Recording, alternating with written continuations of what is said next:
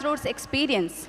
He judged one of the top 20 young politicians in the world by One Young World in 2019, has worked and traveled in over 30 countries and engaged with the governments, business and NGOs, including attending 8 United Nations high-level meetings in New York and 3 United Nations General Assembly. Founded the South Asia Regional Youth Network for International Planned Parenthood Federation and co-chaired the World Conference on Youth 2014. Without further ado, I request Mr. Milinda Rajapaksha sir to begin the session. Over to you, sir.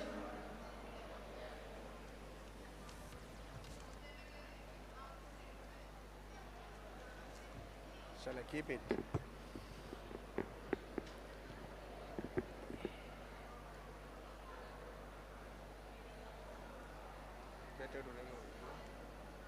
Thank you very much.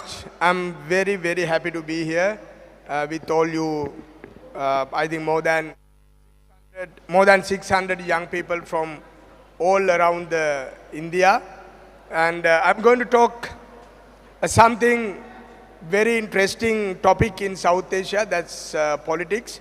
So I will go slide by slide with some of the few videos. And I have a few questions to ask from you, from the participants. Hope you all will help me to get through the presentation.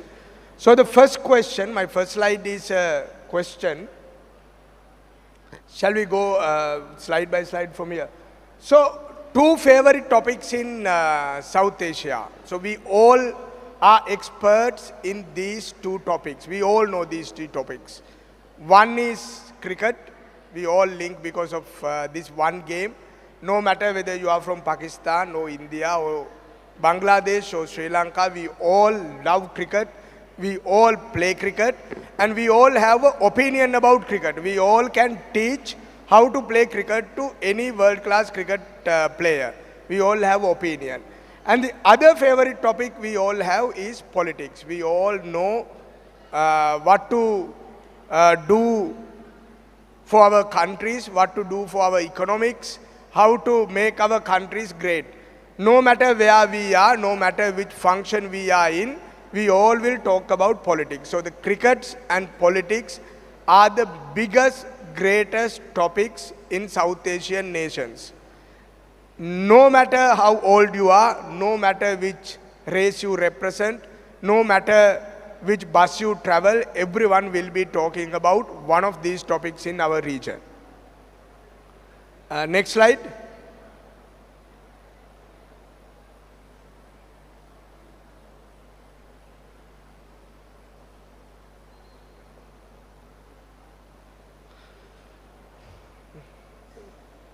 Okay, so we were coming from Sri Lanka. And you know Sri Lanka also has a very big fandom for IPL. Some of our players play for some of the cricket teams of IPL. And when IPL started, actually it became a super hit when Sri Lankan players played. Sanath Jayasuriya played for Mumbai Indians. Lasith Malinga played for Mumbai Indians. So our players were the rock star players when IPL started. And I was coming down, when I got down from Bangalore, day before yesterday, of course, the Bangalore was winning the cricket match. So tell me, in Sri Lanka, the most popular cricket team in IPL is Chennai Super King. Tell me, who are the fans of Chennai Super Kings? Wow, so it's mostly Chennai Super Kings.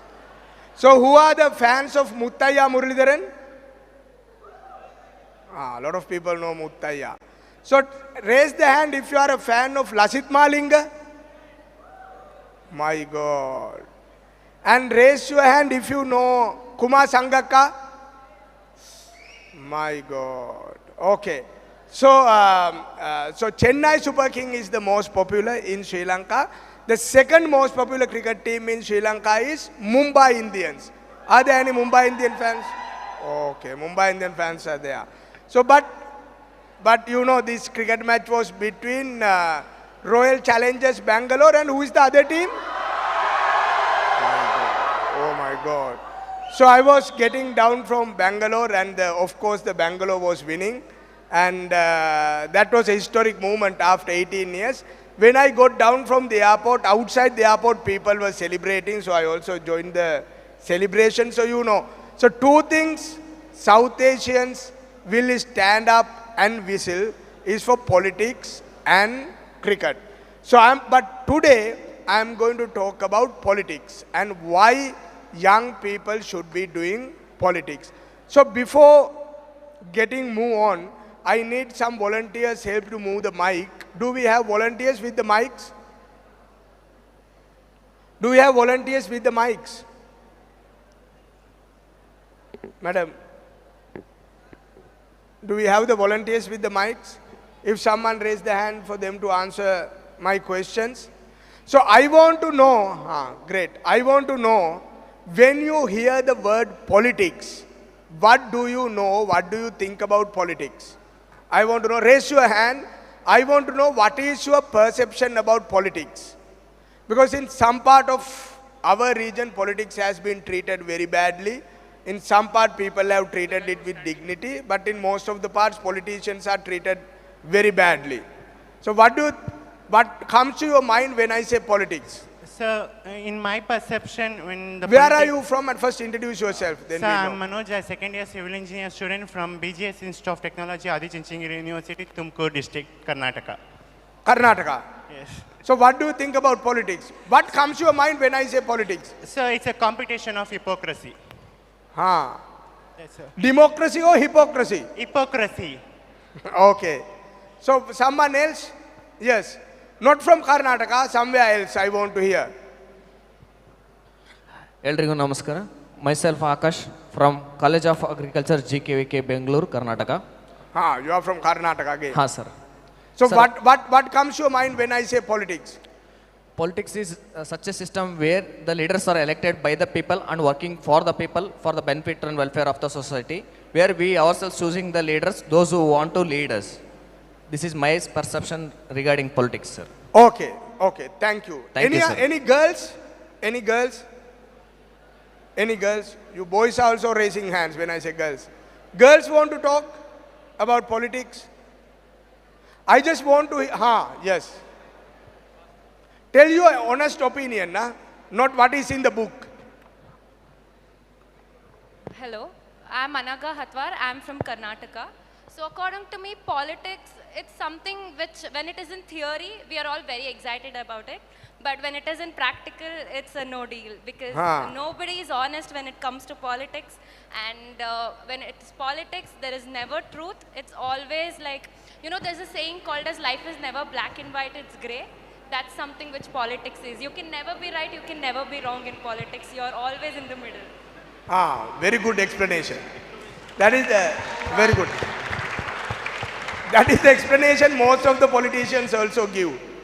Hello, sir. I am Lakshita TS from Karnataka only. Politics, according to me, is the heart of managing the people and serve the people. Okay, that is a very good, very nice way of talking about politics. Yes, sir. Thank a you. Positive perception.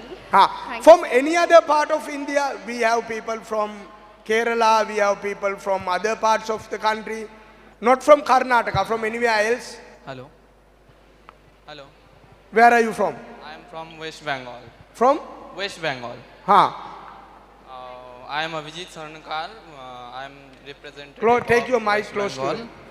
And according to myself, politics is like the stairs of the house, which helps to develop the country as well as the society. As well as the? Society. Suicidal. Yeah. Okay. So one thing I must say, even though you tell nice thing about politics, in our part of the world, in our region, when we say the people are losing the trust of politics, especially among the young people. When we ask from most of the young people whether you want to join politics, whether you want to do politics, most of the young people today don't want to do politics because they think it is very, it goes from family to family. The few families run the business and you need a lot of thuggery, you need a lot of money to do politics. So a lot of young people think politics is not the right place to be, and most of the parents would never make or never think your child to be a politician. All of them. Okay, raise your hand if you want to be a politician after your graduation. 1, 2, 3, 4, 5, 6, 7. There is a girl who wants to be a politician. Do you want to be a politician after the graduation? Please give her the mic. Why do you want to be a politician after?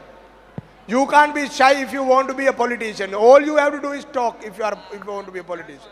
Why do you want to be a politician? Namaste sir, I am Aishwarya and I am studying BAMS in Sharda Ayurveda Medical College and Hospital, Talpadi. Sir, actually, you asked a question, what is politician? According to me, politicians, they'll say, they'll give hope, but they'll do nothing. But I want to change that. So I want to be a politician. For change that? Yes, to change. Are you involved in any student politics now? Sir, 2 days back in our college election was there for student council and I elected as cultural secretary in our college. Oh, great. Wonderful. Congratulations. Thank you, That's sir. great. That's great. Okay, anyone who is here involved in student politics, raise hand. You involved in student politics? Oh, so many of you involved in student politics. Can you pass the mic to that gentleman? Here. You look like a politician. That is why I'm giving you the mic. Huh? You look like one day you will be a good politician. Thank you very much. Good morning all. My name is Nagarjuna. I am from Bangalore and pleasure to have your session, sir. Yeah, it is pleasure, of course, but tell me, what are you doing as a student politician? Yes, sir. So you asked about student politics. Since my school days, I was my school captain and it's almost been 10 years since my PUC, my undergraduation, my post-graduation. All throughout I have been in student politics and I have been a very active member of Indian Student Parliament. I have been greatly associated with the Ministry of Parliamentary Affairs, Government of India. I work for an NGO called Abhyudaya Foundation in Bangalore, which is associated with Parliamentary Affairs, and we conduct a lot of youth parliament sessions for school and college students. Very good, very good. Okay, thank you. Thank you, sir. Thank you. Are you planning to contest for politics one day? Yes, one day, yes. Really? Yes. Very good, all the best. Thank you, sir. I just want to add one line. There is an African proverb that says, when you get the smell of the soil, it means that the rain is coming. When you get the smell of the tar roads, that means an election is coming. So I just want to change that. So I want to be a politician. You will be a good politician. Thank you. You will be a very good politician. Thank you, sir. Thank you very much. Okay, raise your hand if you want to contest. That means you want to contest from BJP or Congress or any other party. If you want to contest one day to be a MLA or MLC or parliament member, if you want to contest one day, raise your hand. Oh, wow. Anyone here who want to contest one day? Okay. Give mic to this young man.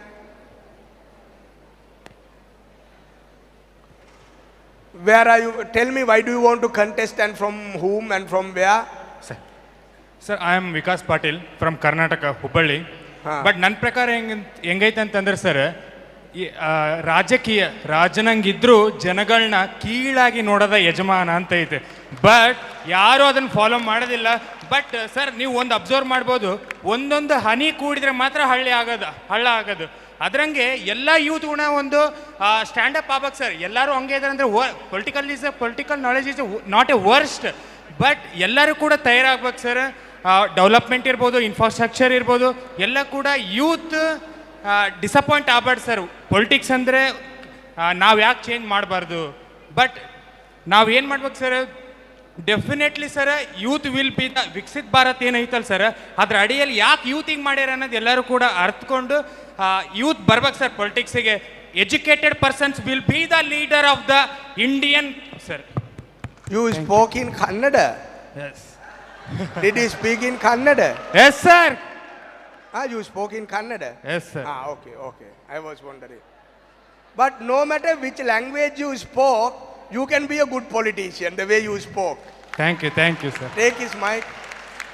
Any girls who want to contest for elections? Any girls who want to contest? You want to contest? Please pass her the message. You are the superstar today. Give her the mic.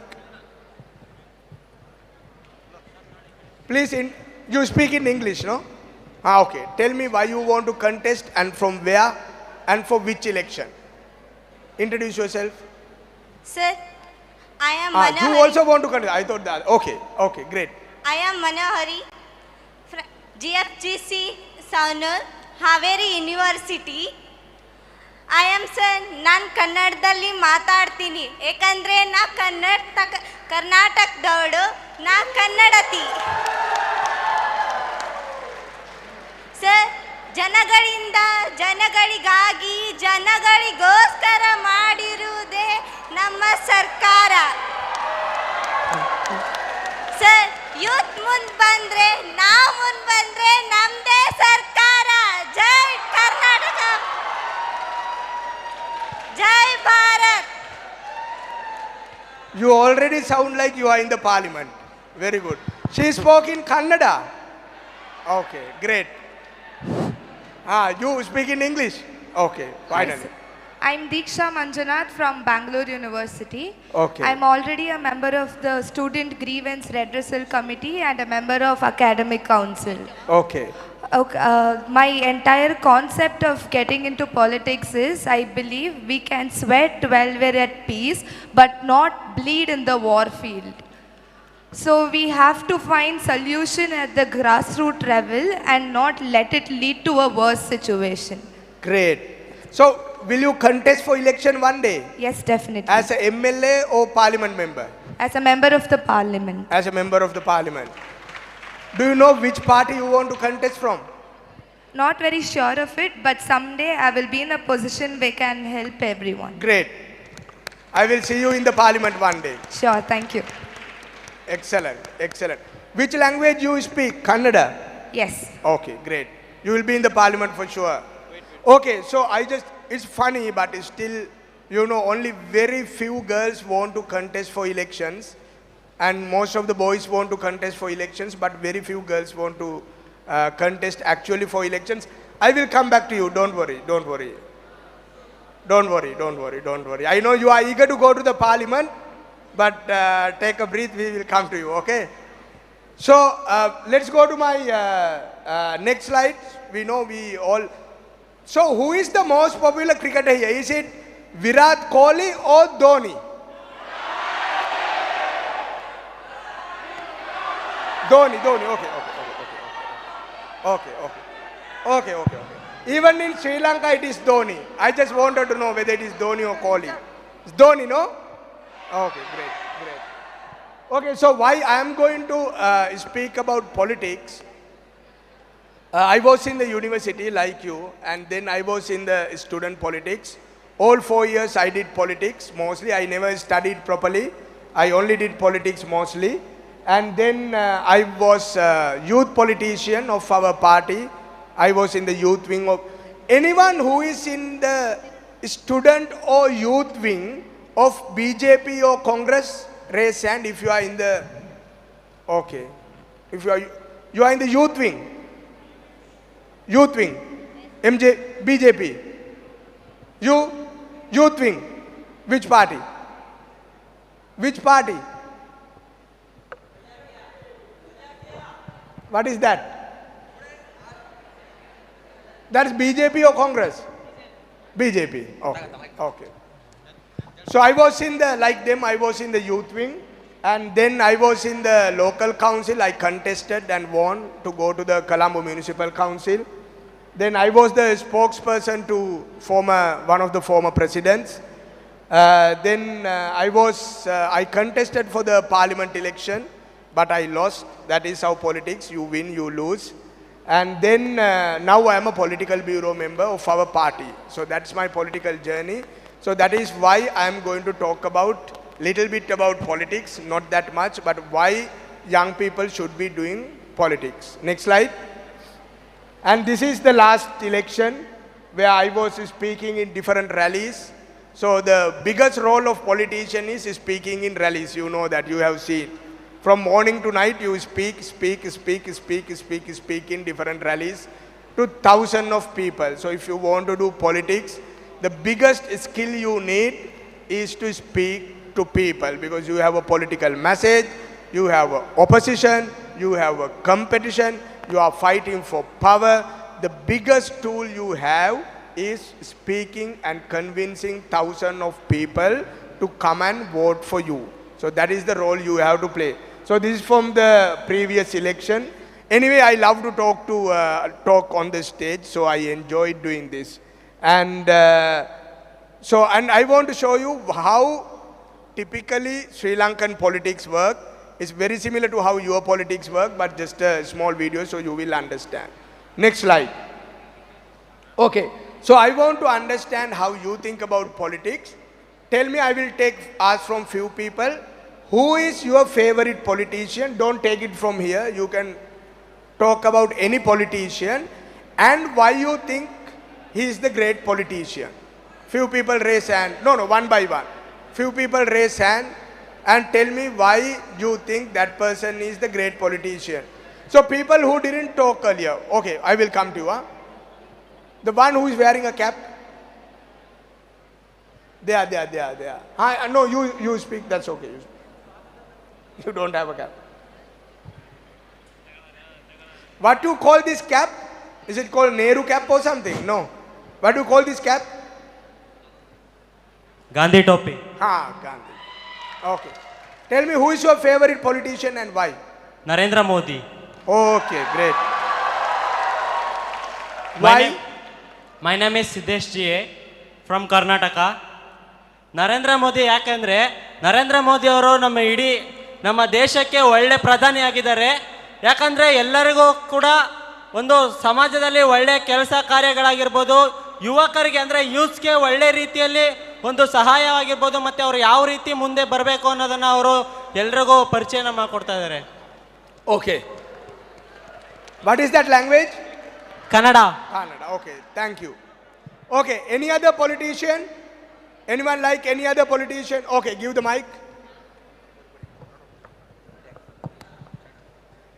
Yes, sir. Good morning, sir. I am from Karnataka state.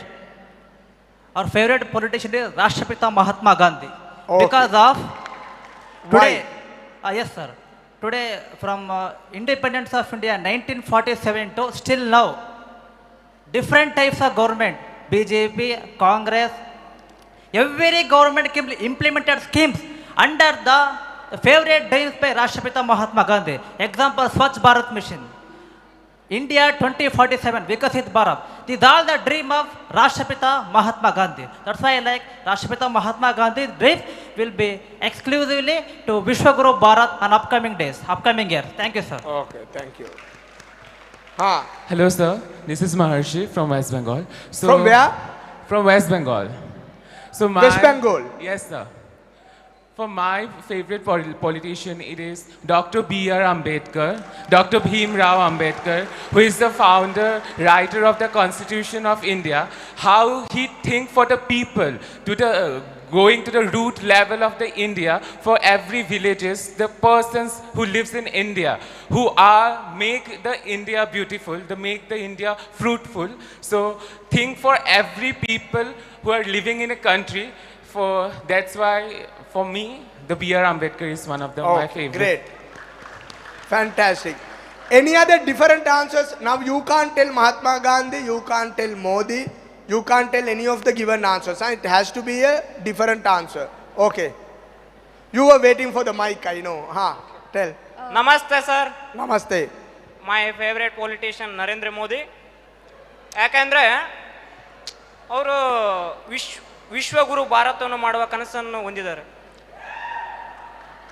ನಾನು ಅವ್ರು ನೋಡಿದ ತಕ್ಷಣ ನನಗನ್ಸುತ್ತೆ ಒಂದಲ್ಲ ಒಂದಿನ ನಮ್ಮ ಭಾರತ ಕೂಡ ವಿಶ್ವಗುರು ಆಗೋದು ಯಾವುದೇ ರೀತಿ ಅನುಮಾನ ಇಲ್ಲ ಅಂತ ಹೇಳ್ಬೋದು. Very good. Good morning, sir. Which language he spoke in? Okay. Sir, okay. Good morning, sir. My name is Sai Priya. Oh, where? Where are you from? I'm from Karnataka. Karnataka. My favorite politician is Atal Bihari Vajpayee. Atal Bihari Vajpayee. Very good. Very good. He came to Sri Lanka. Tell me. Because of him, like our India has the opportunity to stand among the most powerful countries because he was the one who stood against all odds to do the nuclear tests. And our now India is one of the nuclear country among the worlds among the world. Okay, great. Good morning, Know the sir. history. Very well. So now you have to give me a different. You spoke, darling, earlier. 1 second. We will give you the opportunity. That girl. Hello, I sir. prefer girls speaking about politics. So you can't give previous answers, sir. You have to tell me someone new. Who is your favorite politician? Good morning, sir. Good My morning. name is Samya and I am from Gujarat. Gujarat. Yeah. My favorite politician is Sardar Vallabhbhai Patel. He is the architect of India, right? So that's why. Why? Why you like him? He is the architect of India. He connected whole Exactly. state in one nation. Very good. Good answer. Very good. Very good. Any girls? Any girls? Any girls? There is another girl there. Last one. Someone ate the mic. Pass it. There. There. Hello, She sir. stood up. Where are you from?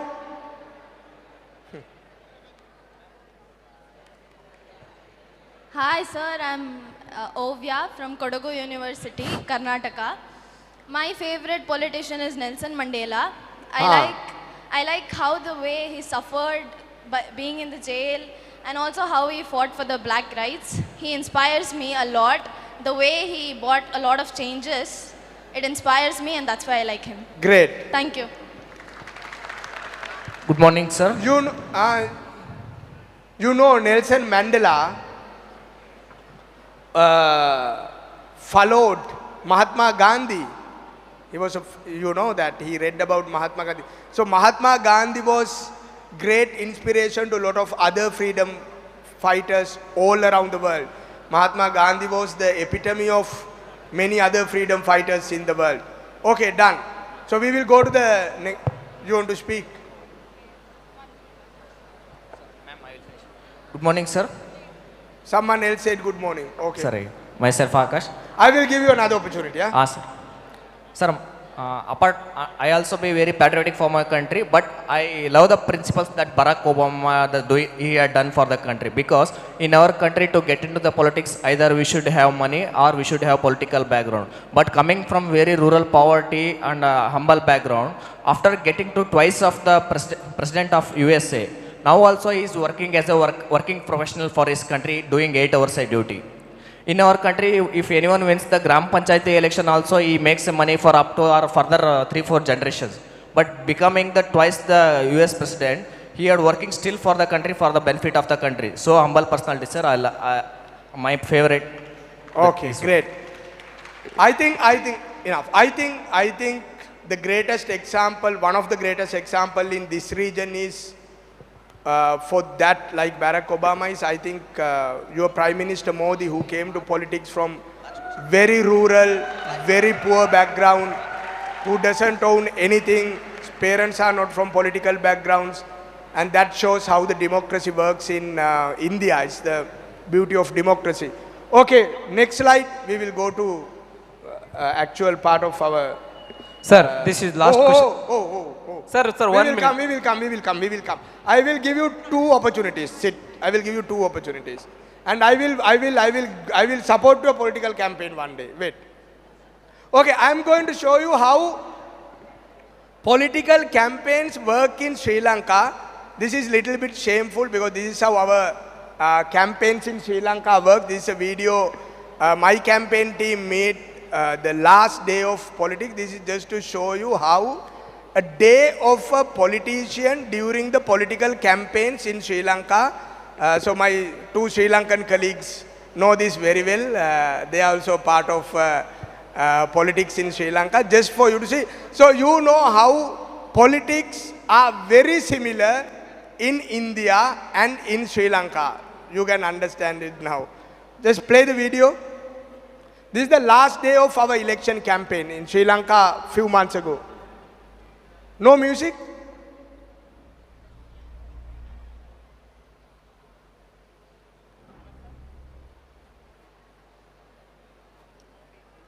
The fun will happen only with music.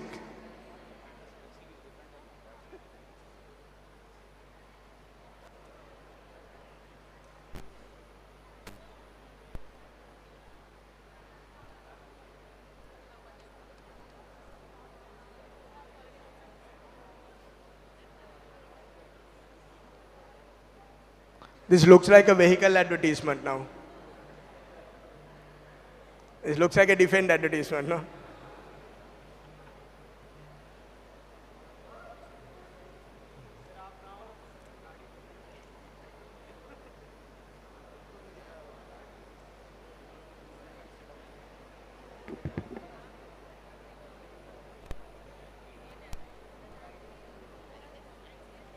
Has anyone here been part of political campaigns? Raise your hand if you have been a volunteer, if you have been organized rallies, organized meetings, being part of any political campaigns. Many of you have been part of political campaigns. Very good. Excellent. Shall we play?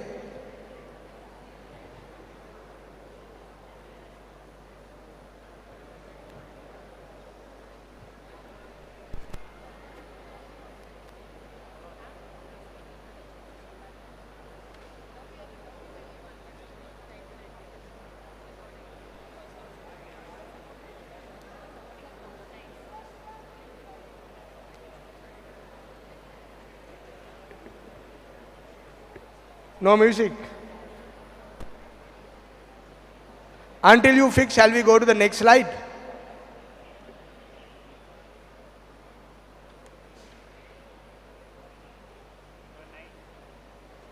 We'll go to the next slide and you fix the music, we will play it later.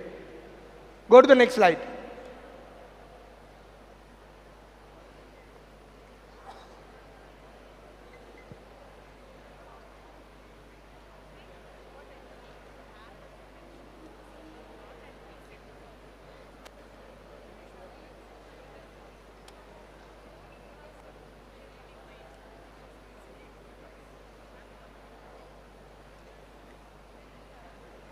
Remove that.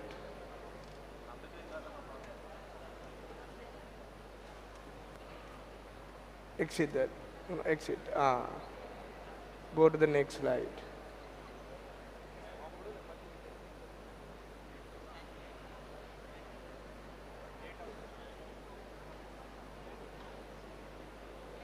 Is it that difficult?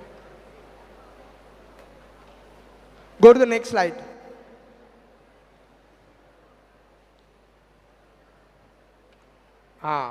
Now click again, then the text will come.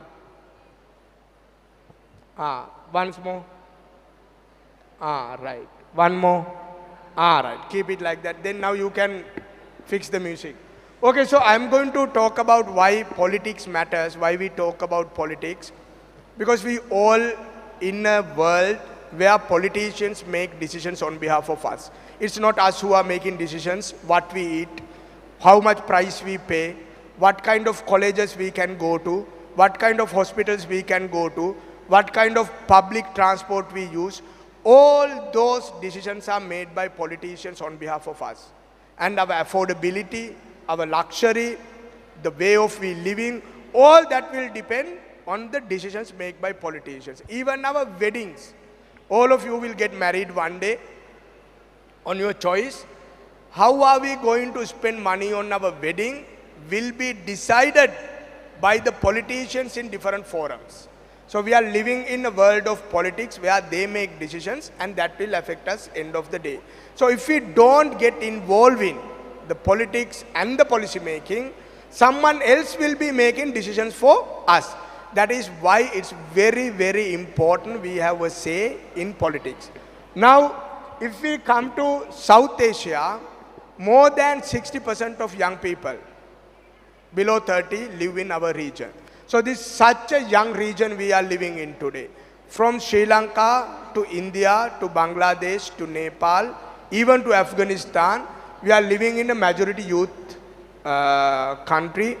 Young people are living, most of the people who are living in this region are young people. And funnily, most of the politicians of our region are very senior adults. Very few young people are actually representing politics in this region.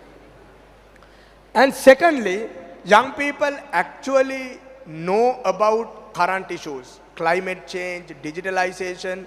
Some of the old politicians don't even understand, don't even know what we are talking about these days and age because of the way world is changing. And thirdly, even though you don't speak this loud, the trust about politics is losing rapidly. You know, people think politicians are corrupt. Young people think politicians are looting us. Young people think politicians are thieves. Young people think politicians are taking whatever belongs to us. Especially in our region, people think we are poor today. We are poor simply because of the politicians. So because of that, it's very important we rebuild the trust of politics. Only young people can do that. Okay? So I'm going to take this little bit in detail in my other slides, taking your opinion too. Next slide. Can you put the sounds will work now? The video, sounds will work. No, the previous slide, the video, sounds will work now. No. Huh? Huh? Sounds will work. We can put the slide. If not, we will go to the other slide. This slide. Okay, who know Maxwell Forest? Who knows Maxwell Forest?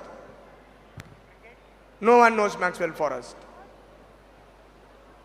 So you know, he's a fantastic example because he's only 25.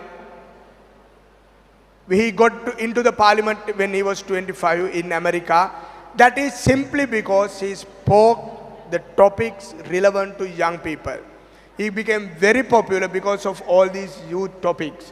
He talks about climate change. He talks about gun control. That is a big topic in America. So when young people actually talk about issues related to young people, then there is an opportunity for them to get elected. So if you want to go to politics and if you want to get elected, it's very important that you talk topics which are relevant to young people. Otherwise, you will be another old politician talking about old topics. So Maxwell, read about these people. That is why I put in them in the slides. If you want to be in politics, these are the people you should be following. Next slide. So you know, in India, average age of a politician in the parliament is 56. That means the retiring age of most of the other jobs. But 65% of Indian population is under 35. So that means at least 50% of the parliament members, you know, should be at least age of 35, 40. But that is not the case even in India, even in Sri Lanka, even in Nepal or Bangladesh. That is the irony in our region. So that is your new parliament, probably the most beautiful parliament in South Asia now. And this is, even though this looks like actual parliament, this is the youth parliament of Sri Lanka. This other photo. So the youth parliament of Sri Lanka, I take the pride when I was in the youth council, we found the Sri Lanka youth parliament. It is much different to many other youth parliament. If you go to ChatGPT and ask about Sri Lanka youth parliament, even it has a very long clarification, description about Sri Lanka youth parliament, very much linked to the national policy making, and we have a huge budget. He was the former youth council chairman, led Sri Lanka youth parliament for 2-3 years. I think he will talk about it during his session today. So youth must represent themselves in the politics, in the parliament, and in any other forum. So do you have a youth parliament? Anyone who represents the youth parliament here? Raise the hand. So you represent the youth parliament. You represent the youth parliament. You represented the youth parliament. Long ago, huh? You are organizing the youth parliament now, yes. So anyone else represent the youth parliament? Okay. Okay, tell me a little bit about your youth parliament.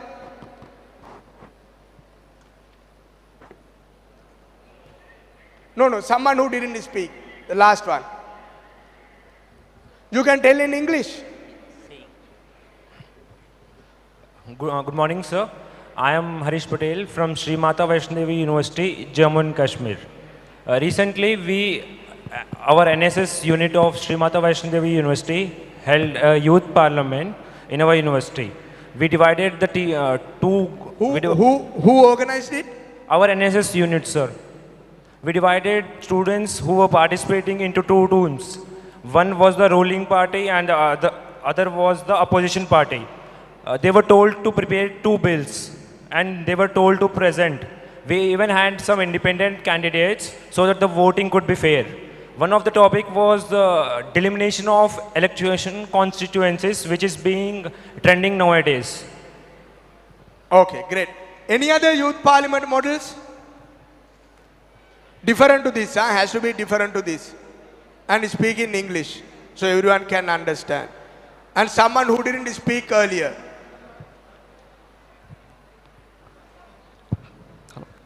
Hi sir, good morning.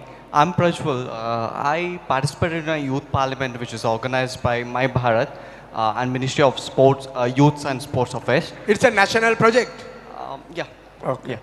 Okay, there we had a topic that is one nation, one election, how it's going to impact our democracy. We discussed and we shared our insights there, and there I participated. So, you know. Okay, great. Any other models of youth parliaments? Good morning, sir. This is Jyoti from Ballari, Karnataka representative. I have participated previous year in the youth parliament, which is sponsored by the NYKS Nehru Yuva Kendra Sangtan under the mentorship of Sports Department of Karnataka. And we made debates regarding special subjects like one nation and one election and 11 Sankalpa for one nation. It brings a clear picture of the politics and we made everything best there. Okay, great. Okay. So our youth parliament of Sri Lanka is a little bit different. So all the youth parliament members come through an election. Pasindu will talk about that in the panel discussion.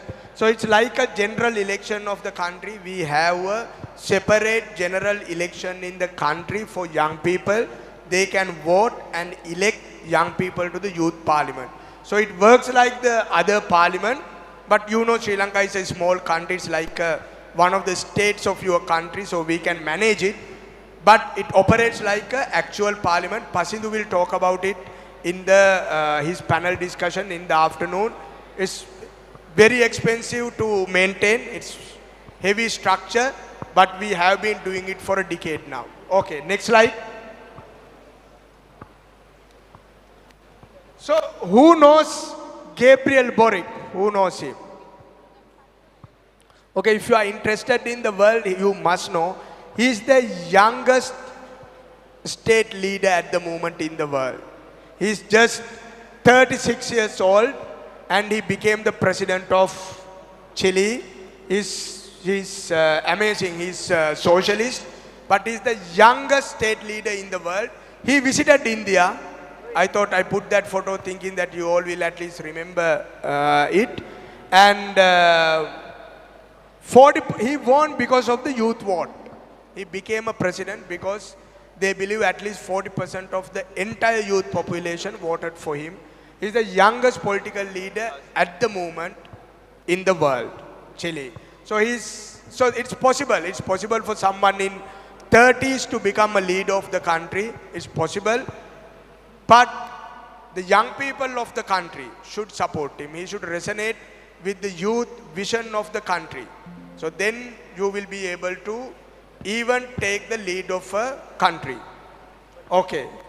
So no one has seen him before. No one has seen him. No one has seen even when he came to India, because he visited India, he met PM Modi. No. Okay. So okay, we will go to the next slide.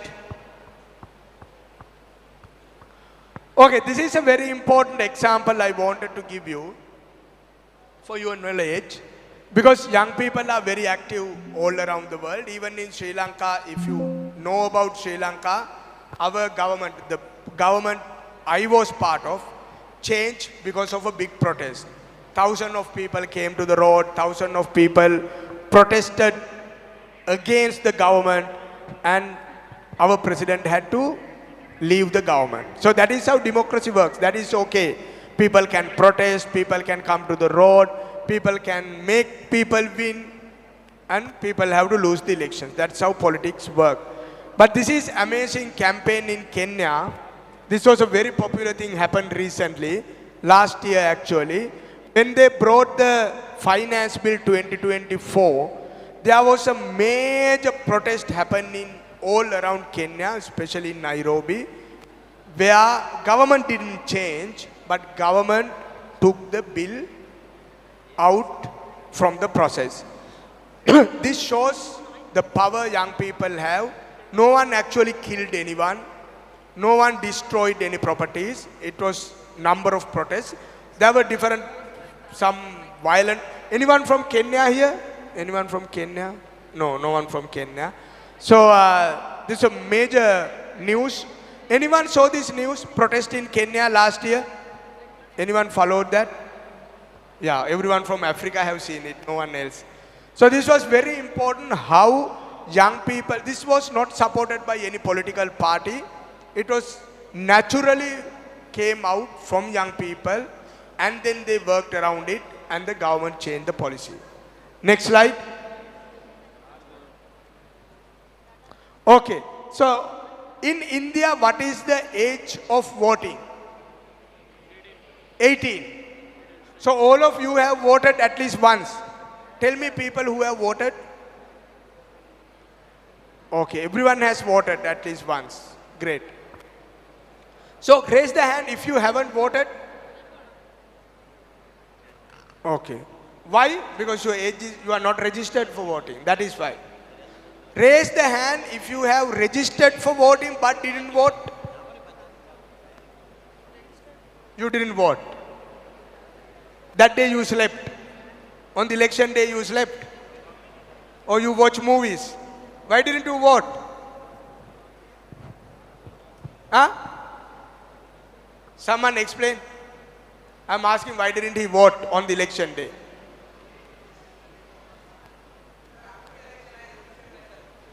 After the election only he registered. Okay, okay.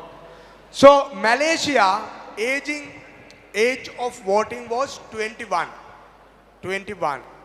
And 18 to 21, there are thousands of people in Malaysia. So there was a big movement in Malaysia to lower the age of voting. But naturally the politicians didn't like it, because when the young people vote, it's very critical. Because the young people will go and vote for upcoming parties. They will vote for young politicians. They will change the governments. You know, when the young people vote, it's a different scene. But there was a big movement happened in Malaysia to lower the age of voting from 21 to 18. And it won. And today Malaysia, young people like you all can vote if you are past 18. And there is a new movement in Europe, led by the European Youth Parliament, that is to lower the age of vote to 60. This is happening in Europe. I think it will win at one point because it's getting a major support now. So then, if the Europe work around this, it will come to Asia after a decade. Because everyone thinks today young people who are 17 and 16 are able to make decisions. They can make calls, they know about politics, and they should have a fair opportunity to get involved in the decisions of the country. Do we have anyone below 18 here? Anyone below 18? How old are you? 17. Okay, okay. So in a decade, probably people who are 17 and 16 will have an opportunity to vote for your election. At the moment, in our part of the world, it's only 18 plus. And in our part of the world, we consider adults if you are 18 plus. Can we play the videos? Now, does the work? Shall we go to the previous video? I want to show how a day of election in Sri Lanka. This is from my campaign, which we did when we did the general elections. November, no? In November, this from my last day of the election. No sound, no.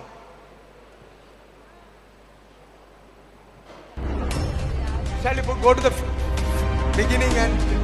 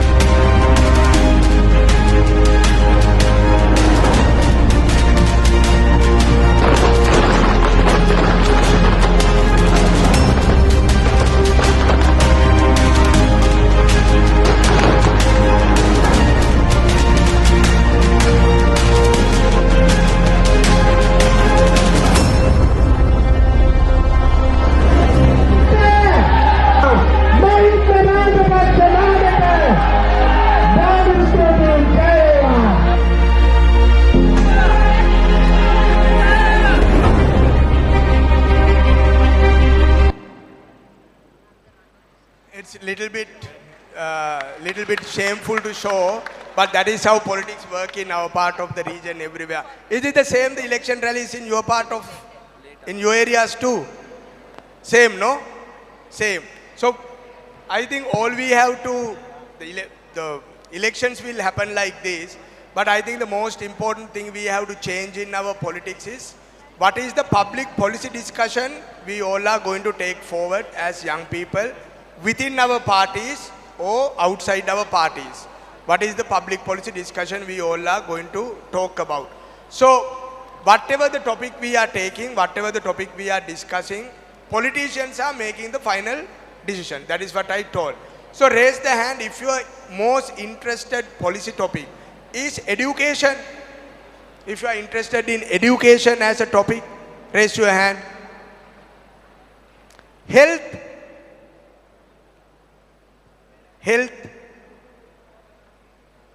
Okay. Rural development. Why a lot of people like rural development? Okay. Then the international affairs. You all like international affairs. International affairs. Okay. So then anyone who is interested in youth and sports?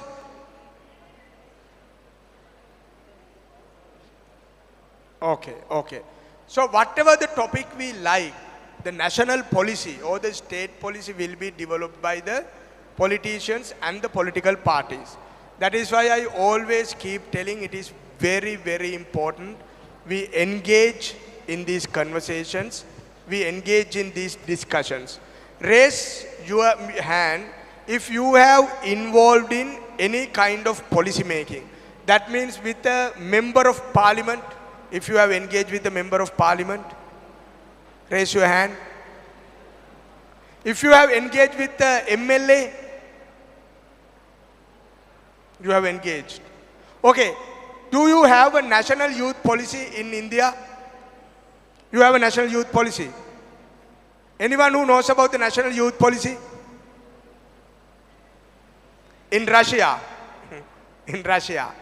Russia has a national youth policy. Found in which year? Which year it was drafted? 2008. Sri Lanka has a national youth policy. No, Pasidu? We have a youth policy.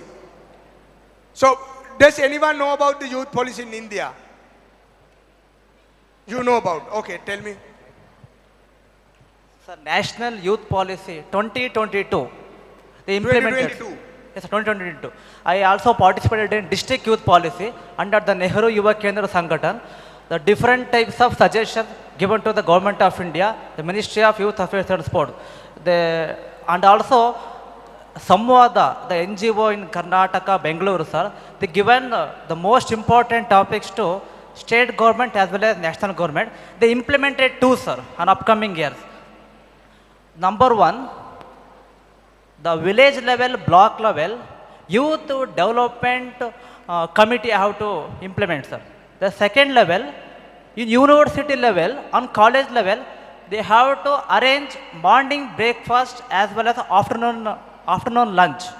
The third, the most important, the everyone youth suffering from now, the very important disease, that is a mentally very weak, and also the becoming on upcoming years addicting different types of bad habits like drugs or gutkhas, hookahs and alcohol. The most important, the two important topic implemented Government of India, sir. So very happy to say with you, sir. Thank you, sir. Okay, thank you. Thank you. So Karnataka, I'm sure Karnataka state has a youth policy. Not yet. So I think now it's the opportunity for everyone. You don't have a youth policy. So I think now it's a great opportunity to draft a youth policy. Please give the message to sir. Proposal is sent to the government, but still they have not implemented, but it is in the process. So the proposal to develop the national youth policy or the youth policy? State youth policy. Youth policy. Yeah, it's with the minister. So it has been drafted now? Yeah, drafted, but it is in, still it is not implemented. Okay. So but we will have the youth policy very soon. Yeah, that means. yes. Definitely. So who has the youth ministry? It's under the chief minister or under different It's minister? under chief minister now. It's under the chief minister. Okay, great. So Karnataka will have a youth policy very soon, that means. Otherwise, everyone could have been a part of drafting the youth policy. Okay, so I want to show you one more video. This is the, okay, 1 second. This is the campaign video I did for the election. It has the English subtitles, that is why I took it, just to understand, to show you the messaging. When I ran for the general election, this is the campaign video I did for my election.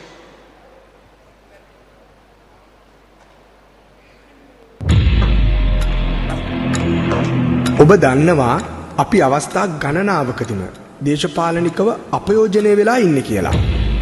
ඒකට හේතුව මේ රටේ නාස්තිය, දූෂණය, වංචාව. ඔව්, ඒක හරි. ඒත් ගැඹුරින්ම අධ්‍යයනය කරාම තමයි හරියටම පේන්නේ අපි දේශපාලනිකව අපයෝජනය වෙන්න බලපාපු හරිම හේතුව මොකක්ද කියලා. දේශපාලනිකව පිල්බෙදීම්, පුහු දේශපාලනික විවේචන, අතාර්කික දේශපාලන තීරණ, මේ වගේ ගොඩාක් දේවල් මේ රට ඇද්ද වැටෙන්න බලපාපු සාධකවලට පාදක වුණා.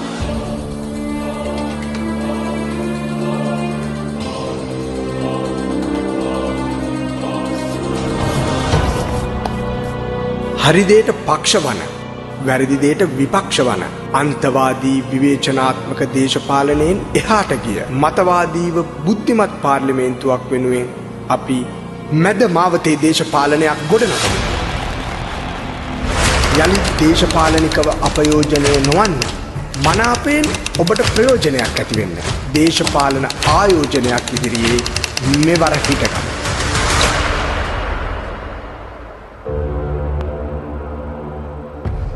But we lost this election very badly, even though the advertisement was good. We lost the election very badly. That's how politics works. You win, you lose. No, that's a part of the game.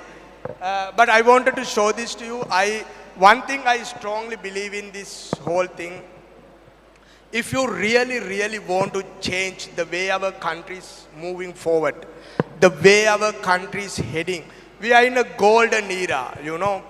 America is changing, the superpowers are changing, the political dimensions in the world are changing. South Asia is in a fantastic time and a place to reclaim the power we had as a civilization.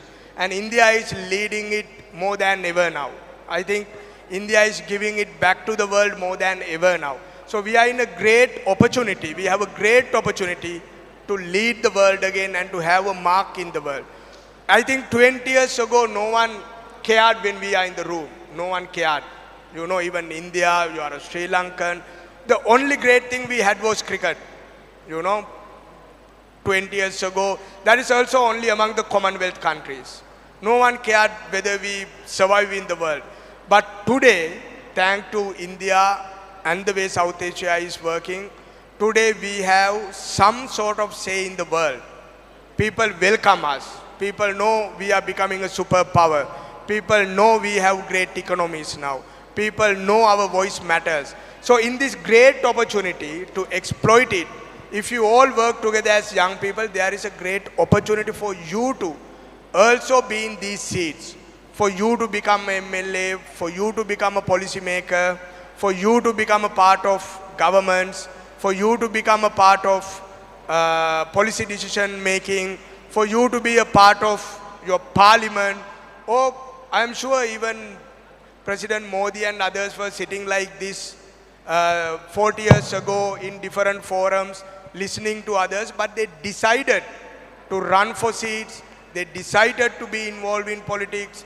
They decided to, you know, change the course of the country. That is why the politics changed. That is why they became great leaders. That is why today India is considered as third or fourth richest nation in the world. And you are considered as a superpower. That means you need the economic power, you need the military power, you need the human power. You are gathering all that. And most probably you will be passing, or you passed the Japan recently, and you are within the first 5 great nations in the world. So I think it's a time for Indian young people to get involved in whatever the possible way in policy making, whatever the possible way of making decisions. You have a great opportunity ahead. You know, today the greatest opportunity Sri Lanka had from India was, I think, the Buddhism. 2,500 years ago, it came from India. I think today India doesn't have much of Buddhist, but almost 75% of Sri Lankans are Buddhist. But even in the international forums, India is fighting on behalf of Buddhism, to protect Buddhism. So that is the respect India is having for South Asian values, for South Asian cultures, for the South Asian heritage.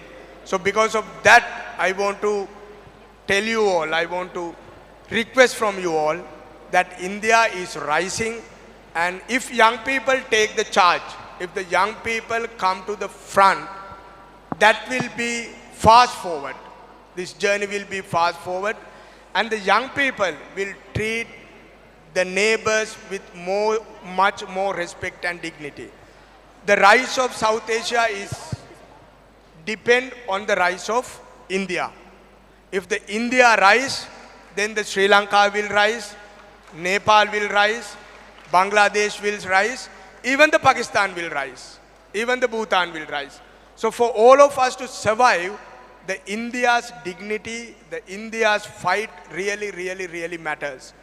We have been a colony for more than 100 years, Sri Lanka and India.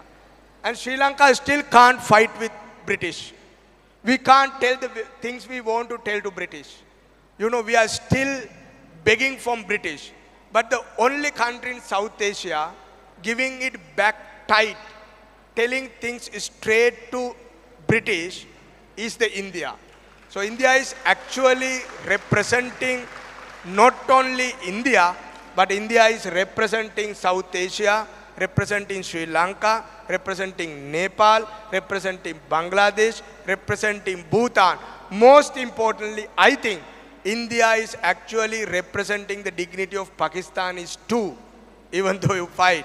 So I really want to request from you, if you all, the people in this forum, if you all get involved in public policy making, if you all involved in politics, if you all involved in decision making, then it's easy for us to work together. For you can work with Sri Lankans, you can work with Nepalis, you can work with other South Asian countries. You want to talk something? Okay. Please give the mic to... Here. Where are you from? Okay, nice. Good morning.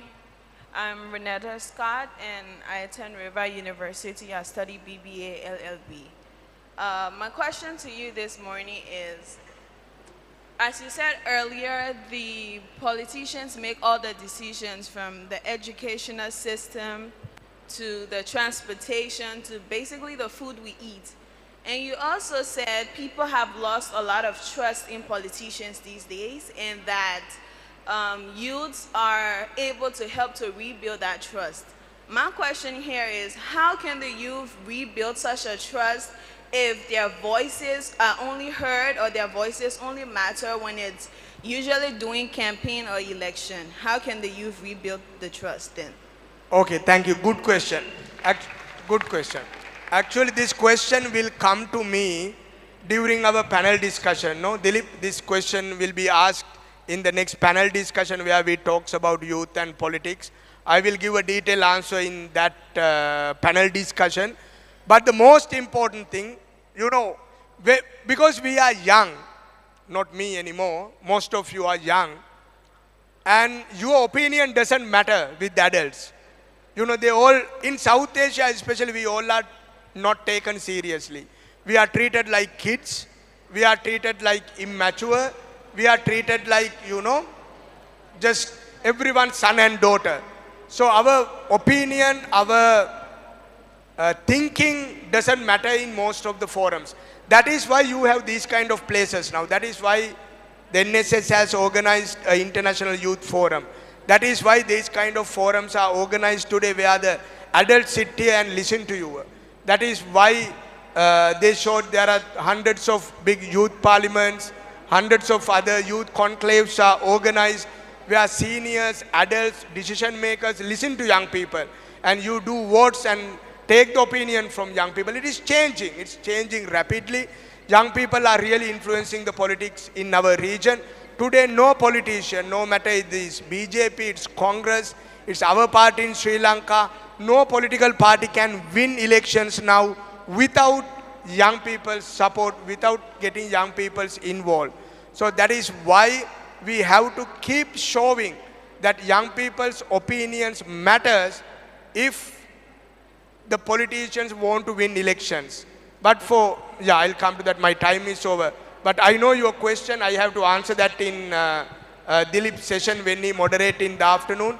I will give a detailed answer to your question specifically. So thank you very much for giving me this opportunity. Thank you very much.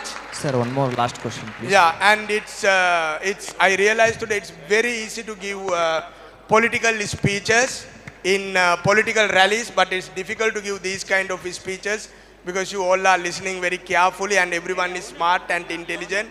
In political rallies, everyone clap for everything, but in these conferences, it's very difficult to get a clap. So thank you very much. I hope most of you raise again hands who wanted to contest. Sir, one more last question, please. No questions, son. Raise hands whoever wanted to contest. Stand up whoever wanted to contest. Stand up. Who want to contest for elections? Stand up. Stand up. You want to contest. Okay.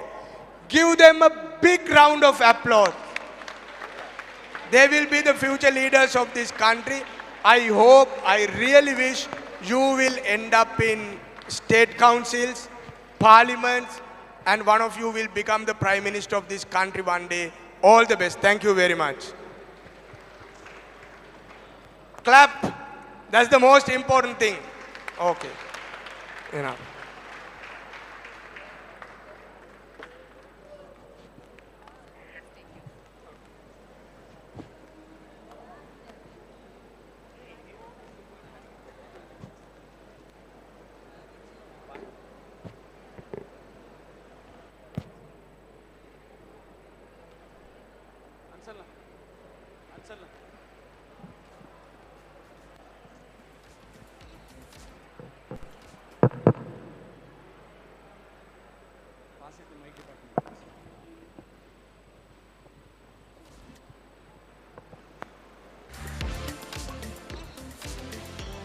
Ladies and gentlemen, as we conclude this enlightening session on youth governance and policy making, I would like to extend a heartfelt gratitude to our esteemed speaker, Mr. Milinda Rajapaksha. Your expertise and passion for empowering young people in governance and policy making have inspired us all. Your presentation has sparkled a valuable discussion and insights, and we are grateful for the time you took to share your knowledge with us. As token of our appreciation, we would like to present you with a memento. I would like to invite Dr. Ashwini Shetty ma'am and Dr. Pratap sir to hand over the memento.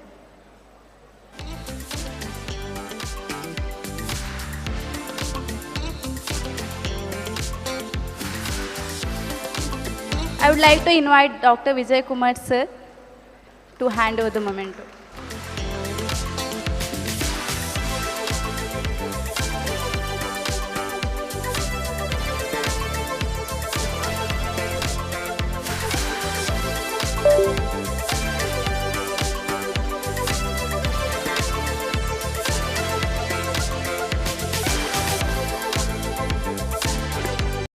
So we have Dr. M. Vijay Kumar, the Vice Chancellor of Yenepoya, deemed to be university.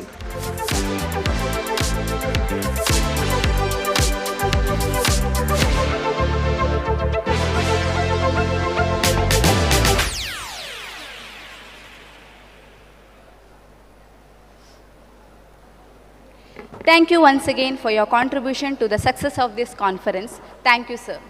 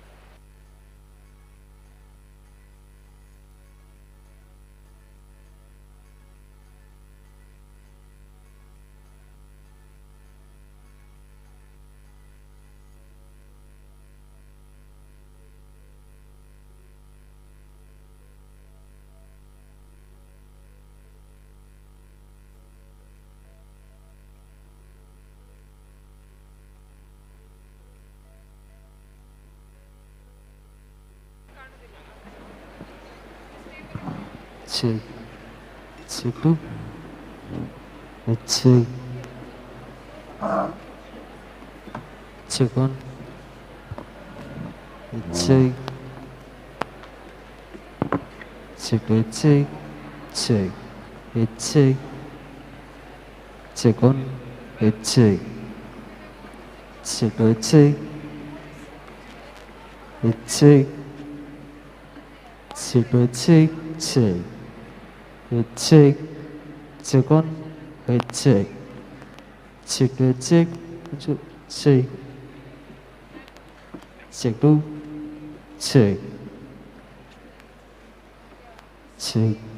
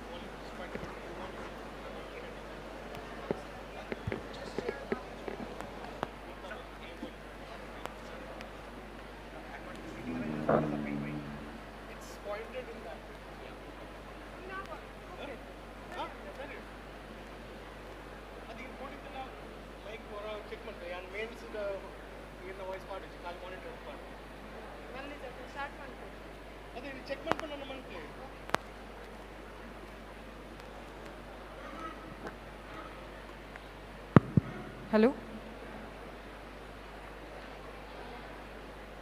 Hello? Hello? Hello? Hello?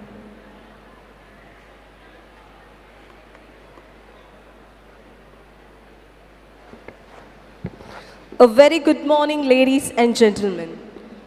Welcome to panel discussion 2 of the Global Youth Summit 2025.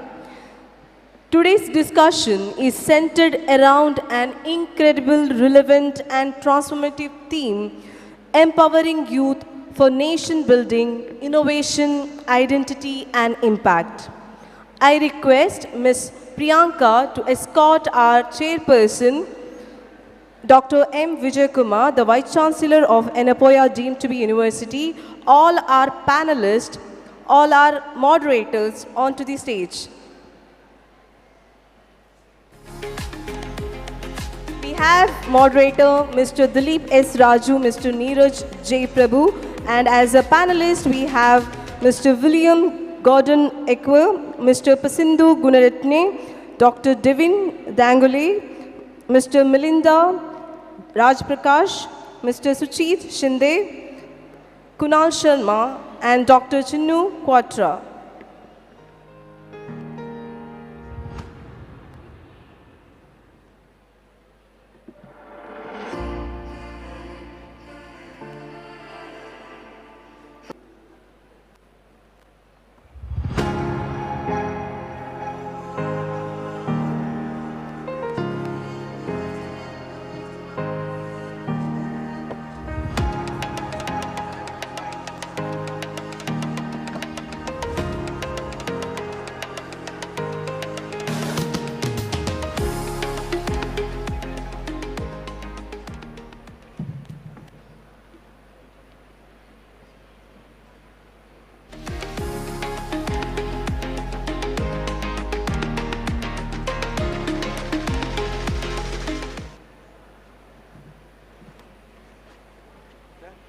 All the panelists to be seated. No, mic is not working.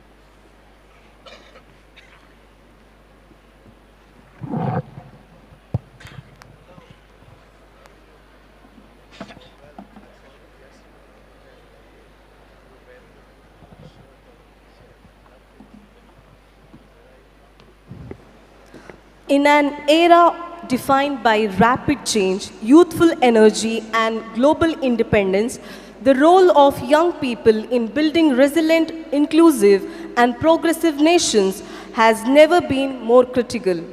It is my honor to welcome the chairperson of this session, a visionary leader in education and academic excellence, Dr. M. Vijay Kumar, the Vice Chancellor of Yenepoya deemed to be University.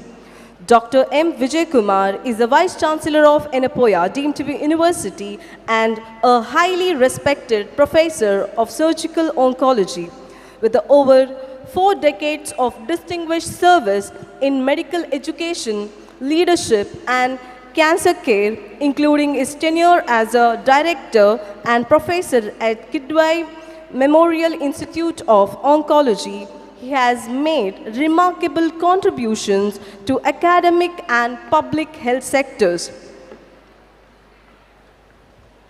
He has awarded Dr. Mahadevan Award in 1994, the Terry Fox Project 2001 by Terry Fox Run Canada, which is his brainchild.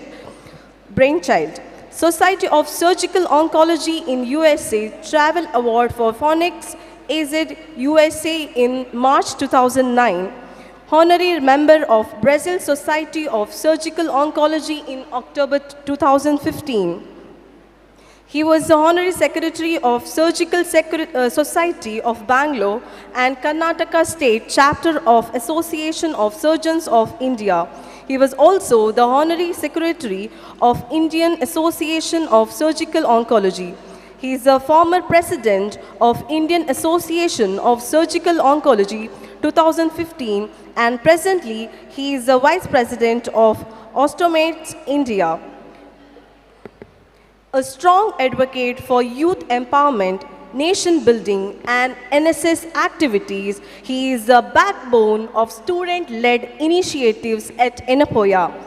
He is always offering his unwavering support and guidance. His commitment to fostering young leaders and encouraging innovative programs has made a lasting impact on countless youths.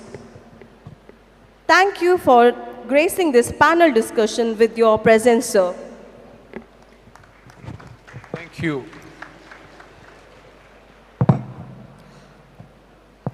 We have distinguished panelists from across the globe who brings diverse insights and experiences on youth development, policy, innovation and leadership. We have Mr. William Gordon Aqua, Director of International Cultural Youth Exchange, ICYE Ghana, a global advocate for cultural exchange and youth empowerment. We have Mr. Pasindu Gunaratne, former Chairman and Director General of National Youth Services Council of Sri Lanka, a dynamic policy maker dedicated to shaping youth policy and leadership. We have Dr. Devin Dangule, MD, Georgia, and former advisor to the Director General, Chairman of the National Youth Services Council, Sri Lanka, a thought leader in youth health and policy advisory. We have Mr. Milinda Rajaprakasha, politician, author, and public policy specialist, a powerful voice in shaping national policy through youth inclusive and civic engagement. And we have Mr. Suchit Shinde, founder of Organic Microgreens Private Limited, Commonwealth Award winner and entrepreneur, a passionate innovator transforming agriculture and youth entrepreneurship. And we have Dr. Chinu Quatra, founder, Kushia Foundation, a passionate environmentalist, a leading voice in sustainable living and youth empowerment. And we have Kunal Sharma, founder, Chhatra Sansad India Directorate, Ruskin Bond International Schools. With such distinguished panel, we look forward to a stimulating and insightful sessions. And that will delve deep into how youth can be catalysts for innovation, preserve cultural identity, and create a lasting impact in the journey of nation building. Let's hear it for all our panelists.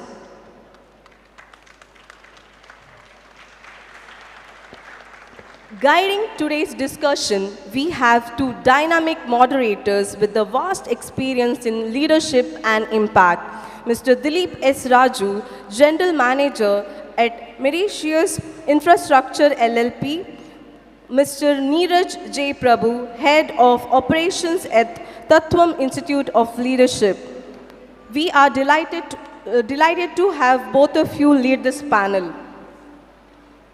I now hand over the session to our moderator, Mr. Dilip S. Raju, to begin the panel discussion. Over to you, sir.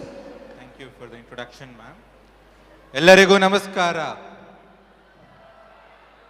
With all of you, I'd like to welcome our delighted panelists on the stage and Honorable Vice Chancellor, sir. I request you to preside the panel, sir.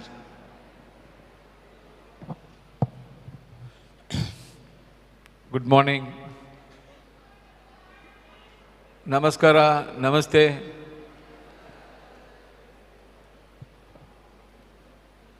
Actually, I am a misfit here sitting, actually. I don't know why they called me. I am probably the oldest in this whole audience. Maybe to mock at me, they have called me, I thought, Dr. Ashwini Shetty. I said, okay, mocking is not something new for me. So I thought I'll accept it and come and sit among the youngsters. At least I'll sit and listen and learn something new, something more, something better. Having said that, as an organizing chairman, I'm very happy to see you all. And thank you all for coming, taking time off, coming from different parts of the world and the different parts of the country. Not only my panelists here and the moderators, I'm talking to you all for having time off and sitting and listening to all of us, and more importantly, actively participating and interacting. It's nice to see people not playing with their handheld devices, which even I have. But playing with handheld devices is what I'm talking all the time, 24 hours. Leaving that and participating, actually listening, learning and speaking is something which is heartening to see after a long time. Otherwise, everybody is only we call it scalp in medical terms. We see only this because they are playing like this. I'm happy to see the faces. And wantonly I said this because to provoke you and incite you and if not inspire you. Please understand there is something more in this world than your handheld devices, which is to be used as a tool, not to get used to it as an addiction. Now the device handling has become an addiction. Its definition has come how many hours per day. Maybe my people will be happy to see me off, but they cannot live without this. So kindly, with this, wantonly I started this note. And I am trying to tell the moderators, I will not interfere because if I start talking, it will be more of a old thinking. As our friend from Sri Lanka said, you don't learn from the old people, you have to learn from the young people. So I'll go with his advice and I keep my mouth shut and listen to what is happening and learn from them. Thank you very much. Handing over to moderators. Sir, I'd like to tell you one thing, that with your speech day before yesterday, most of us are already impressed and we feel we are really youthful. And the very word youth comes from yuva, which means energy. And you represent and you are epitome of energy, so you are very much a part of youth. My first question here would go to Mr. William. Sir, you have been the Director of International Youth Exchange Programs. So, having dealt with so many youth among the cultures, what do you think is one commonality that you find, though we come from different parts of the world? Yeah, thanks very much. Yes, I've been with International Quatra Youth Exchange Program for some time now. And our main efforts and more focus has been on youth exchange program. And as part of it, we see it as a growing, especially with the youth. One thing they have to do more and have to do is to have an exchange with other people within different communities and different settings. And that is the one reason why they're able to expose or get more exposure onto how the world is to become global citizens. Because in this world that we are in now, we are now in a global village. And as a global village, people get to know or have to know how things are done differently. Because we are training ourselves to become international global citizens or global speakers or global workers all over wherever we find ourselves in. So for me, one most important thing that we always encourage as ICYE or International Cultural Youth Exchange is to give the exposure to the youth to get themselves involved in different areas of the world, get themselves from their comfort zones, work in different places to foster adaptability within the community wherever they find themselves and work within the community so that at the end they're able to come out very well, expose themselves and find themselves suitable and workable in every environment or every place that they look themselves. That's great. So we look forward to have more such youth programs to work with in Ghana as well. So the second.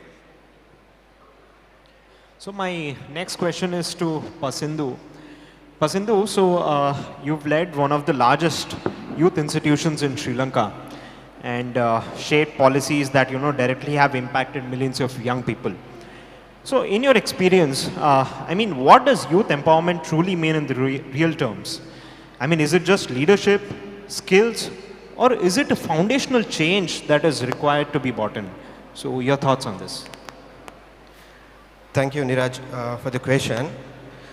Actually, having had the opportunity to lead Sri Lanka's largest youth organization and Sri Lankan government's main youth body, I've come to realize that youth empowerment is not just only about leadership and skills alone. I think it's much more foundational than that. So actually, in practical terms, youth empowerment means giving young people the agency to make decisions, giving young people the confidence to speak up, giving young people the platform to actually shape the world around them. So it's all about creating environments where young people can actually not only be participants, but actually be the change makers, actually the decision makers, actual leaders. So of course leadership and skills matter. But before we even talk about leadership roles or employability when it comes to skills, we need to ask, do young people really believe they matter? Like, do they have access to quality education? Do they have access to mental support programs? Do they have access to equal opportunities? So we have to think about it first. Because I have seen when we give, when we believe in youth, when we give real chances for them to solve real problems, when we invest in their ideas, they become more confident. They build up in confidence. They rise to the challenge. So during the council, when I was a chairman back then, we just didn't conduct training sessions or we didn't just hand over certificates. We made sure the young people of Sri Lanka, they chaired community forums. They led national development programs. I think this is what true empowerment looks like. Shifting power. Not in a confrontational way, but in a way that looks like we trust in you. We believe in you.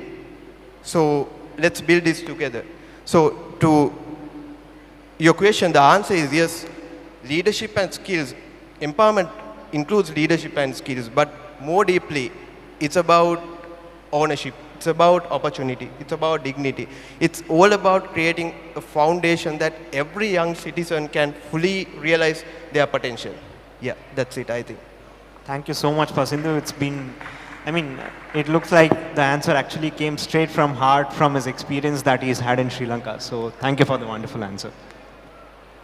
I'd like to take over to Mr. Melinda.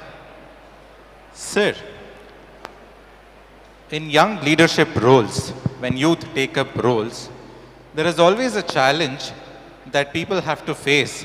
There are senior leaders, there are older people in the societies and in the political parties, and there's some sort of friction that develops about implementing ideas of youth, and then there is some kind of advices that come in, and there is some kind of restrictions that fall in place. How do you think youth should overcome this and go forward? Thanks, Dilip. I think that's the question came from the floor too when I was speaking. Now, now you know in the South Asia, most importantly in our part of the world, we were taught to stand up when we see an adult. You know, we all, mostly in our cultures, we worship no matter who the adult is. We have been trained to respect and treat our adults in a particular way. And it's other way around too. When you are an adult, you tend to think that everyone else is your child. Everyone else is, you know, bacha, you know. You can't take much serious what these kids say. And you have become, and growing old in our culture is something comes with the age rather with the education or experience or what you have done. No matter when you are, if you are 30 and you have done a PhD and you have done 1,000 other things, no one will care because you are still 30. And if you have grown up to be 50, you are very serious. No matter how stupid things you have done in our culture. So that's the culture we are dealing with. We will not be able to change it for next 20, 30 years. And so while preserving, protecting this youth-adult partnership we have, because it is beautiful another way also. Unlike Europe or America, we protect our adults. We respect our adults. No one will die on the road in our part of the world. No one will be a homeless. Very rarely you have homeless adults in our part of the world. That is because of that culture and the good side of that culture. But bad side is the question you ask. So how are we going to take our young people serious in a room while protecting all that, while respecting all that? That is the challenge we have. I think one thing I keep telling in our political parties, within our political parties, without taking young people serious, no one will be able to win elections anymore. You know, the reason is young people are the largest voter base at the moment. And they will not listen to anyone when they go to the polling booth because the ballot is secret. You will look at politicians who talk about youth issues, about the digitalization, who are sensitive to climate change, who are sensitive to diversity, who are sensitive to these current issues. They know it, even though they don't talk it. You know, they will change the governments, they will change the politics, they will change everything. Today, adults know that. So they are trying to change themselves. They are trying to at least show that they listen to young people. But one good thing happened in Sri Lanka, if you look at our examples, all the political parties came to some sort of consent that we will give a quota to young people. So the women already have a quota in Sri Lanka, especially the local councils and the provincial councils now. But young people also have an unsaid quota now. You know, because first you have to start these things with quota. So at least all the political parties, my party, Peacebuilding party, all our parties will have minimum 35% of the seat dedicated for young people to contest for elections. And beyond that, I think Peacebuilding probably is the youngest chairman of Youth Council history of Sri Lanka. It was founded in 1978, one of the richest, oldest and biggest institute in Sri Lanka. Even though it is the Youth Council, all the Youth Council chairmen we had were middle-aged Youth Council chairmen. I think Peacebuilding was the youngest Youth Council chairman who is below 30 when he became the Youth Council chairman. But now, after Peacebuilding, everyone else, all the other presidents of the country now have to appoint young chairpersons because the president has been set up. So that is, someone has to change this somewhere. Then the others follow the president. So that is why I like the quota system also, because once you set up the president, others have to follow it, others will follow it. So one thing for us to be taken seriously in any forum, at any place, we have to also talk serious things. We also have to match the knowledge in the room. If we are given a seat in, let's say now through our youth parliament, we send our youth parliament members to actual parliament consultative committees in the parliament. We send them. But our youth representatives go there, have tea, eat shorties and come back, then the politicians will never take you serious after that. So whoever is going to represent that forum should be prepared, should know the background of the topics, should talk what makes sense in the room, then everyone will take you serious. Then they know, okay, we should have this representative in our every meeting because he makes sense. So it's a both way. We have to respect adults, and then the adults will respect us back if we make sense in the forum, if we make sense in our dialogue, if we make sense in what we talk. So it's a both way, and especially because of the social media. Our elder generation is very much behind social media, and today they have started trusting and believing us when it comes to social media. So that is a one advantage young people have in any forum, any place today, because all the political parties, all the organizations have given the leadership for young people to take the communication role, to lead the communication, to be the spokespersons, to be the face. But we have to do the job right. If you don't do the job right, no one will take you serious. So it's two ways. Okay, thank you, sir, for that. Mr. Pasindu, the question is, since you were the first person to be the president at a young age, what are the kind of challenges that you had and kind of oppositions that you got when you became the president? Actually, one of the biggest challenges that I faced was to make people believe that young people can work. That is the biggest challenge that I see, because when I was sitting in that chair, because in Sri Lanka, chairman and Director General of Youth Services also the same person who also chair of the National Youth Services Council. So that's a big post in the government. So the thing was like, when the first day that I went there and I sat on the chair, the people were like, you know, all the staff, like, there were like 1,200 staff working under me. So they were like, is this small child can do this? So we had to, you know, break down that barrier.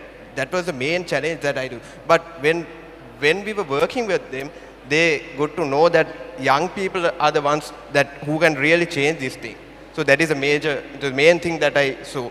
So I think the solution lies in giving young people the opportunity, trusting in them, because young people are the ones one day who will make the change that the generations have been looking for. So that's my simple question. That was the main challenge that I had. Thank you, Pasindu. So my next question is to Dr. Devin. Doctor, you've had a unique role of, involving and being part of, both the healthcare system as well as, youth empowerment and, working with the youths.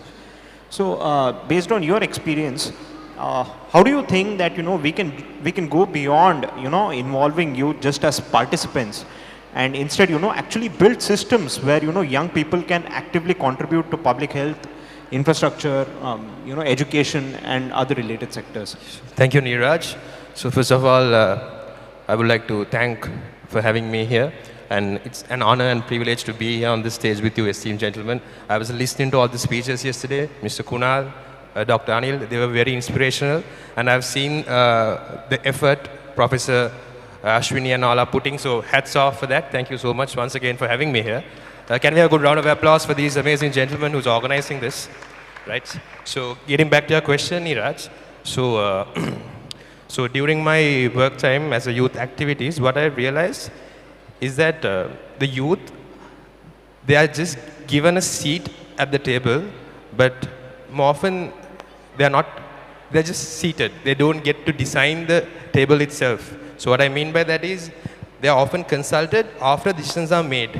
So I think that's what Mr. Milind and Mr. Pasu is also emphasizing, that we need to change this system in an impactful way. So the thing is, the youth comes with fresh ideas, and most importantly, the digital fluency, which is very, very important in this time of the world. So Pasnu and Mr. Milind were saying that we need to change the system, we need to create a new path. But I would suggest another alternative. Why don't we step up? Why can't we show as much as possible that the youth is available and we are willing to? For example, yesterday I was talking with Pasindu during the speeches. Right after the speeches were done, they were not allowed to leave. I think Mr. Sharma would agree. He was skipped. People were asking questions one by one, and they had to stop asking questions. They had to say enough. So that shows the enthusiasm, how eager you all are to get information out. That is so promising, and that is so nice to see. That shows all the generations that you guys, the youth, are capable and are willing to get information to step up. So, and also, I think Mr. Chairperson, Dr. Vijay Kumar said about the devices. I was planning to say this. Let's use this device in a much more positive way. There are good, there's bad. So what we need to understand is this device comes with a lot of perks. I know we use social media, Instagram, that's my favorite, TikTok, everything. But if you really think about it, you have all the books in your hand.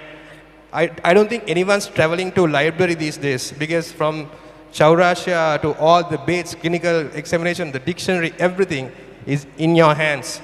But we are not utilizing that properly. So to finalize my answer, the future has to be not set for the youth. It has to be set with the youth. So thank you. Thank you for the wonderful words, Doctor.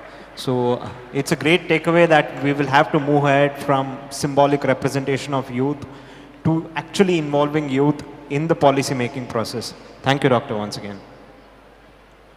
I'd like to take over the next question to Mr. Suchit. Mr. Suchit, apart from being a great entrepreneur, you are also a practitioner and a trainer of heartfulness meditation. How important do you think such practices, including heartfulness meditation or yoga, is equally important for people to develop so that they can balance on their physical, mental health along with their career goals? So thank you. I'm very glad that you asked about this aspect of my life that is very personal, but that is what drives everything I do. Heartfulness is basically not just a meditation tool that I use, that I meditate every day, yoga, but it's a way of life for me. Meditation is something, just like I have food, I do meditation. It's become a part of my life. Since past 9 years I've been meditating. And with meditation, I don't know, everybody has a different perspective towards it. Some see it as there are tangible things that you can measure, that yes, meditation does this, it calms your mind, you get better clarity, there is a physical change, everything, but there is something deeper. For me, that is what drove me towards it, you know. More than, yes, business is great, making money is great, socializing, everything is there, but there is something deeper inside you, right? And you need to keep evolving. As a human, we've been put here on the earth by whatever you might call it, God, some divine energy that made all of us. We've come here to evolve, right? And I think these kind of practices help you understand life better. And more than getting understanding, I quote my guide, Daji, here, saying that he says this profound word that meditation gives you clarity on what not to do. You know, when you know what is not good for you, you have so much time to do the right things. And I think these practices, in a time where we are filled with overload of information, so much negativity, these kind of things bring people together.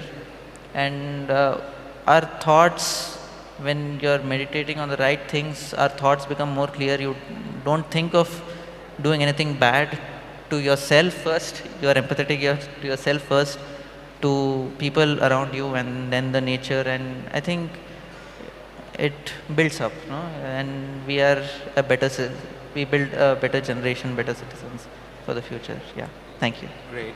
Can you share how meditating on a daily basis has helped you in your business growth and your daily life? As I said, I meditate. There are 100 opportunities that come, you know, and obviously there are many things that you can think of. Okay, this is great. This is purely money. I'm doing this business with someone. Okay, this is the transactional business. Then there is something you want to build on. There is someone you connect. Like I've connected with Chino. I've connected recently with Kunal, and then with Pasindu since long. and it's a relation that you build. You connect with someone more than your intellect, with heart. You connect with someone on a personal level with with their purpose, what they're trying to do in the society. And then there is 100 other things. You can think of metrics. Oh, I get a picture with this influencer or this star. I might get likes, I might get this. But the clarity that you have in your life becomes, it's so clear. What I do for myself and what I'm wanting to do as a purpose in life becomes more and more clear. It's more than money, more than people. It's what you have to owe it to yourself. You know in your conscience what you're doing is right or wrong. Whether you're just doing it for the sake of doing it, or you're doing it for the actual purpose. We tend to lose that track.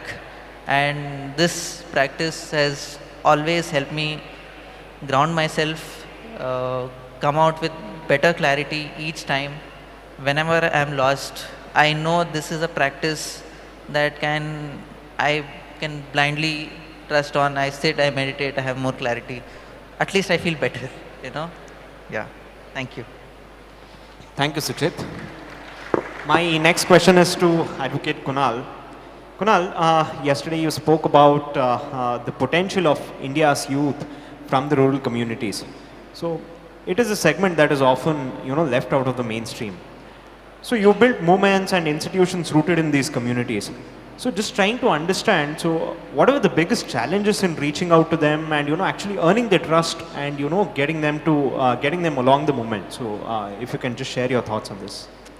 I think when we talk about the challenges in reaching out to the rural community, the first and the foremost challenge which we face is the lack of exposure which the rural community has.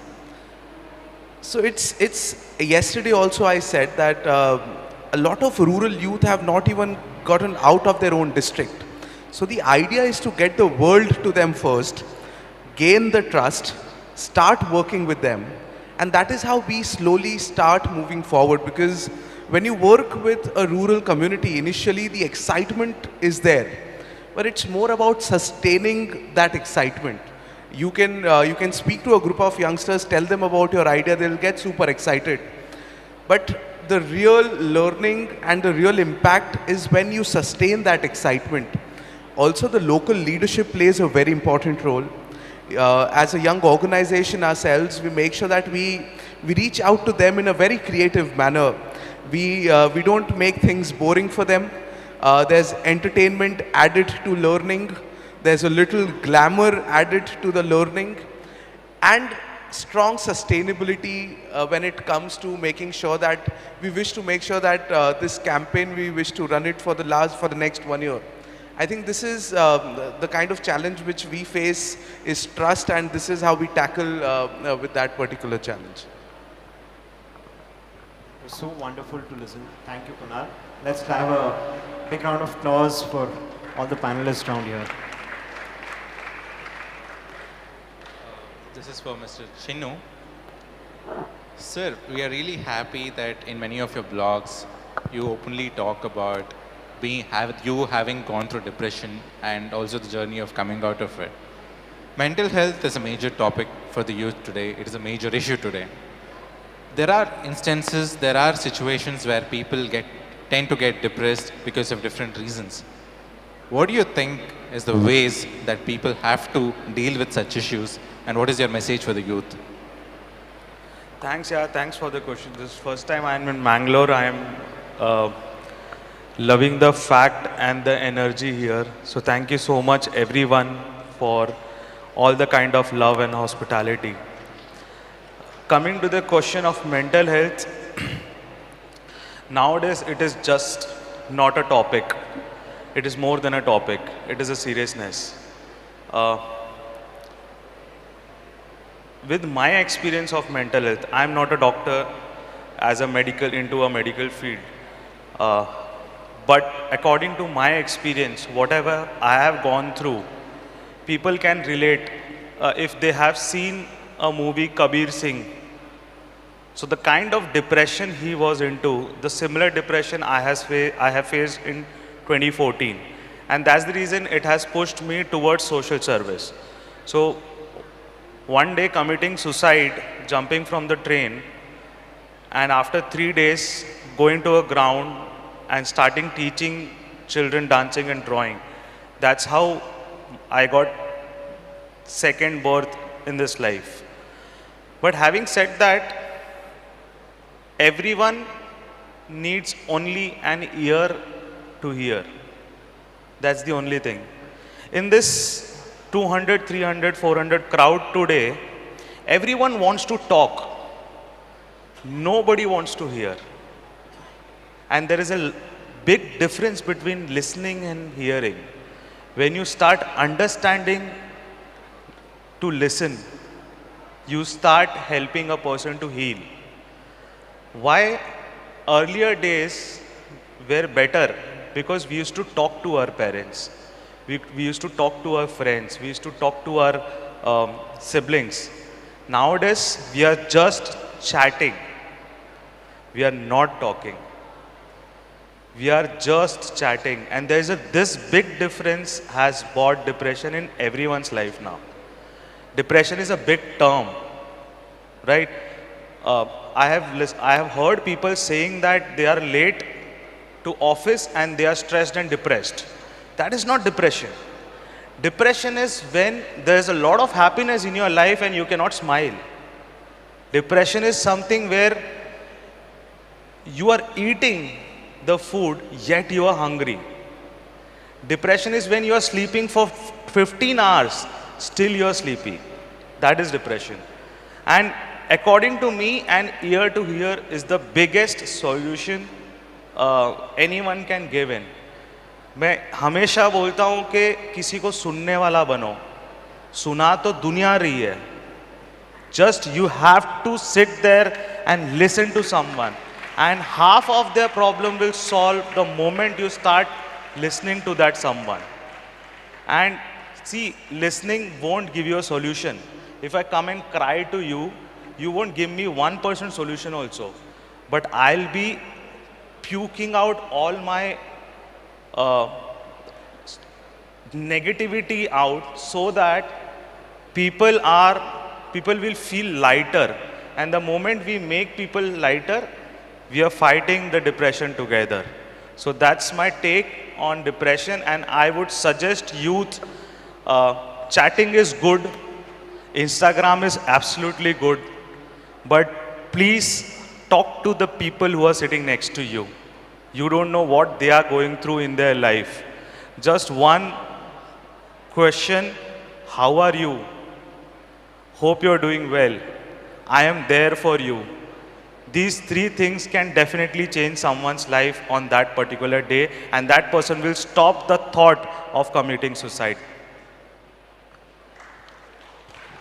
Dr. Chinu, so just a follow-up question to whatever you said. I mean, given the Gen Z slang and, you know, all the digital, world that our youngest today living in. So many times we come across words that, I'm leading through stress, I have a lot of stress, I'm leading through depression. So it's a very commonly used term in our Gen Z terms. So what is the one piece of advice that, you would throw to our young audience on, how to deal with stress, how to deal with tensions, or, daily regular matters that are not actually that big that, they portray to be? Firstly, I need to understand what is stress. If passing in your exam is stress, is it not eating the whole day because you are busy with the work is stress, or having too much is stress, or having no work is stress? This stress term is so commonly used by we foolish people that we have made it look like a big picture. Ask me, the stress is not when you are getting late for the office or school or colleges.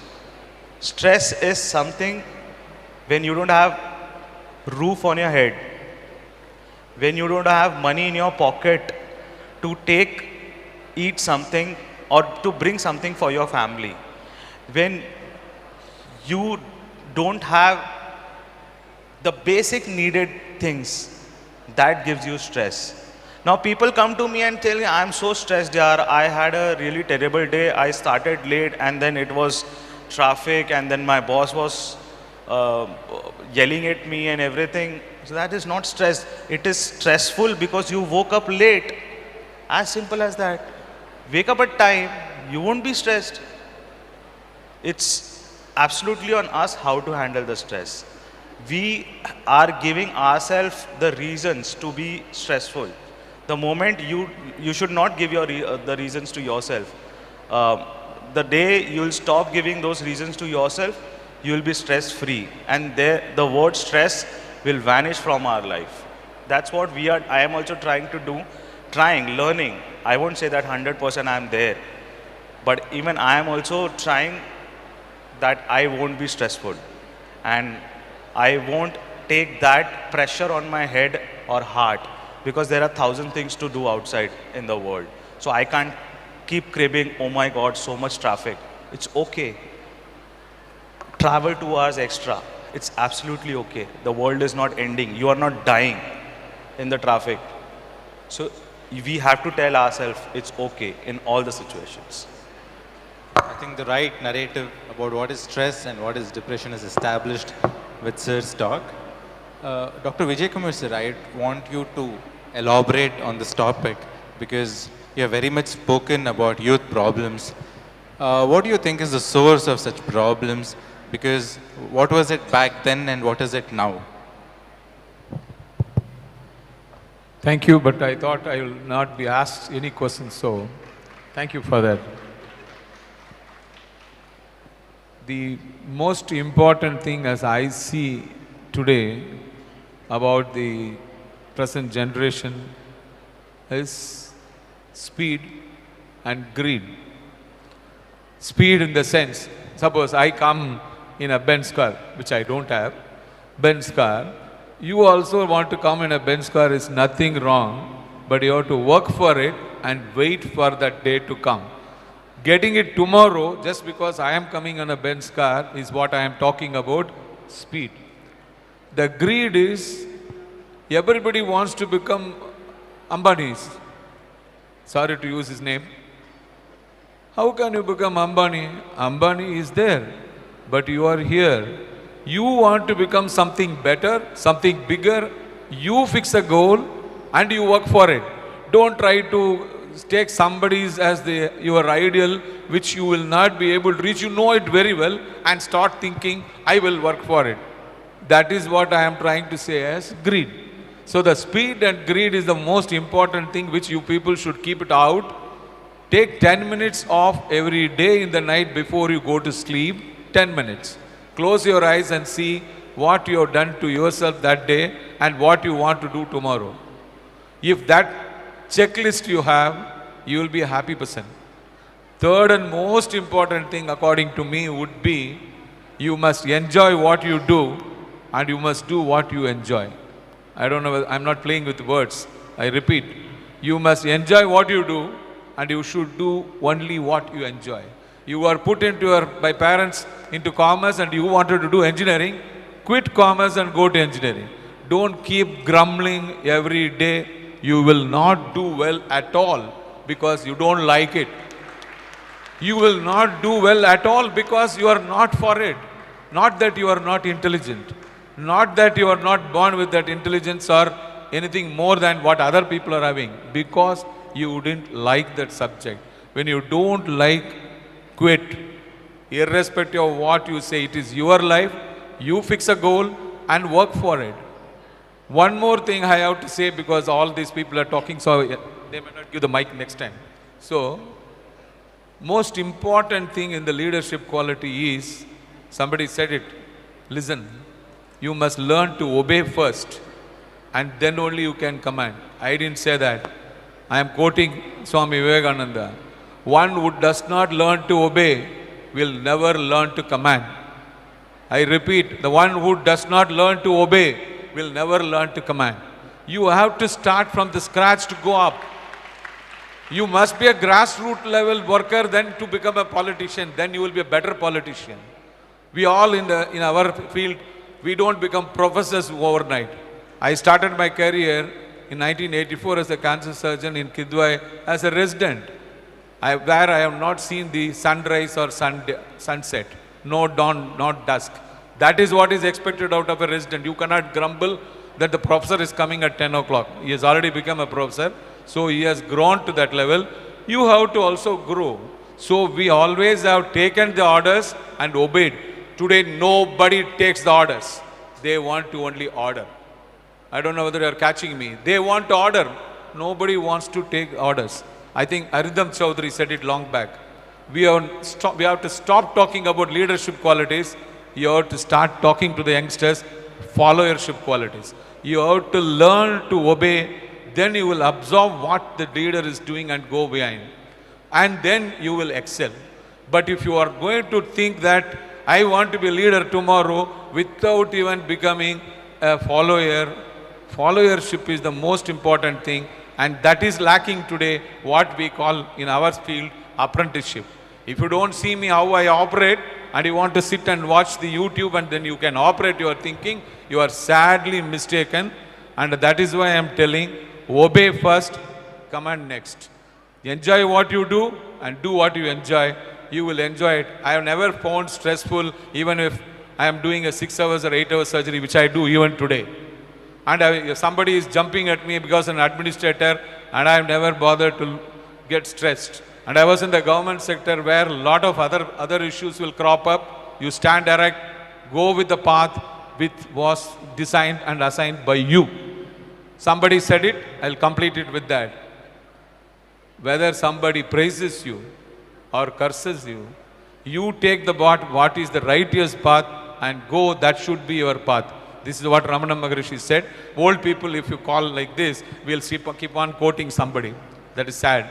But that is what the way it is. Somebody said it is good, somebody said it bad is not the way. You decide your path and go after it. You will get your dream one day. Thank you very much for giving this opportunity, at least address. Thank you so much. And I think these are the principles that made you start as a resident and become the director of Kidwai one day. And you have served as a director of Kidwai. My next question is to Mr. William. Having been into a cross-cultural program as a director, how do you think such cultural programs can bring in innovation and some practical outcomes across the countries? Okay, thanks very much. As youth, what we normally do is we call global exchange or exchange culture. And we will see, or we would like mostly volunteers or you to have more exposure with different people in different areas. Because once, as Prof was just saying, we're growing as youth and as you are coming up to take up different responsibilities and other things. So most of the challenge or most of the things that we have to do as youth students is to engage ourselves, one, with community service or voluntary service. With this starting, you have the mindset of serving, giving to humanity in different areas. Are no ways of trying to get something we call a fiscal benefit of financial benefit. With that, we start doing that. You build yourself, you have self-confidence, you have global exposure, you have cross-cultural experiences in wherever that you find yourself. So being the youth over here and university students, one of the things I will encourage you to do is have global exposure, have exchange within yourself or within the community that you find yourself. By so doing, you develop yourself within the cultural settings that you find yourself in. And also, other thing you have to do it, or you have to encourage so much thing is being voluntary cultural exchange. That's have the essence or have the understanding of culture and also voluntary services. Sometimes also within where I'm coming from, we are sometimes losing that culture of voluntary and also the cultural system which our forefathers or our big people started doing. It's one way of developing yourself, one way of coming up very well, and one way of seeing yourself within a certain area. As Doc or Prof was saying, we have to see ourselves serving. We don't go to work, don't get to a higher level just within a day. We have to do something. We have to sacrifice. We have to serve mankind, do other things that will achieve something within a particular area. So I would advise our youth or our young university student. I was also once, like you, I was also a volunteer, but then I will encourage, as part of the work that I do, I mostly engage with youth students or youth communities every time, trying to engage with them, trying to tell them, let them know the essence of voluntary work and essence of exchange. Because that is one way you can have the adaptability, you have the self-confidence, build yourself, have the exposure to develop yourself into a certain level where you can stand within the whole world as a global citizen to develop and do other things within areas that you have, you find yourself in. So I will encourage you as you to try, start developing that essence or have that capability to fold or have that foster ability to do other things within all the areas that you find yourself in. And as Prof was saying, you need to develop it or you need to start working from somewhere. And that is, you have to identify yourself. This is me, this is my identity, this is my culture, this is where I want to go. And based on this and this are the things I would like to do to get to the level that I want to be. And it's not a day, it's a process. It starts from somewhere and you get to the final destination at a particular time. So we have to have that mind of set. We have to psych ourselves, develop ourselves that, oh, this is what I want to do. And with this, I will start from this place, or possibly also having a mentorship. We also do mentorship so that you have somebody who is going to mentor you to know that, oh, okay, this is what I want to do, this is where I want to achieve. So I will start from this level, and from this level, I get to a certain level. Just like I will always refer to Doc, because I'm very inspired by whatever he has been saying over here. So let's see it that way. Try to emulate from people, or even have mentors. Through the mentorship, you'll be able to see that, oh, okay, this is where I want to go, this is the person that I can follow. And based on that, we develop ourselves, have the exposure, and be able to become a global citizen. That is what we have to see ourselves. We're not going to be in one place. We are going to move around, because the world becomes so small. We move from different places to different places. So let's see ourselves, develop ourselves, and find ourselves suitable in every place that we find ourselves, or we find our location. Thanks very much. Thank you, William. In follow-up to Dr. Vijay Kumar's question, I think you truly stressed upon the importance of mentorship in our young mind's life. Thank you, William. Thank you once again. My next question is to Pasindu.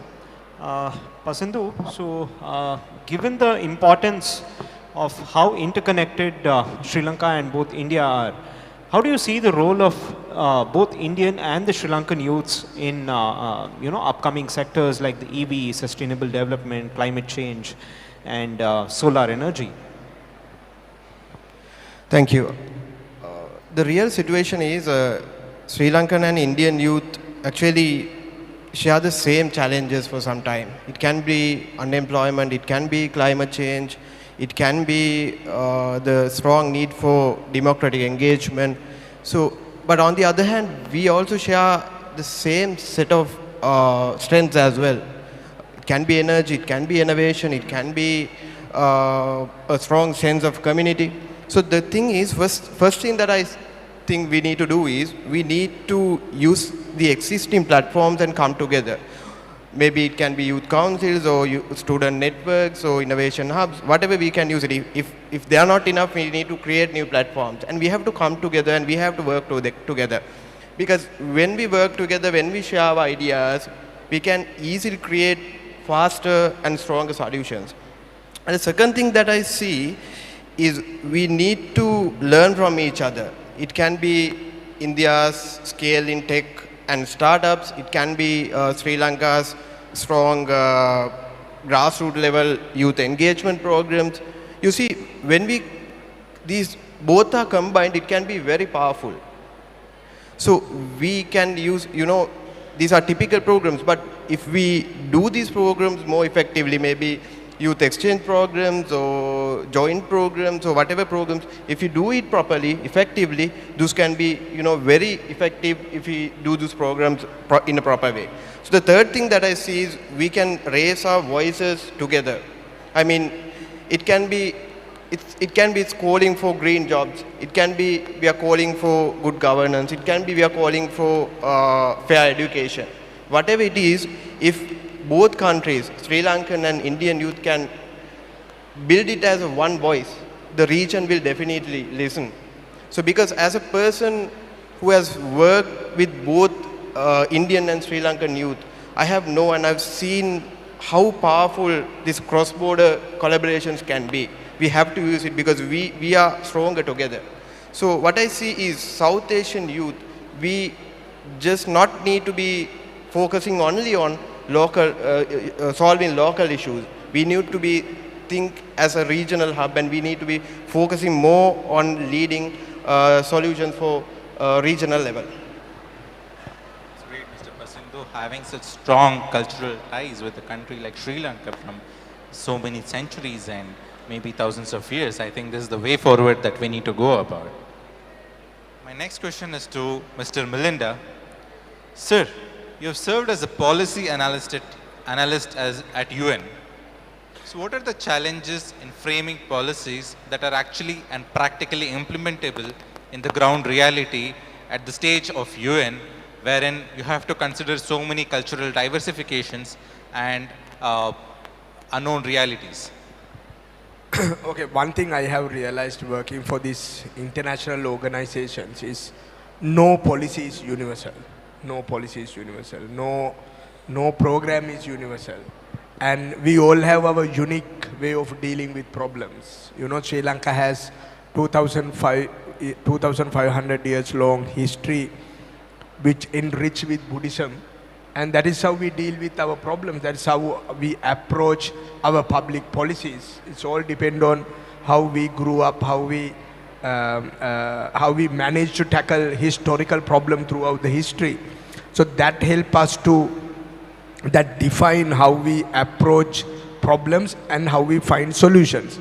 Same thing with India. I think today the way India is looking at most of the problems and the solutions is defined by the historical factors and the religious belief and the diversity of the country. And we all have different ways of looking at the policies, issues and the solutions. But one thing unique in our part of the region, at least countries like India, Sri Lanka, Nepal, some of us have the same belief system, same value system. We have gone through the same harassment from European countries.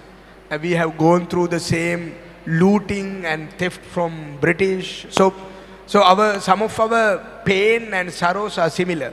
Some of the problems we face today are not the problems we created, but the problems created during the colonization and gave to us, and we are still dealing with them. So some of the solutions we can find together. Some of the answers are in the unity of this region, because those problems are very similar to us. But let's say even the health, education, young people think, the way the technology is advancing, very similar in our region. So for the region, there are regional solutions. That is why I am very sad about SAARC is not active now. Very sad that we don't have a proper regional collaboration. But I think the BRICS is there for us to come together again, work together. BIMSTEC is there. There are other regional collaborations are coming up. I think India has a greater role to play now in these regional collaboration, give leadership, and probably even financially support some of the other countries to advance their regional collaboration. And beyond the governments, there is a great opportunity for us to work together and find common solutions. When I say the public policies, I look at them as the solutions. Like this function, this event. You know, I never knew the Yenepoya University, but the university had brought together a number of countries, number of solution finders, number of different people doing different projects together.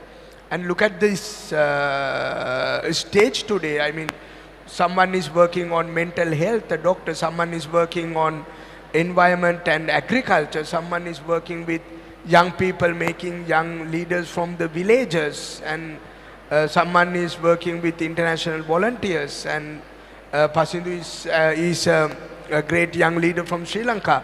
So we all came together because of that man in the middle chair. Good to have him in the middle, by the way, in our session.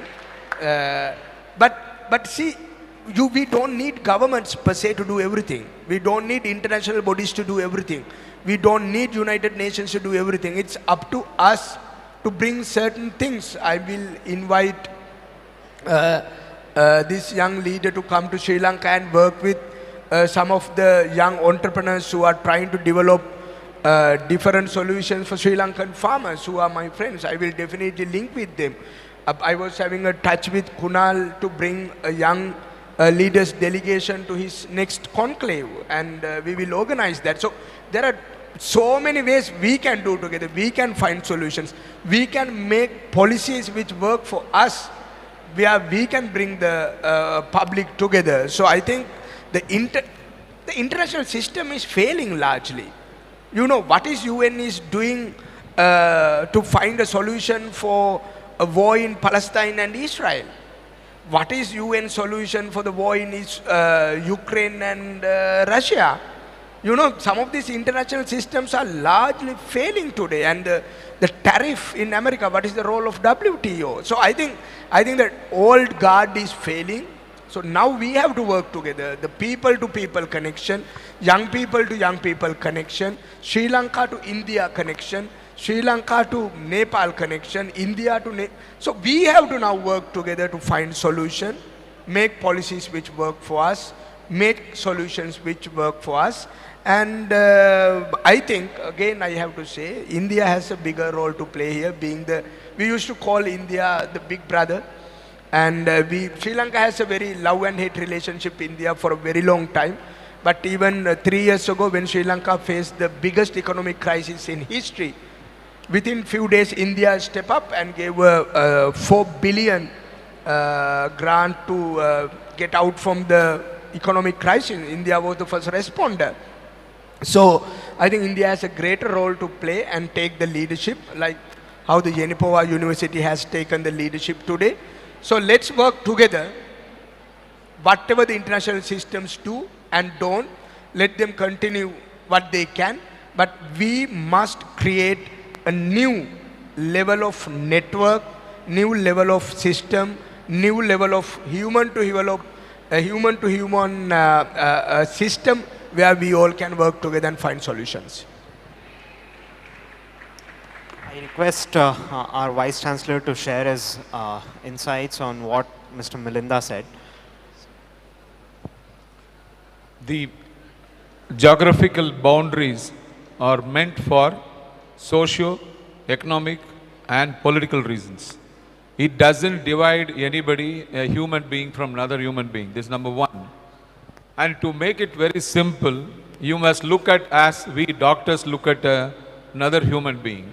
Do you know the doctors have got only appreciate 4 religions, 4 castes, called by 4 groups, whatever you want. Can anybody guess? Doctors only will concentrate on 4 religions, 4 castes and 4 groups, called by any name. Anybody? A, B, AB, O. You know what it is? Blood group. I can't give my blood to my own wife because she is O and I am B positive. What am I sitting and talking about? Caste, religion, same caste, same nation. We are talking rubbish. The nature has only created 4 groups. That is by blood group. We are from Sri Lanka or from Thailand or from Africa. I can only give blood to another person with a B positive because I am B positive. So maybe that is why I am B positive. So you must understand that we have to cross the boundaries. Don't worry about these politicians. Don't worry about anybody. You are all youngsters. You look at another human being as a human. I don't even know whether you people know the English terminology called humanness. It is not humane. It is humanness. That is gone. In Kannada it is manushatva, if you don't know. Manushatva is the word, translation of the word humanness. So you must be first a human, and then humane. Then everything will settle. You will not bother about who's that, what color, what caste, what race. Am I talking theory? No. Do you know, in my own example, when I was in 9th standard, they asked me to tell me the caste in my school. I said no caste. Even today I don't have a caste certificate. They were surprised when I went to government sector. You don't have a caste certificate? I said, no, I don't want a caste certificate. Why? Why should I express my caste here? My merit. I have got this in a mark. You give me, I will prove. This is what I said. Even today I don't have a caste certificate. This is what you people, youngsters, should know. Why do you want to go behind casteism, religion, race, color? I don't understand you. Then what is that you have got enlightened to say? You have grown over the ages that old people like me are talking. If you are really young, you must have the young thoughts. That should grow over all these boundaries. Called by any name, they are restrictions. They are restrictions. And thus restriction you should throw away, break away, and you must become a free person at that time. Not because of the freedom given for some reasons. You must do that. That is why I want to come here and talk to you people. If you want to prove you are better than me as an old timer, you show in your life you won't write a caste, you won't write a religion, and you will write only your blood group. Thank you very much. As rightly said by a Vice Chancellor, so let's move ahead from caste, creed, religion, and let's embrace merit. Thank you so much, sir. I think we are getting out of time.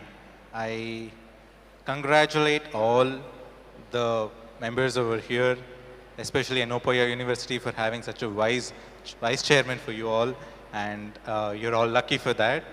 And thank you all the panelists for coming all the way from far distances and giving us such a insightful session today. Thank you so much.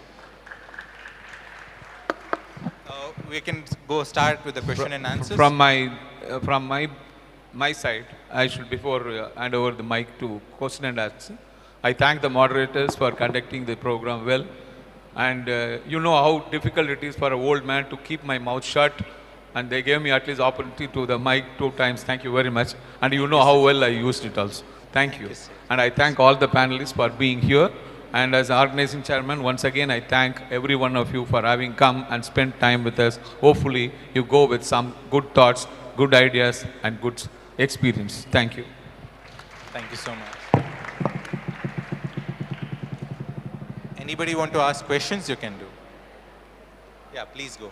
The first.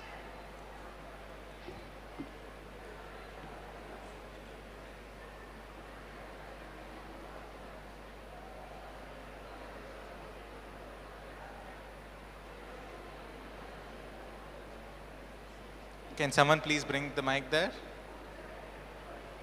Yeah, please ask. Please be precise on to whom is your question and what is your question. Yeah, it's for Dr. Devin. I want to clarify, I want you to clarify one thing. That is how you would address the youth to manage the stress, like stress management, and how you would suggest them to overcome the existential crisis. Thank you. Thank you for that question. To be honest, it was in one of the questions that we were going to discuss today, but since we ran out of time, we couldn't, but I'll get to that. Thank you so much. So I'll simply put it this way. So stress comes with a lot of things. Stress can be a cause from a physical background, an emotional problem, maybe also a social issue. So one thing you need to do is you need to concentrate on your physique, okay? So your body condition, your health matters a lot to control your hormones and your stress. So stress is controlled by hormone, most of you must know, it's called cortisol. So there's a lot of things that affect your mentality from your physique. So one thing is you should avoid the sedentary lifestyle and you should start doing physical activities as much as possible, in a very accordingly manner where you don't overdo. Okay, that's number one. Number two is, Mr. Chinu also spoke about it, I think, about the whole depression. That's basically management of stress. Stress leads to depression, basically. So please, if any one of you, I will repeat what Mr. Chinu said. I think he was very precise and better at that than me. Please talk. Depression, do not consider as a disease. It's very normal. Most of us might be having depression. I have gone through a mild episode where I didn't even know I had depression. It was just a small pain in my heart that I thought it's a cardiovascular condition, but it was a mild depression. So never ever hesitate to convey your message and get some advice and talk to your best buddy. That will help. That's number 2. And number 3 is your social background. Make sure you're comfortable wherever you are. Have a good family background. If not, please think about it, because with a bad environment around you, you cannot cope with stress. So I think you can for sure, you will do that. Good luck. Thank you, Dr. Devin and Dr. Chinu. I mean, you gave us a dual lens of what experience combined with medical study says. Thank you once again. Yes. Hello, sir. Myself, G. Sudhi from Vijayanagara Sri Krishna Devaraya University. My question goes to Sir Milinda Rajapaksa. Sir, previously you participated in election and you lost it. Now you tell what is the core problem you address in politics and what is the solution for that and what is the reason for that. Thank you. Thank you for the question. See, the one thing beautiful in our countries, India and Sri Lanka, is the democracy. And no matter whatever the problem we face, people come out, there are protests, I saw in newspapers even to welcome the royal challengers, you know, the people were running around and some people have died. So that's how the democracy works. I mean, people win, people lose, people hate, people love. That's how our part of the world works. That's the secret of our success too as a region. Probably we are lagging behind compared to some countries in the world, but still our people have freedom to talk, freedom to criticize, freedom to think, freedom to tell things we want, freedom to travel, freedom to cross borders. So all that because of the democracies we have. I think whatever I'm coming to your question, but something I want to tell, no matter whether we win or lose, most important thing we should protect in our region is the democracy. The democracy, democratically elected members, democratic elections, democratic parliament, democratic leaders. If we protect that, no matter what, we all will have our own say one day. We all will have our own way of doing things one day. So protecting democracy is ultimately important thing for us in our region. So the core problem in my election, I realized in our election, is that something very similar to what we have been discussing here. So our political parties have been running the country for last 20 years, for a long time. And the young people needed a change. And young people had started speaking.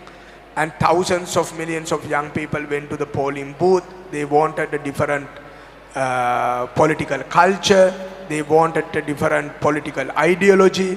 They wanted a difference in Sri Lanka's system. And none of us old guard, I would say, the old political parties and old politicians couldn't deliver it. So because of that, a small political party with a small mandate had a majority win in Sri Lanka. So no point me blaming them or hating them, because that is what people wanted. That's how democracy won. And I think especially that is what young people wanted. Young people need a change time to time. And because of the democracy, today they could elect whomever they want. And because of the democracy, today I can survive in the opposition and talk whatever I like. So let's protect the democracy, whatever is the core issue.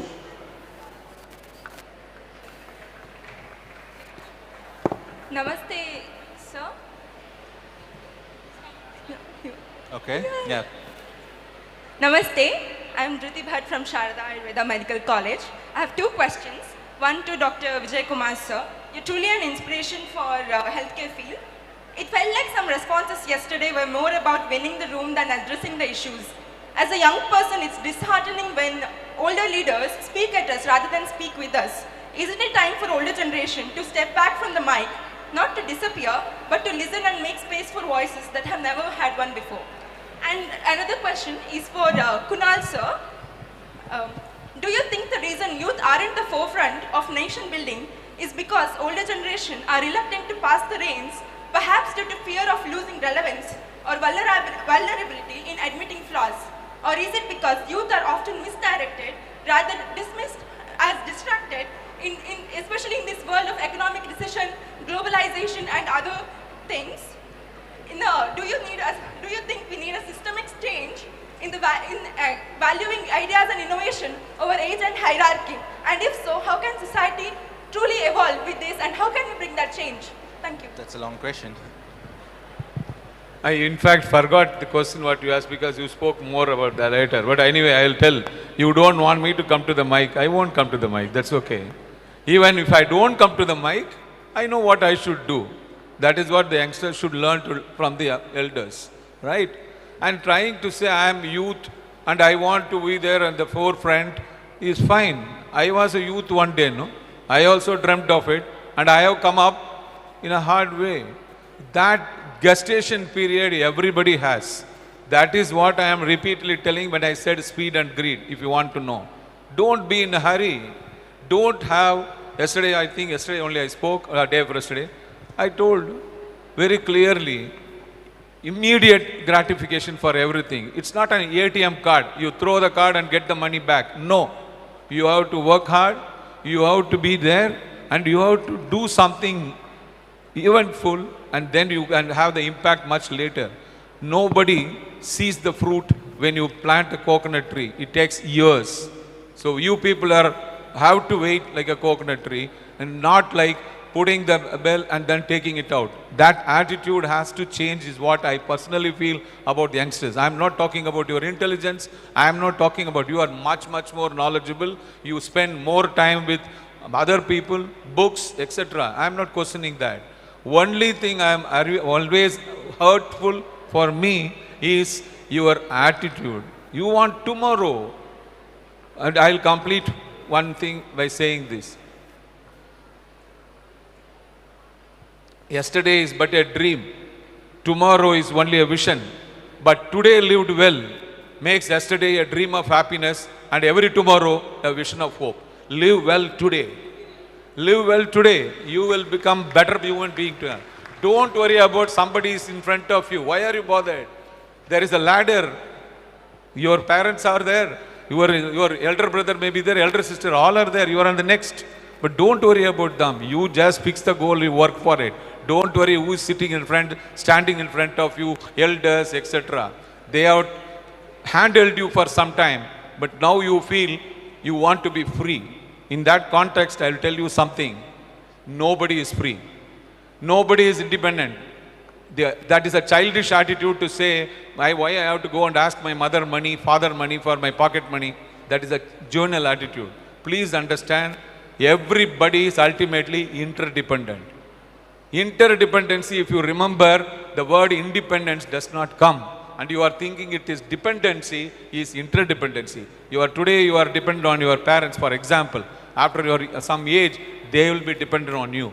That is interdependency. I am just giving an example. It's nothing to do with the parent. Or everywhere you walk of life, can you walk when you want to go?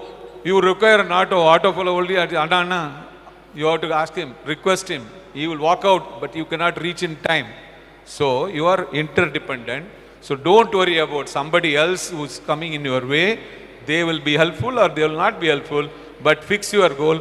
Go ahead with that. That's what I would say. Thank you. Good afternoon, sir. Good afternoon, sir. This is Manoj from Adichanchangi University. So Wait, one first of all, second. I'm not identified with any religion, ideology, or caste, anything. I'm only concerned about development of this country. 1 minute. 1 minute. As a chairperson, somebody has to answer our second question. Then you will take it. Okay, sorry, sir. I'm really sorry, but quickly answering to the question which the girl asked. Well, honestly, I'm a very firm believer of the power of young India. I keep on sharing this on multiple platforms that India is the youngest democracy of the world. India is the youngest country in the world. The average age of an Indian is 28 years old. The young people should start taking up leadership. And this is something which we have been experiencing since the last 10 years.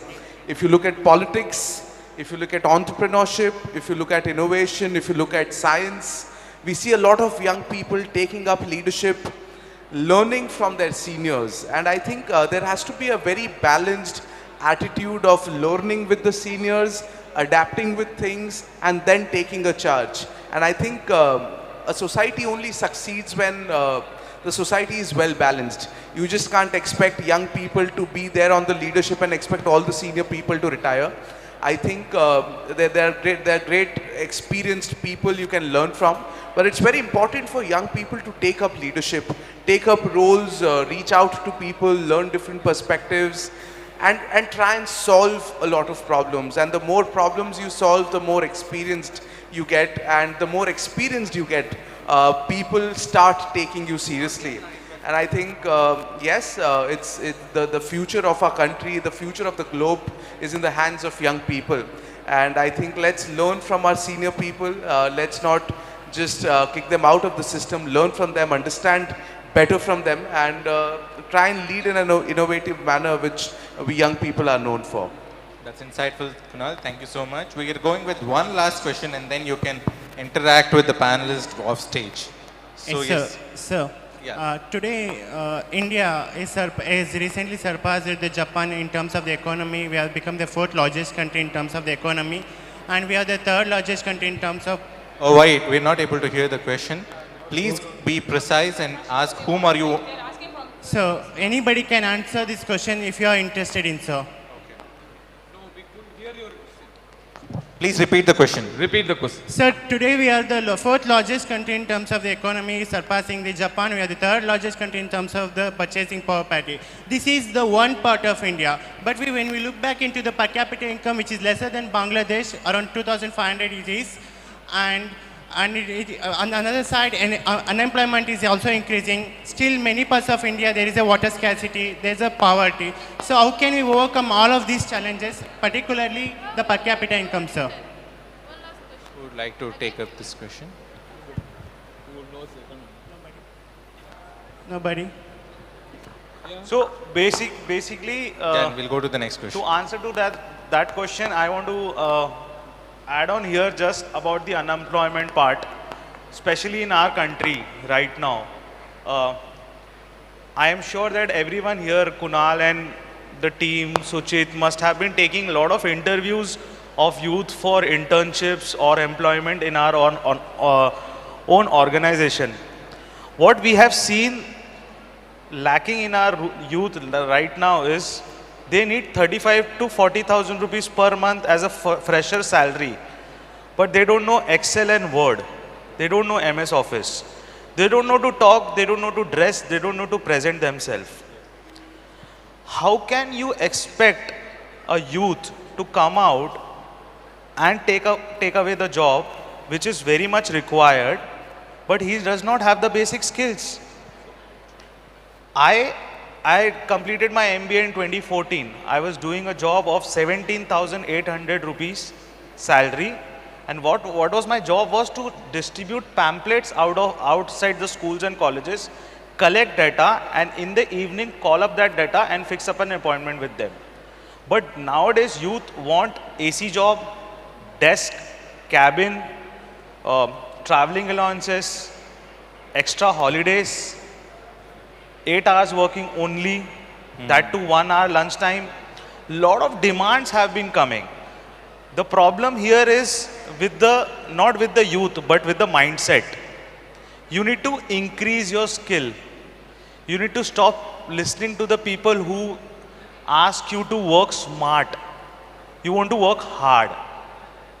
Initial stages, everything is all about hard work. Once you build up a team, once you are in that position where you can start working smart and hard together. But there is no substitute of hard work for the youth, I feel. That's the only reason India have multiple jobs. Ask me, whoever wants jobs, they can connect to me on Instagram. I'll provide you the right source. But trust me, the moment you go in the interview panel, the first round you will flunk. Because you don't know how to present yourself. We don't know how to, basics of Excel and PowerPoint and PPT and everything. You don't know Canva, people don't know designing. We have to know everything. The youth has to know in and out of everything, starting from coding to standing in front of stage and speaking to the people, whether the crowd is 1 or 1 lakh. It shouldn't mind you. Hello, sir. Good afternoon. I think we'll be done with the questions now. And One last thing I wanted to add to what rightly Chinu said. I think 2 important takeaways for all the young members sitting in front of us today.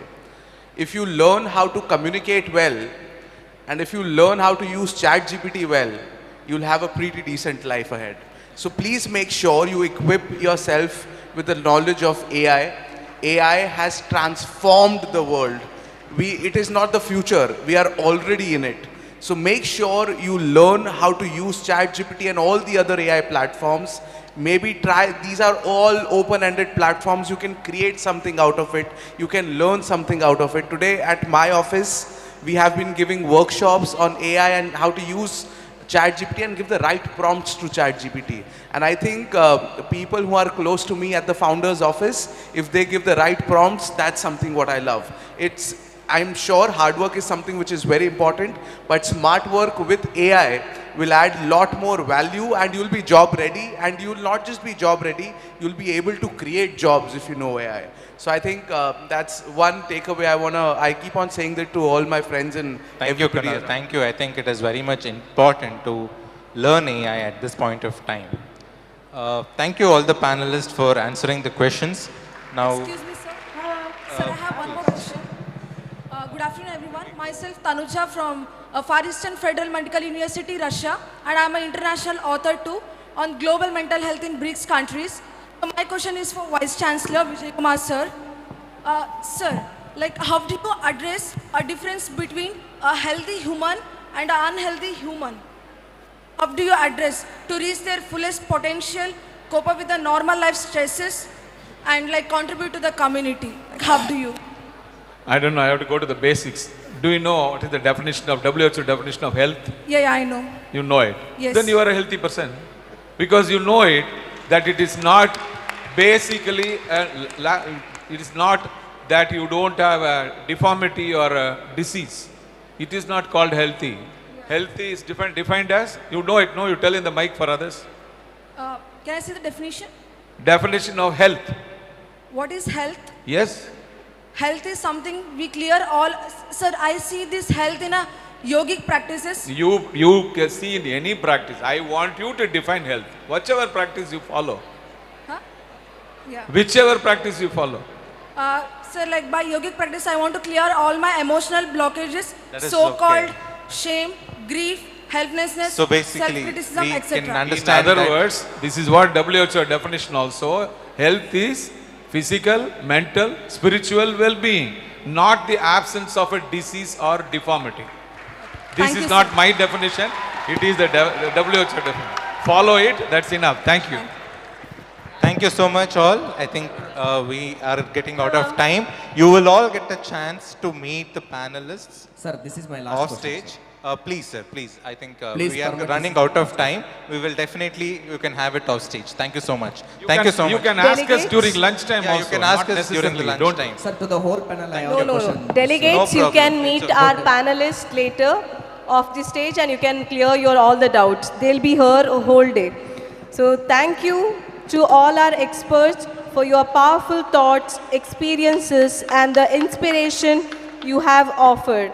You have truly demonstrated that empowering youth is not a choice but a necessity for any nation's progress. Now I request Nadoja Dr. Uday P. Krishna, President Karnataka Gandhi Smaraka Nidhi, Honorary General Secretary, Sheshadripuram Educational Trust, over the stage to felicitate our chairpersons and speakers. I request Dr. Ashwini Shetty and also Dr. Pratap Lingaya, State NSS Officer, to felicitate our chairperson. We extend our heartfelt gratitude to our chairperson for this panel discussion, Dr. M. Vijay Kumar, Honorable Vice Chancellor of Yenepoya deemed to be University, for gracing this occasion with his esteemed presence. Sir, your unwavering support, inspiring leadership, and constant encouragement have always been guiding light for us. Your vision for holistic education and commitment to academic excellence continue to inspire every initiative we undertake. Thank you for taking time from your valuable schedule to be with us today. Thank you, sir.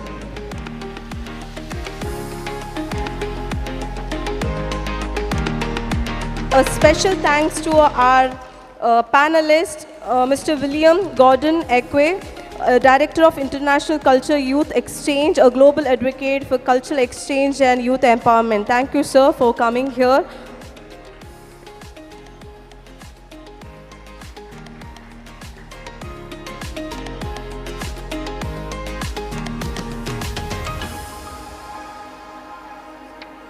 And we have our panelist, Mr. Pasindu Guneratne, former Chairman and Director General of the National Youth Services Council of Sri Lanka, for your presence, sir. Thank you.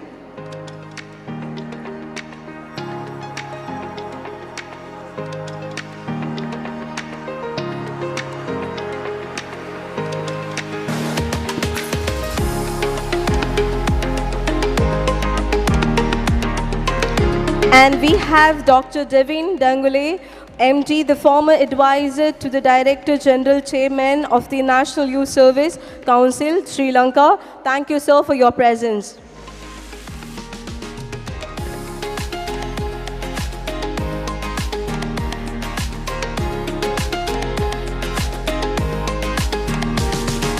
And we have Dr. Chinnu Quatra, founder, Kushian Foundation, environmentalist, leading voice for the sustainable living and youth empowerment. Thank you, sir, for being here.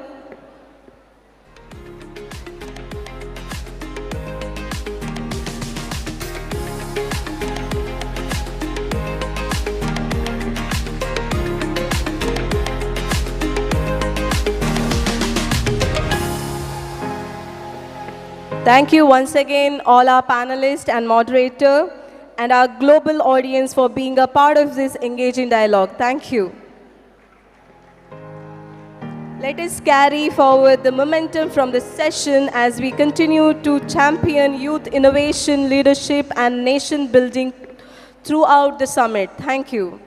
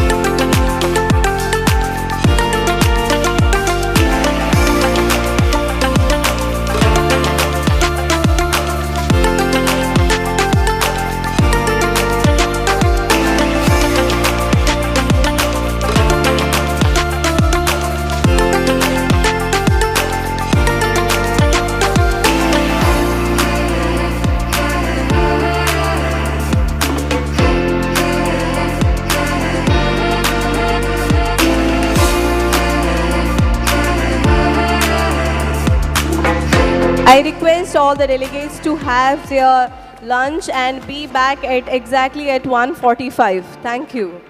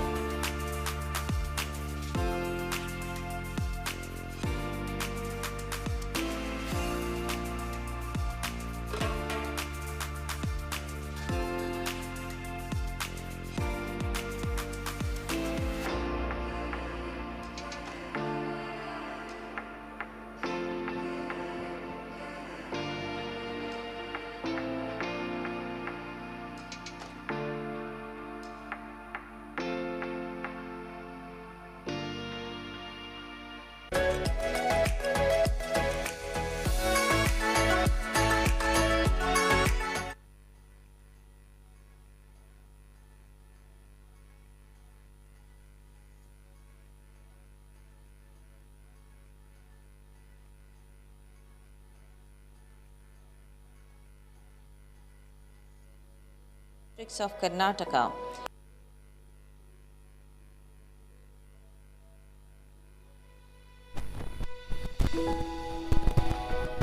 The Tribal NCD Screening Camp is a noteworthy initiative spearheaded by NSS Cell Department of Youth Empowerment and Sports, Govt of Karnataka, in collaboration with Yenepoya deemed to be University. This project has been strategically launched in 5 districts of Karnataka: Dakshina Kannada, Udupi, Kodagu, Chamarajanagar and Ramnagar, specifically targeting areas with a high concentration of tribal populations, including particularly vulnerable tribal groups such as Kuragas and Jenukurabas. The primary objective of the Tribal NCD Screening Camp: detection of non-communicable diseases. The core objective of the project is to identify and screen for non-communicable diseases prevalent among the tribal communities in the selected districts. This includes diseases such as diabetes, hypertension, anemia, cancer, cardiovascular diseases. Early intervention: to ensure early intervention and timely medical care for those found to have NCDs, thus mitigating the progression of these diseases and improving the overall health outcomes of the tribal population. Health awareness and education. Apart from screening, the project emphasizes raising health awareness and providing education to the tribal communities. These include educating them about the risk factors associated with NCDs and promoting healthier lifestyles. Capacity building. Building capacity of healthcare professionals, volunteers and community members to effectively carry out the screening process and provide necessary support and guidance. The project's implementation involves selection of target districts. The 5 districts were carefully chosen based on the maximum concentration of tribal populations, with a specific focus on areas inhabited by PVTGs like Koragas and Jenukurabas. Temporary screening camps were set up in these districts, equipped with the necessary medical equipments and mobile health units for pap tests, mammography, staffed by trained healthcare professionals and volunteers. The tribal community members are invited to participate in the camps where they undergo comprehensive health screenings. The screening include blood pressure checks, blood sugar tests, BMI measurements, anemia screening and cancer screening. The individual identified with the NCDs are referred to appropriate healthcare facilities for further evaluation and treatment. Follow-up mechanisms are established that they receive ongoing care and support for free of cost treatment at Yenepoya Medical College Hospital and Zuleika Yenepoya Institute of Oncology, Mangalore. The Tribal NCD Screening Camp initiative is a commendable effort by the NSS Cell Department of Youth Empowerment and Sports, Govt of Karnataka, in collaboration with Yenepoya deemed to be University. By focusing on early detection, education and community engagement, these initiative holds the potential to improve the health and well-being of tribal populations in Karnataka's targeted districts. It also serves as a model for similar healthcare interventions in underserved communities across the country.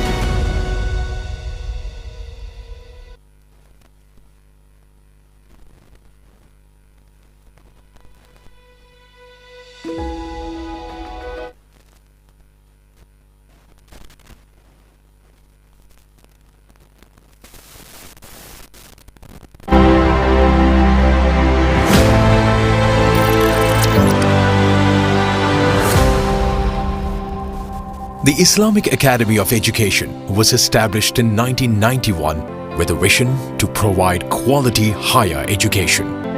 As a non-profit trust, the Academy established Yenepoya Dental College in 1992 and set up medical, nursing and physiotherapy colleges subsequently. Over the years, Institutions developed by this trust have created a niche in healthcare education, not only in hinterland of Mangalore, but also across the globe. In recognition for this contribution to the education system, in the year 2008, the Ministry of Human Resource Development, on the recommendation of the University Grants Commission, conferred the deemed to be university status. Yenepoya University thus became the first unaided deemed university to be established in the Dakshina Kannada district of Karnataka.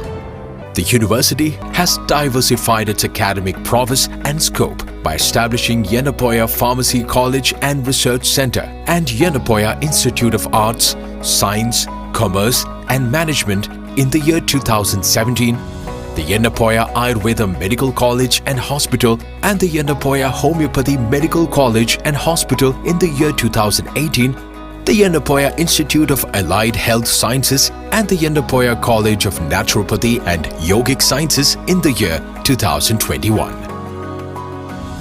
Yenepoya University has secured accolades by various national and international certification and accreditation agencies, the significant ones being consistent ranking within 100 by the NIRF for 3 consecutive years.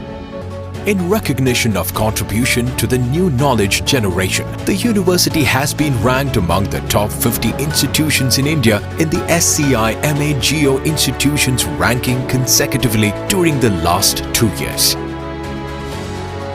There are multiple faculties of study in the university which are represented by the standalone constituent units. These institutions are spread over a total built area of 144,453.11 square meters to accommodate academic and administrative activities. Curricular diversification has been the focus of the university. It offers more than 100 programs at the undergraduate, postgraduate, super specialty, doctoral and postdoctoral levels. The university has enrolled more than 6,000 undergraduates, 600 postgraduates and doctoral students, complemented by over 500 well-qualified teachers trained in ICT-enabled teaching-learning processes. The classrooms, seminar halls and demonstration rooms are ICT-enabled with Wi-Fi facilities extended to all strategic locations in the campus.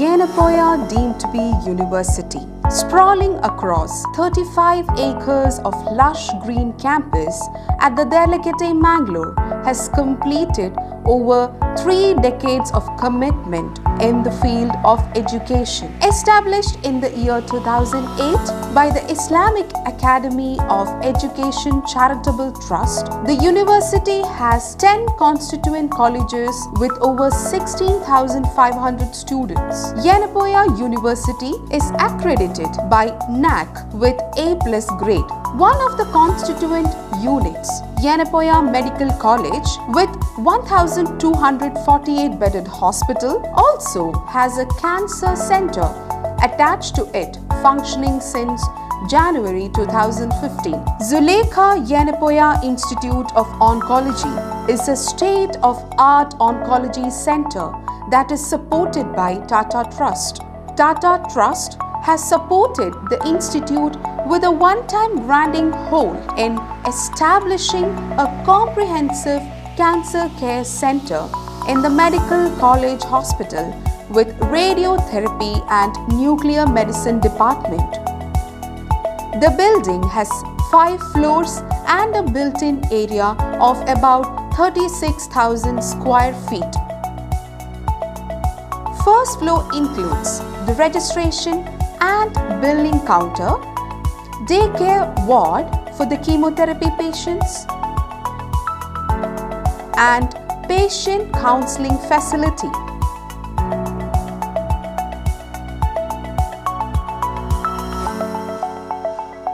floor includes reception, outpatient departments, HOD room, nursing station, procedure room, and back office.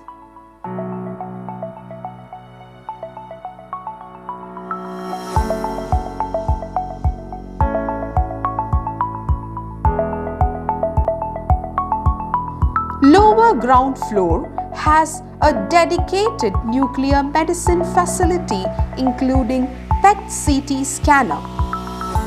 The PET-CT images enable better delineation of the tumor based on metabolic activity. This system is capable of acquiring 4D CT images which are used for accurate diagnostic and treatment plans. We also have SPECT gamma camera and high-dose radioiodine therapy services. It also has a well-equipped boardroom for conducting tumor board, other academic activities and meetings, dedicated patient-changing room, stress room, and an in-house onco-radiology and interventional radiology services. Upper basement is exclusively designed for maintenance department for the oncology block.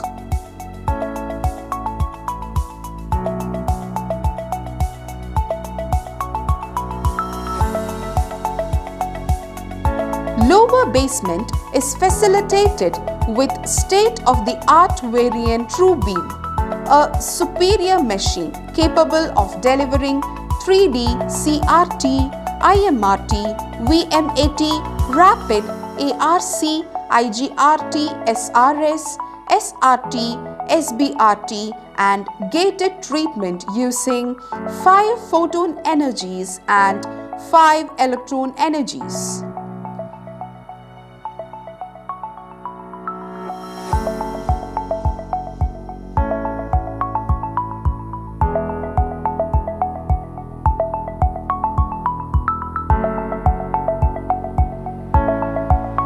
This floor houses Gamma Med Plus IHEX HDR brachytherapy, which is a type of internal radiating therapy in which a small radiation source is placed in or near tumor. Brachytherapy allows delivering higher doses of radiation to more specific areas. Lower basement floor also has a fully equipped minor OT with high-end colposcopy equipment for providing diagnostic and therapeutic services for cervical cancers. This floor includes mold room, classroom, recovery room and treatment planning room.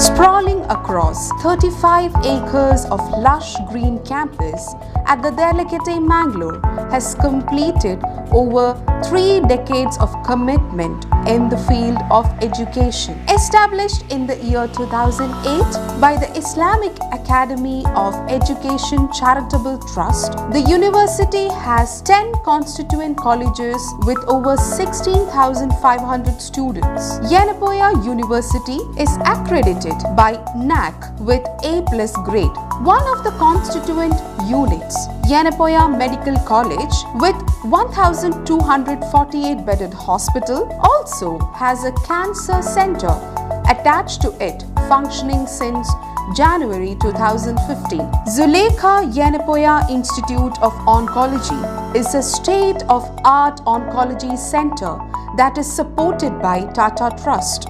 Tata Trust has supported the institute with a one-time granting hold in establishing a comprehensive cancer care center in the Medical College Hospital with radiotherapy and nuclear medicine department. The building has 5 floors and a built-in area of about 36,000 square feet. First floor includes the registration and billing counter, daycare ward for the chemotherapy patients, and patient counseling facility.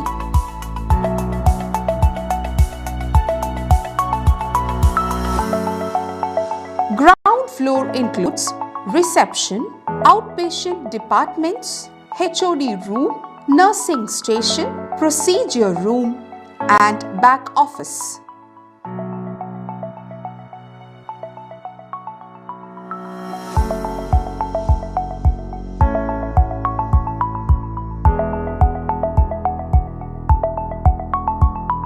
Lower ground floor has a dedicated nuclear medicine facility including PET-CT scanner. The PET-CT images enable better delineation of the tumor based on metabolic activity. This system is capable of acquiring 4D CT images which are used for accurate diagnostic and treatment plans. We also have SPECT gamma camera and high-dose radioiodine therapy services. It also has a well-equipped boardroom for conducting tumor board, other academic activities and meetings, dedicated patient changing room, stress room, and an in-house onco-radiology and interventional radiology services. Upper basement is exclusively designed for maintenance department for the oncology block.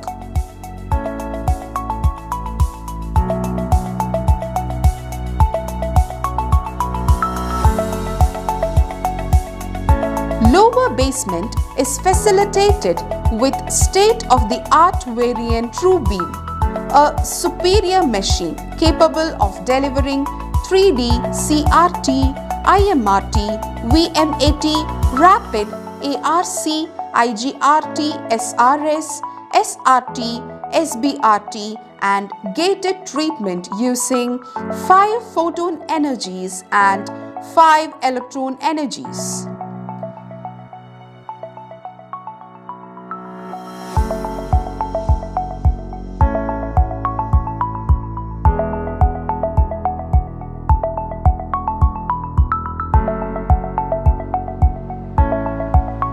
This floor houses Gamma Med Plus IHEX HDR brachytherapy, which is a type of internal radiating therapy in which a small radiation source is placed in on your tumor.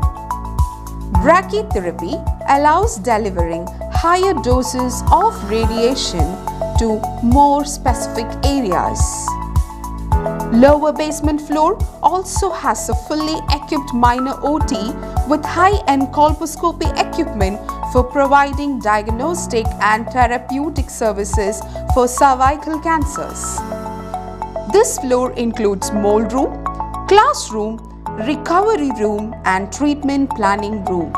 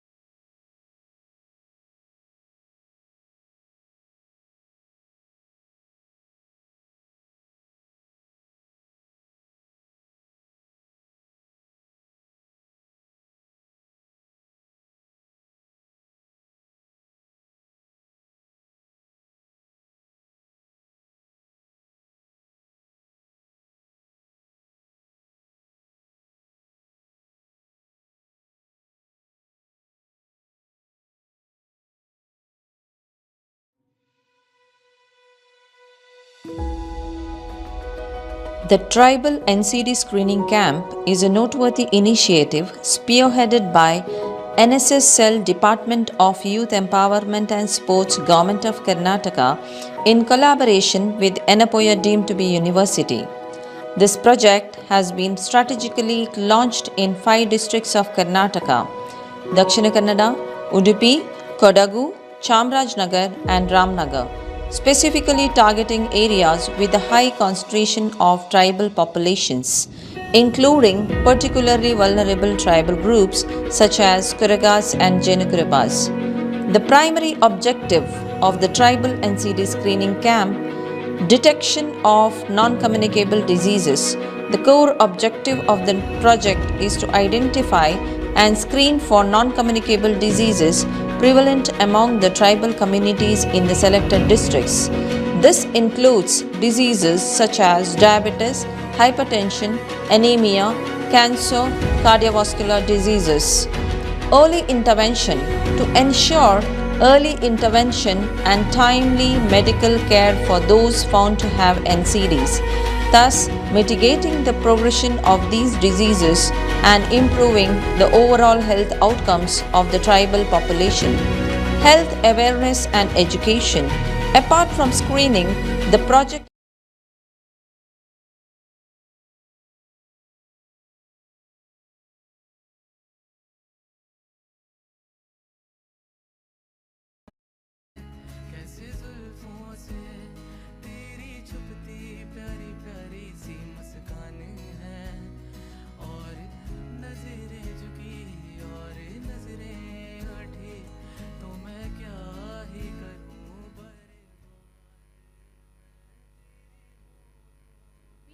always build the future for our youth, but we can build our youth for the future.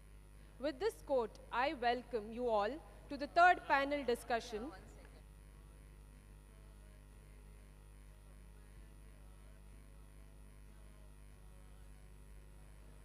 I request all the delegates to be please seated.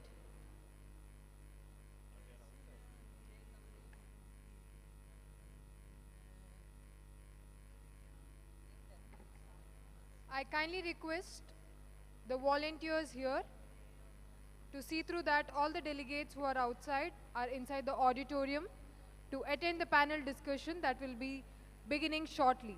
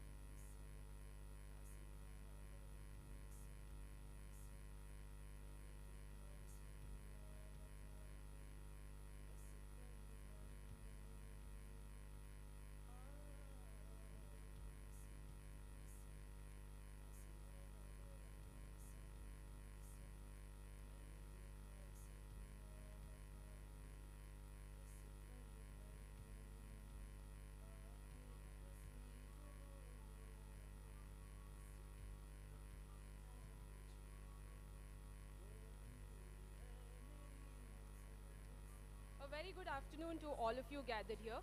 We cannot always build the future for our youth, but we can build our youth for the future. With this quote, I welcome you all to the third panel discussion of the Global Youth Summit with the theme From Conflict to Collaboration, Youth Innovation in Peacebuilding. To guide this rich and meaningful dialogue, we have with us our exceptional chairperson for the day, Professor P.L. Dharma. Sir is an eminent academician from Kodagu and is the 10th Vice Chancellor of Mangalore University. With 38 years of experience in teaching and a PhD from Karnataka University, he is known for his inclusive approach, multilingual abilities, and deep commitment to marginalized communities. His career spans significant academic, research, and administrative roles, including Director of multiple study centers, Registrar, and a member of the university governing bodies across India. A prolific researcher with 43 publications, he has led the UGC-funded projects and contributed to national education bodies. Recognized with numerous awards, including the Dr. APJ Abdul Kalam Rashtriya Puraskar and Best Professor in Political Science, Professor Dharma is also a member of the AIU Governing Council and has innovated initiatives like the Mulelinks online exam platform during the pandemic. We welcome you, dear sir.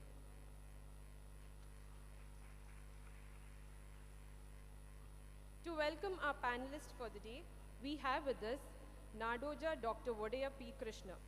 Sir is a renowned educationist, technocrat, and a Gandhian scholar from Bengal, including the Karnataka Rajyotsava Award, President's Gold Medal for Humanitarian Service. Dr. Krishna is celebrated for his lifelong dedication to social upliftment and national development. We welcome you, sir.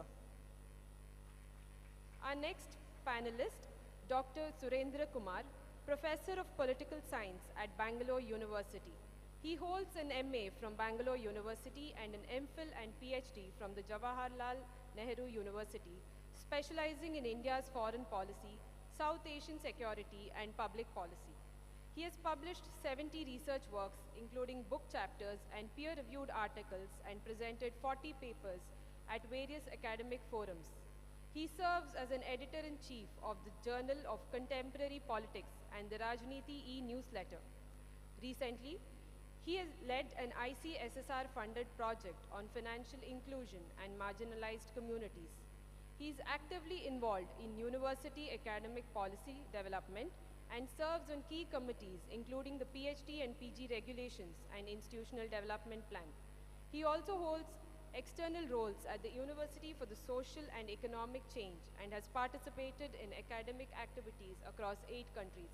We welcome you, sir. I am also honored to welcome our next panelist, Dr. Khwaja Mohammad Ziauddin, Assistant Professor of Sociology at Maulana Azad National Urdu University, Hyderabad, with a PhD from the Delhi Social of Economics. He has held significant academic and administrative roles, including National Convener of the Research Committee on Minority Studies and Assistant Dean of Student Welfare. A published author of several books and peer-reviewed papers, he has contributed to policy documents and international collaborations, including the US State Department's IVLP program. Actively engaged in curriculum development, community outreach, and student mentoring, he also serves on editorial boards and professional bodies related to sociology and social health. We welcome you, sir. Our moderators for the day, Mr. Chandrasekhar. Sir is a geopolitics enthusiast with a strong foundation in international trade and economics. He has contributed to youth policy through the think tank involvement and served as a mentor for the 3 cohorts of the Youth Can Lead program, focusing on geopolitics and national security, and a former member of the youth. As a part of the India's G20 presidency, he plays a key role in the successful execution of the W20 initiative. Committed to youth empowerment, he has launched grassroots initiatives connecting rural communities with education and healthcare. Currently, Sir is pursuing his law and aspires to specialize in international trade law and arbitration. Welcome you, sir. We also have with us Bhavani Hemant, Operation Coordinator of Youth Can Lead and Lead Volunteer at Bhumi NGO. Welcome you, ma'am. We are now in for an inspiring, thought-provoking hour ahead. Let us listen, reflect, and be challenged by the ideas that emerge today. And more importantly, let us leave this room ready to reimagine and rebuild our world, one bold step at a time. Thank you, and over to you, our moderators. Thank you for a wonderful introduction to each of the panelists here and the moderators. Thank you. Before starting the deliberation, I would like to ask Nadoja, Dr. Vodaya P. Krishna, sir. Sir is a perfect blend of technology and Gandhian ethics. So I would like to gather your views regarding the youth's innovation towards peace building, sir.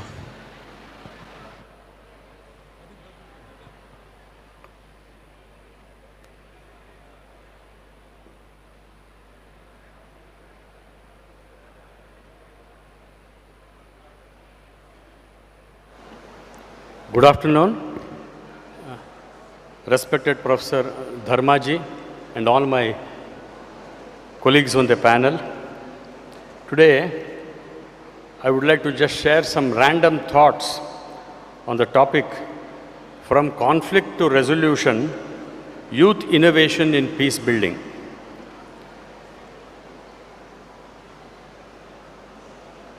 Conflicts are born in the minds of men. Peace begins with me. The father of our nation, Mahatma Gandhi, had two great ideas before us. One is of a non-violent society and another of a communitarian society. By a non-violent society, he meant that the last man in the society, the poorest and the weakest person in the society, should also be able to have a decent and dignified life.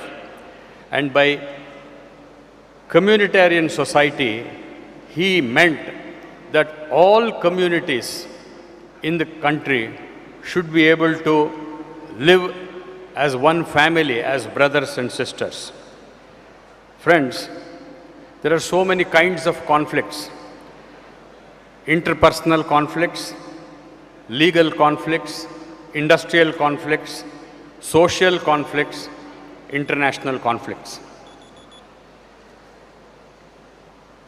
I told you, conflicts are born in the minds of men. And the greatest person whom I have seen, who has been an embodiment of conflict resolution by example, is Mahatma Gandhi. He was able to perform 5 hard tasks which no other leaders till his time or even now thereafter were able to perform. What were those 5 hard tasks? The 5 hard tasks were: forgive without apology. Without expecting an apology. If somebody insults you, somebody hurts you, be ready to forgive without apology. Second one, include the excluded. There are so many people in this country who are kept away from the mainstream of the society. He included them also in all his movements, in all his activities. The third thing is to be able to admit mistakes. All of us are, subject to mistakes. We commit a lot of mistakes every day. But Mahatma Gandhi, as a leader, had the moral courage to admit mistakes. Fourth one, to be simple without hypocrisy. See, to be simple is a very difficult thing. To be simple is something, really spiritual. You have to be your own. And that Mahatma Gandhi was.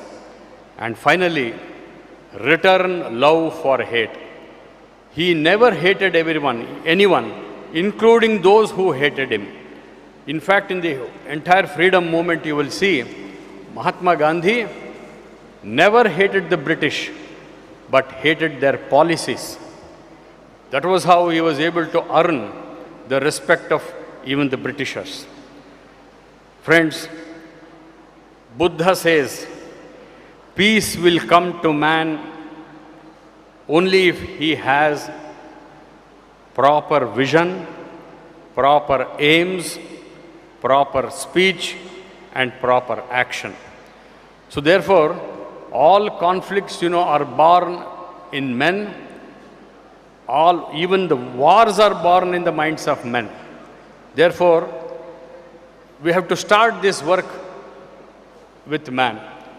As Swami Vivekananda says, we have to focus on man-making. Unless we prepare human beings for a peaceful order in the social, political, economic life, no country can ever prosper. When you think of building peace, I have some innovative actions for the youth in this country. I also come from the youth movement. While I was a student like you about 35 years ago, we had in those days a lot of youth problems like the dowry system and drug menace among the younger population, and we had formed groups to work against those social evils that were ailing the youth then. Friends, some of the innovative peace actions that I can propose to the youth of India is, number one, embrace diversity and inclusion. Learn to accept people as they are. None of us in this hall are similar to the other. Each one of us are created by the Lord to be different. And therefore, to understand that we are different, to understand that there is diversity amongst us, to understand that, we should have an inclusive approach, this itself is a great innovative action that we can see. And second thing that I want to say to our young people is, say no to hate campaign. You will see in the society there are so many interests, political, social, and variety, even religious, where many sections of the population have been trying to create what is called hate campaigns, hating one religion over the other, one caste over the other, one political ideology over the other. So therefore, we have to be very cautious. And my appeal to young people is, we have to say no to hate campaigns if only we want to achieve peace and tranquility in our societies. Friends, our culture has the answer for all these problems. The only way to achieve peace, you must have all heard, Loka samasta sukhino bhavantu. Let the whole world be happy. This is a very powerful thought that comes from our culture. Vasudhaiva kutumbakam. See the whole world as one family. This also comes from our culture. And therefore, and the highest aspirations of the human race could be very simple, and all of you know this. Asatoma sadgamaya, tamasoma jyotirgamaya, mrutyorma amrutangamaya.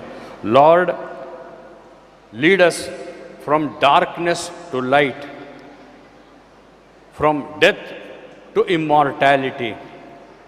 So it is this prayer that always has made us to think beyond ourselves, encompassing the whole humanity as such.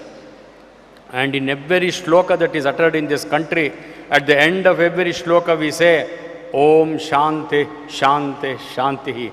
That means our fervent prayer for peace is there every moment. Whenever we pray to the Lord, whenever we gather in any place, the incessant prayer for peace is so much strong in all of us. Therefore, friends, we have to take action to build an inclusive, sustainable, and peaceful world for all of us. This is the appeal that I have to our young people. Second thing is, peace education must be taken up very seriously at the school and college levels. This is also very important because our curriculum does not speak about peace. This is so much important, and I would appeal to the powers that be that, we are given peace education in our schools and colleges. And friends, we are in a VUCA world. Please understand, volatility, uncertainty, complexity, and ambiguity. We are in this world, and in this world, if we have to find tranquility, if we have to find peace, not only within the society, amidst the nations, then I think the most important thing is about peace education. In fact, Acharya Vinoba Bhave said, he gave us a wonderful concept called Sarvodaya. Sarvodaya means welfare of all. He said, science plus spirituality is Sarvodaya. Science minus spirituality is Sarva Nasha. Therefore, please understand the import of peace that he had, and then the kind of message that he gave to all of us. So, in fact, Great leaders like Ambedkar, great leaders like Martin Luther King, and great leaders like Nelson Mandela, all these people have in their long struggles in their life tried to work for peace. Ambedkar ji, he fought for the dignity of the Dalits in this country. He wanted to provide equal opportunities of growth for all. That was his idea. And the kind of work he did in framing the Constitution of India itself shows that how much of the urge he had for the peaceful, for peace. And he was the crusader of human rights of Dalits in India in 20th century. He identified the weaknesses of the Hindu society. He said our caste system, he beautifully said, our caste system is like a multi-storied building with no stairs. Each caste is stuck up in its own floor. Further, he goes to say, see, caste, he says, ascendancy in reverence and descendancy in contempt. This is the bane of our Indian society. Suppose we find somebody whom we want to elevate, we elevate him to the level of God. Ascendancy in reverence. If you want to put down somebody, we put him down so low, the descendancy in contempt. See, this is the weakness of our society, and that is how Ambedkar fought all his life to remove all these discrepancies in our society. Martin Luther King also, he stood for non-violence, on the footsteps of Mahatma Gandhi. And he was assassinated, but still, he challenged the United States to be a nation that is peaceful and just. Friends, Nelson Mandela, he spent 28 years in prison. He was a 1993 Nobel laureate. He also fought for equal opportunity, education, and political rights of his country. He worked for the abolition of apartheid. He drew inspiration from Mahatma Gandhi. And he says, change of heart is the key for peace resolution, peace building. He says, all men have a core of decency. If their hearts are touched, they are capable of changing. Therefore, my dear friends, all peace building work should start with the human being. Mahatma Gandhi wanted to build a non-violent, casteless, classless society based on truth, love, non-violence, dharma, free of corruption and laziness. He conceived of a Sarvodaya Samaj. Sarvodaya Samaj means a society which keeps as its objective welfare of all. And the three principles of Sarvodaya which Gandhi expressed was: one, good of the individual is contained in the good of all. Second one, all have the same right to earn from their livelihood. And the third principle he said is, a life of labor is a life worth living. The moment we depend on others for our personal work, exploitation starts from that very moment. That is how Gandhiji said, if we have to have a peaceful society, we should have dignity for labor. Dignity for labor. We should be able to live a simple life. Our wealth should not be so much that we hurt others in the society. And one of the fundamentals that Gandhiji told us, to change the world, he said, change yourself. Be the change you wish to see in the world. So whatever change that you want to see in the society, in the world, in the family, you be that. That was his wonderful message. And therefore, we have to take all these concepts, become practitioners, in thought, word and deed. And I think there lies the real solution. And Mahatma Gandhi reminded us, an eye for an eye will make the whole world blind. Therefore, violence is not the answer for violence. The only answer for violence is non-violence. By changing the hearts, as as I already told you. And there is also one thing finally I want to tell you. We must see goodness in everyone.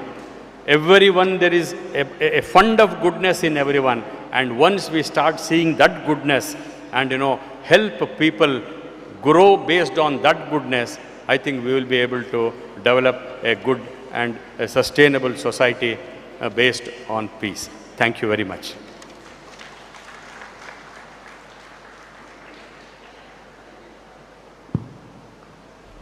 Thank you so much, Uday Krishna sir. Vasudhaiva Kutumbakam. Enta Valle Matu.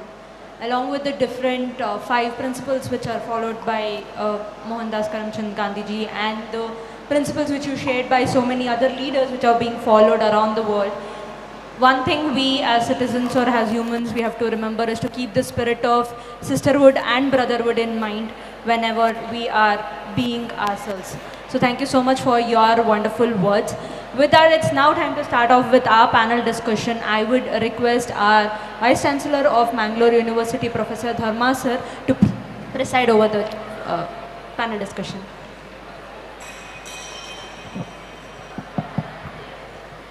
Shall I start? What is the time allotted to me? Good afternoon, my young friends. All the special invitees, Honorable Vice Chancellor, and the panelists, young friends here. I'm extremely happy that,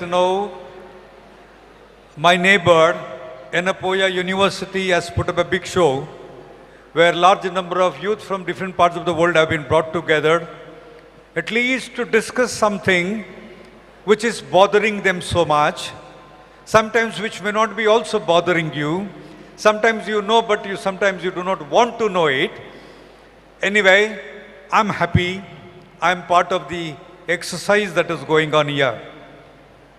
The presentation made by our senior Krishna Saab, what a wonderful man you are. You did not simply speak on Gandhi. You practice Gandhi, I know you personally. You are the one, you have started reducing the conflict in Karnataka. My dear young friends, when I was having my food, I was told that you are from different parts of India as well as abroad. Each one of you must be aware of the genesis of the conflict that is existing today. The conflict at your level, conflict in a place where you are born, and conflict that you see throughout the world may not be the same.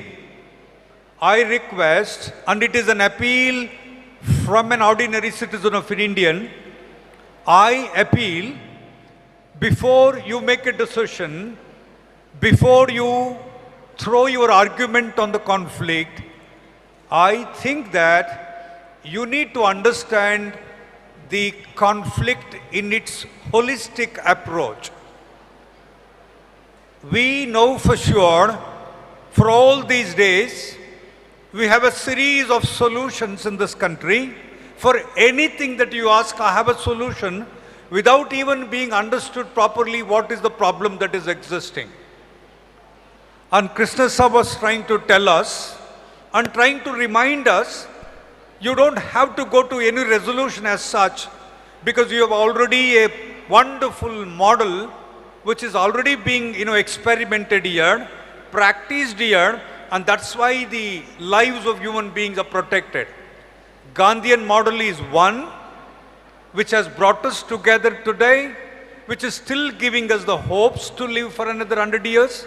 And I'm sure the same model is practiced elsewhere in the world.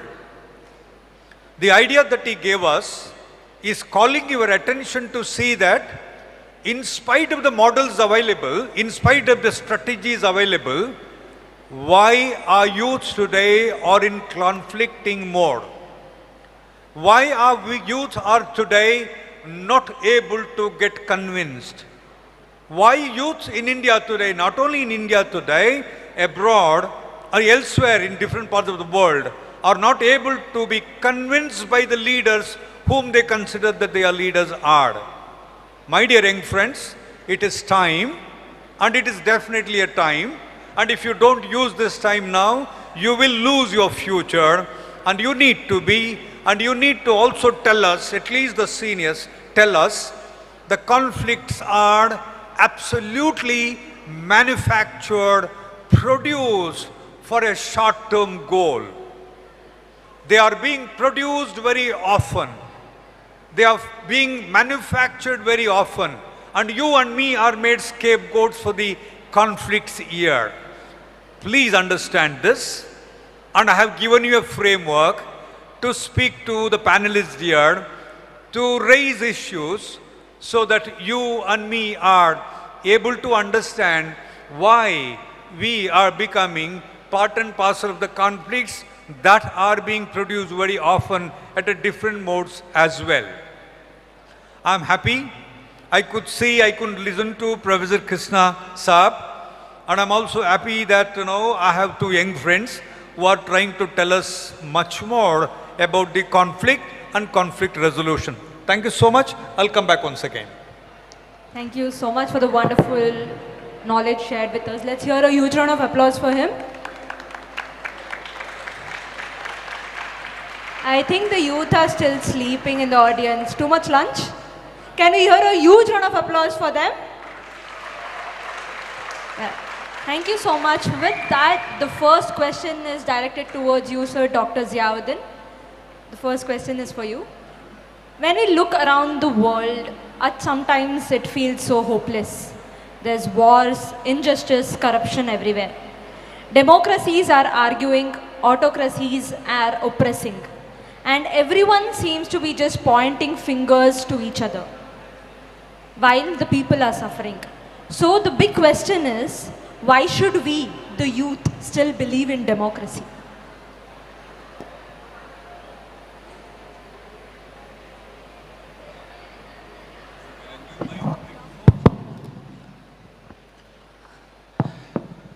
Thank you. I think this is the very apt questions, and to an event when we are talking and trying to understand conflict. Yes, the world is filled with apathy, world filled of feeling of helplessness. And these feelings are largely increasing day and day because the channel which could address these questions have been almost misinformed. The medium we have been using are not really appropriate. And let me put it differently. We begin with the idea of democracy. Almost every political philosophical thinkers have said democracy will survive. And why it will survive? Because this is the democracy that only gives a hope. And remaining in hope is only available when you talk about democracy. So when you talk about democratic structure will address inequalities based on political inequalities, structural inequalities, the violence that create kind of inequalities. The hopelessness that comes out of those inequalities can be only addressed through democracy. And that is only because the kind of democratic conversation you can find through democratic structure, the world can create a hope for the youth. Second, if you read the history of all social movement across, even take an example of Indian countryside, the social movement, the separatist movement, ethnic movements, these movements are the testament of or a testimony of that existence of democracy, that they are looking for some solutions and trying to persuade the state, persuade the mighty state that, look, we are the people, we are the youth, and our youth aspirations cannot be suppressed. And why? Because we are democratic in terms of our values. The third is that if you talk of structural inequalities, this is global. If you talk, when we talk to many friends in Western countries, they're all suffering from democratic indeficiency. But these deficiencies, they are again saying that it can come only when global youth can come together. And that's how one of the concerns when we are talking about UN peacekeeping forces, India appeared to be second largest contributors in terms of sending their youths young personals in UN youth. I remember many of our friends when we were young in universities, they joined army and they would always say, do we get and will we be getting any chance to travel and serve for UN? Why? Because this all comes through democratic values that we have inculcated into it. And the last point I wanted to add here that the kind of platform we are creating in Indian structure, if you see National Service Scheme, National Cadet Corps, National Youth Associations, and in fact many other volunteer organizations, these are helping us to survive the dialogue that can, evolve new democratic countries like us. So hopelessness comes out of inequalities, comes out of helplessness, but this is their only democratic values and conversations that can create a vast gap. And that's how I think NSS and this university has been able to bring this huge number of youth across the world. And we have hope into that.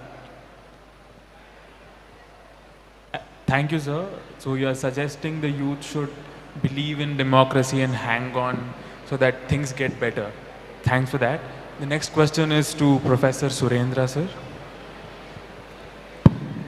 Sir, from the past 1 decade, when you wake up in the morning and you just surf through your search engines, all that you can see is a new alliance is being done, a new grouping is there, Quad, BRICS. We are talking something like Vasudhaiva Kutumbakam, whereas there are groupings like Quad, BRICS. What do you think Indian youth and the Southeast Asian youth how should they come together and innovate better solutions for long-term peace? Thank you. Ellargu namaskara.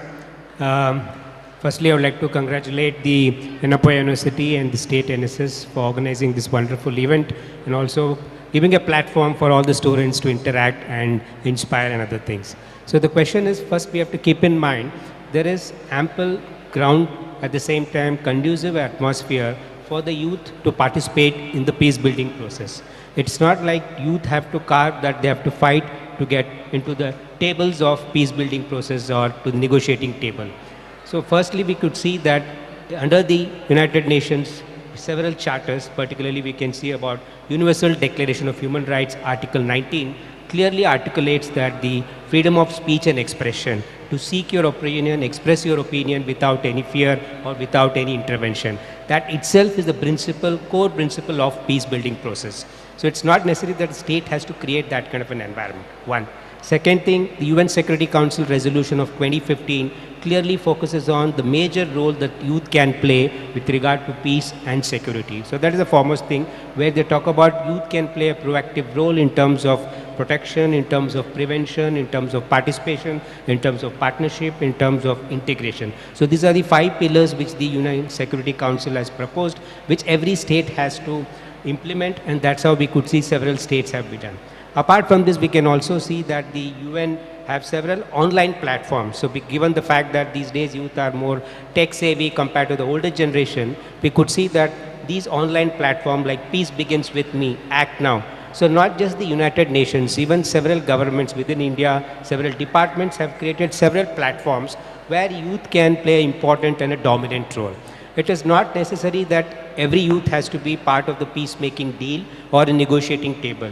So youth can, the first step the youth can play in terms of peace building is that they can try to convince their own community members, the locality people, about the issue of why peace matters and what peace can transform the country altogether. So that's a simple step. That's why Mother Teresa also rightly pointed out that peace begins with a smile.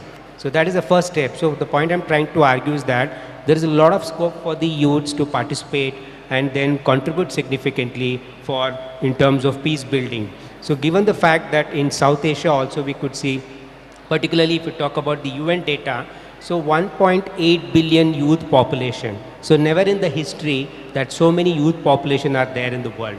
But at the same time, it's very unfortunate. We are also witnessing series of conflicts around the world.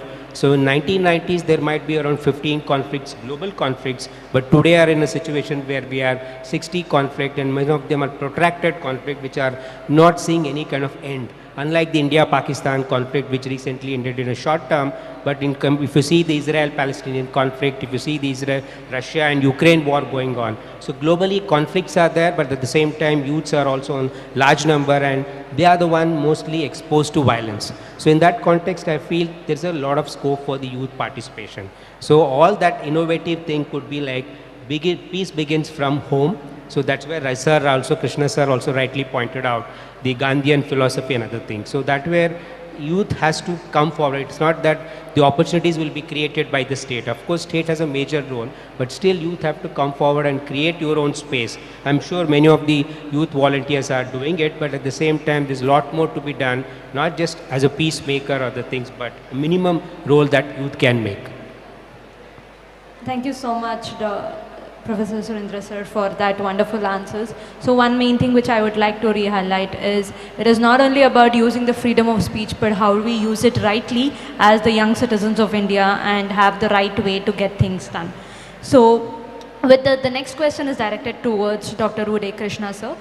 From your experience with Red Cross, public service and disaster response, what are the most effective ways to create platform where youth-led peace building can be institutionalized and scaled for long-term societal transformations? Thank you very much for referring to my work in the Red Cross. Red Cross is an international movement, as you know, the greatest humanitarian movement. And I feel that it is the most credible humanitarian organization in the world. And in India, it is headed by the President of India. And at the state levels, it is headed by the governors, and at the district level by the deputy commissioners or the collectors, whoever be there. So we have in this country perhaps the only non-governmental organization which is incorporated by an act of parliament, the Indian Red Cross Society Act of 1920. It was established 105 years ago. And that organization has as its purpose spreading the ideals of Red Cross, the principles of Red Cross. So they have what is called Junior Red Cross in schools, Youth Red Cross in colleges and universities. And I am happy to tell you today, I think almost all colleges and universities in Karnataka, at least I can vouch for Karnataka, are having these Youth Red Cross units. So by involving young people in humanitarian work, you are indirectly building peace. So this is one institutionalized activity that you were talking about. Another thing I want to tell you, the power of youth is the power to dream. That is the greatest thing. See, elders don't have that. The young people have the power to dream. And second thing is, they have what is called boldness. So this boldness and power to dream will help them, take on any responsibility. So all that we have to do is to see that the youth power is properly channelized for such, organized, structured, humanitarian services. I think that way our youth could be channelized and we can build a better society. Thank you, sir. I would like to ask the chairperson to give your views about what happened in the first round or any add-ons to these. Question. I would like to have your viewpoints with whatever was discussed in the round one. Oh yeah, thank you so much. Three important issues started with democracy. The second one, the tragedy every time you see in the morning, that is what you said. Third one is the Red Cross. They are the answer. The youth are the answer for all those things. If you think democracy can be your solution to all the problems here, democracy could also be to a certain extent a problematic proposition to all of us. If democracy is election, if democracy is power, and democracy is what you understand, then it is a big problem to us. If democracy is an empowerment of youth, I think the conflict is nowhere to be present. Number two, Conflict everywhere. Every morning you get up and then see tragedy here and there. I've told you earlier what kind of conflict they are. I request all the young friends here, your best contribution to conflict resolution is to simply keep quiet without being party to the sponsors of the conflicts here. You don't have to be party to what they say, and that's the reason why I asked you to understand what is the intention of a person who wants you to indulge in such social activities that results in conflict today. Youth needs to be absolutely powerful, as Hude sir said, needs to be powerful so that nobody misuses you, nobody abuses you, and that's going to be the height of democracy. Conflict throughout the world, as I told you, reflects the human nature. It is you and me. You tell me why you are fighting the other. For what? What is the purpose that you are fighting the other? Is to overcome? Is to override? Is to dominate? And then why? And then why? And yet you are a religious man. You say, we are a kutumbam. You are a family. Why do you need a family when you fight each other? You answer this question to me. Red Cross, I salute the entire volunteers of the world. They lead us in the name of volunteer. Now what the Red Cross does is, Red Cross is an answer to conflict that is existing today. Red Cross is a new religion. Red Cross is a new mantra. Red Cross is a new culture which believes in helping each other. If all religion today says this, and the Red Cross is one which integrates all the practicing religions of the world. And if you want to be peaceful, at least practice what fundamentally the Red Cross says. It simply says, I trust you, I share your concern, and I'm here to help you. And that's ultimately the religion.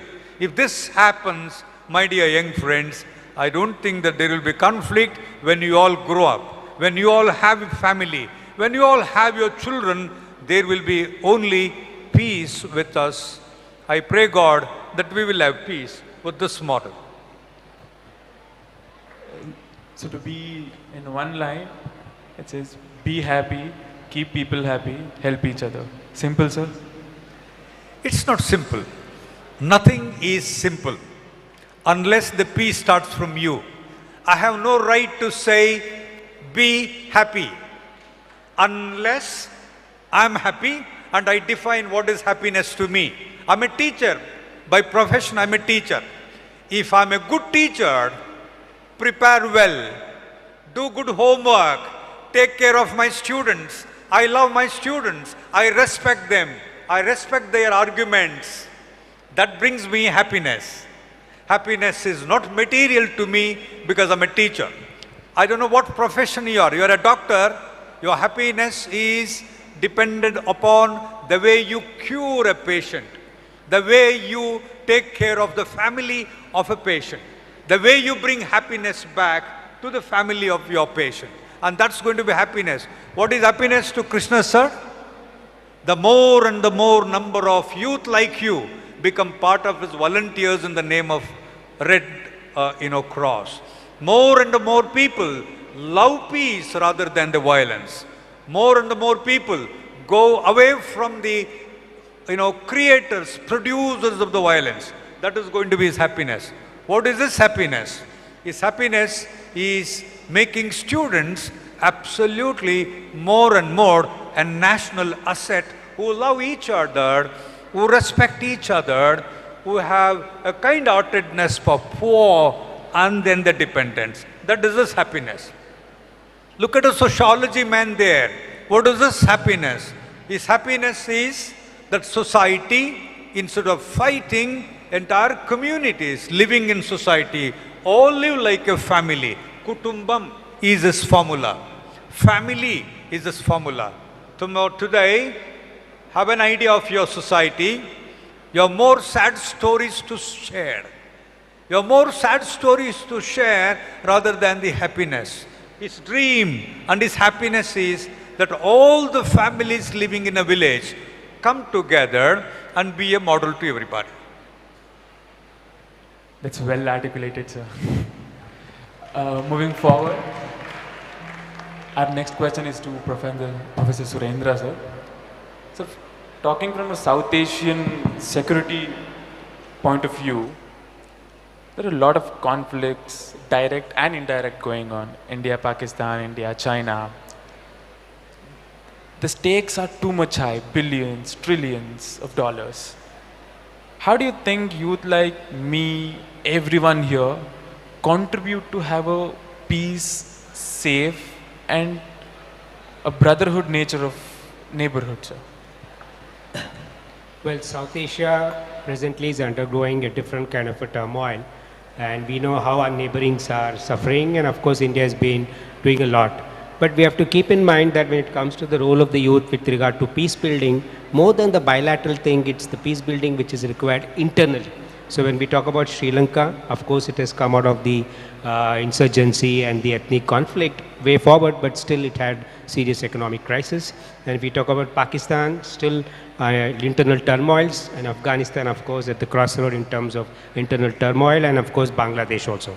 So the point I'm trying to argue is that more than the bilateral relations, where the youth role comes to peace building, it is within the country that the peace building needs to take a pretty vibrant shape.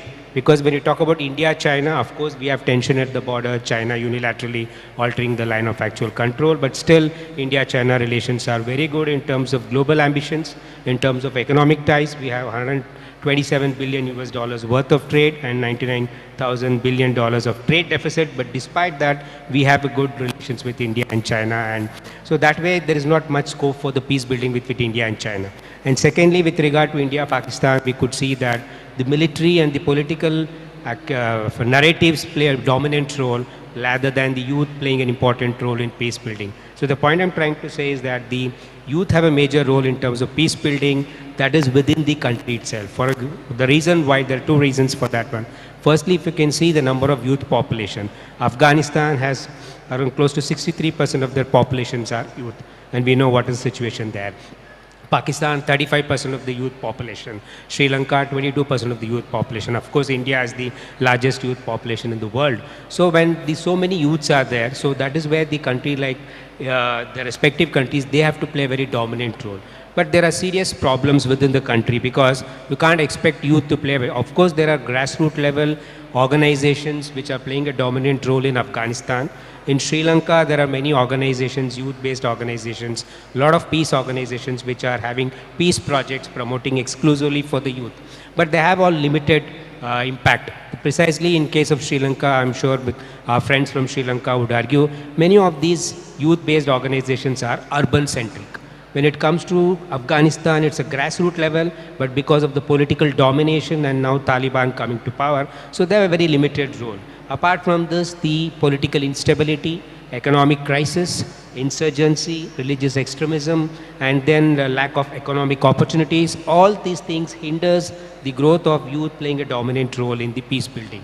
Apart from these, those at the top level do not think that youth have a major role when it comes to the peace and other things. But of course, there are several countries in other parts of the world where the youth have played a dominant role, youth have played a significant role. But in South Asia, we could see because of the cultural and the historical aspects, at the same time, the nation building process where ethnic, religious aspects have played a dominant role. It's not like one size fits all. So what worked in Sri Lanka may not work in Afghanistan. What might worked in Pakistan may not work in Bangladesh. So Bangladesh also, we could see how the small youth movement has transformed into an anti-India movement as such in Bangladesh. So the point I'm trying to say is that there is ample scope, but at the same time in South Asia scenario, it is very limited because the way the nation building process has taken place, not like India, it has happened in the neighboring countries. So that's where they have a major role, but South Asia, it's not like that it can happen smoothly. So youth have major role, so they have to assert.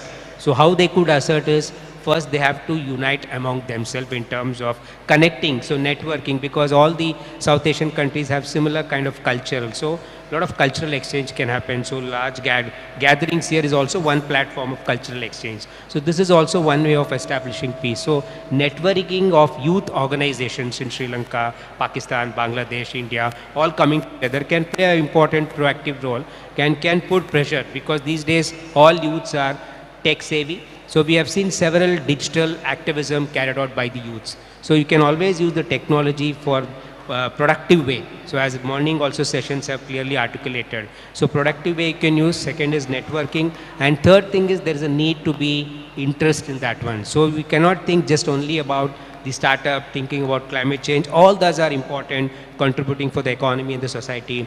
But it's very important to focus on peace. So finally, I would like to argue that the foremost important thing is that the concept of peace and conflict should be part of the curriculum. So that is where you can begin and make students understand the importance of conflict and peace. So otherwise, if there are no curriculum or the syllabus or courses on these aspects, Western countries have courses on peace and conflict studies. In India, only political science students end up studying peace and conflict resolution. So it should not be confined to peace and conflict to political science or international relations students. It should be confined to all the subjects. So how we make Indian Constitution compulsory paper in every courses, irrespective of whichever professional courses are there. So there's a need for also on the ideas of peace and conflict. So then when we educate, then things become better. Thank you. Thank you so much for that wonderful words. As they say, learning begins with just one step, and I can surely say for majority of us, this Global Youth Summit could have been the first step towards peace building. Like this, with the population of youth which we have in our country, we can do wonders. So thank you so much for your insight, sir. So the next question is for Dr. Ziauddin. Political stability is an important factor for a nation's well-being. What do you think is lacking in the upcoming generation of youth in India to ensure political stability? Is democracy under a threat in India as portrayed by few of the media houses? Okay, that's very important questions. And this important question is not only for youth. This is for every citizen who believes in democracy. And let me begin the other way around. Yes, the belief in terms of narratives is increasing that democracy is not useful. People are feeling that media houses are showing something which is not good for democracy. Democracy is dying. That connects to my earlier discussions that these kind of discussions will save democracy when you say democracy is dying or democracy is in danger. It's not about danger. Look at the kind of, I'll give you from sociological perspective. If you see within the family, a child, when a child, he or she dissent, parents find that my family is going to collapse, But this is not dissent. This is kind of argument that start building up within the family environment between the elder, the different generations, and then younger one. It's a conflict of values, conflicts of learning, conflict of curriculum, what they were referring, conflict of world view. These conflict comes out of the family, comes out of the kinship within the society. And when you start talking the same, people start blaming each other. So how do we, condition those environment that says that there is no danger to the system? There are a couple of things one can do that. One is that understanding each other's values have been much more missing in our curriculum, in our learning. You talk to somebody from Northeast, and I do talk to hundreds of students as Dean of Student Welfare. Since pandemic, we did a lot of work. And through the forum which we co-founded as Democracy Dialogue, we find that a lot of misinformation, stereotypes, prejudices are very much dominant in our family learning processes. So you say Northeast, there you will definitely say that they are from China, they are from the other part of the country. So you decide about your citizens from the race, from the color outlook, and it's not because their fault. The kind of discussions we have within the family. So who will address that? The school can address that. Some institutions can address that. Maybe much more wider discussions of the adults discussion.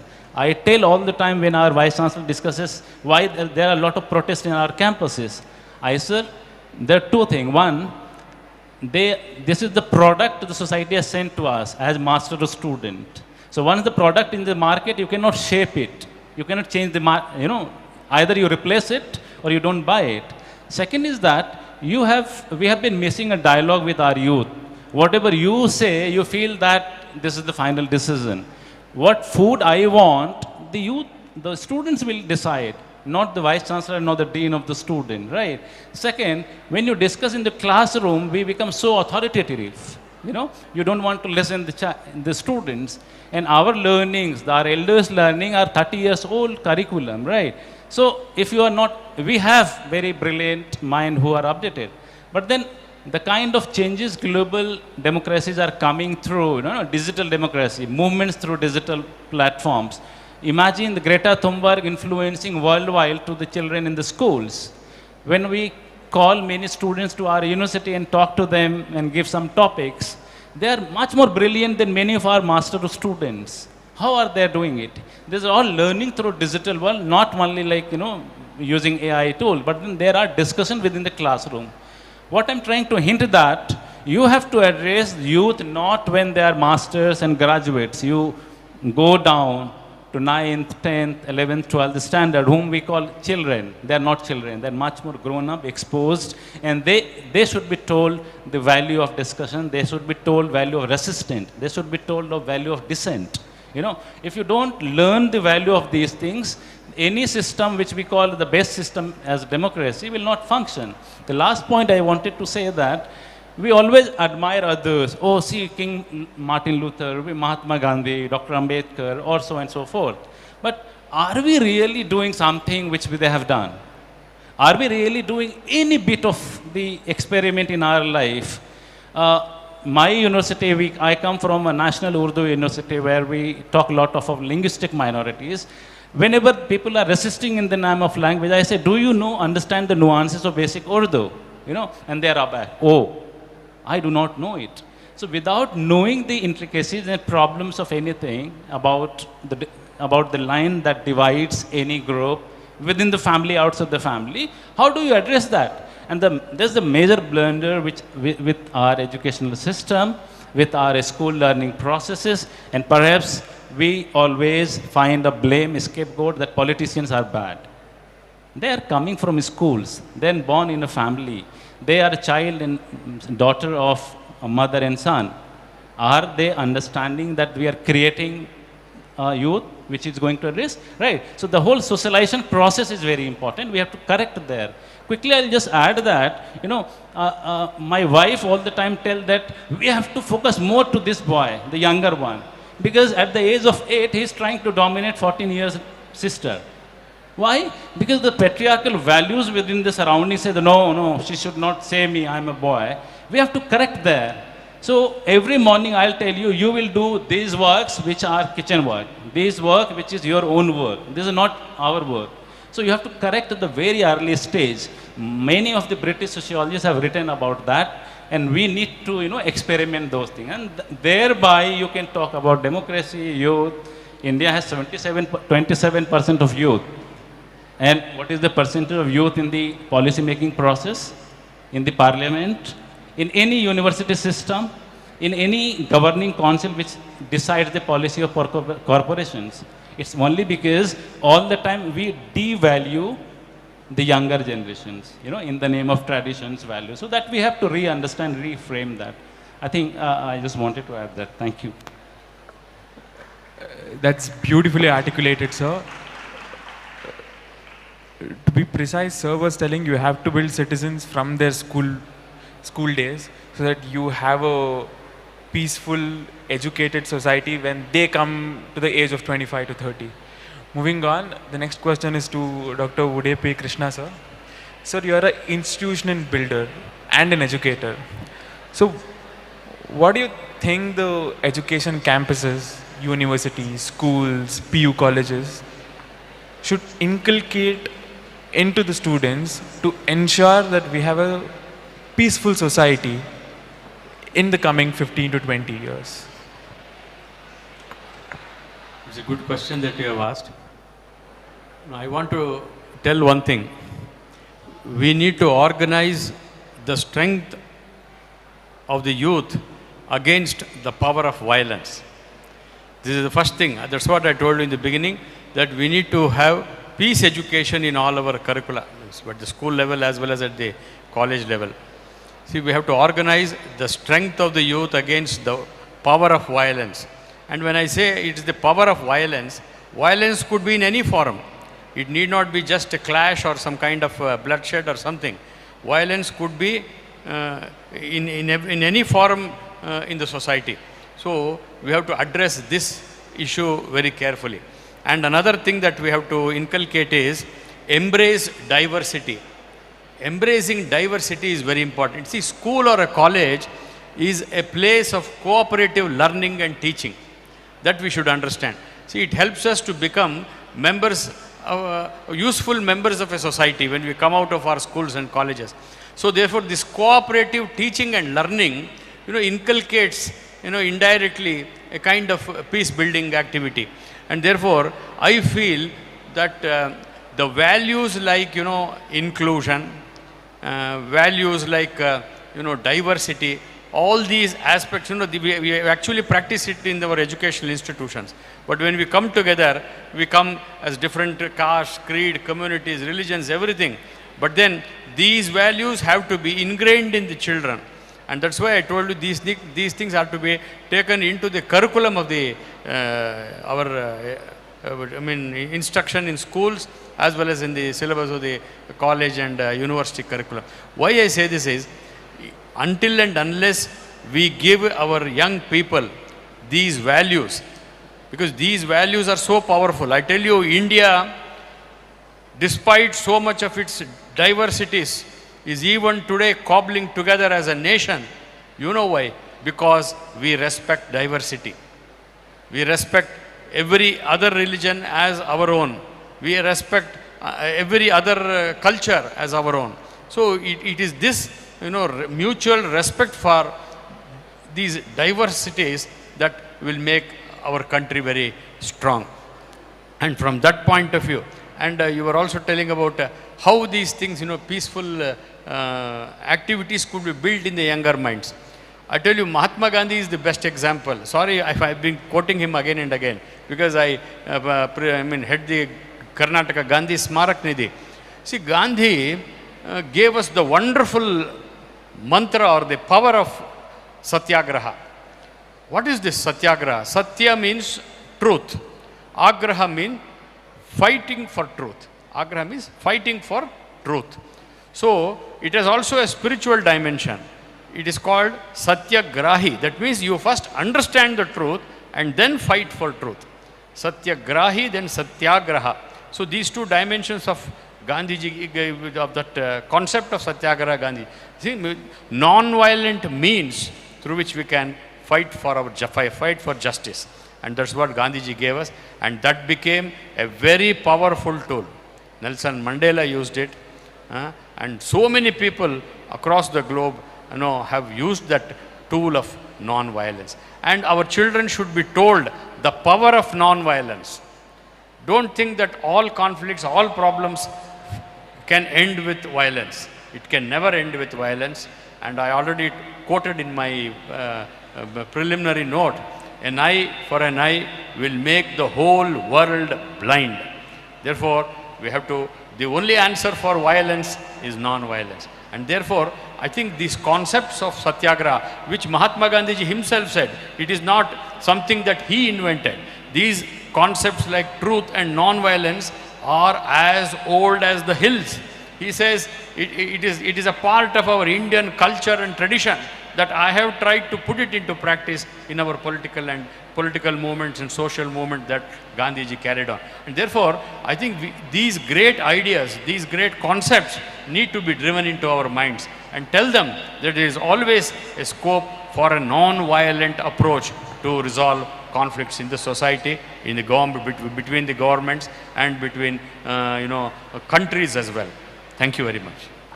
Thank you so much, sir. So with your words, you basically summarized the topic of this panel discussion.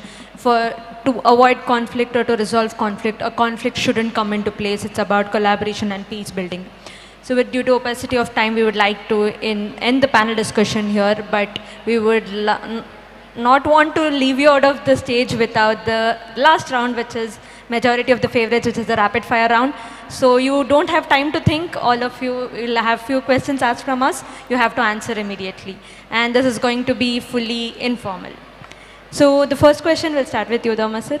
If peace were a dish, what would it be and who would you not want cooking it? Youth. If it was a dish, what dish would it be? I'm at conflict to take a decision now. Okay, no worries. You know, this is what we have been talking about. If the solutions were that easy, India would not have been what it is today. We are still in search of truth. Okay. Sir, the same question. All of you will have to answer the same question in your way. So if peace were a dish, what would it be and who would you not want cooking it? Not want to skip. Sorry? Okay. Okay, what should be the dish if I want? Okay. If it is a dish, so anyway, sir has already pointed out, it's like a googly here. So we have seen how Kumble is a googly. So it's a googly for the academicians here. So anyway, we are not very familiar in answering these questions. But nevertheless, thanks for the question. So if it were a dish, peace were to be a dish, and I should eat it, right?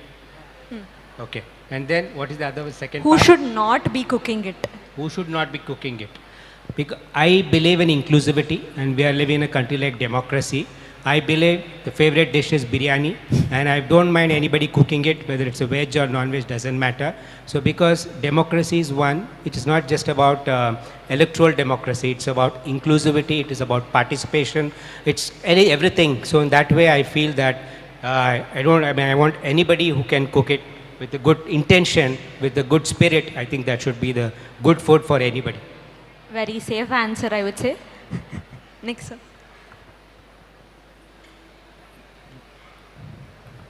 The dish that I would like to propose is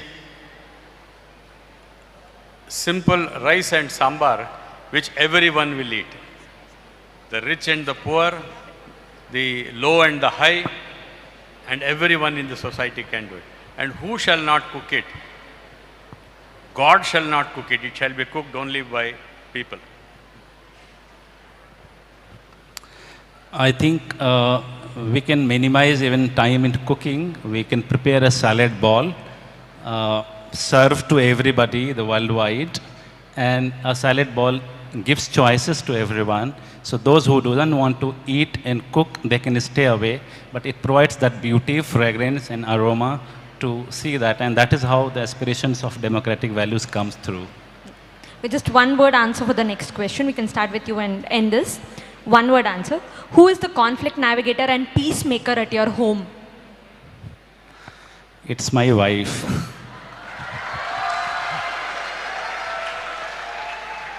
Again, my wife. Yeah. It's family.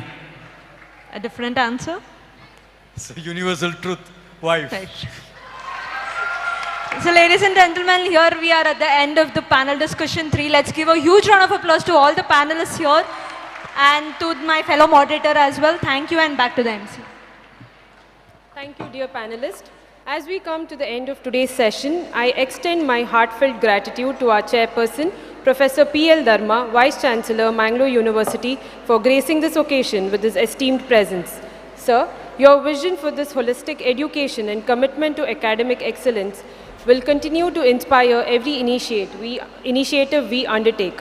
Thank you, sir, for taking your time and being with us. I request Dr. Vijay Kumar, sir, Vice Chancellor, Yenepoya deemed to be University, Dr. Pratap Lingaya, sir, and Dr. Ashwini Shetty, ma'am, to felicitate our chairperson, Professor P.L. Dharma, sir.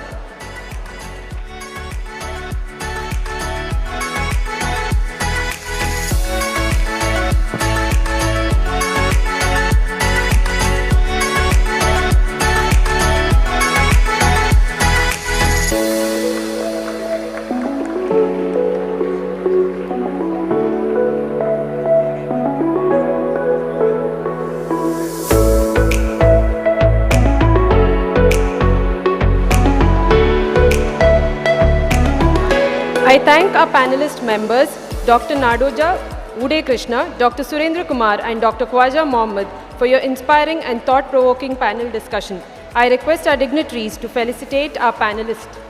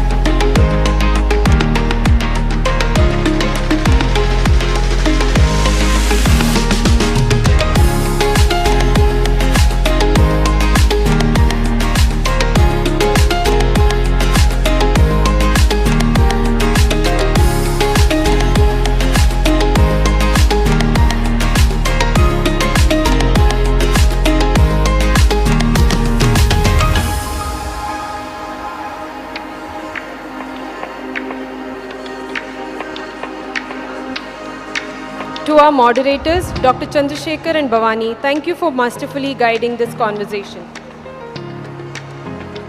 As we leave this session, let's carry forward not just the ideas we heard, but the responsibilities they represent, to reimagine leadership not as a title, but as a commitment to action, inclusion and impact. Once again, thank you all, and let's continue to be the change we seek. Thank you.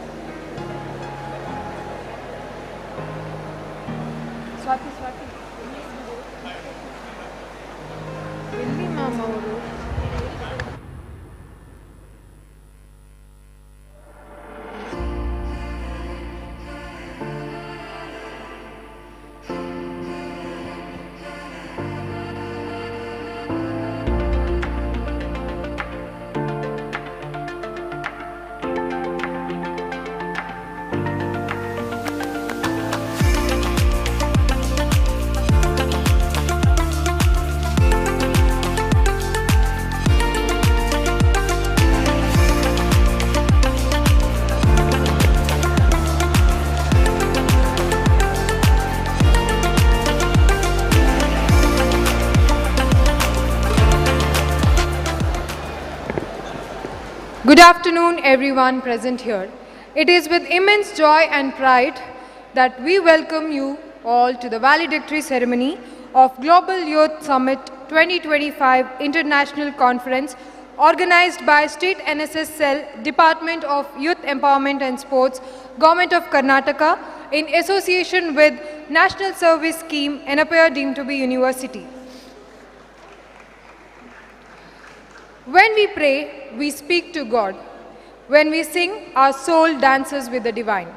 To begin this ceremony, on an auspicious note, I invite Mohammad Zain, Tejaswini B. and Ellen from Yenepoya deemed to be University to lead us in a soulful invocation.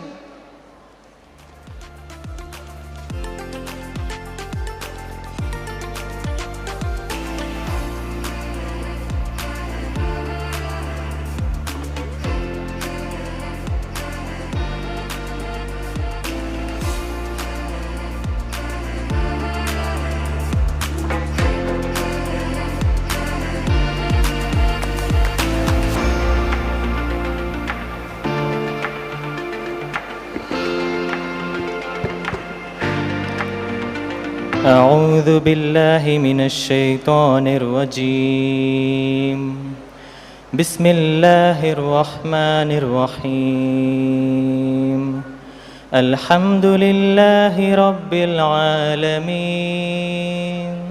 الرحمن الرحيم مالك يوم الدين إياك نعبد وإياك نستعين اهدنا الصراط المستقيم صراط الذين أنعمت عليهم غير المغضوب عليهم ولا الضالين. In the name of Allah, the gracious, the merciful. Praise be to Allah, Lord of the worlds, the most gracious, the most merciful, Master of the day of judgment. It is you we worship, and upon you we call for help. Guide us to the straight path, the path of those you have blessed, not of those against whom there is anger, nor of those who are misguided.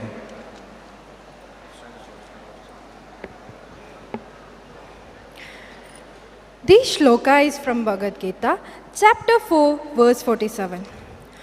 Om Yada Yada Hi Dharmasya Gyanirbhavati Bharata Abhyuttanam Adharmasya Tadatmanam Srijanyaham.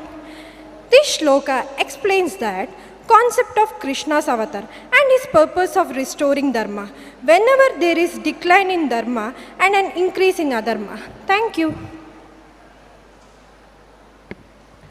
The Book of Psalms, Psalm 23. The Lord is my shepherd, I shall not want. He makes me lie down in green pastures. He leads me beside still waters. He restores my soul. He leads me in paths of righteousness for his name's sake. Even though I walk through the valley of the shadow of death, I will fear no evil, for you are with me.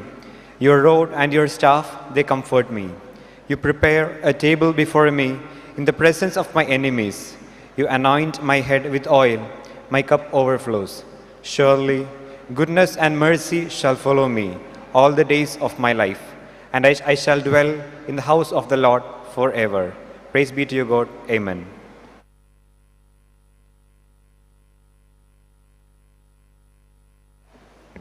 Thank you. A warm welcome is the first chapter in the book of shared experience. To deliver the welcome address, may I now request Mrs. Navya, Program Officer of Yenepoya Nursing College, to extend a heartfelt welcome to our gathering.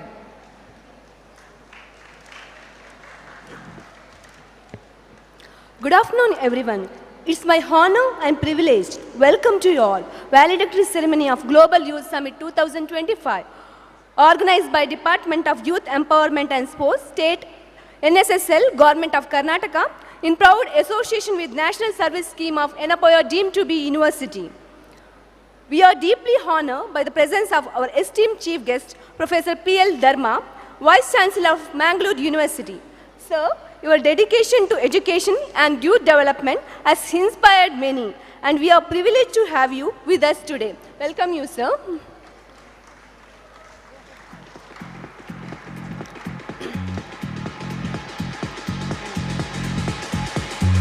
I extend warm welcome to Dr. M. Vijay Kumar, Vice Chancellor of Yenepoya deemed to be University, who has been pillar of support and guiding force throughout this summit.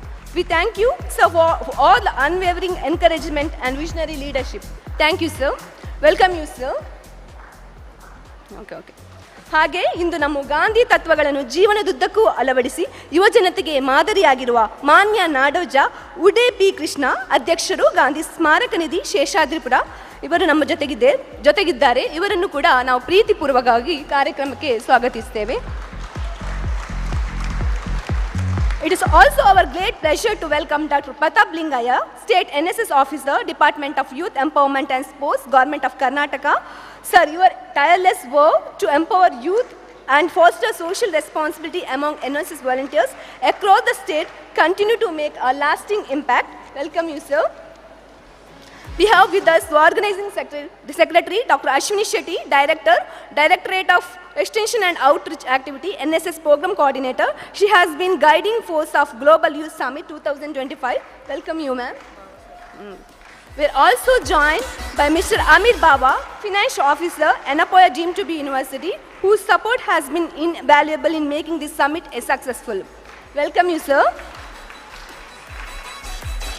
To all NSS volunteer, coordinator, faculty members and students who are contributed tirelessly, your passion and dedication have truly made the Global Youth Summit 2025 a memorable one. Once again, I extend a heartfelt welcome to each one of you. Let us make this closing ceremony as impactful as the journey that brought us here. Thank you all. Thank you, ma'am, for your warm words. May I now request Dr. Pratap Lingaya, State NSS Officer, NSSL, Department of Youth Empowerment and Sports, Government of Karnataka, to give the valedictory remark.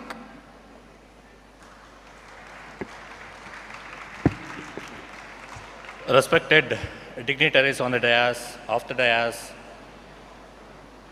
as we gather here for the valedictory session of this Global Youth Summit 2025, hosted with a great pride and purpose at Yenepoya University, I stand before you filled with gratitude, admiration, and renewed hope. Under the powerful theme, Innovate, Inspire, Impact, this summit brought together an extraordinary group of 750 passionate delegates from 18 countries and featured with wisdom and experience of 21 remarkable speakers. Together, we created a space that was vibrant, thought-provoking, and deeply transformative. From striving keynote addresses and insightful panel discussion to interactive workshops and heartfelt conversations, we witnessed something truly special: the strength and potential of youth to shape a better world. We saw how young people across the globe are not waiting for change, they are creating it. Whether it was through social innovation, climate action, mental health advocacy, digital empowerment, or grassroots leadership, this summit reaffirmed a truth we must never forget: youth voice matter. And when they are heard, supported, and believed in, they lead movement that change lives and transform communities. I would like to take this moment to thank Yenepoya University Vice Chancellor, his visionary leadership, the organizing committee, Dr. Ashwini Shetty, NSS Coordinator, the faculty, and the volunteers for curating such an enriching, inclusive, and seamless experience. Your efforts made every delegate feel welcomed, respected, and inspired. To our 21 distinguished speakers and facilitators, thank you for sharing not just your experience, but your personal journey. Each one a beacon of motivation. You challenged us to think differently, act boldly, and lead ethically. To the delegates, your energy has been the soul of this summit. You came with open minds and left with full hearts. The friendships you have formed, the ideas you have nurtured, and the confidence you have gained will go far beyond these 2 days. Carry them forward with pride and purpose. This summit may be concluded, but its spirit lives on in every conversation sparked, every idea germinated and every commitment made. Let us return to our places, institutions, and communities not just with memories but with a mission to innovate with courage, inspire, and integrity, and impact with compassion. Let us remind the world that youth are not the future, they are the now. On behalf of the organizing committee, I thank each and every one of you for being part of this meaningful journey. May we continue to connect, collaborate, and create a world that reflects the ideas we shared here. Thank you one and all present here. Thank you, sir. Success is a sum of small efforts repeated day in and day out. We now proceed to acknowledge the dedication and participation of our outstanding delegates who won the poster presentation. To announce the winners, may I now call upon Mrs. Sahana, Program Officer of Yenepoya Institute of Arts, Science, Commerce Management, to do the needful.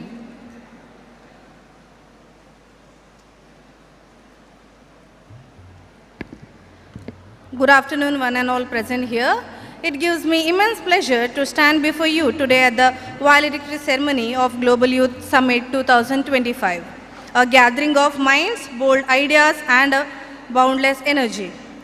One of the highlights of the summit has been the poster presentation competition, a platform to showcase innovation, creativity, and a deep commitment to address the challenges of our world. Now, we honor 5 exceptional posters and the presentators whose work stood out, inspiring all of us with their posters out of 52 posters. I now request the dignitaries to give away the prizes for the best posters. Let me begin with congratulating team number 52 from JNMC Belagavi, Karnataka, for a poster titled Smart Prosthetics, Bridging Gap Between Technology and Human Movement by Vivek R, Neha S and Bhumi Jain. Congratulations.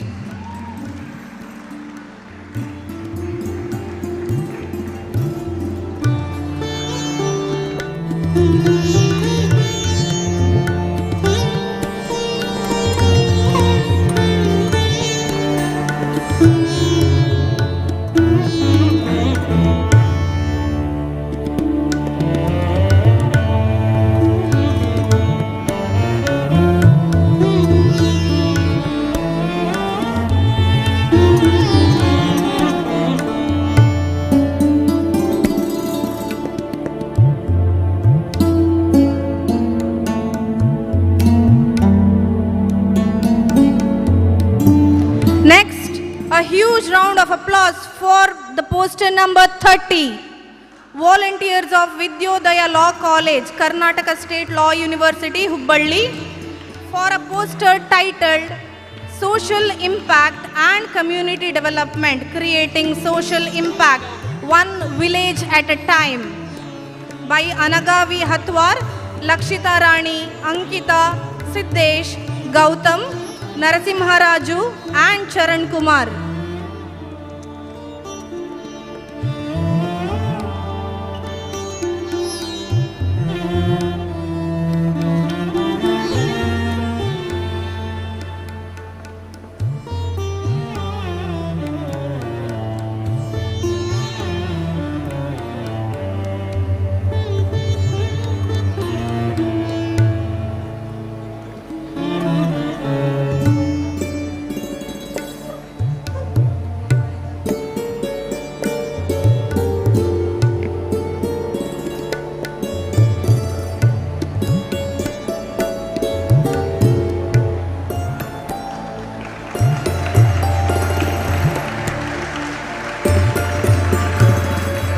Congratulations.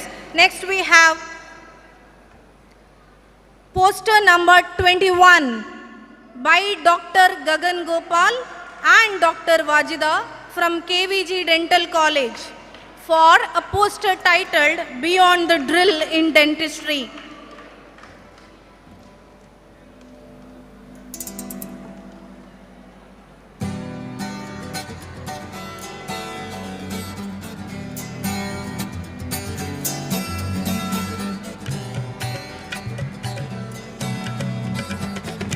I request the winners to come fast and take away the prizes.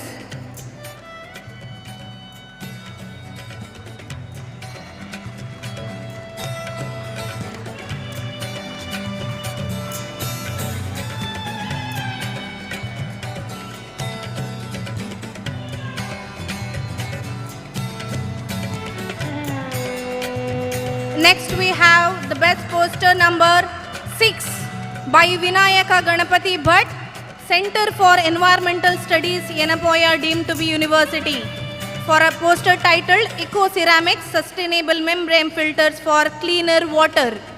Congratulations.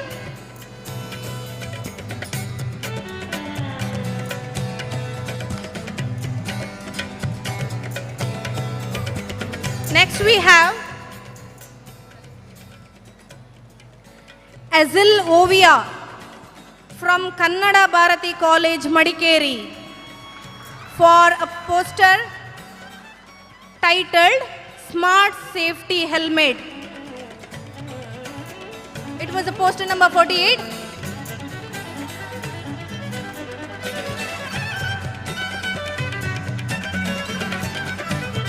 Congratulations to the winners.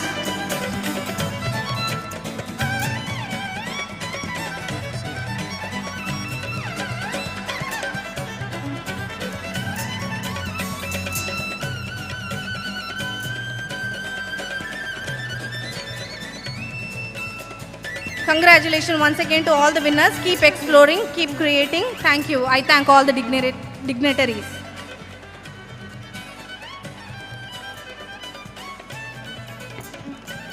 May I now request the dignitaries to hand over the certificate to our delegates.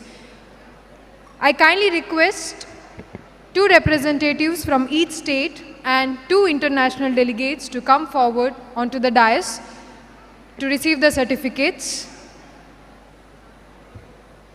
I request 2 delegates from each state. Kindly note, others will be receiving the certificates later. Delegates from Kerala, Telangana, Delhi, Punjab, Gujarat, Odisha, Chhattisgarh, Haryana, Jammu Kashmir, Uttar Pradesh, Rajasthan, Meghalaya, Puducherry, Tamil Nadu, Andhra Pradesh, Maharashtra, West Bengal, Karnataka, any 2 representatives from Reva University and Yenepoya University, international delegates, and delegates from Rajiv Gandhi University. I kindly request any 2 delegates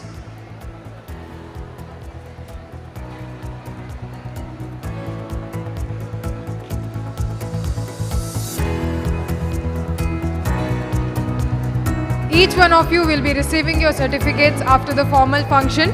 Kindly cooperate.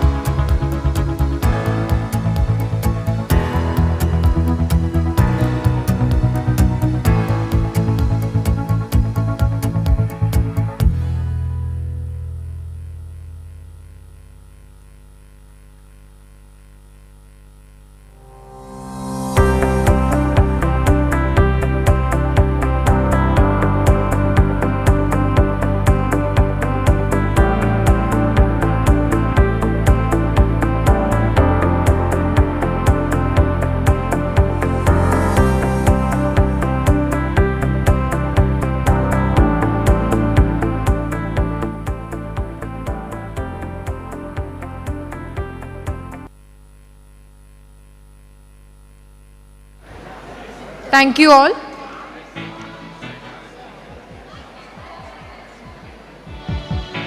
I kindly request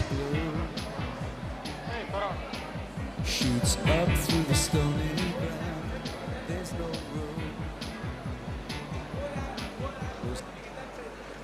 I kindly request the dignitaries to hand over the mementos to the organizing committee.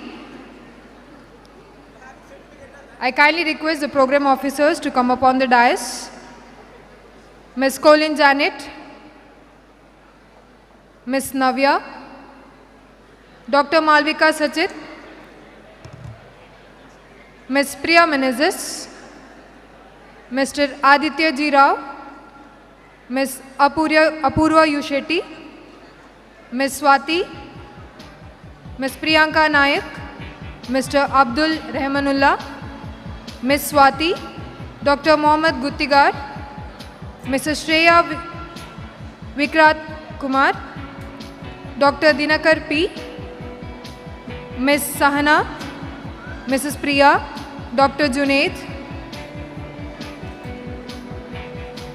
Mr. Sheetan Pujari, Mrs. Ashwini Shetty, Mr. Sanket Shetty,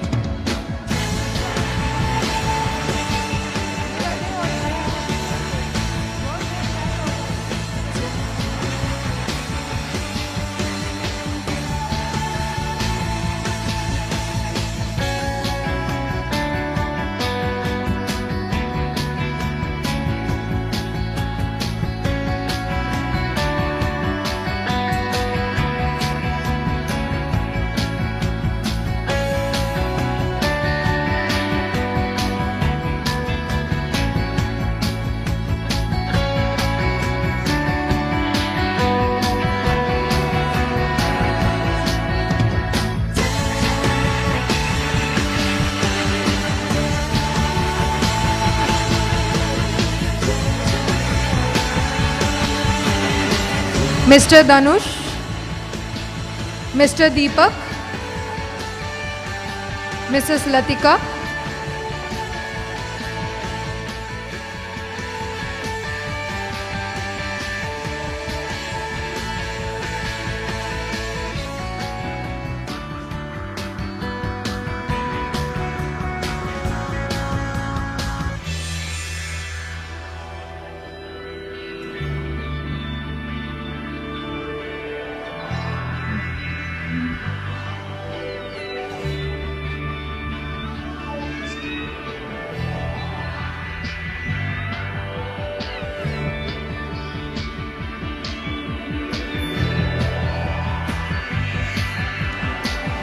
I kindly request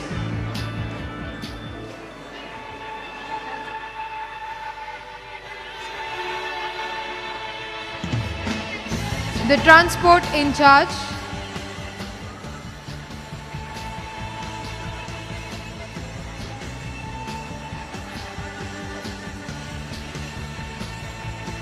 Mr. Sushant and his team to come up on the dais to receive the token of appreciation from the dignitaries.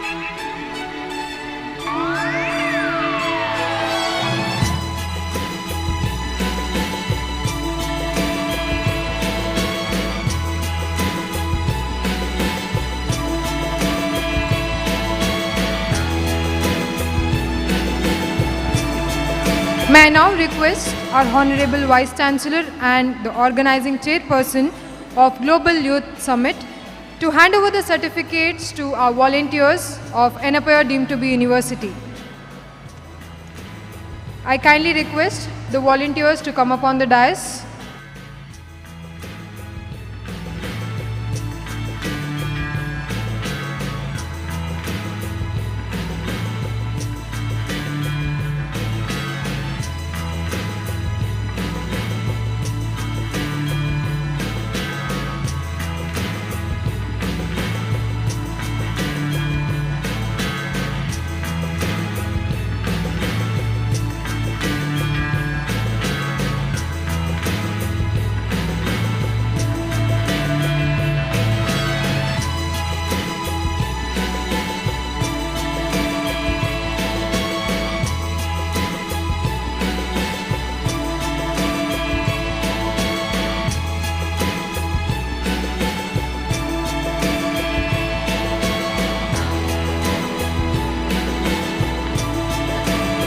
Miss Nandita.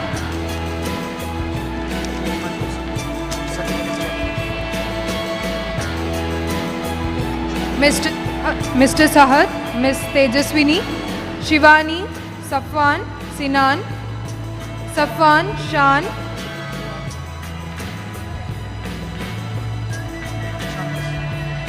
Shanawaz, Kais, Aisha, Kritika, Rayan, Slagan, Ashwajit, Rohit, Huda, Anjali,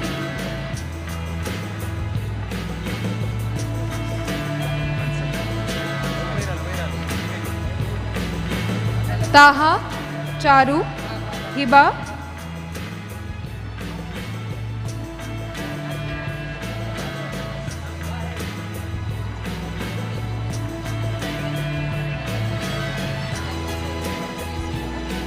thank you, sir.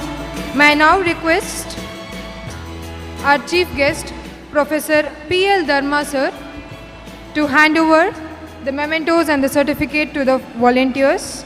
I would also like to request our guest of honor, Nadoja Dr. Uday P. Krishna, sir, to hand over the certificates. Also, I like to request Dr. Pratap Lingaya, sir, to hand over the certificates and mementos to the volunteers.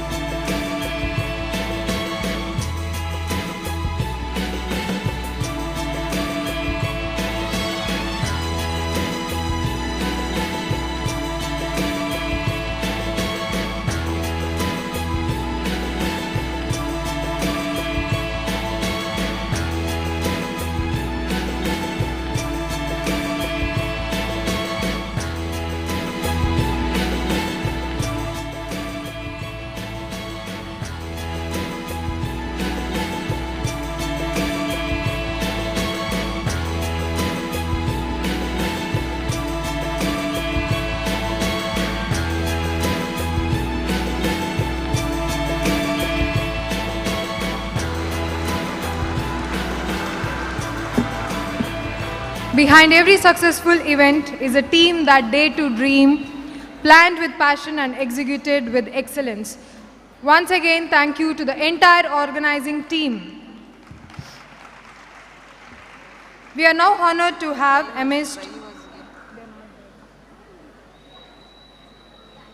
We are honored to have amidst us an exemplary academician and leader.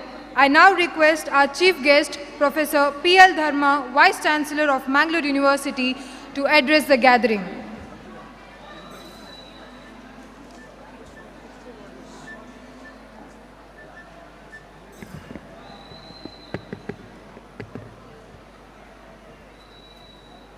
My young friends, can I have 2 minutes, please? Will you please maintain silence for at least 2 minutes? I do not want to come in your way of your celebration, but I just want to give a small message to you. When the entire panel was thinking of the future, youth's future, and they were deliberating upon the way in which conflict was created here, you were so busy talking, absolutely so busy talking. You did not even understand what they were saying except for few. And then, this is very important, and then when the prayer was sung here, there was absolutely silence. Now I can understand the youth psyche in India and abroad. I hope you understand the crux of what I'm trying to say. When the experts were discussing, deliberating, you had no patience to listen. And you didn't want to even, because you thought that is your right as youth to reject what they say. But when your young friends were singing here, reciting religious mantra from Bible, from Quran, and then Gita, you maintain silence. You have an answer to your conflict here. I'm still hopeful that the religion rules this country, religion rules this world, then neither the democracy nor any ideology. And how can you resolve the conflict?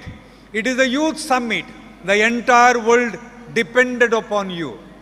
The entire world is depending on you. And you became absolutely silent. And I'm sure, you should do that. You should do that. And you should also do the causes that was represented by my panelists, respective panelists there. My dear young friends, I came here to speak to you, but now I understand the mood. It is absolutely at the last minute of your program. I do not want to come in your way. My university is about 2.5 kilometers from here. Vice Chancellor Sahab, my Mangalore University is, located in not more than 2.5 kilometers. Please come and visit. Unlike the Yenepoya University, we too have a university. We too have there 4,500 students pursuing their post-graduation, all of them with the same naughty behavior of what you did here. I understand your mind, and I know what you want and what you don't want, and that's why the speeches and the lectures do not matter to you. Thank you so much for being a wonderful youth throughout the world, and you are the hopes. That is what exactly we always believe. You are the hope, and not only the hopes, you make us live happily because of your behavior. Be always youthful, absolutely fun-loving, and at the same time, take care of this country, this world, this planet, so that you, your next generation, your children will also live happily. Thank you so much for the opportunity. I'm grateful to my colleague, the Honorable Vice Chancellor of Yenepoya University, and my young friends here, and everybody. Dr. Pratap, thank you so much for the invitation. Have a wonderful time. Jai Hind.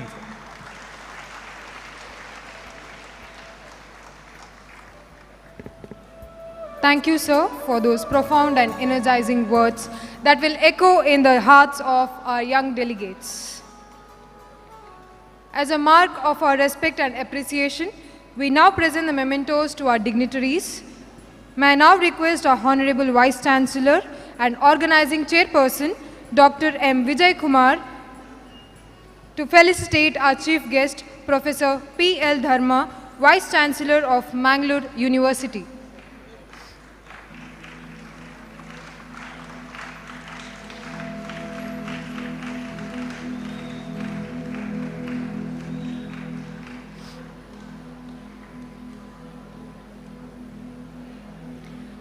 I kindly request Dr. Pratap Lingaya, State NSS Officer, NSS Cell, to felicitate our guest of honor, Nadoja Dr. Uday P. Krishna, President, Karnataka Gandhi Smaraka Nidhi, Honorary General Secretary, Sheshadripuram Educational Trust. Thank you, sir.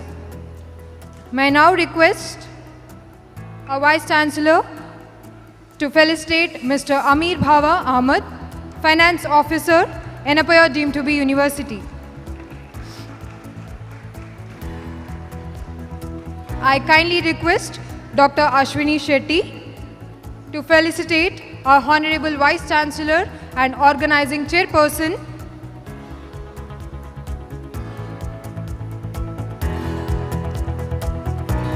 thank you, ma'am. We are privileged to hear from our presiding dignitary, Dr. M. Vijay Kumar, Vice Chancellor and Organizing Chairperson, Yenepoya deemed to be University. Over to you, sir.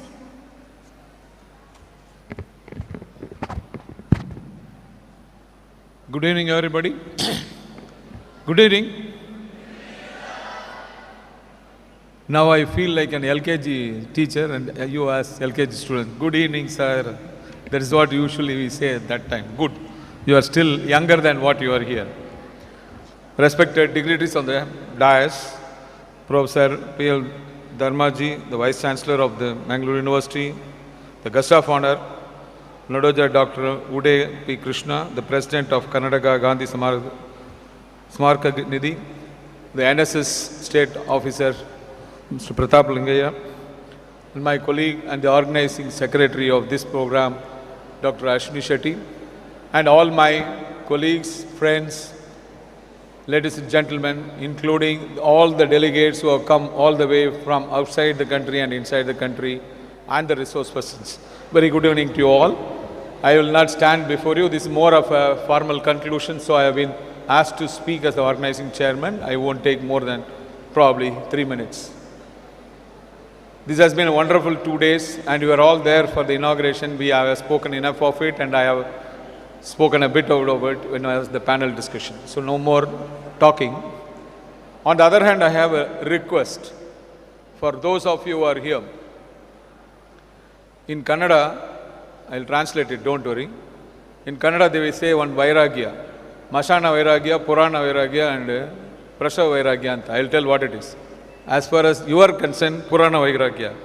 When you people go to listen to the discourses, come home and take a oath that I will become one of the best, as that person told. The next day morning, you are back to square one.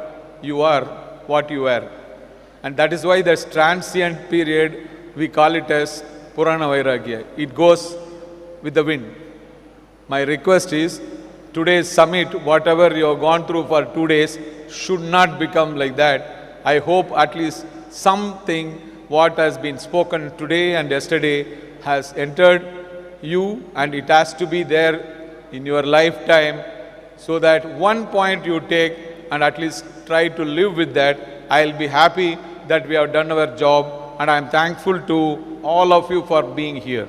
Before I conclude, I thank the NSS officers and the Department of Youth Empowerment and Sports and Government of Karnataka, and also my NSS team headed by Dr. Ashwini Shetty, for making and giving us an opportunity to organize this. And as you all know, this is the first ever NSS program. They are doing it in this scale.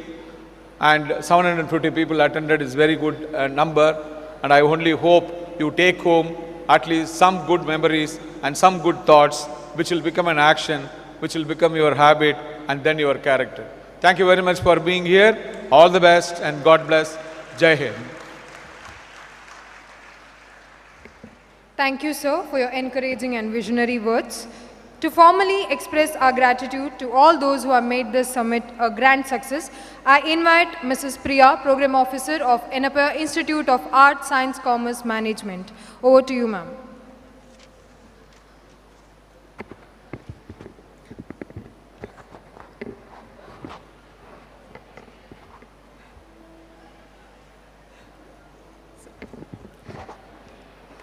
Gratitude is the fairest blossom which springs from the soul. A very good afternoon to one and all.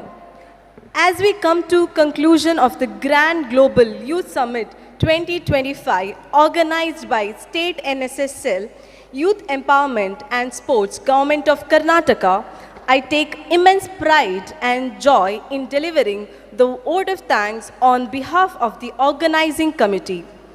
This summit has been a celebration of youthful energy, transformative ideas, environmental responsibility, leadership, and global unity.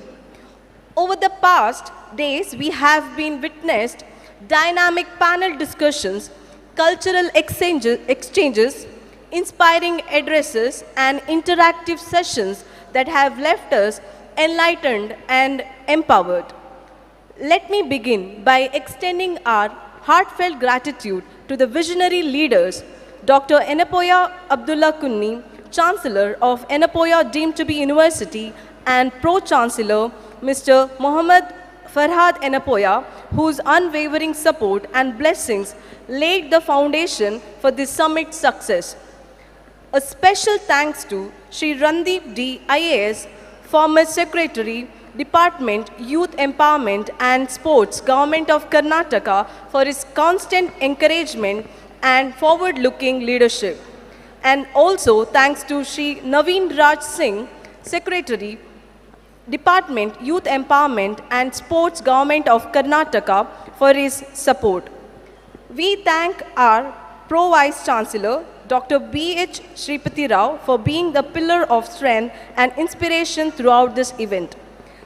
We are immensely grateful to our respected Vice Chancellor, Dr. M. Vijay Kumar, whose guidance and the presidential address today added immense value to the valedictory ceremony. A special thanks to Dr. Pratap Lingaya, State NSS Officer, Department of Youth Empowerment and Sports, Government of Karnataka, for his gracious presence and constant support towards NSS activities and youth empowerment, and also for this Global Youth Summit 2025. A heartfelt thanks to Professor P.L. Dharma, our Chief Guest and Honorable Vice Chancellor of Mangalore University, for gracing us with this inspiring presence and insights. Our guest of honor, Nadoja Dr. Uday P. Krishna, President, Karnataka, Gandhi Smaraka Nidhi, and Honorary General Secretary, Sheshadripura Education Trust. We also thank you, sir. A sincere gratitude to Dr. K.S. Gangadhara Somayaji, Registrar, for his ever-present administrative support. We also thank Mr. Amir Bawa, Finance Officer of Yenepoya, for always being with us in spirit and action. We also thank Shri Pradeep D'Souza, Assistant Director, Youth Empowerment and Sports Department, for his goodwill and support. I also thank our expert speakers, panelists, moderators who came across the globe and enlightened all of us with their knowledge. Thank you all. Our heartfelt gratitude to Dr. Ashwini S. Shetty, Directorate of Outreach and Extension Activity, NSS Program Coordinator and Organizing Secretary of the Global Youth Summit 2025, the heart and the brain behind this massive success. To all our respected delegates and participants, thank you for being the soul of the summit and making every session lively, thoughtful, and engaging. We thank the entire organizing committee whose tireless effort, day and night, made this summit a well-orchestrated reality. A special word of thanks to our NSS volunteers whose discipline, energy, and hospitality stood as a true example of selfless service. We are deeply grateful to the technical team who ensured that every audio, visual, light, and screen transition ran smoothly without glitch. We also thank our food partners, Sukh Sagar, for delighting us with the delicious, timely meals. To our transport and cleanliness staff, especially our drivers and housekeeping team, your invisible hands made this event visibly wonderful. Thank you for your dedication. Gratitude to our official photographers and media team who captured the summit's best moment, making memories for a lifetime. A heartfelt thanks to our teaching and non-teaching faculty members for their constant encouragement and seamless coordination. And finally, to each and every person, named, unnamed, who contributed directly or indirectly, your efforts have added petals to the bouquet of the success. Let me conclude with the quote, "Alone we can do little, together we can do so much." Thank you once again. Let us carry the spirit of this summit forward and continue to ignite the spark of change wherever we go. Jai Hind.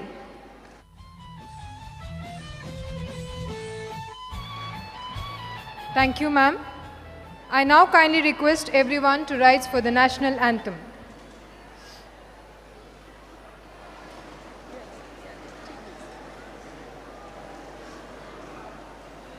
जनगण मन अधिनायक जय हे भारत भाग्य विधाता पंजाब सिंधु गुजरात मराठा द्राविड उत्कल वंगा विंध्य हिमाचल यमुना गंगा उच्चल जलधि तरंगा तव शुभ नामे जागे तव शुभ आशीष मागे गाहे तव जय गाता जनगण मंगलदायक जय हे भारत भाग्य विधाता जय हे जय हे जय हे जय जय जय जय हे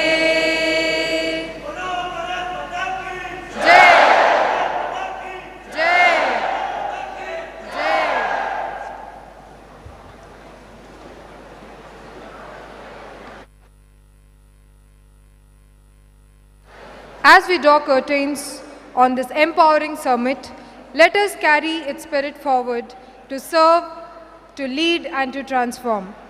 Do not follow where the path may lead. Go instead where there is no path and leave a trail. Wishing you all a bright future ahead. Thank you.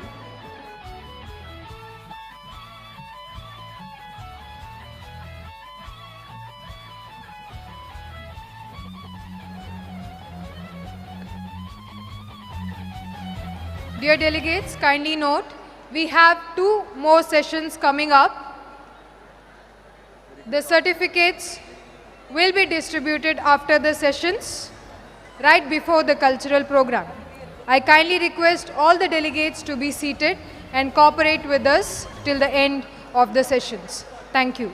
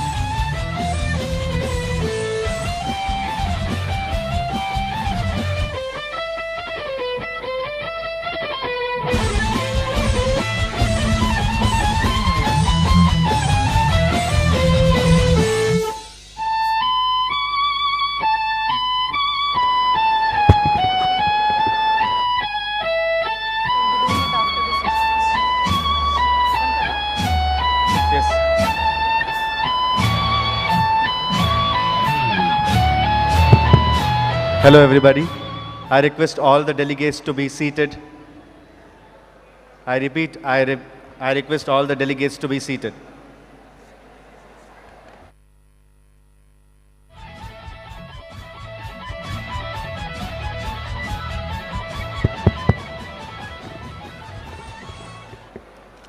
A very good afternoon, ladies and gentlemen.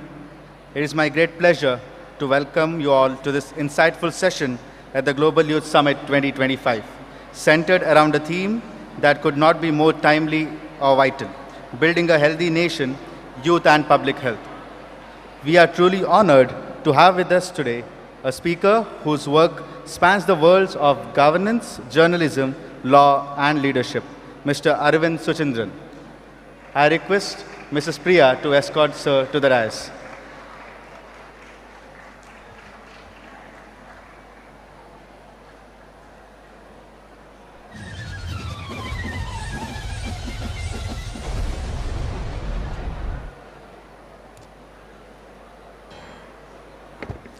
Mr. Arvind serves as the Chief of Staff to Tejasvi Surya, the Member of Parliament for Bengaluru South, where he plays a key role in driving impactful initiatives and shaping public policy.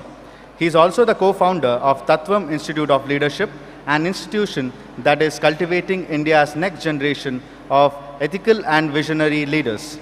His journey from a seasoned sports journalist to a trained lawyer handling public interest cases and now a force in the youth leadership and public service. This reflects a deep commitment to building a better, healthier, and more equitable society. As we discuss the role of young people in advancing public health, Mr. Arvind's experience at the intersection of policy, advocacy, and youth empowerment makes him the ideal person to guide today's conversation. Please join me in warmly welcoming Mr. Arvind Suchindran. Over to you, sir.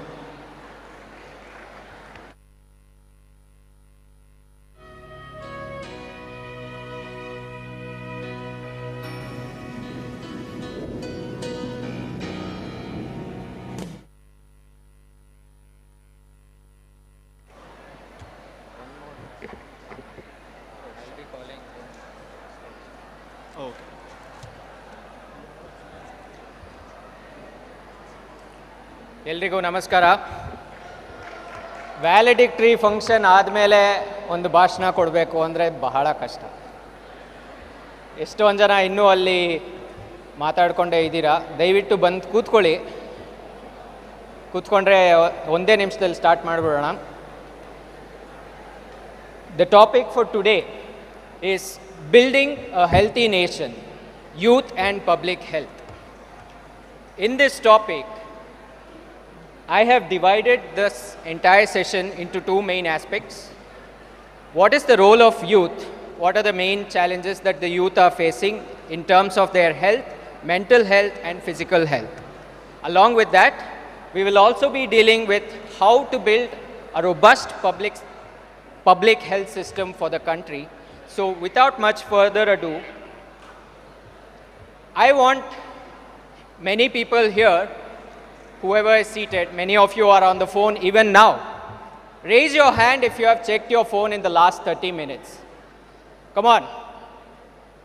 That's every one of you. That is almost everyone out there has been on the phone in the last 30 minutes.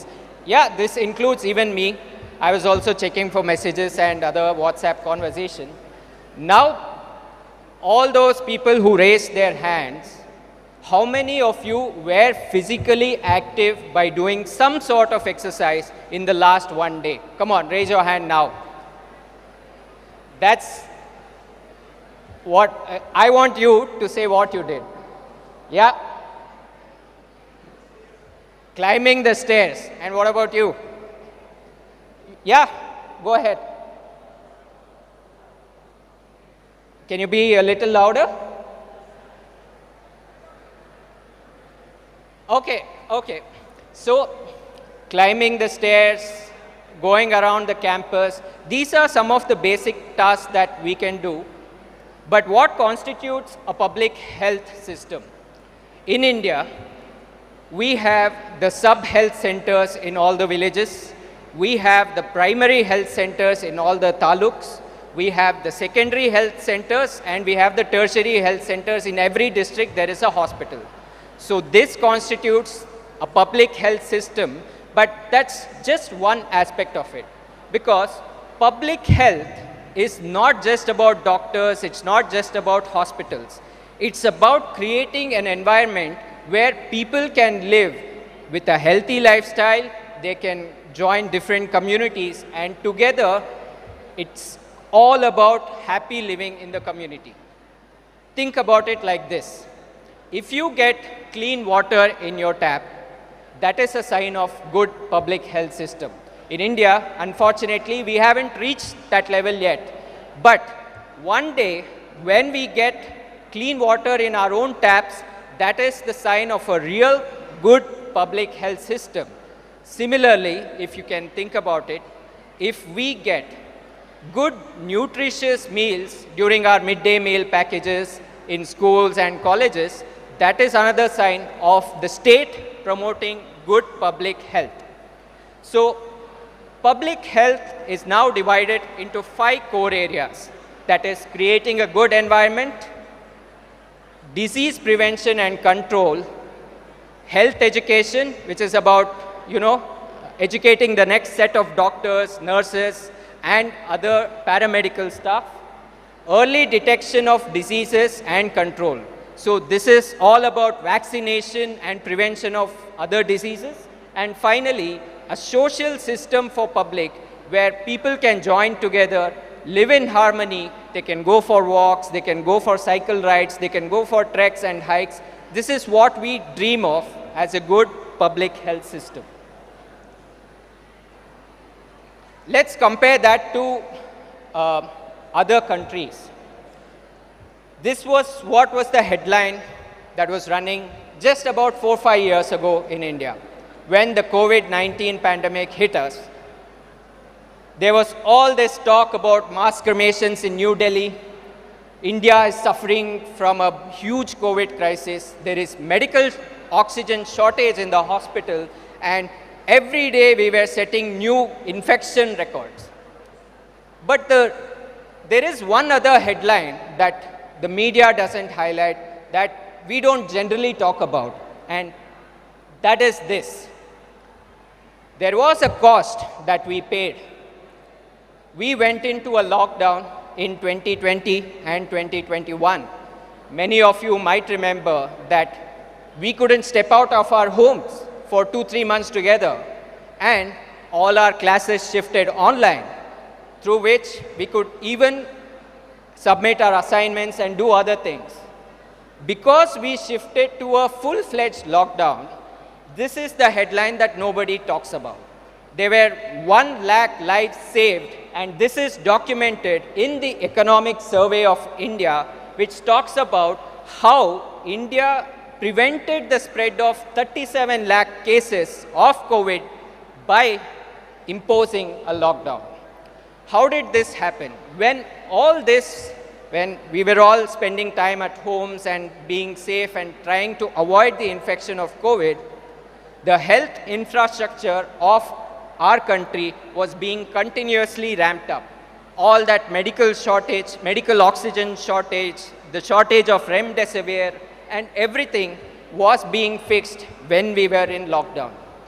Of course, this is a story that we, as the MP office, did in Bangalore South. We came up with unique models to combat the COVID-19 infection. When people were in the lockdown, and senior citizens especially were unable to step out of their house, step out of their apartments to buy medicines or to get groceries, we had a delivery model which we combined with Swiggy, Zomato, Dunzo, Rapido, and with a flat delivery fee of just 10 rupees, we ensured that anybody who wanted to get medicines, who wanted to get groceries during COVID-19, in the middle of lockdown, they were able to easily access it. And this is some sort of leadership that was implemented across the country and during the COVID-19 model especially.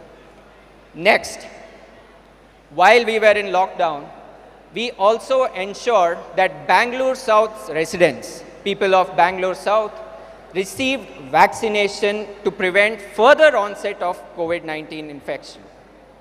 And we are proud to say that we conducted the largest vaccination drive in the shortest period of time. We as a country in India were giving vaccination up to 1 crore per day. 1 crore people per day were getting their COVID-19 vaccine in the middle of the pandemic. This is unheard of.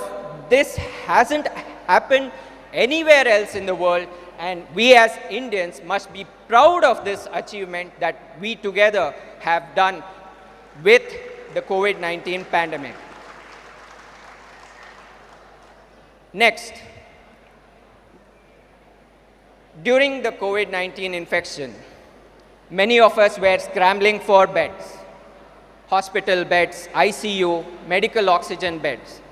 But what we were instead given is this scam, where a lot of people, in exchange for money, were booking beds in hospitals and denying treatment to all those who urgently needed. Thanks to our efforts, we were able to unearth this scam and ensure that within 100 hours, 4,000 beds, that is in Bangalore South alone, were free for the use of public, and many lives were saved because of this. Now, that is the story of Bangalore South, which I briefly got into. Here is the story of India.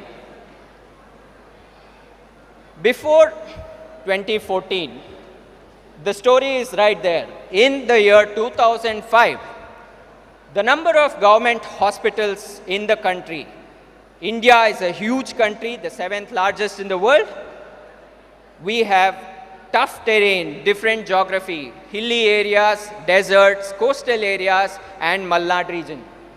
7,000 were the number of hospitals that India had in the entire country. That is the number of hospitals we built from 1947 to 2005. Then the story plummets. The growth, you can see there. There is 11% growth annually, and now from 2015 to 2021 alone, there is 3 times the number of government hospitals that are there in the country. Today, from 5,000 in 2005, we have 60,000 government hospitals in the entire country, and this is the speed at which India is rapidly expanding its hospitals. Along with hospitals, you also need beds.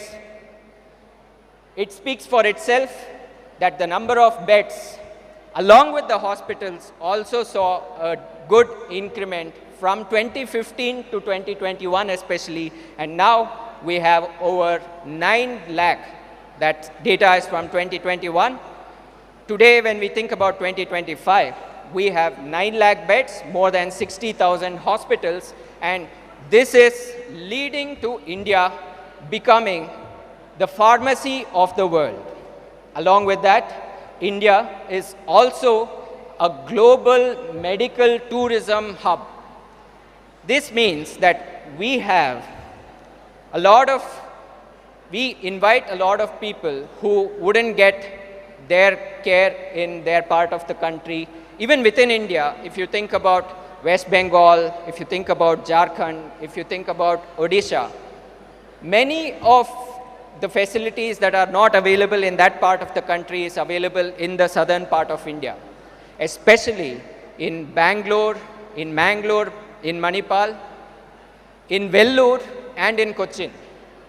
As a result, we see that we also get a lot of domestic medical tourists as well as international medical tourists, with Bangladesh, Maldives, Afghanistan leading the chart. This is just from the year 2021, and we have seen a constant increase in the number of medical tourists that India has supported. I want to invite my friend, Dr. Alexander from Russia. He is going to briefly speak about how the Russian public health system functions. He himself is a gynecologist, and he has gladly agreed to be part of this conversation as well. So thank you. Over to you. Good afternoon to everyone. Thank you very much to Arvind for inviting me to have a slide speech today.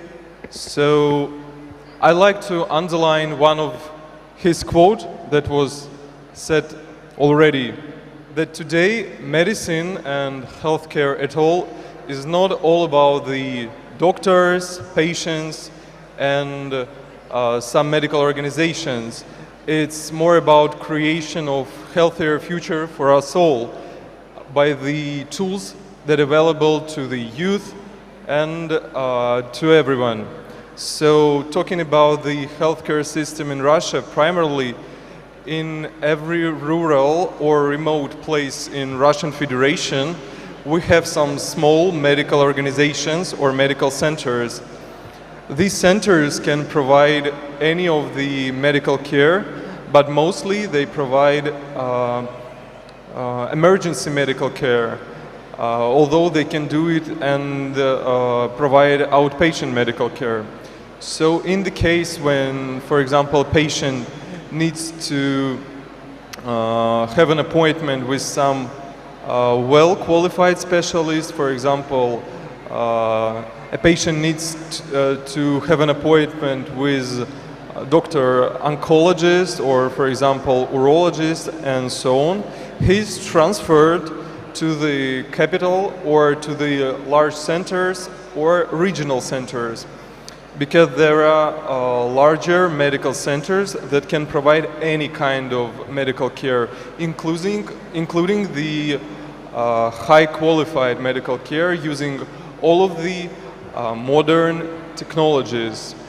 So basically it's very convenient in Russia, and we have one-of-a-kind system that include these small medical centers that are located in remote areas. And I think that this is one of the most important things here in Russia. So also I wanted to tell you about the sport and our sport community, because I know that in India there is a large love to cricket, as I know, and in Russia we have sport not as a type of some activity. Sport is a part of our culture, and I think that every human in Russia, not just doing some sport, he tries to be involved in this activity from the childhood, and I think it's literally in our roots and it's literally in our DNA. So in Russia we have a lot of state programs that allows to create different sport grounds all over the towns and cities. So for example, if you go down to the streets in every city in Russia, you will see a lot of sport grounds that are created in parks or in even in the court sides. So I want to say that sport should be not just a type of activity, it should be a part of the culture, it should be the unifying force that can unite people, and it should be not just a way to be healthier or keep yourself fit. It should be more than that, because as a doctor I can literally say that sport is the simplest way to reduce all of the hormones or different substances in your body that affects negatively to your body. For example, sports is the best way to lose calories, as you all know. Sports is the best way to lower the level of lipids in your body, such as cholesterol, such as lipoproteins of different density, and of course different hormones such as cortisol, for example. It helps to raise the level of the good hormones such as serotonin and dopamine, and I think you know that these hormones are responsible for your mood. They're responsible for the general condition of humans. So as I said before, it's the best and the easiest way to keep yourself healthier. Thank you very much, and thank you, Arvind, again, for letting me have this speech.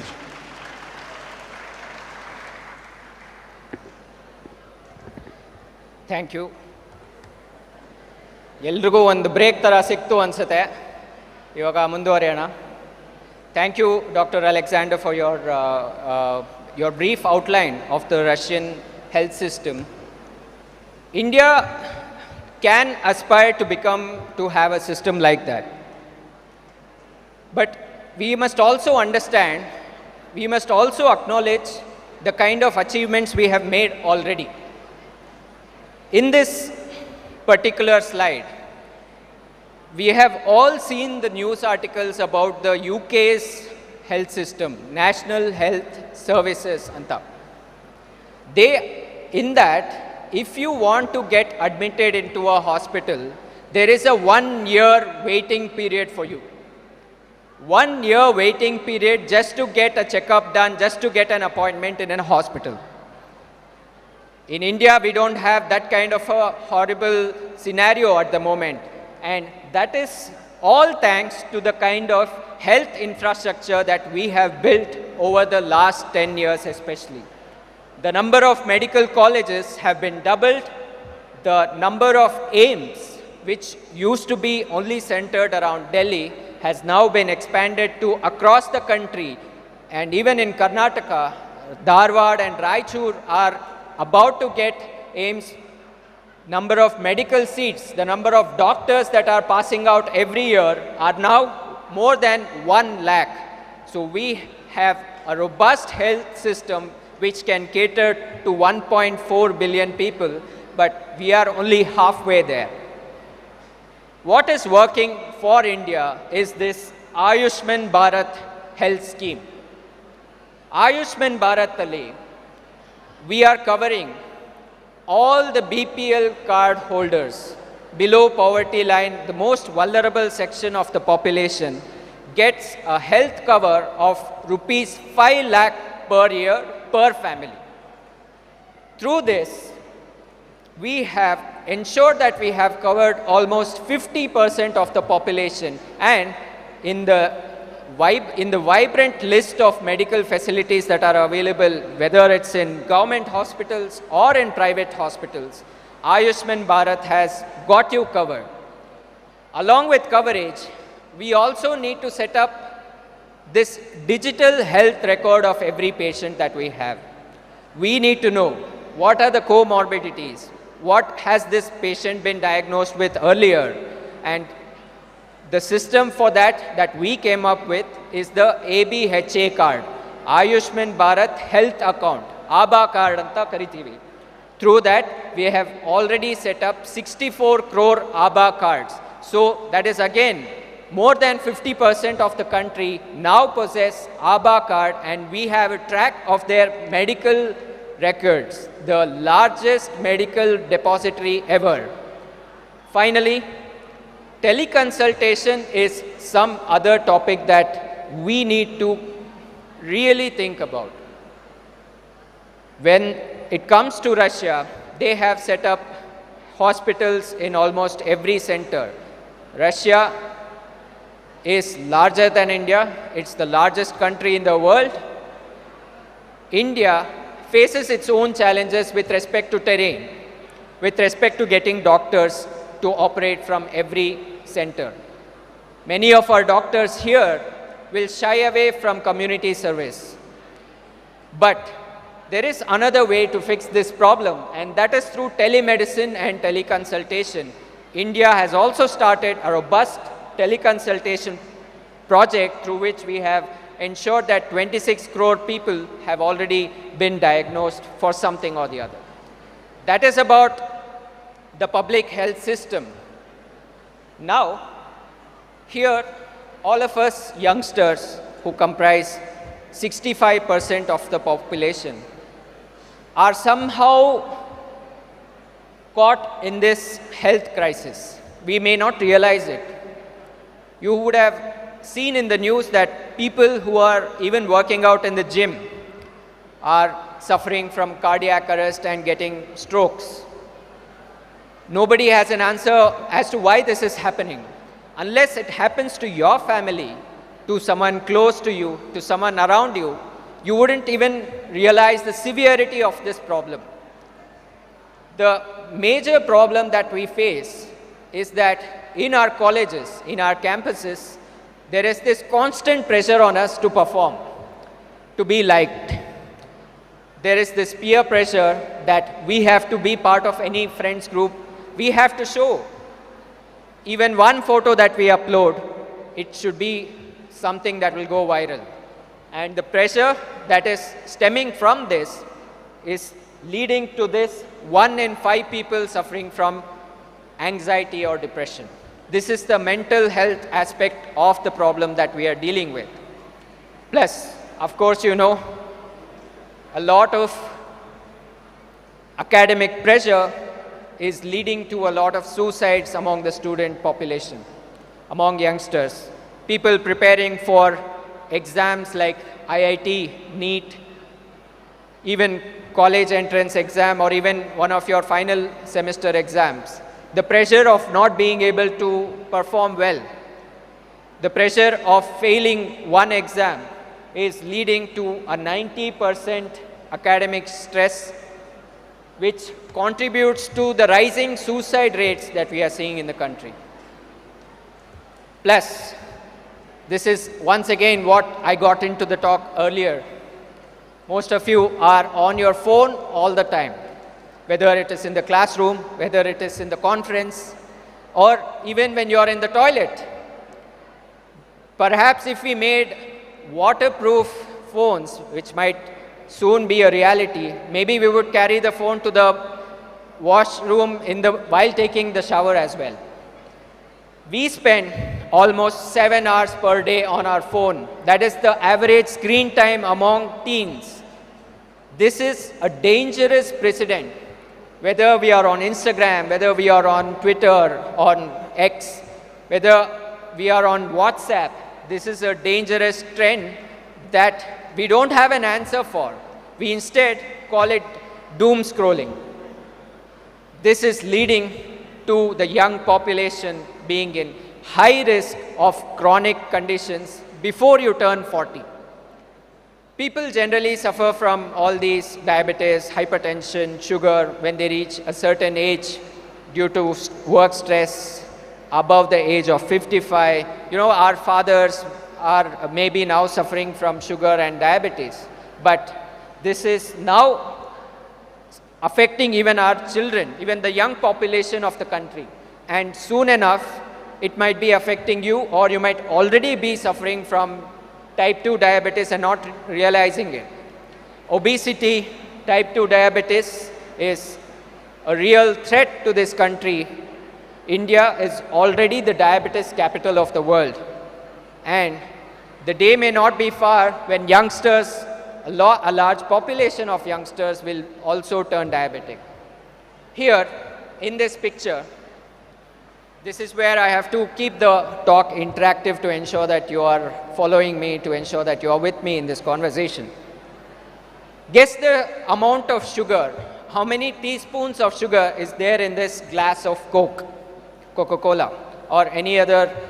Yeah, the one in the second row wearing the blazer, please go ahead. Yeah. 5 teaspoons of sugar.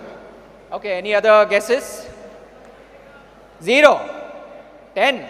Okay, 5 and 10. The answer is 8 teaspoons, maybe 500 ml as 10 teaspoons of sugar. But we all know that drinking huge amount of Coca-Cola is bad for our health. So instead, what did we do? We started consuming fruit juice. Fruit juice, we don't realize, also has sugar.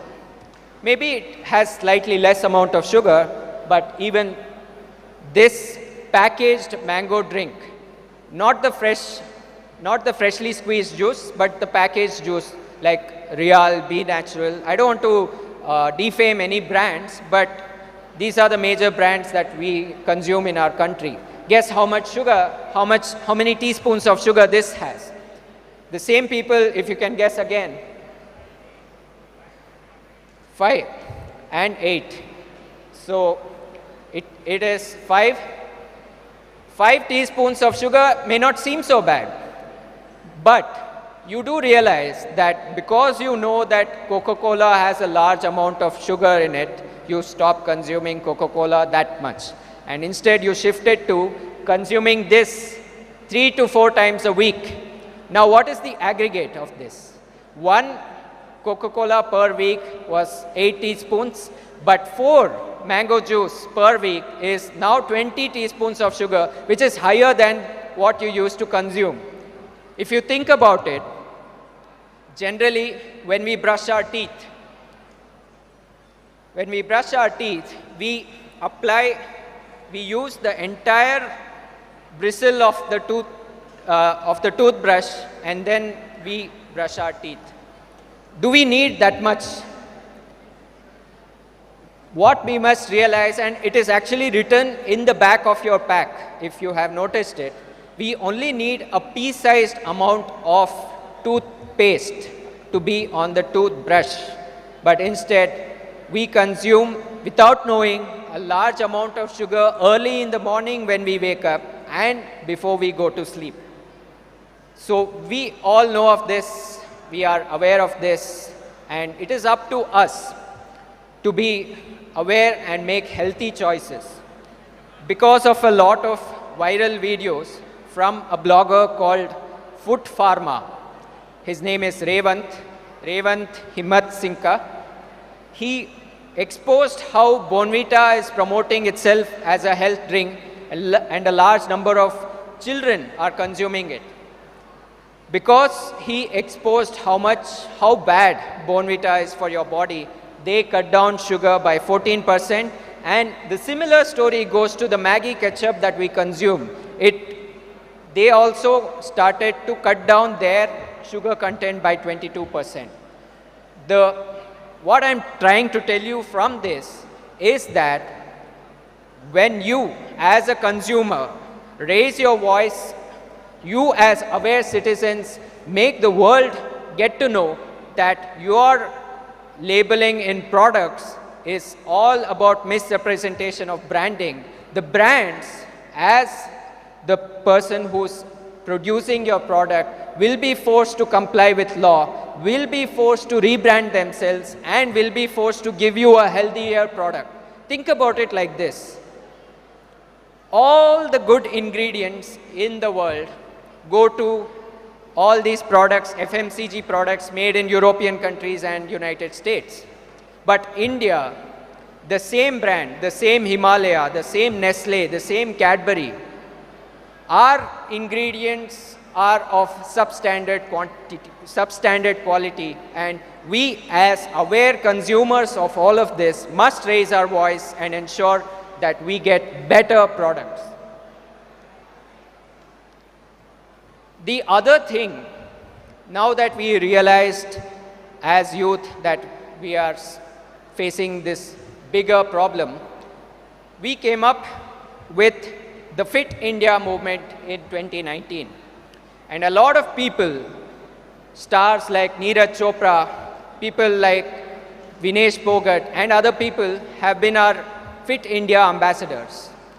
What they are trying to tell you is, as youngsters, pick up a good habit, follow a good diet, make sure that you are disciplined with this and maintain consistency, and you will see a lot of change in your own health.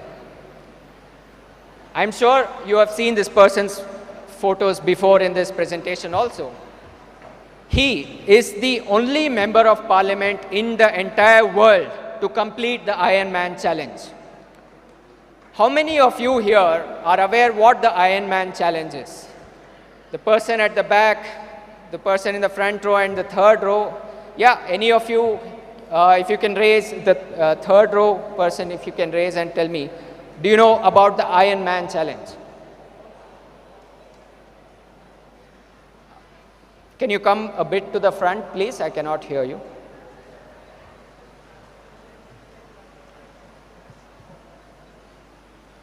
So, 1.9 kilometer of swimming, 90 kilometer of cycling, and 21.1 kilometer of running. All of this, it's a triathlon. You have to complete all of this in 8.5 hours.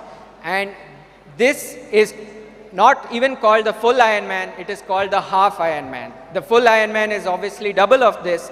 He is the first and only public representative to have completed this Ironman challenge, and that, is an inspiration for all of us as youngsters. So make these alternate choices.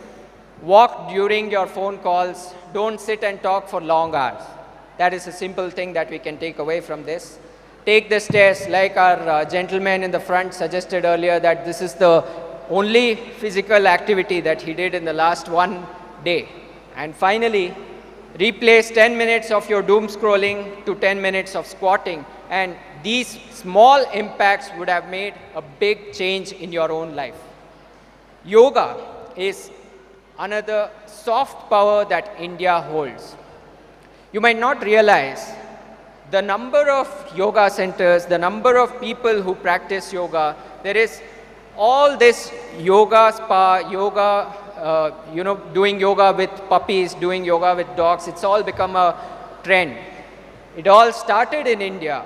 Yoga not just combines physical exercise, but it also contains the importance of meditation and pranayama, which, is a wholesome, healthy lifestyle that is suitable for people of our age. The gentleman here, everyone knows about his achievement. Virat Kohli he waited 18 years for an IPL trophy, but he finally got it for us.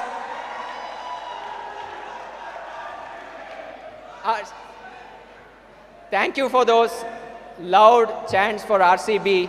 We are all proud Bangaloreans. We are all proud of what Virat Kohli has done. So here in this section, I'm taking you on a personal journey. I used to be a sports journalist for the last 6.5 years. And I got to cover the biggest of football matches, the biggest of IPL matches, and I got to interact with a lot of athletes. However, I realized that I am constantly talking about their underperformance, that they are not disciplined enough. We used to always see Virat Kohli get really angry in the cricket match, really in the test matches when he plays against Australia and other countries. We have seen that aggression, and we know that this is what he represents. Whenever I used to get the chance to meet him or interact with any of these athletes, I would feel inferior about my own fitness level. I wouldn't say that I was very fat back then or very overweight, but unless I follow their path, unless I follow that regime, unless I am as disciplined as them, I only then will be able to be qualified enough to write about their performance. So I used to play football. Then I enrolled myself in mixed martial arts, and just for the sake of fitness, I've gotten hit on my eye, I've gotten hit on my face so many times. And now, even if you throw so many punches at me, the discipline, the consistency, and the experience of what I have gone through during training has prepared me for all those punches that you can ever deliver to me. So youngsters, you being in the colleges, you would have pulled off so many all-nighters, studying before the exam, completing your projects, doing those assignments which would be due the next day. But when athletes need recovery, we are no different. 8 hours of sleep is a minimum that recovery time will take you a long way. That is what is going to fuel your energy for the next day. So even if you study the whole night and you miss your sleep, it may give you some short-term gains, it may give you some extended period of time to prepare for the exam. But in the long term, you are paying a huge cost with your health. The other thing, I am giving you this lecture about making healthy food choices, getting the right amount of sleep. But I know you're all in college, you're all getting only that small amount of pocket money from your homes, from your parents, once a week. You know, I used to get 20 rupees per week. 20 rupees per week I used to save up for one month and then have one bel puri. That is the way that I went and approached my college life, and I know the story is the same for you also, just the amount may differ. What I'm trying to tell you is, you may think that eating healthy is also eating more expensive food. I know organic food costs a lot. I know shifting to millets instead of rice takes off a huge amount of money from your wallet. But there are still simple substitutes such as fruits, such as homemade snacks, and so many other options that are available. Make sure that you can also have nutritious meals, can also have affordable meals even when you're in college. Youngsters, I only have this request. Take up some sort of physical activity. It can help you beat loneliness. It can help you get that dopamine level that you need to get through the day. It can help you beat stress. And most importantly, it builds this sort of community that we together can go for a trek. We together can go cycling. Even our cities, European cities, are known for their walking pathways, their jogging tracks. In India, we have a lot of potential, a lot of places which can be developed into centers of sporting excellence.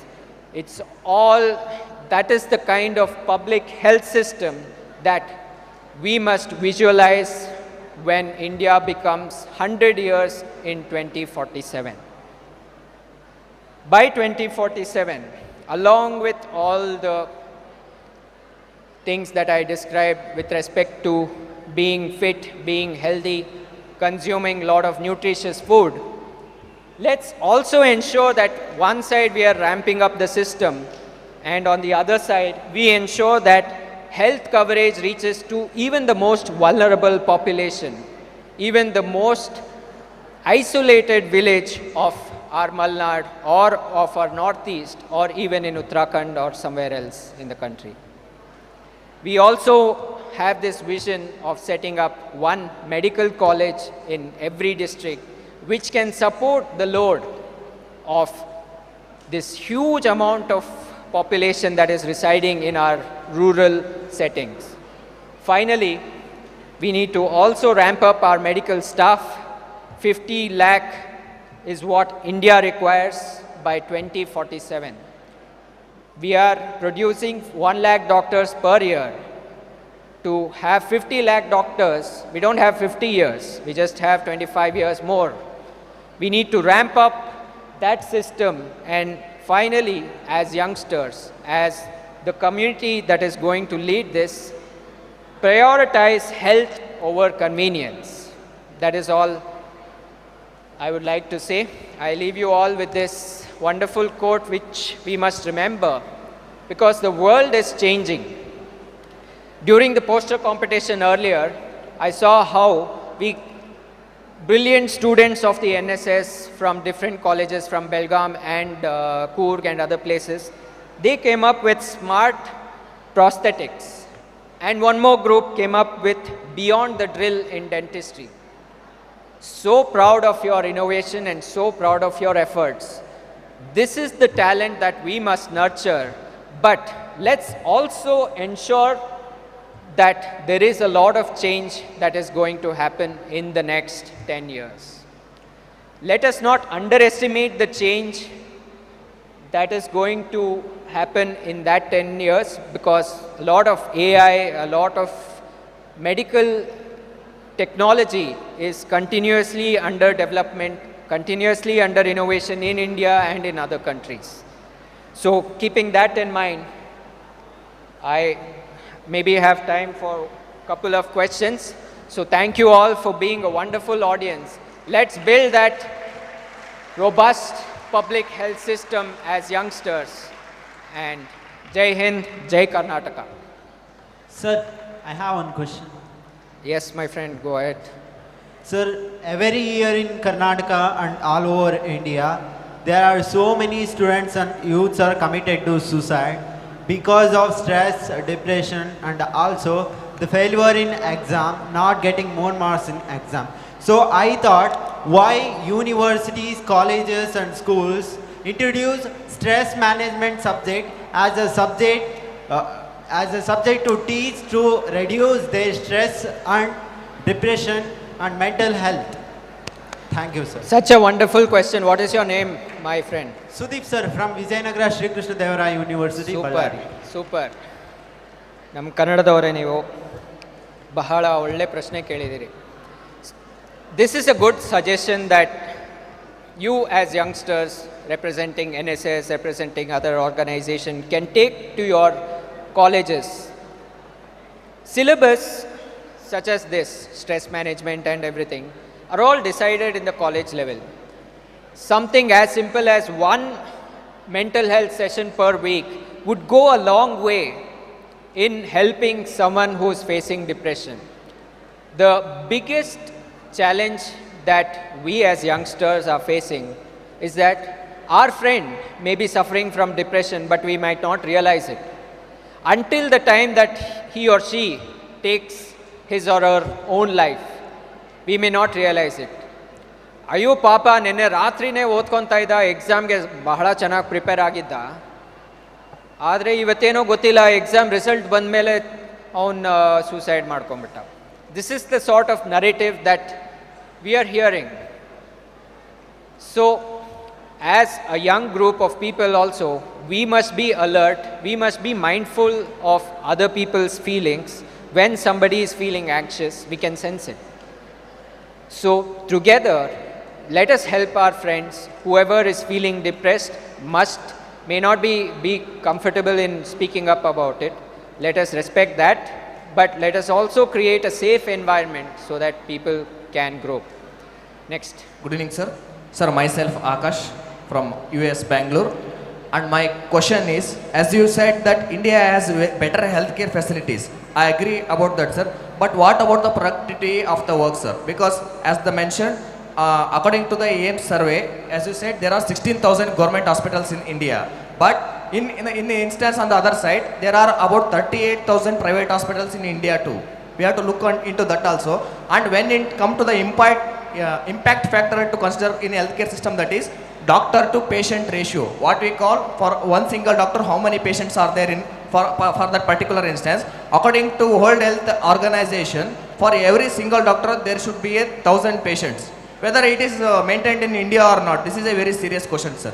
And also, I am adding to that, in the government hospitals, as you mentioned, there are 16,000 hospitals in India, but how many of these hospitals are there in the rural sector? Because most of the hospitals are located in the urban sector, which are untouchable to the village people. That's why in many of the countries, 3 fundamental needs such as food, shelter, education and healthcare, these are not liberalized, privatized and globalized. But in India, all these are get privatized and it has become a very big business and all. And in many of the instances, there will be a quotes called, in healthcare system we could not reach to the village sectors of the society. When the signal is not reaching, when the electricity is not reaching, but still the Swiggy orders are reaching, Flipkart orders are reaching, Amazon orders are reaching. But ambulances are not reaching in time to the villages sector. What about this healthcare system, in context of your view about this healthcare system in India, sir? Okay, thank you, Akash. So, in your question earlier, you spoke about whether India maintains that doctor to patient ratio. No, India does not maintain that ratio. Because I spoke about the number of colleges that were there, the number of doctors that we are producing per year. We are only going to get close to that ratio when we ramp up the number of medical colleges in the country, when we ramp up the number of seats that each college has. Unless you produce a large amount of doctors, where will you be able to meet that ratio? So work is continuously happening in that regard. And that is the stat that I showed you, that in the last 10 years alone, we have doubled the number of colleges, we have doubled the number of beds as a country. The government has done this, realizing this very difficult trend. The next question that you posed about was about how many colleges are there in the rural cities. Rural towns and rural villages. There is, of course, a lot of the cities support big government hospitals. Let us now, this is why I highlighted the Russian public health system. Russia is a larger country than us. Russia also does not have a hospital in every village. UK does not have a hospital in every town, in every village. The reason that UK is suffering from this problem is because they have limited number of hospitals. The way to tackle that is by ensuring that digital consultation, teleconsultation and prevention of disease is an important aspect. As a state government or as a central government, it is not practically possible for the government to ensure that every doctor, every village, there is a doctor present. Some villages will have, that is there for sure. Some villages may not be able, the doctor may not be able to be willing to work there. The village may be shifting here and there due to the seasonal changes. We have all these challenges in the country. But telemedicine and digital consultation is the way that we have sub-centers in every village. Every village has a sub-center. We ensure that through teleconsultation, through digital diagnosis, we are able to provide that medicine. And of course, when there is emergency treatment required, we have to ensure that hospitals are suitably located in the nearest town, in the nearest panchayat. So thank you. I hope this gives some sort of an insight into this. Thank you, Akash. Yeah, I have one question. Arvind? Where, ma'am? Where? Yeah. Yeah, it's really a wonderful presentation by you. I saw that 2047, where the citizens, you have mentioned about the schemes to reach to all the citizens. But presently we see this gap with the, most of the unprivileged population, where they come to the hospital, most of the people, they do not have these Ayushman Bharat card. So how in your setup, maybe when you are working in NGOs, how you mobilize the youths to motivate the youths, to get citizens to do this Ayushman Bharat schemes or enroll the Ayushman Bharat schemes. Okay. So Ayushman Bharat, that is the, it's a scheme that is designed. Even if you don't have that card, even if you, ABHA card, ABHA card, is not the identity card to get you admission in the hospital. It is rather the medical record that is kept to map what diagnosis you previously faced, what you had in your previous ailment. Any person who is below the poverty line, whether he has the card or not, is eligible for the Ayushman Bharat scheme. So this way, we are covering, the government is covering rather, all the 50, there are all BPL card holders in the country. Whoever has the BPL card, whether they have Ayushman Bharat card or not, they automatically qualify.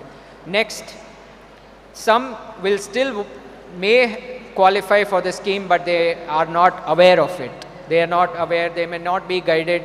As soon as they reach hospital, they may not know where to go to the counter. And so every hospital, at least this is how the government has set it up, has Arogya Mitra. Ayushman Bharat scheme is run as Ayushman Bharat Arogya Karnataka in the state of Karnataka. Every hospital has an Arogya Mitra, and as soon as you reach that person, he will give you the relevant information about what all you get from the scheme, what all surgeries are possible under the scheme, and what all treatments can be provided. Along with that, NSS can collaborate with different offices, different government departments to ensure that you conduct camps where you register people for this ABBA card, to ensure that you make people aware of the scheme. No matter how much you try, India is a country where people, the literacy may not be that much, but when you spread the word, when you make certain people aware of it, they ensure that it is passed on to the last mile. So through this, I also appeal to the NSS to come up with camps where you can create awareness drives about this scheme and ensure that treatment is given to the most needy sector of the country. So last question maybe. Yeah. Come in the front and ask.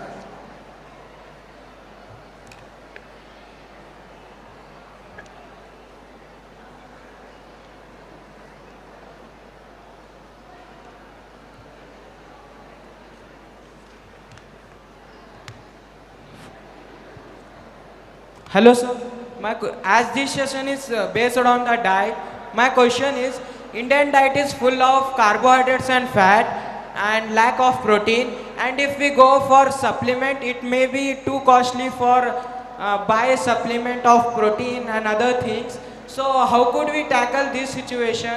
Mainly a student who used to indulge in sports and gymnastics, how could we tackle this situation, sir? So the question is about availability of food. So we must go after all those products which have high fiber content, which have high protein content. The main problem that we face is we are told that vegetarians will not get protein source, will not get vitamins, will not get... I am a vegetarian. What I do is, I can speak from my personal experience. I take whey protein, I take protein supplements. I don't go for even there I check what the label says, what kind of sweetener they use, what kind of ingredients they use, and only then I go for it. Along with that, all naturally available products, especially in the meat industry, chicken has a lot of protein.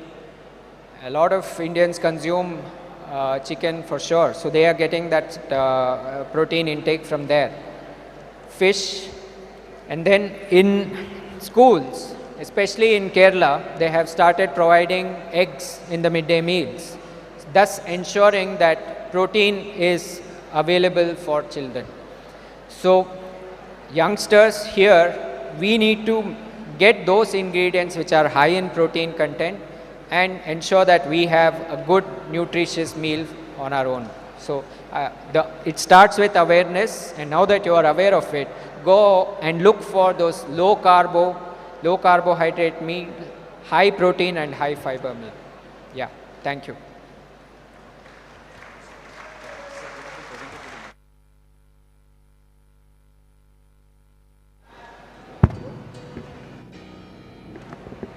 We extend our sincere thanks to Mr. Arvind for taking his time and sharing his valuable insights. Sir's thoughtful perspectives added great value to the session, and we truly appreciate your contribution, sir. Thank you once again. Before we move on to the next session, that is the last section of Global Youth 2025, I would like to take this opportunity to thank the Transport Department of Yenepoya, who have worked day and night to make this event a tremendous success. Now, I request Dr. Ashwini Shetty to felicitate them for their contribution. I would like to ask Dr. Pratap Lingaya sir to accompany now.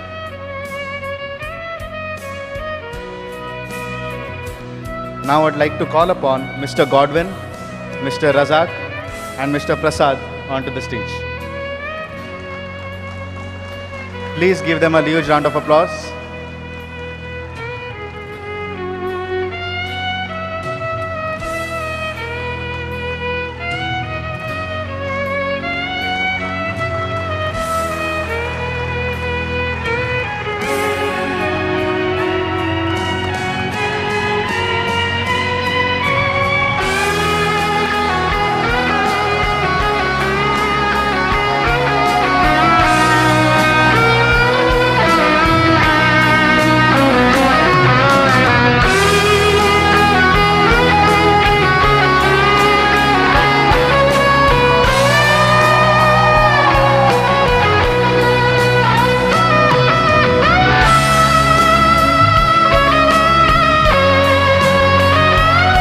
They and their volunteers have worked tirelessly for last 48 hours, be it 2 o'clock in the morning or 3 o'clock in the morning, to make sure you all are safe and you have reached your accommodation. Please give them a huge round of applause.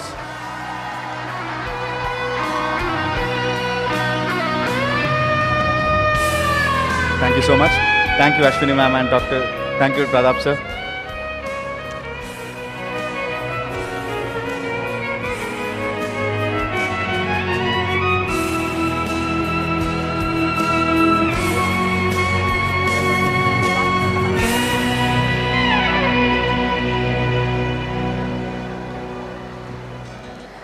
Good afternoon, everyone.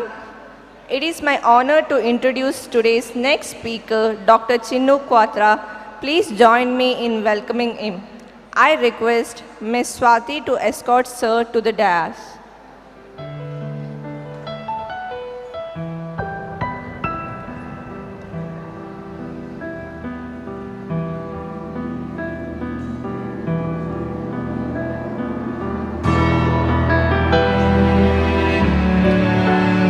Dr. Quatra is a renowned humanitarian, environmentalist and a TEDx speaker who has dedicated his life to social impact.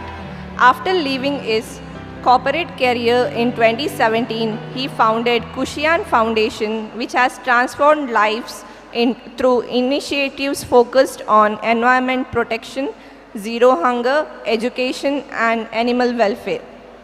Dr. Quatra is the force behind Beach Warriors, a movement credited with significant beach cleanup efforts across India, earning him a place in the Limca Book of Record. He holds a PhD in social welfare from Sorbonne University and has been widely recognized, including with the Thane Ratna Humanitarian Award. During the COVID-19 pandemic, his foundation served millions with food and oxygen support, establishing him as a true COVID warrior. Beyond his grassroots works, he has collaborated with major brands and appeared on Kaun Banega Karodpati, where his cause received national attention. Today he is here to share his insight and experience on life dedicated to environmental preservation, a topic he lives every day through his work and values. Please join me in welcoming a true change maker, Dr. Chinnu Quatra. Over to you, sir.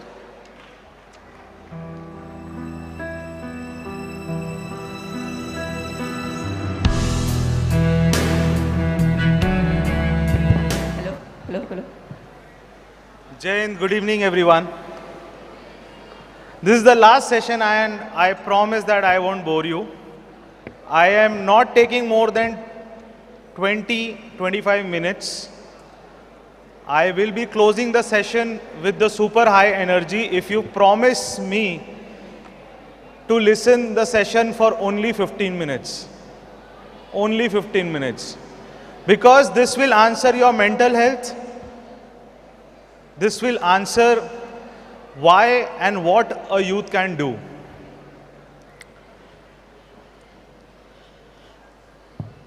So my journey started in 2014.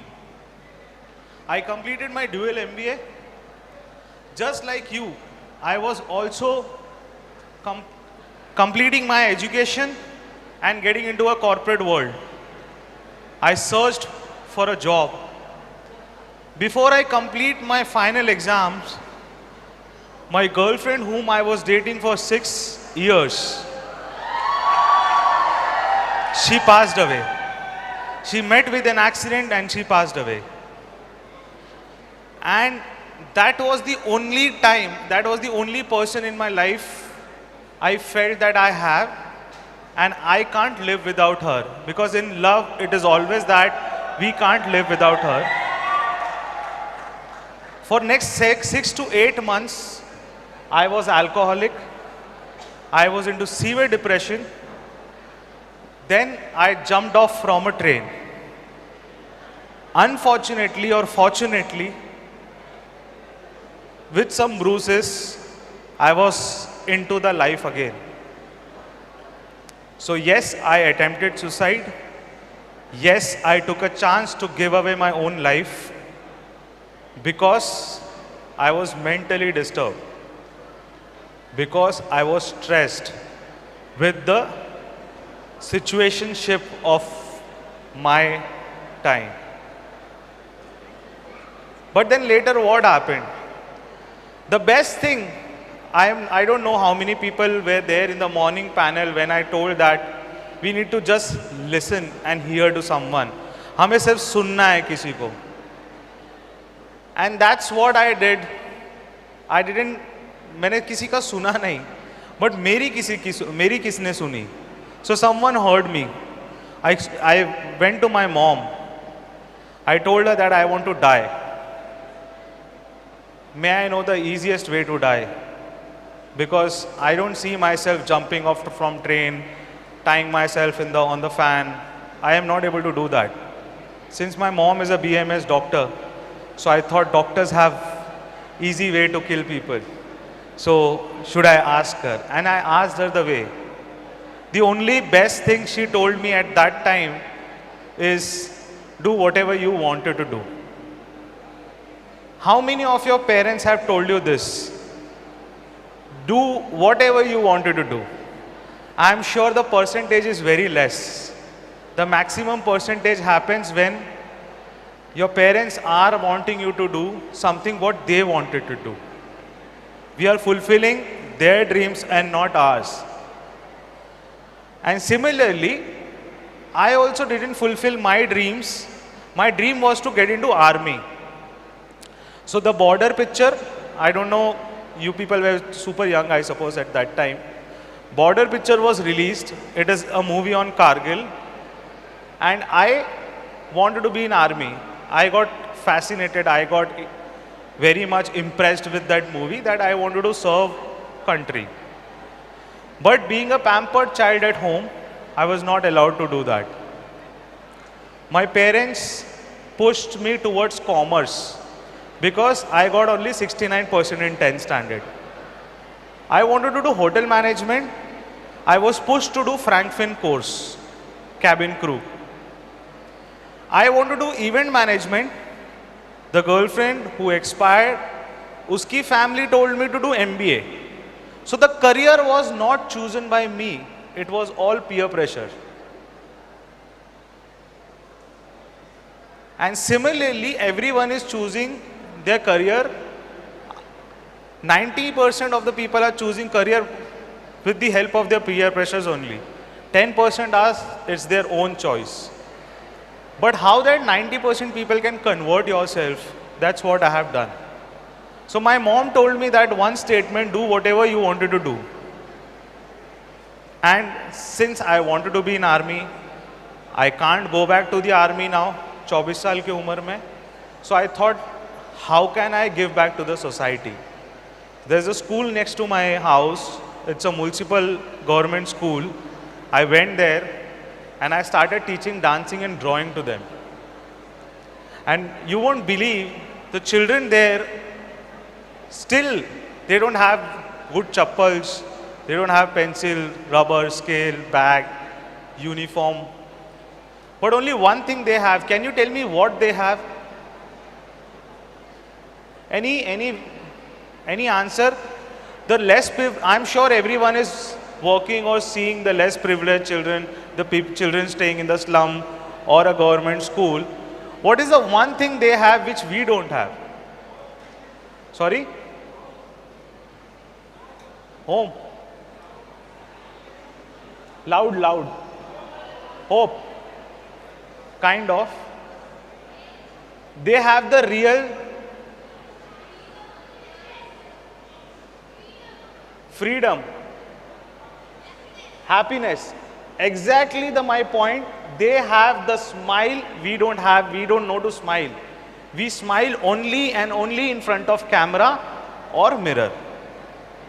We are not smiling. Judge yourself the whole day how many times you have smiled.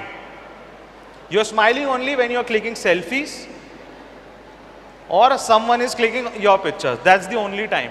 Even while getting dressed up, we are not smiling in the front of mirror. So I learned that, and that's the reason my organization name is Khushiyan. I started working for society since then, 2014. 3-4 years I was working in a corporate sector. Then I started bunking my job and doing a project which I'll definitely showcase. I want the technical team to open up that PPT. This PPT is not the PPT which you have seen since last 2 years, 2 days. There is nothing written on this PPT.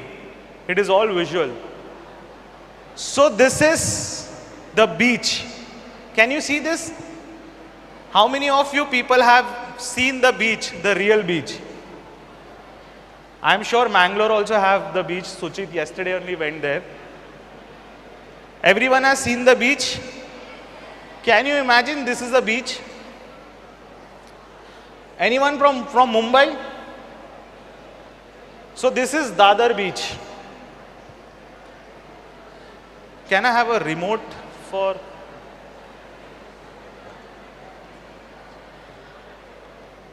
So this is Dadar beach. This was the beach on 2nd September 2017. What we did to this beach was nothing but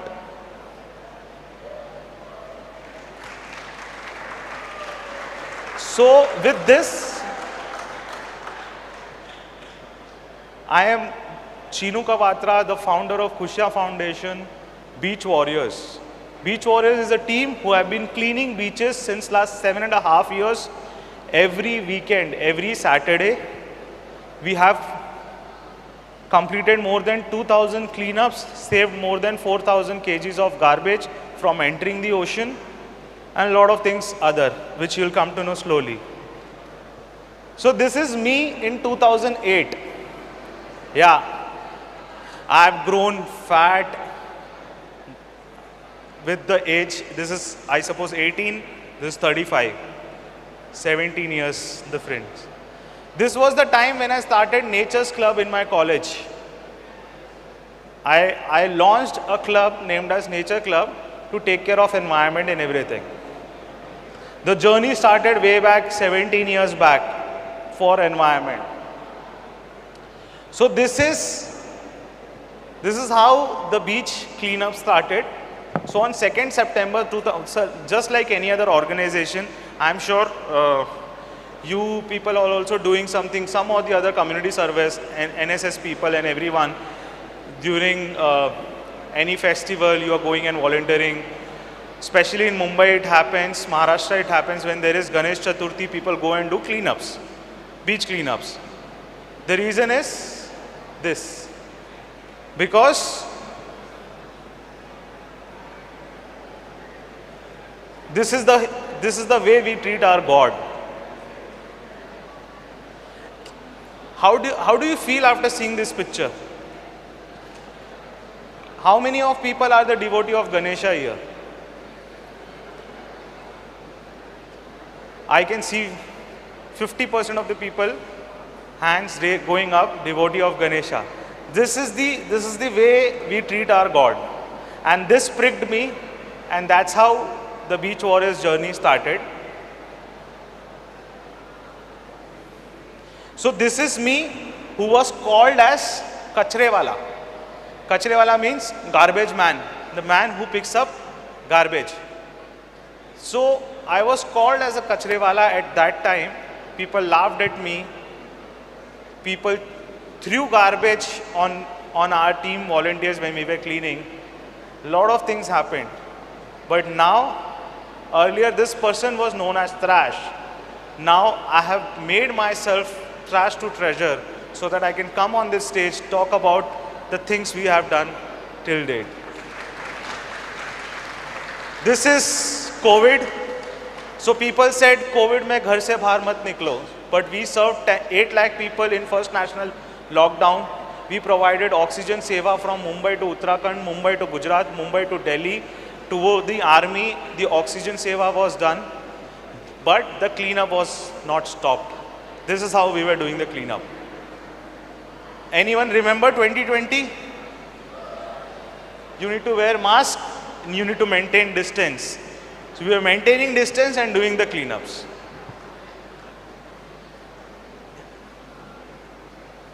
Even in rain, we couldn't stop. That's the power of consistency. You can achieve stress level. Log bol rahe the, how can I reduce my stress? Consistency nahi hai. Today you want to study, tomorrow you want to watch a picture, morning mein you want to study, evening mein you want to watch something else, afternoon mein you were thinking to quit my studies and do something else, in the morning again you are planning to do a startup, in the afternoon you are thinking it is my mother's and father's dream to see me as a doctor or engineer or whatever it is, because we don't have consistency in our brain. We don't know what we want to do the next hour. When we don't know what we wanted to do next hour, that will create a stress level, and definitely it will give you anxiousness and everything will come down together. So this action of ours inspired millions of people, and we have hosted 1 million people till date in last 7.5 years of the cleanup. So this is just a snapshot of those cleanups. They don't know who is Chinu Quatra, they don't know anything. They just know a group named as Beach Warriors who have been doing cleanup, and that's the reason they have joined. So it is not alone's job, it is a teamwork. Now the main story comes in why I am here and why I am to talk. Beach cleanups, thousands of people are doing right now because it is name, fame, it gives you a good PR, it gives you celebrities. You name the celebrities, I have worked with those celebrities. You name the politician, we have worked with those politicians. But the game changer is what? The garbage which we are collecting, what will happen to that? It again goes to dumping ground, it again goes to river. So it is, when I am talking about Mangalore, Mangalore has a beach, but Mangalore may be not so dirty, but the sewages of Mangalore will be dirty this much. What is happening to those garbage? It's going again to the yards. Nothing is happening. What we did is, we converted that garbage to this garbage.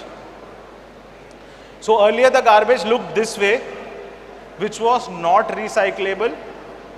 We did it this way, which became recyclable. Just because many recyclers said no to us, we cannot take the garbage. Why they cannot take the garbage? Because it has sand, it had dust, it had a lot of things, elements in it, they won't take it. Now after this garbage, what happens? The garbage is piling up, right? So we converted them into benches. So imagine the garbage which is found on the beach is converted into a school bench, and on that school bench, a child who was not having access to a school bench is sitting on that in the rural areas. So that's the journey of Beach Warriors. That's my journey, that's my giving back to the society. That I just don't want the cleanup to happen, but it should complete the circle. So this is my waste workers, these are my warriors who have been bringing this change. This is the MRF unit in Mumbai, which we have, and similarly we want to start in multiple cities and multiple states right now. This is how the garbage is washed when it comes to us. This is how it is segregated, and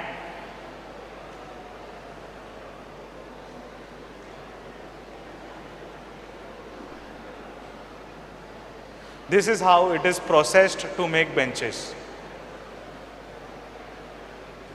So that's the part which I am doing. With this, these are the initiatives which I am running right now. So if you see, I have my own shelter home for dogs, which is left in the corner. We are feeding 1800 malnourished kids every day. We have a project Swasth, which is talking about elimination of sickle cell and thalassemia disease. We are running women empowerment project where we make women entrepreneurs. We don't empower them. We directly make them entrepreneurs so that they can start making money out of it. I have my own school which talk about only early child education. So we make sure that the tribal kid knows SDG, Sustainable Development Goal. They know to write, they know to talk, they know to present themselves as other kindergarten or international school students. Then we are developing SDG tribal schools across India. These are the companies who have been supporting us. Paisa kahan se aata hai? From where the money comes? Last question comes this way. So this is how the money comes. And the last question everyone is, if this is how money comes, then how I am earning? It's always a question in the mind of students. So I work as a sustainable influencer. You can go to Instagram, check out my page. Brands pay me to promote themselves on social media. And that's how I'm working with Being Human, Godrej on all such plans. So the only reason I came to Mangalore was nothing but to be there with you people, to understand how we can work with each other. It's not today. We can get in touch tomorrow, day after, or 2 years later. Whenever you need an ear to hear, do remember, this guy is always there. Never ever think about quitting. The moment you think about quitting, and the moment you change the thought of quitting, that will be the change in your life. That will be the best day of your life. जिस दिन आप अपने आप को वो quitting mode से हटा के बोलोगे कि I will fight, that day will be the change, and that's how I have changed in my life. So recently it happened, since you are youngsters, you must be knowing this. Have you heard about Cannes Film Festival? So, the Beach Warriors journey was screened at Cannes Film Festival at the Positive Week Cinema. This movie, this 3 minutes documentary is not shown anywhere in the social media. Even if you Google it, you won't get it anywhere. This is specially screened today for you people. So can I have that video, please?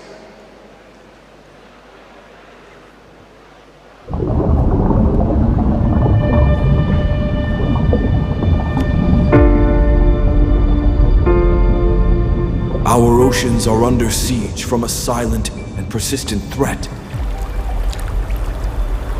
Across the world, our oceans are drowning in a tide of plastic and legacy waste. Decades of negligence have left behind a toxic trail, ghost nets, degraded plastics, and industrial waste that silently suffocate marine ecosystems.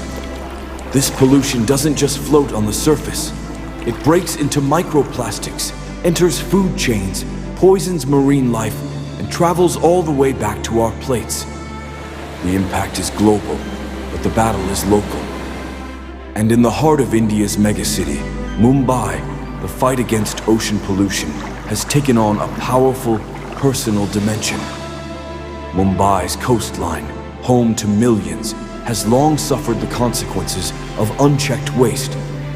But hope rises from its shores, led by a team of passionate citizens known as the Beach Warriors. For the last 7 years, under the inspiring leadership of Chinu Quatra, the team has been cleaning many of Mumbai's most polluted beaches. There's a small story which I understood from a surfer, and he told that there was a milk packet which is produced in Maharashtra that was found in the beach there, in somewhere in UK. Somehow I felt that why can't we recycle when it is just a plastic? Plastic can be recycled. Why this plastic is different from the other plastic? It is just because sand and the chemicals involved in it. We took a bucket of water. We started washing that plastic, and it was magic. The plastic turned around into a 100% recyclable material. This can be recycled. Their impact is massive. Over 4,000 tons of waste removed, and more than 1 million Mumbaikars engaged in a collective mission, not just to clean, but to reconnect with the sea. For Chinu and his team, it's not just a cleanup. It's a movement of emotion, awareness, and responsibility. It's okay if you're not coming to the beach, but it's not okay if you're not spreading the message. If you're not awareing your neighbors, if you're not asking your children to take care of the environment.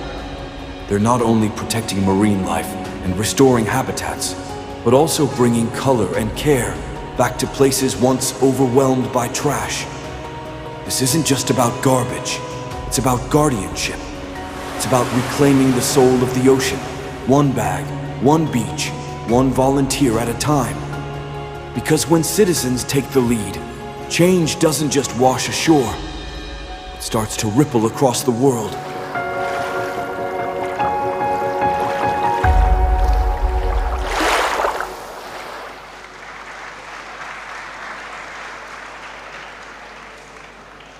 So, last but not the least, as I promised that I'll be leaving very quickly. Any questions from your side? Yes.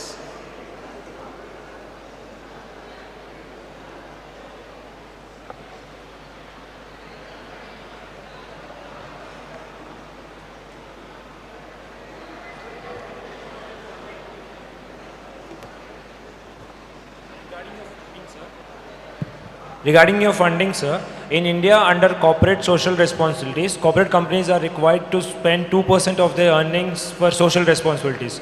Is that where you get your funding from? And suppose we need, suppose I need funding for a social work, how do I approach them? So it's basically, yes, it is CSR, which is mandatory for the corporates. There are corporates who have aligned their causes. That's the reason they plan an NGO and then they plan a project and then they fund. There are two types of funds, CSR, which is a long-term project, and the short-term project is like we want to do a revamp of a school. So it is one time pumping the money, doing the revamp and the project done. So there are corporates who take 12 months of execution project. There are corporates who take lesser time. CSR is the mandatory thing and CSR is very helpful, and CSR is now the key for NGOs who are working very ethical. Gone are those days of black ka white karna. It is ethically, if you want to put your money for CSRs, that is only happening right now. Other than that, the NGOs have been scrapped, all thanks to our Prime Minister, who had that vision that to bring in very strict laws towards NGOs so that they can themselves go away. So CSR money which comes in can be utilized for a couple of projects. Next, anyone else? Sir. Yeah. Sir, namaskaram. Namaskar. So, myself, S. Sagar, I am from Hassan. So, my doubt is about, you're doing so much to clean the plastics from the beach and to save the nature in one or the another way. But I have seen around 3 people who have come up with an 100% recyclable plastic alternative, means completely 100% biodegradable, which can completely replace plastic. It looks like a plastic bag, but it is biodegradable. Why is not the government concerned about replacing the plastic companies with manufacturing this 100% biodegradable carry bags, which can completely solve this problem? Why is the government not concerned about it? Why it is not taking action to it? No, as far as I know, because I am also somehow involved with the government in terms of plastic ban and everything when single-use plastic came into the picture. So if you remember 2020, the policy was coming out for single-use plastic ban. But Mr. COVID came into the picture. And during COVID, we only needed plastic, because that was the only savior for us. You talk plastic shield, you talk about plastic gloves, PPE kit, everything was made about plastic. Now the biodegradable plastic bags which you are talking about, unfortunately, those products are costlier than this product, which is why it becomes skeptical for everyone to use it. And also I want to say this, that many startups have came up with an alternative, that don't use this, instead use this. But if you compare the price, it is super high. So for me, if you are saying no to thermocol plate, which is 5 rupees, the biodegradable plate is 25 rupees. So which one you will buy? Obviously, even I will buy 5 rupees because I want to use it and throw it somewhere. Even the second one also you have to throw, but it is 25 rupees. If it comes down to 8 rupees, to 7 rupees, to 10 rupees also, people will still buy.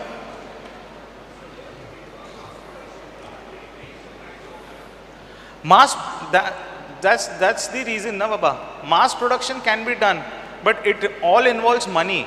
And now in India, this is somehow sad when there is an opportunity, na. People want to make money in a day. They are not thinking about long time vision.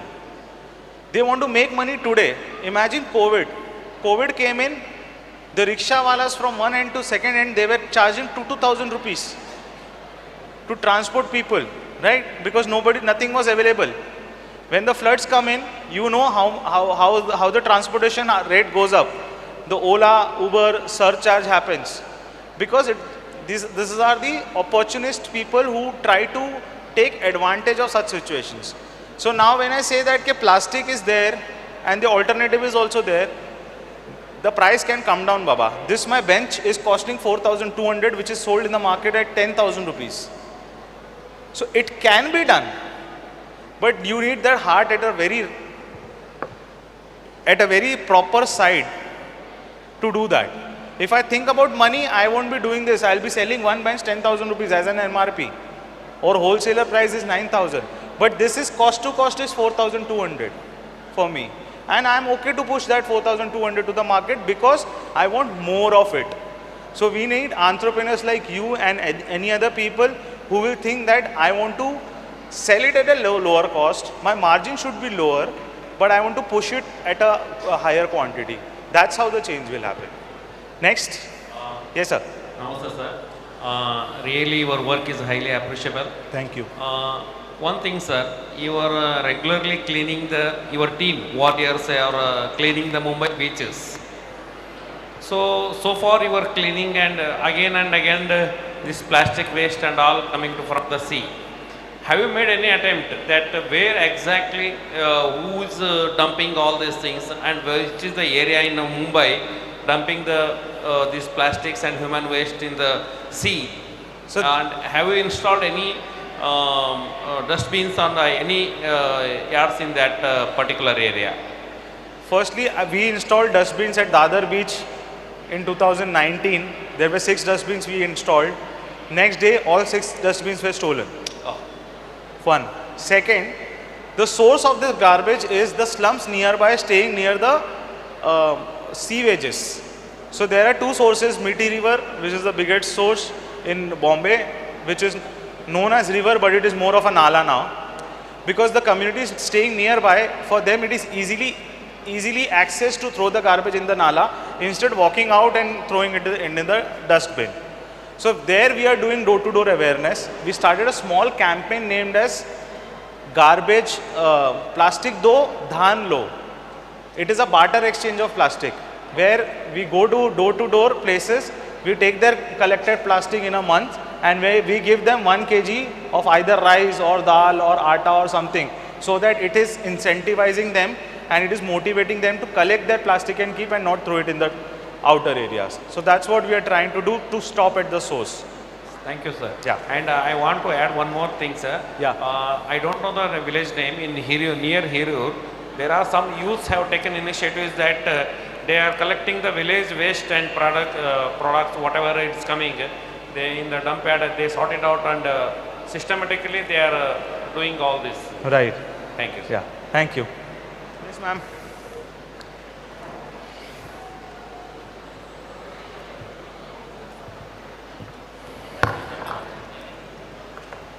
Hello, sir. Hanji. I'm Anaga Hatwar from Karnataka State Law University. Yeah. So my question to you is, so there are a lot of NGOs and other corporate social responsibility bearing companies which do a lot of work like this for making ocean plastic free. But wouldn't it be better if we start making regulations regarding how to control plastic in the beaches? Like if we start any pass bill, like Because if we see and go to any other public places, we have a lot of regulations, but in beaches we don't have a control like that. And if we start making beaches like a public property which needs to be treated like in a way, it needs to be protected rather than just as a sightseeing spot, won't you think the plastic control would be less and your work would be much easier? Definitely it would be less. And with this I want to just add on a point that the garbage which you were seeing on the photos and the videos, it is not thrown by the tourist. It is traveling through sewages and drainages. Unfortunately, Mumbai's structure is formed that way.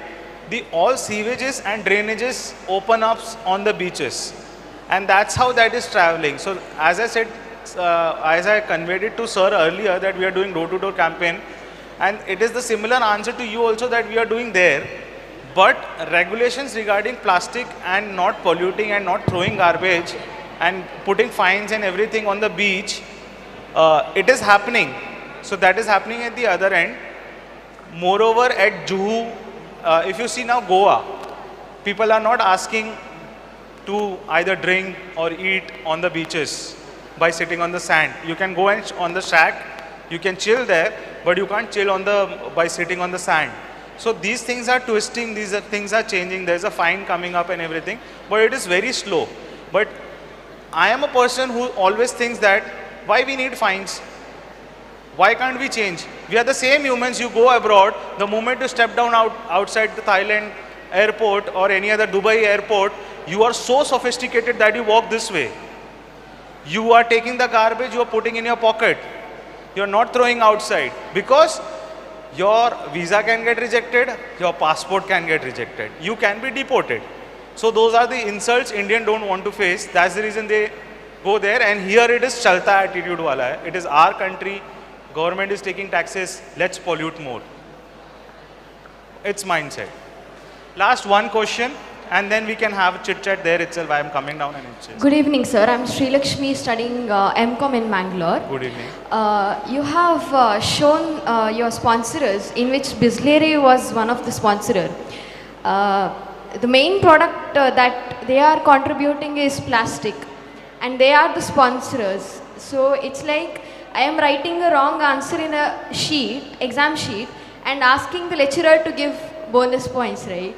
Yeah, so this was a very big argument happened during that time when it was plastic ban. And a big statistics and the data was given by Bislary, by Kinley, by all PET bottle manufacturers, that the foreigners who are coming from abroad, the people who are traveling from the other city, they don't want to drink the local water. They want to have a bottled water. Now when bottled water, when it is given in a glass bottle, it is even costlier. Now talking about Bislary, there is EPR. The students who are studying in law, they must be knowing this. It is extended producer responsibility. So if you are a polluter, it is your job to take down the garbage you are taking. Now how Bislary is collaborating with us is, they have their own recycling centers. So the bottles which they are putting out, so supposedly 1,000 bottles they are putting out, 1,200 bottles they are collecting. They are not saying no to Coca-Cola, they are not saying no to their competitors. 1,200 bottles they are collecting, they are recycling, and they are making fiber out of it. So there are t-shirts, tote bags made out of plastic Bislary bottles. The second part, PET bottles are the gold. So if you talk any recycler, they will tell you, on PET bottle it is written 1 kg of PET bottle is 15 rupees, right? But that is sold in market at approximately 40 rupees kg. So it is a gold for the recyclers, it is gold for the waste management people.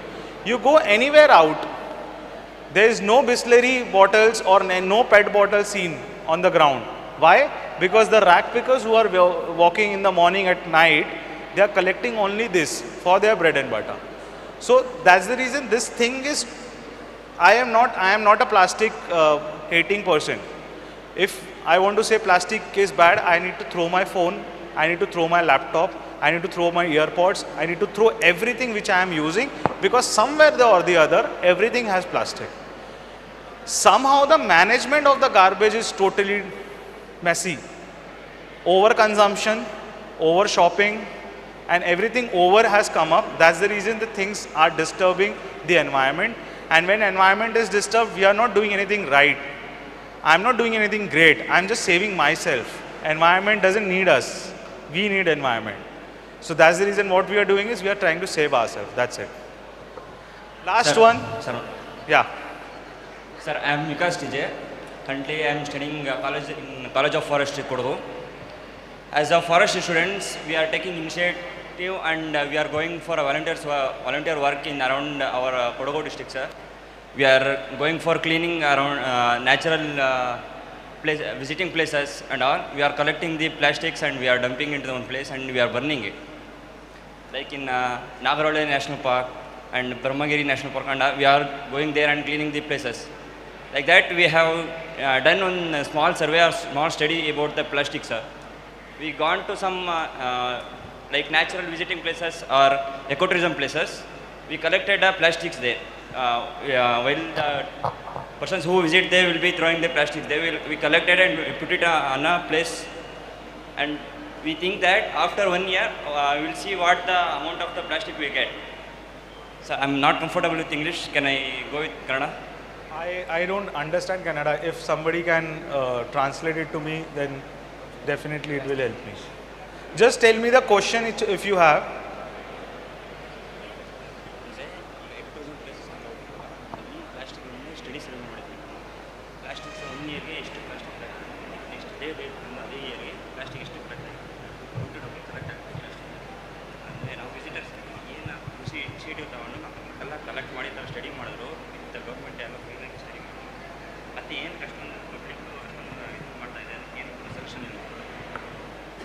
Sir, his question was, in the places of ecotourism, they had made a survey.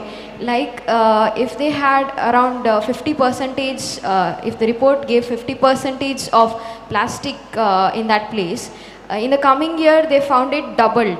So, his question is, how as the people or the public, can we reduce that or do something or solution for that? So there is this one thing which Uttarakhand government has done.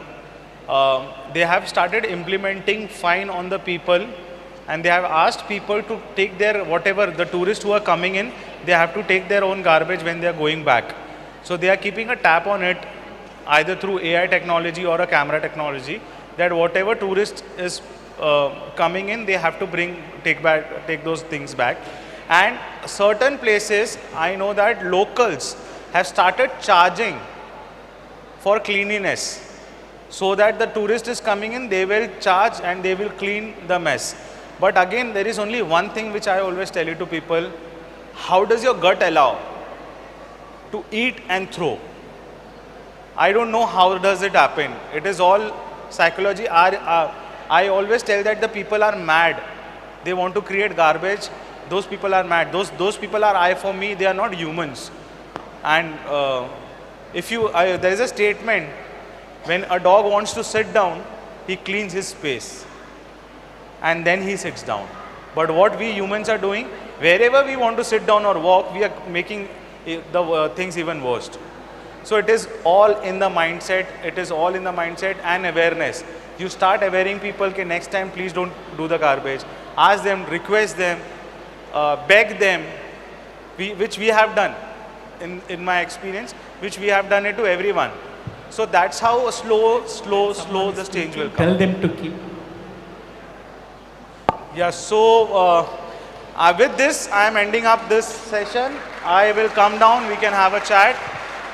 I usually take one anthem. I know the population has gone down now, but there is an anthem of mine with which I end. And I always say that I tried to do arts, science, commerce, but failed everywhere. इसीलिए इंसान बनो, सबसे ज़्यादा scope है. The moment you will choose humanity, you will change the world in yours. The anthem is this way: I will shout, who are we? Without mic, I will shout, and you have to shout, warriors. This will happen 3 times. Then I will shout, how's the Josh? You will shout, hi sir, the moment the dialogue of Uri. Then Jai Hind, Jai Hind. Can we do that? I can't hear you. So it is who are we? Warriors. Who are we? Warriors. Who are we? Warriors. How's the Josh? How's the Josh? How's the Josh? Hi sir. How's the Josh? Hi sir. Jai Hind, Jai Hind, Jai Hind, Jai. 3 times. And super loud. Because I am not using my mic. I am sure you don't need that mic. Who are we? Who are we? Who are we? How's the Josh? How's the Josh?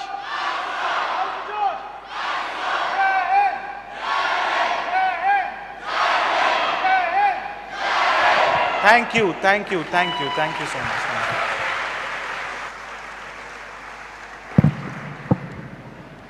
Thank you, Dr. Chinu Quatra, for your inspiring talk on life dedicated to environmental preservation. Your journey and dedication to social impact have left us deeply moved. From beach cleanups to hunger relief and grassroots education, your work is a reminder of the incredible change one individual can create with passion and purpose. On behalf of all of us here, we extend our heartfelt gratitude for sharing your time, your experience, and your vision with us today. Thank you once again, sir.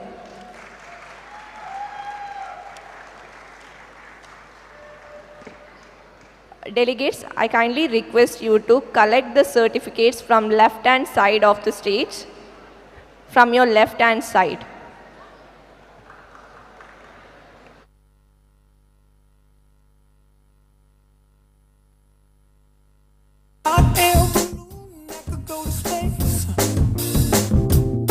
With the air, like I don't care, baby, by the way. Because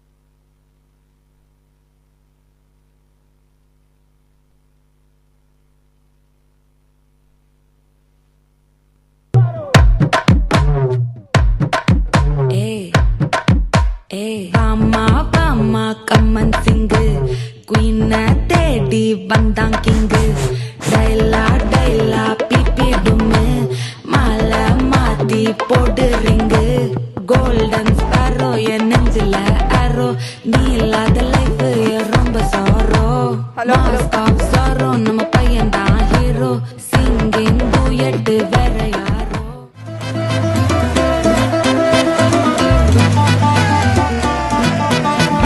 എരിയട്ടെ തിരികൾ ഉരുകട്ടെ മെഴുക് വളരട്ടെ വയസ്സ് എന്നിൽ തളര് മുടിതട്ടാ മുഖമേ ഇരുകണ്ണിൽ അഴകേ പുരുഷത്വത്തികവേ കാലം നീ വാഴ് കടലും കരയും ഇന്നിളക്കമല്ലേ സമയം നിലയ്ക്കുവാനൊരുക്കമല്ലേ ഇത് നിൻ സുദിനമല്ലേ ആത്തു കൊന്തട്ടെ ആഘോഷ പ്രകമ്പനം ആർമാദം ആത്തും മർമാദം ആത്തു കൊന്തട്ടെ ആഘോഷ പ്രകമ്പനം ആർമാദം ആത്തും മർമാദം ആത്തു കൊന്തട്ടെ ആഘോഷ പ്രകമ്പനം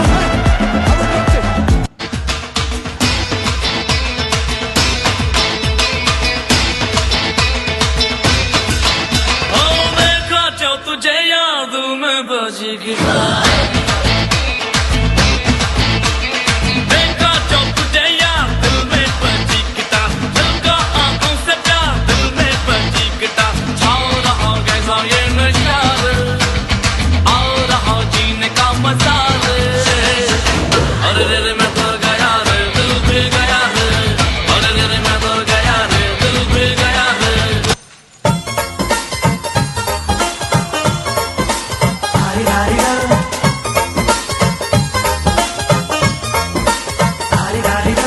ಮಸ್ತ್ ಮಸ್ತ್ ಹುಡುಗಿ ಬಂದ್ಲು ನಾನು ನನ್ನ ದೋಸ್ತು ಅಂದ್ರು ಎಲ್ಲದಕ್ಕೂ ಅಸ್ತು ಅಂದ್ರು ಸುಸ್ತು ಆಗಿ ಕುಸ್ತು ಬಿದ್ದೆ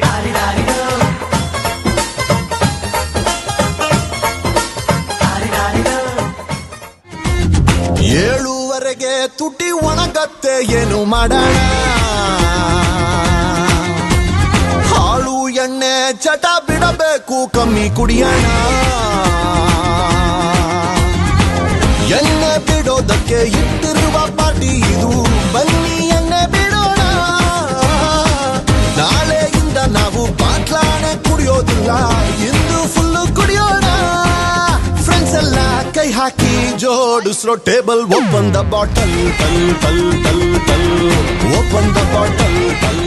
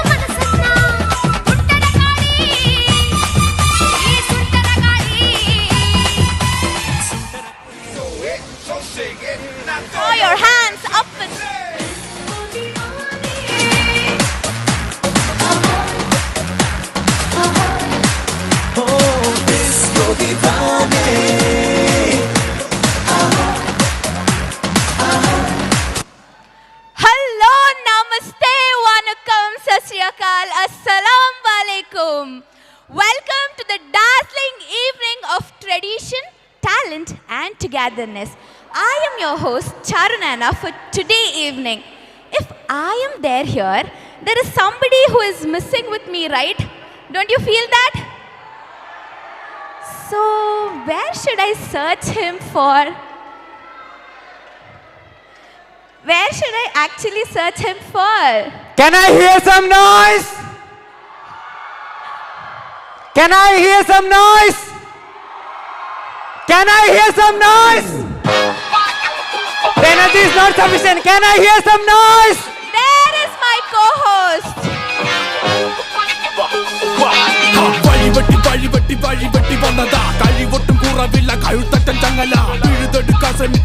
Make some noise!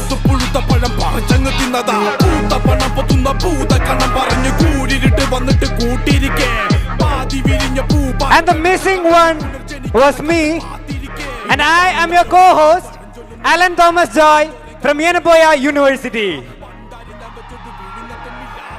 For today evening, we are going to promise you a ride full of music, moves, magic, and memories. Are you guys ready for it? The energy is not energizing. Are you guys ready for it? Whoa, that's a lot of energy. So we welcome each and every one of you for the Global Youth Summit Cultural Evening 2025, organized by the State NSSL, Department of Youth Empowerment and Sports, Government of Karnataka, in association with National Service Scheme of Yenepoya deemed to be university. From heart-thumping dance to the soulful music, from the fashion show, we owe you tonight. So, can I have a cheers for tonight? Okay. Ladies and gentlemen, we would first like to invite the Kerala team for their breathtaking performance. How excited are you? Energy is still not energizing. How excited are you? Okay, let's welcome Kerala team for their performance.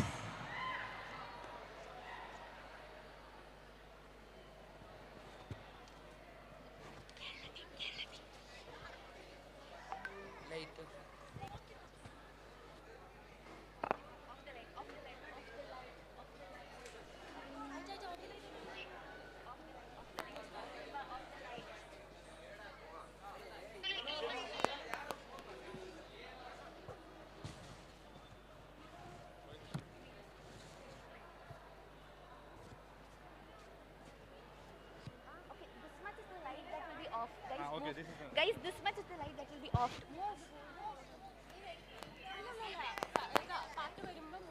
Okay. Hiba, play the song. Hiba, play the song. Play, Hiba, play.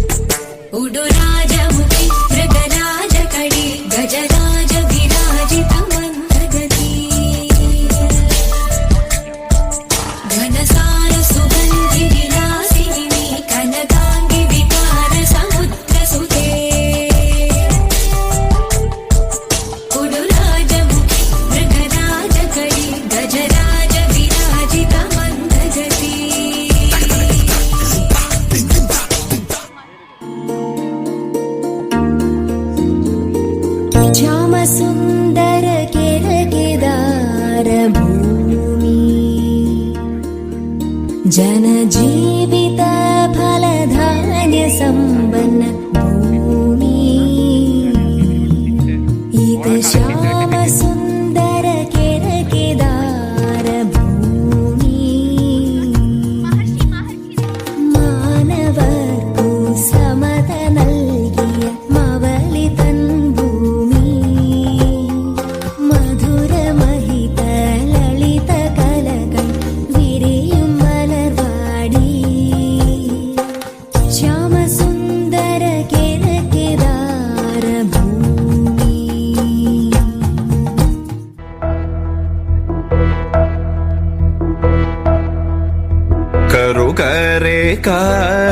കാർമൂക്കിൽ കൊമ്പനാന പുറത്തേറിയെഴുന്നള്ളും മൂർത്തേ കറുകരെ കാർമൂക്കിൽ കൊമ്പനാന പുറത്തേറിയെഴുന്നള്ളും മൂർത്തേ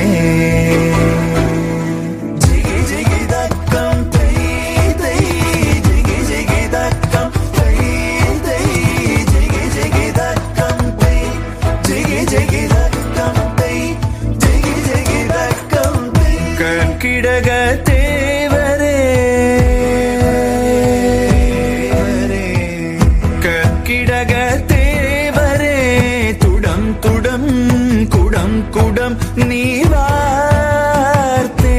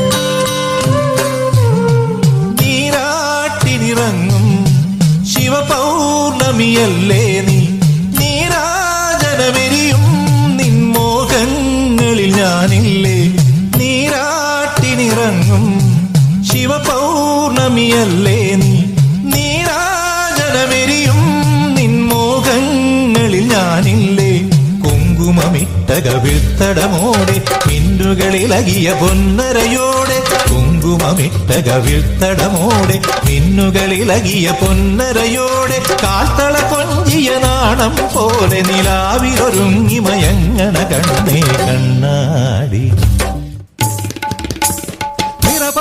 നിറയെ കൊയ്യടി നിരവരി നിന്ന് താഴ്ത്തി കൊയ്യടി തന്നാരം തരി വളകിലിങ്ങണ താളത്തിൽ കൊയ്യടിയേ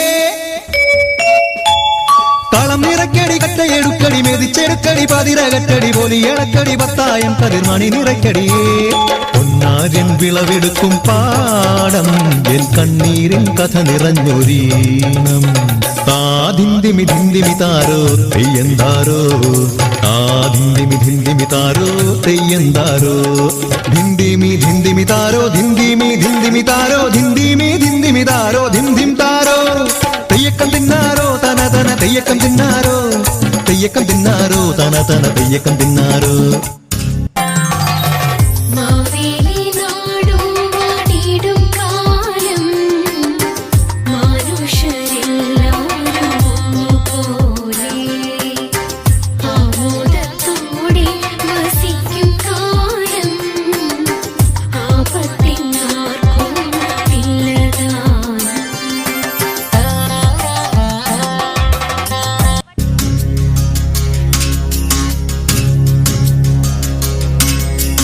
സഖ്യസാനുശ്രുതി ചേർത്തു വെച്ച മണിവീണയാണെന്റെ കേരളം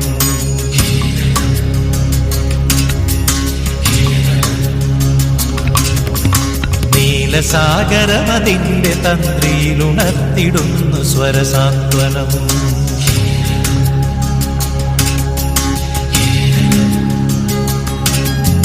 സഖ്യസാനുശ്രുതി ചേർത്തു വെച്ച മണിവീണയാണെന്റെ Keralam നീലസാഗരമതിൻ്റെ തന്ത്രിയിലുണർത്തിടുന്നു സ്വരസാന്ത്വനം.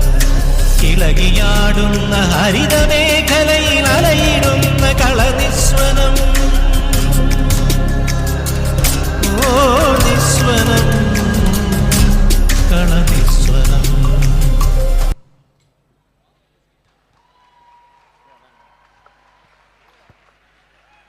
That was an Adipoli performance, isn't it? Thank you, Kerala team, for such a beautiful presentation. So guys, in this beautiful evening, let us immerse ourselves in this enchanting performance that pays tribute to the rich cultural heritage of India. We have with us a national award winner for Indian classical dance by Face of Future India in the year 2024. Ladies and gentlemen, please put your hands together for Maharshi from West Bengal.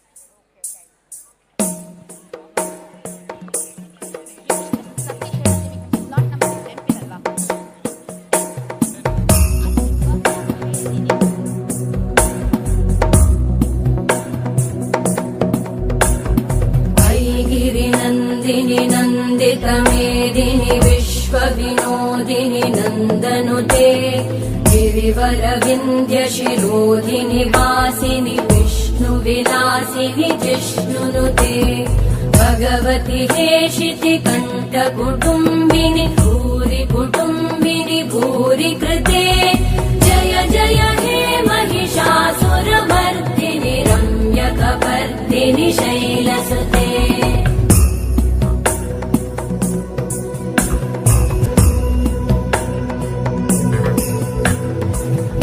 जगदम्ब मदम्ब कदम्ब वनप्रियवासिनि हासरते शिखरि शिरोमणि तुङ्ग हिमालय शृङ्ग निजालय मध्यगते मधु मधुरे मधुकैटभगञ्जिनि कैटभभञ्जिनि रासरते जय जय हे महिषासुरमर्दिनि रम्यकपर्दिनि शैलसुते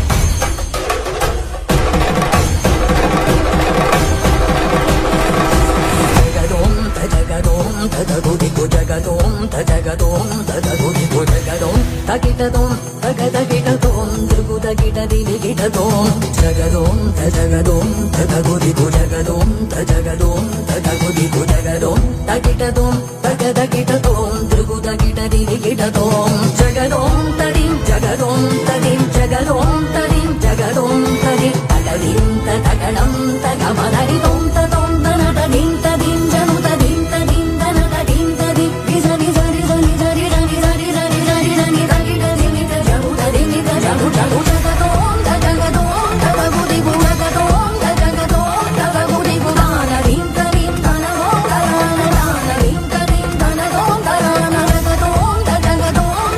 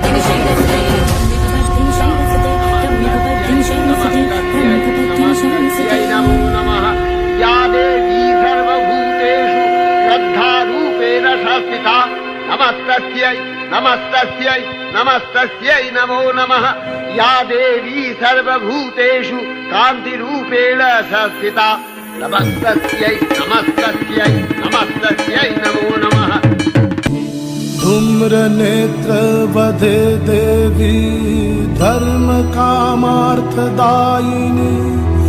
रूपं देहि जयं देहि यशो देहि दिशो जयि रक्तबीज वधे देवी चण्डमुण्ड विनाशिनी रूपं देहि जयं देहि यशो देहि दिशो जयि निशुम्भ शुम्भ निर्णाशि त्रैलोक्य शुभदे नमः रूपं देहि जयं देहि यशो देहि दिशो जयि वन्दिताङ्घ्रि युगे देवी सर्वसौभाग्यदायिनी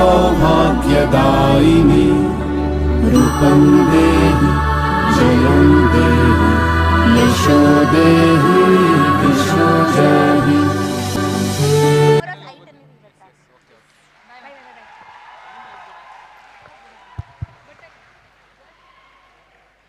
Arey wow, what a performance, right? Yeah, literally, I really got goosebumps by seeing his performance, isn't it? No? I want everyone to give a big round of applause for Maharshi from West Bengal. How many of you remember your school days? Shout out to school days people who still have memories. Seems like many of them found their school love, isn't it? No. Okay, here we have a set of people with each beat, with each expression. They are going to make sure we recall our school days. So now I welcome Father Muller College of Nursing students for the performance. Over to them.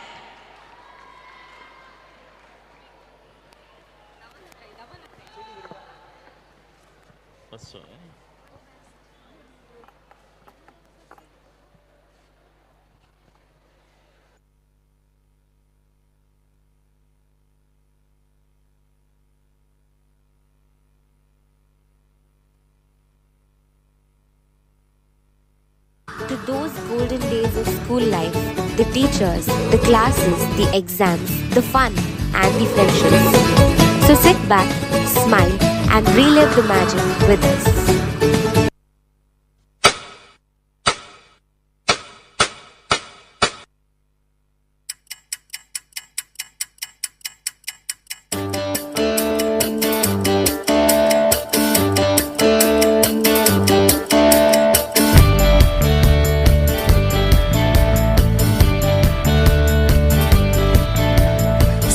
तो जरा हमको है ये कहना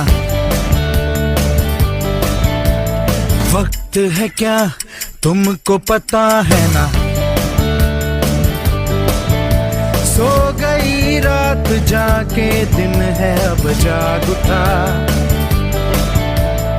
आंखें मसलता है सारा ये समा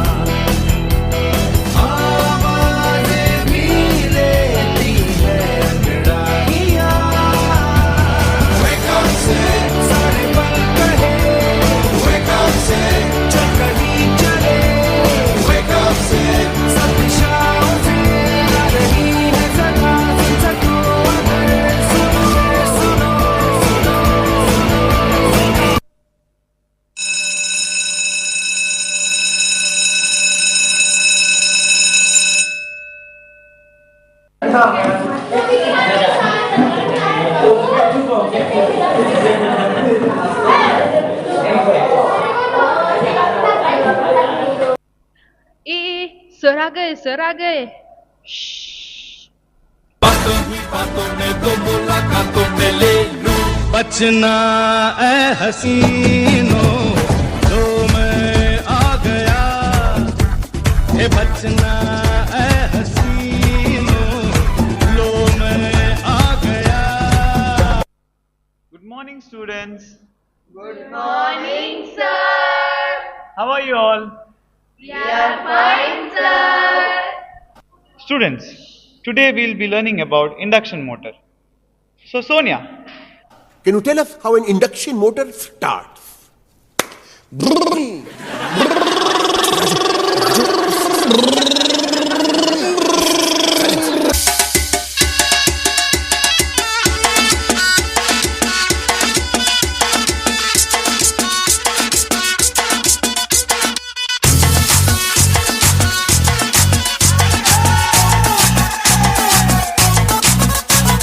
झटका जरा सा महसूस हुआ एक लाइफ की गाड़ी ने कस के मारा break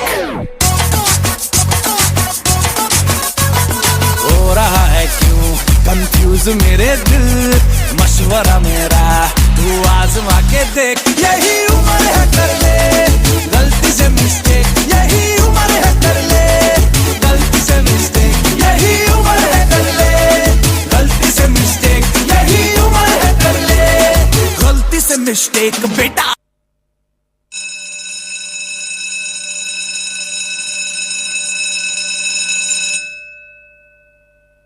attention please.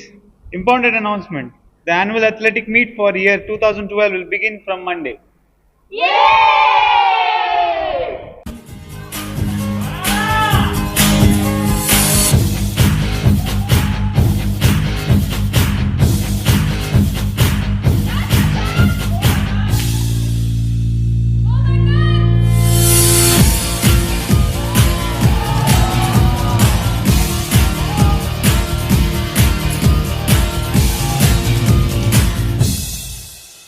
Oh my god, are you okay? Why did you guys stop? You will lose.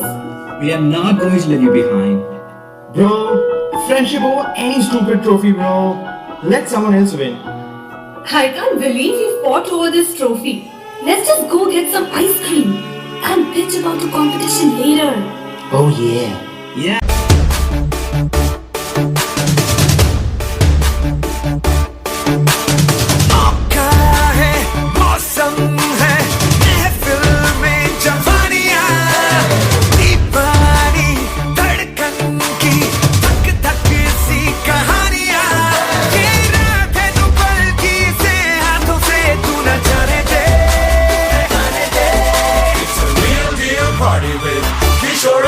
So come on everybody say Gilly gilly akka Hey Japani Hey Divani Ha Meri Rani Ruk jao Rani Dekh jara Piche mud ke Gali kahan Aise ud ke Hey hey Gilly gilly akka Gilly gilly akka Gilly gilly akka Pili pili pili pili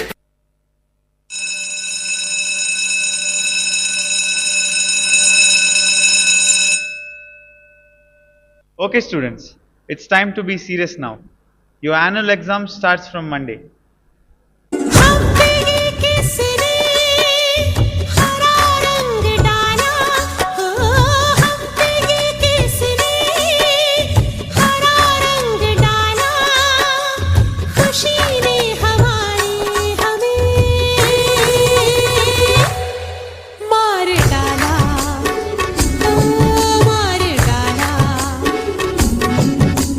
Guys, we have just 2 days left for exams to start. Let's start preparing. Pressure cooker जैसे sir की बच जाए ना सीटी तब तक मार रट्टा मार हो पटक पटक के सर गिरा दे नॉलेज की दीवार रट्टा मार रट्टा मार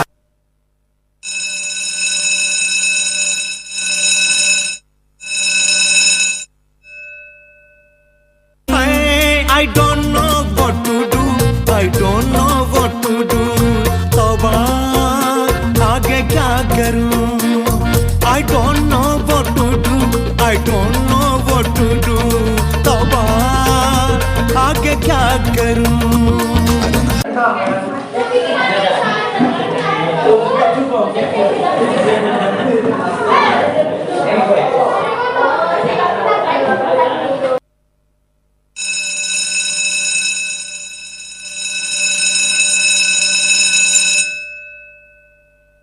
चेकर नीचे से चेकर तेरा है यार, लास्ट।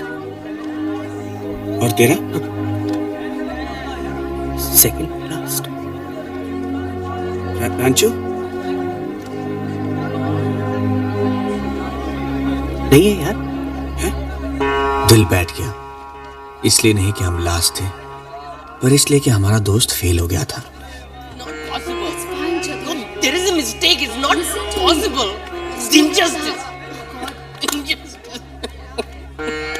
सेकंड आया। साला फर्स्ट कौन आया? रांचू। ह्यूमन बिहेवियर के बारे में उस दिन हमने कुछ जाना। दोस्त फेल हो जाए तो दुख होता है, लेकिन दोस्त फर्स्ट आ जाए तो ज्यादा दुख होता है। हम दुखी थे। Congratulations, students. You have done really well. All of you have passed in all subjects.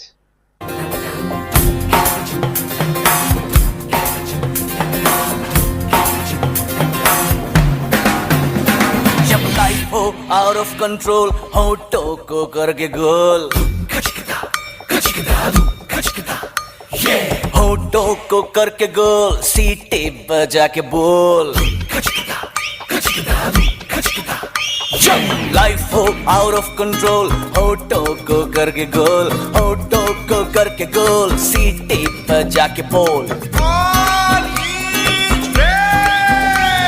मुर्गी क्या जाने अंडे का क्या होगा, अरे लाइफ मिलेगी या तवे पे फ्राई होगा, कोई ना जाने अपना फ्यूचर क्या होगा। होठ घुमा सीढ़ी बजा के बोल भैया ऑल इज वेल, अरे भैया ऑल इज वेल, अरे चाचू ऑल इज वेल, अरे भैया all is well. School memories are like treasures tucked in time, full of laughter, friendship, and lessons that shape who we are. Those carefree days and shared moments will always hold a special place in our hearts. Hope you all enjoyed our performance.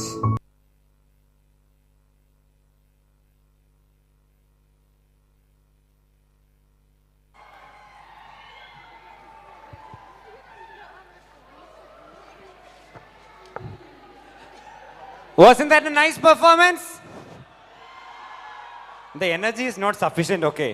We are having these many delegates from various parts of the country and various parts of the world. This energy is not sufficient. Can I hear a woo-ha? Can I hear a woo-ha? Yeah, that's it.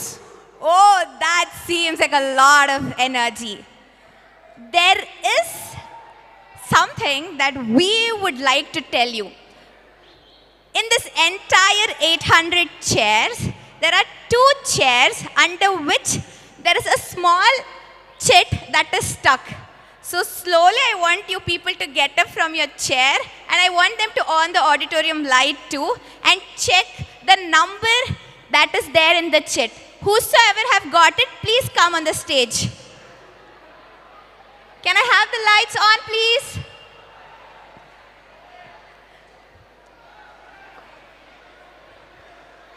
Some music, please.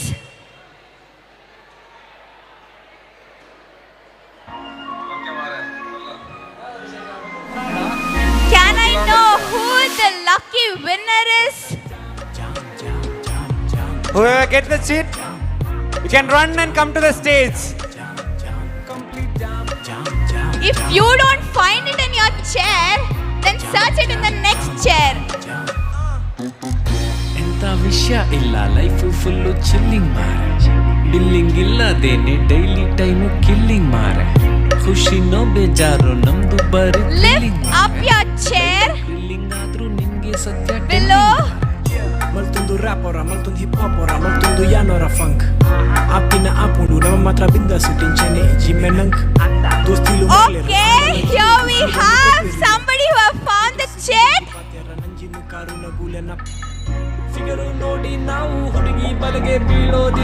So, what's your good name? My name Danesh Changam Chetty. I am from College of Agriculture, Vijaypura. Now that he is the lucky winner, Should we ask him to tell the truth or give a dare?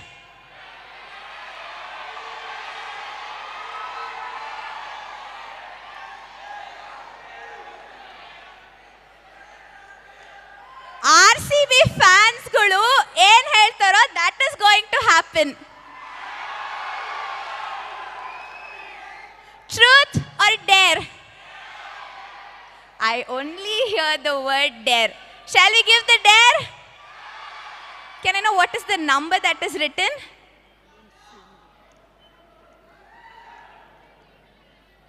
It's not clear. 24. Okay, we'll build up a little suspense. 24th dare. You have to dance for the song that the technical team is going to play. Okay? Technical team guys, are you ready? Ready for the dance? He is telling he's not a good dancer. We'll see. Is the technical team ready? Okay. रूप तेरा मस्ताना प्यार मेरा दीवाना रूप तेरा मस्ताना प्यार मेरा दीवाना भूल कोई हमसे ना हो जाए रूप तेरा मस्ताना प्यार मेरा दीवाना भूल कोई हमसे ना हो जाए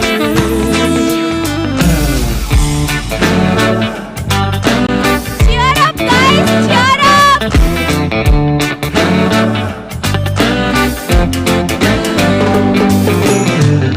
रात नशीली मस्त समा है आज नशे में सारा जहां है रात नशीली Okay, thank you for the performance. ಹೆಂಗಿತ್ತಪ್ಪ ಇವ್ರ ಡ್ಯಾನ್ಸು ಚಿಂದಿನಾ okay thank you Okay, so coming up next is a spellbinding performance that draws from the rich roots of Indian classical dance fused with vibrant energy. Keep your energy high and make some noise for semi-classical dance by team Dignitary.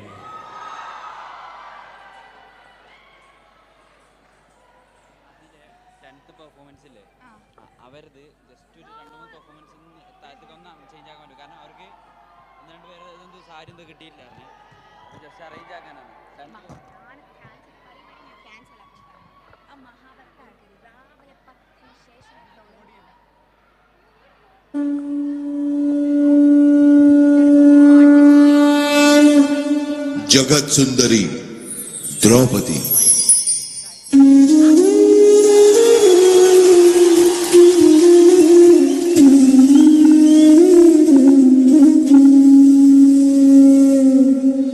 क्रूरता की मिसाल Duryodhan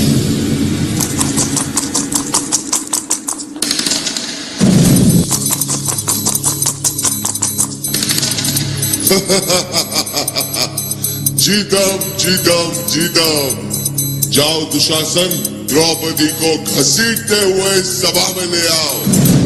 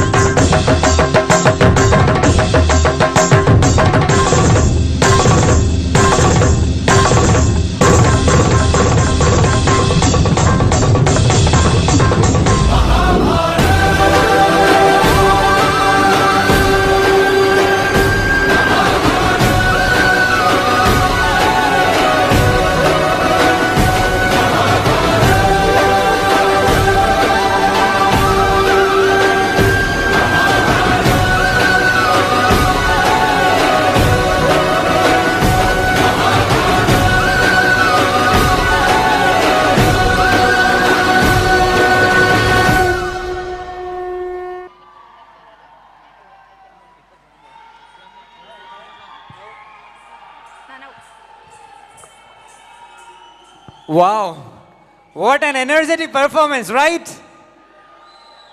Yeah, they filled the stage with lots of vibe and lots of energy in this evening, right? Yeah, thank you guys. Okay, we know Jammu is not just known for its breathtaking view, but also for their heritage. Now we have two people from Jammu and Kashmir to present their own state heritage. Over to you, Rhythm Gupta and team.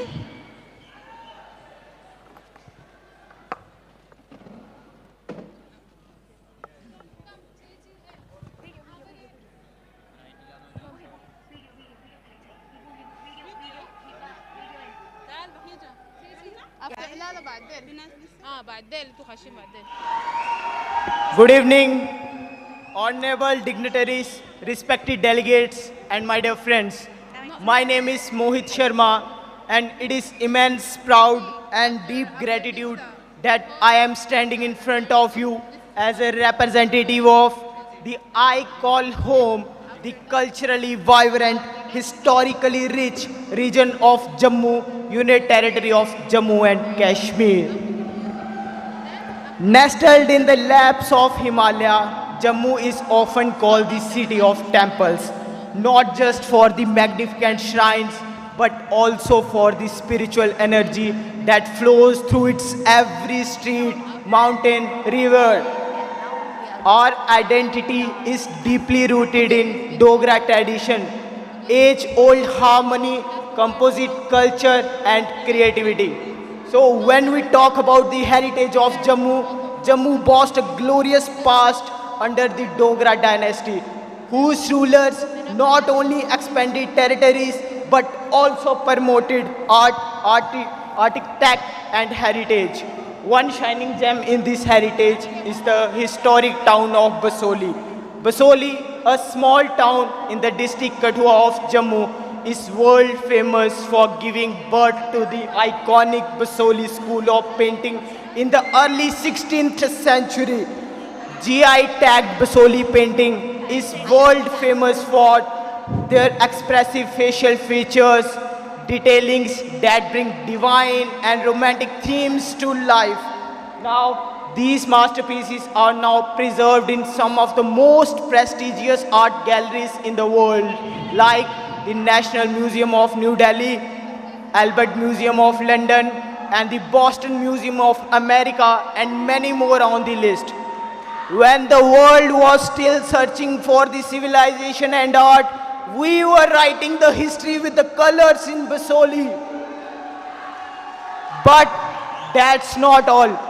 We also thrived as the hub of Pashmina during the 16th and 17th century. Its fine wool, skilled craftsmanship, and intricate weave patterns symbolized not just luxury, but the cultural sophistications which go far ahead of its time. Now, when we talk about the culture of Jammu and Kashmir, it's a blend of warmth, courage, and joyful celebration. Our Dogra cuisines reflects its spirits through the most delicious and flavorful dishes like Rajma Chawal, Kaladi Kulcha, and the tangy delight of Dal Mani. But now when we talk about the Jammu Dogri, our native language, which is the cherished emblem of our identity. Renowned Indian poetess and novelist Padam Shri Padma Sachdev beautifully captured its essence when she said, "Mithi hai Dogre di boli te khand mithe log Dogre," means the Dogra tongue is as sweet as honey and the Dogra people are sweeter than sugar itself. When we talk about our festival, Glory, Baisakhi, and the Grand Navratri celebration marked by the world-famous Ram Leela of Basoli, bringing families, villages, communities together. These vibrant occasions reminds us that the culture lives not in the monuments, but culture lives in the hearts, voices, and the people of the shared traditions. So, the story of Jammu is not a regional tale. It's a reminder to the world that the culture, art, and identity must be preserved and celebrated. Thank you. Jai Hind, Jai Duggar, Jai Dogra. Thank you.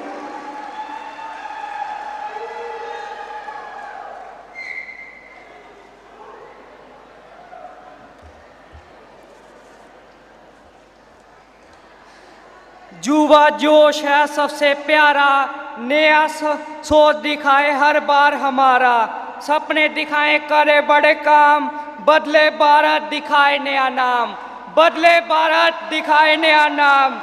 Namaskara Mangaluru. This a very warm greetings to all the dignitaries and my fellow delegates. This is Ridham Gupta from a place which we called as a city of temples, Jammu and Kashmir.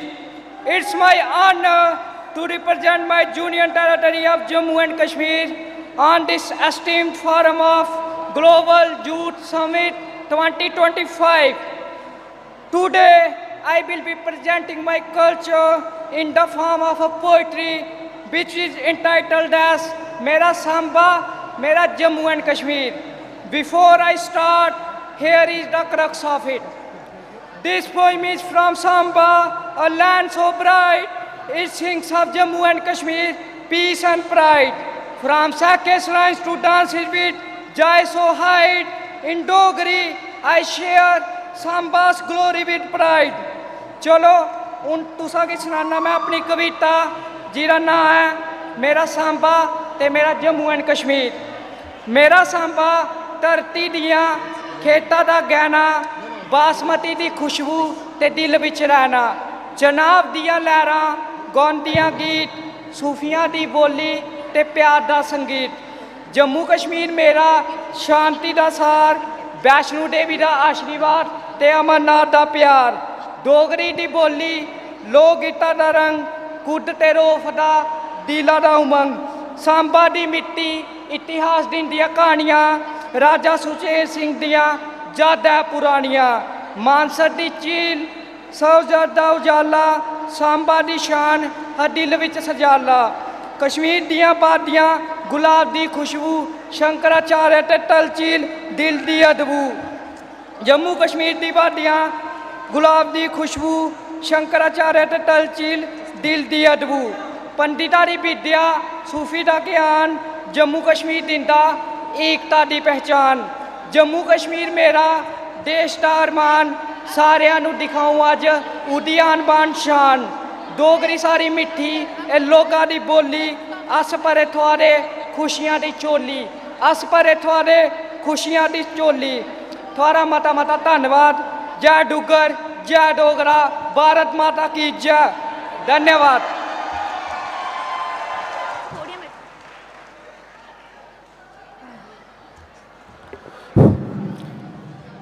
ಎಲ್ರಿಗೂ ಶರಣ್ರೀಪ.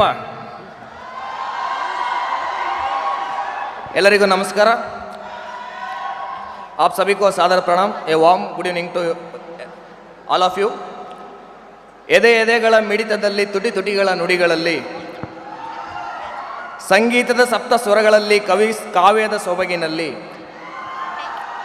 ಅರಳಲಿ ಅರಳಲಿ ನಮ್ಮ ಕನ್ನಡ ಸಿರಿಗನ್ನಡ. ನನ್ನ ಹೆಸರು Akash, MSc agriculture, department of agricultural metrology, university of agricultural science, Bengaluru. ಇಲ್ಲಿರುವ ಎಲ್ಲ ಕನ್ನಡಿಗರ ಪರವಾಗಿ ಧ್ವನಿಯಾಗಿ ಇಲ್ಲಿ ನಿಂತಿದ್ದೇನೆ. ನನ್ನ ಸೌಂಡ್ ಹಿಂಗಿದೆ ಅಂತಂದರೆ ನಿಮ್ಮ ಸೌಂಡ್ ಯಾವ ಥರ ಇರಬೇಕು? ಸೊ ಮೊದಲನೇದಾಗಿ, as you well know, I am here to express my opinion of this 2 days camp. First of all, almost in India there are 60 to 70 types of soil present in the whole world. Among that 40 to 45 types of soil present in the India itself. That's diversified country our India it is.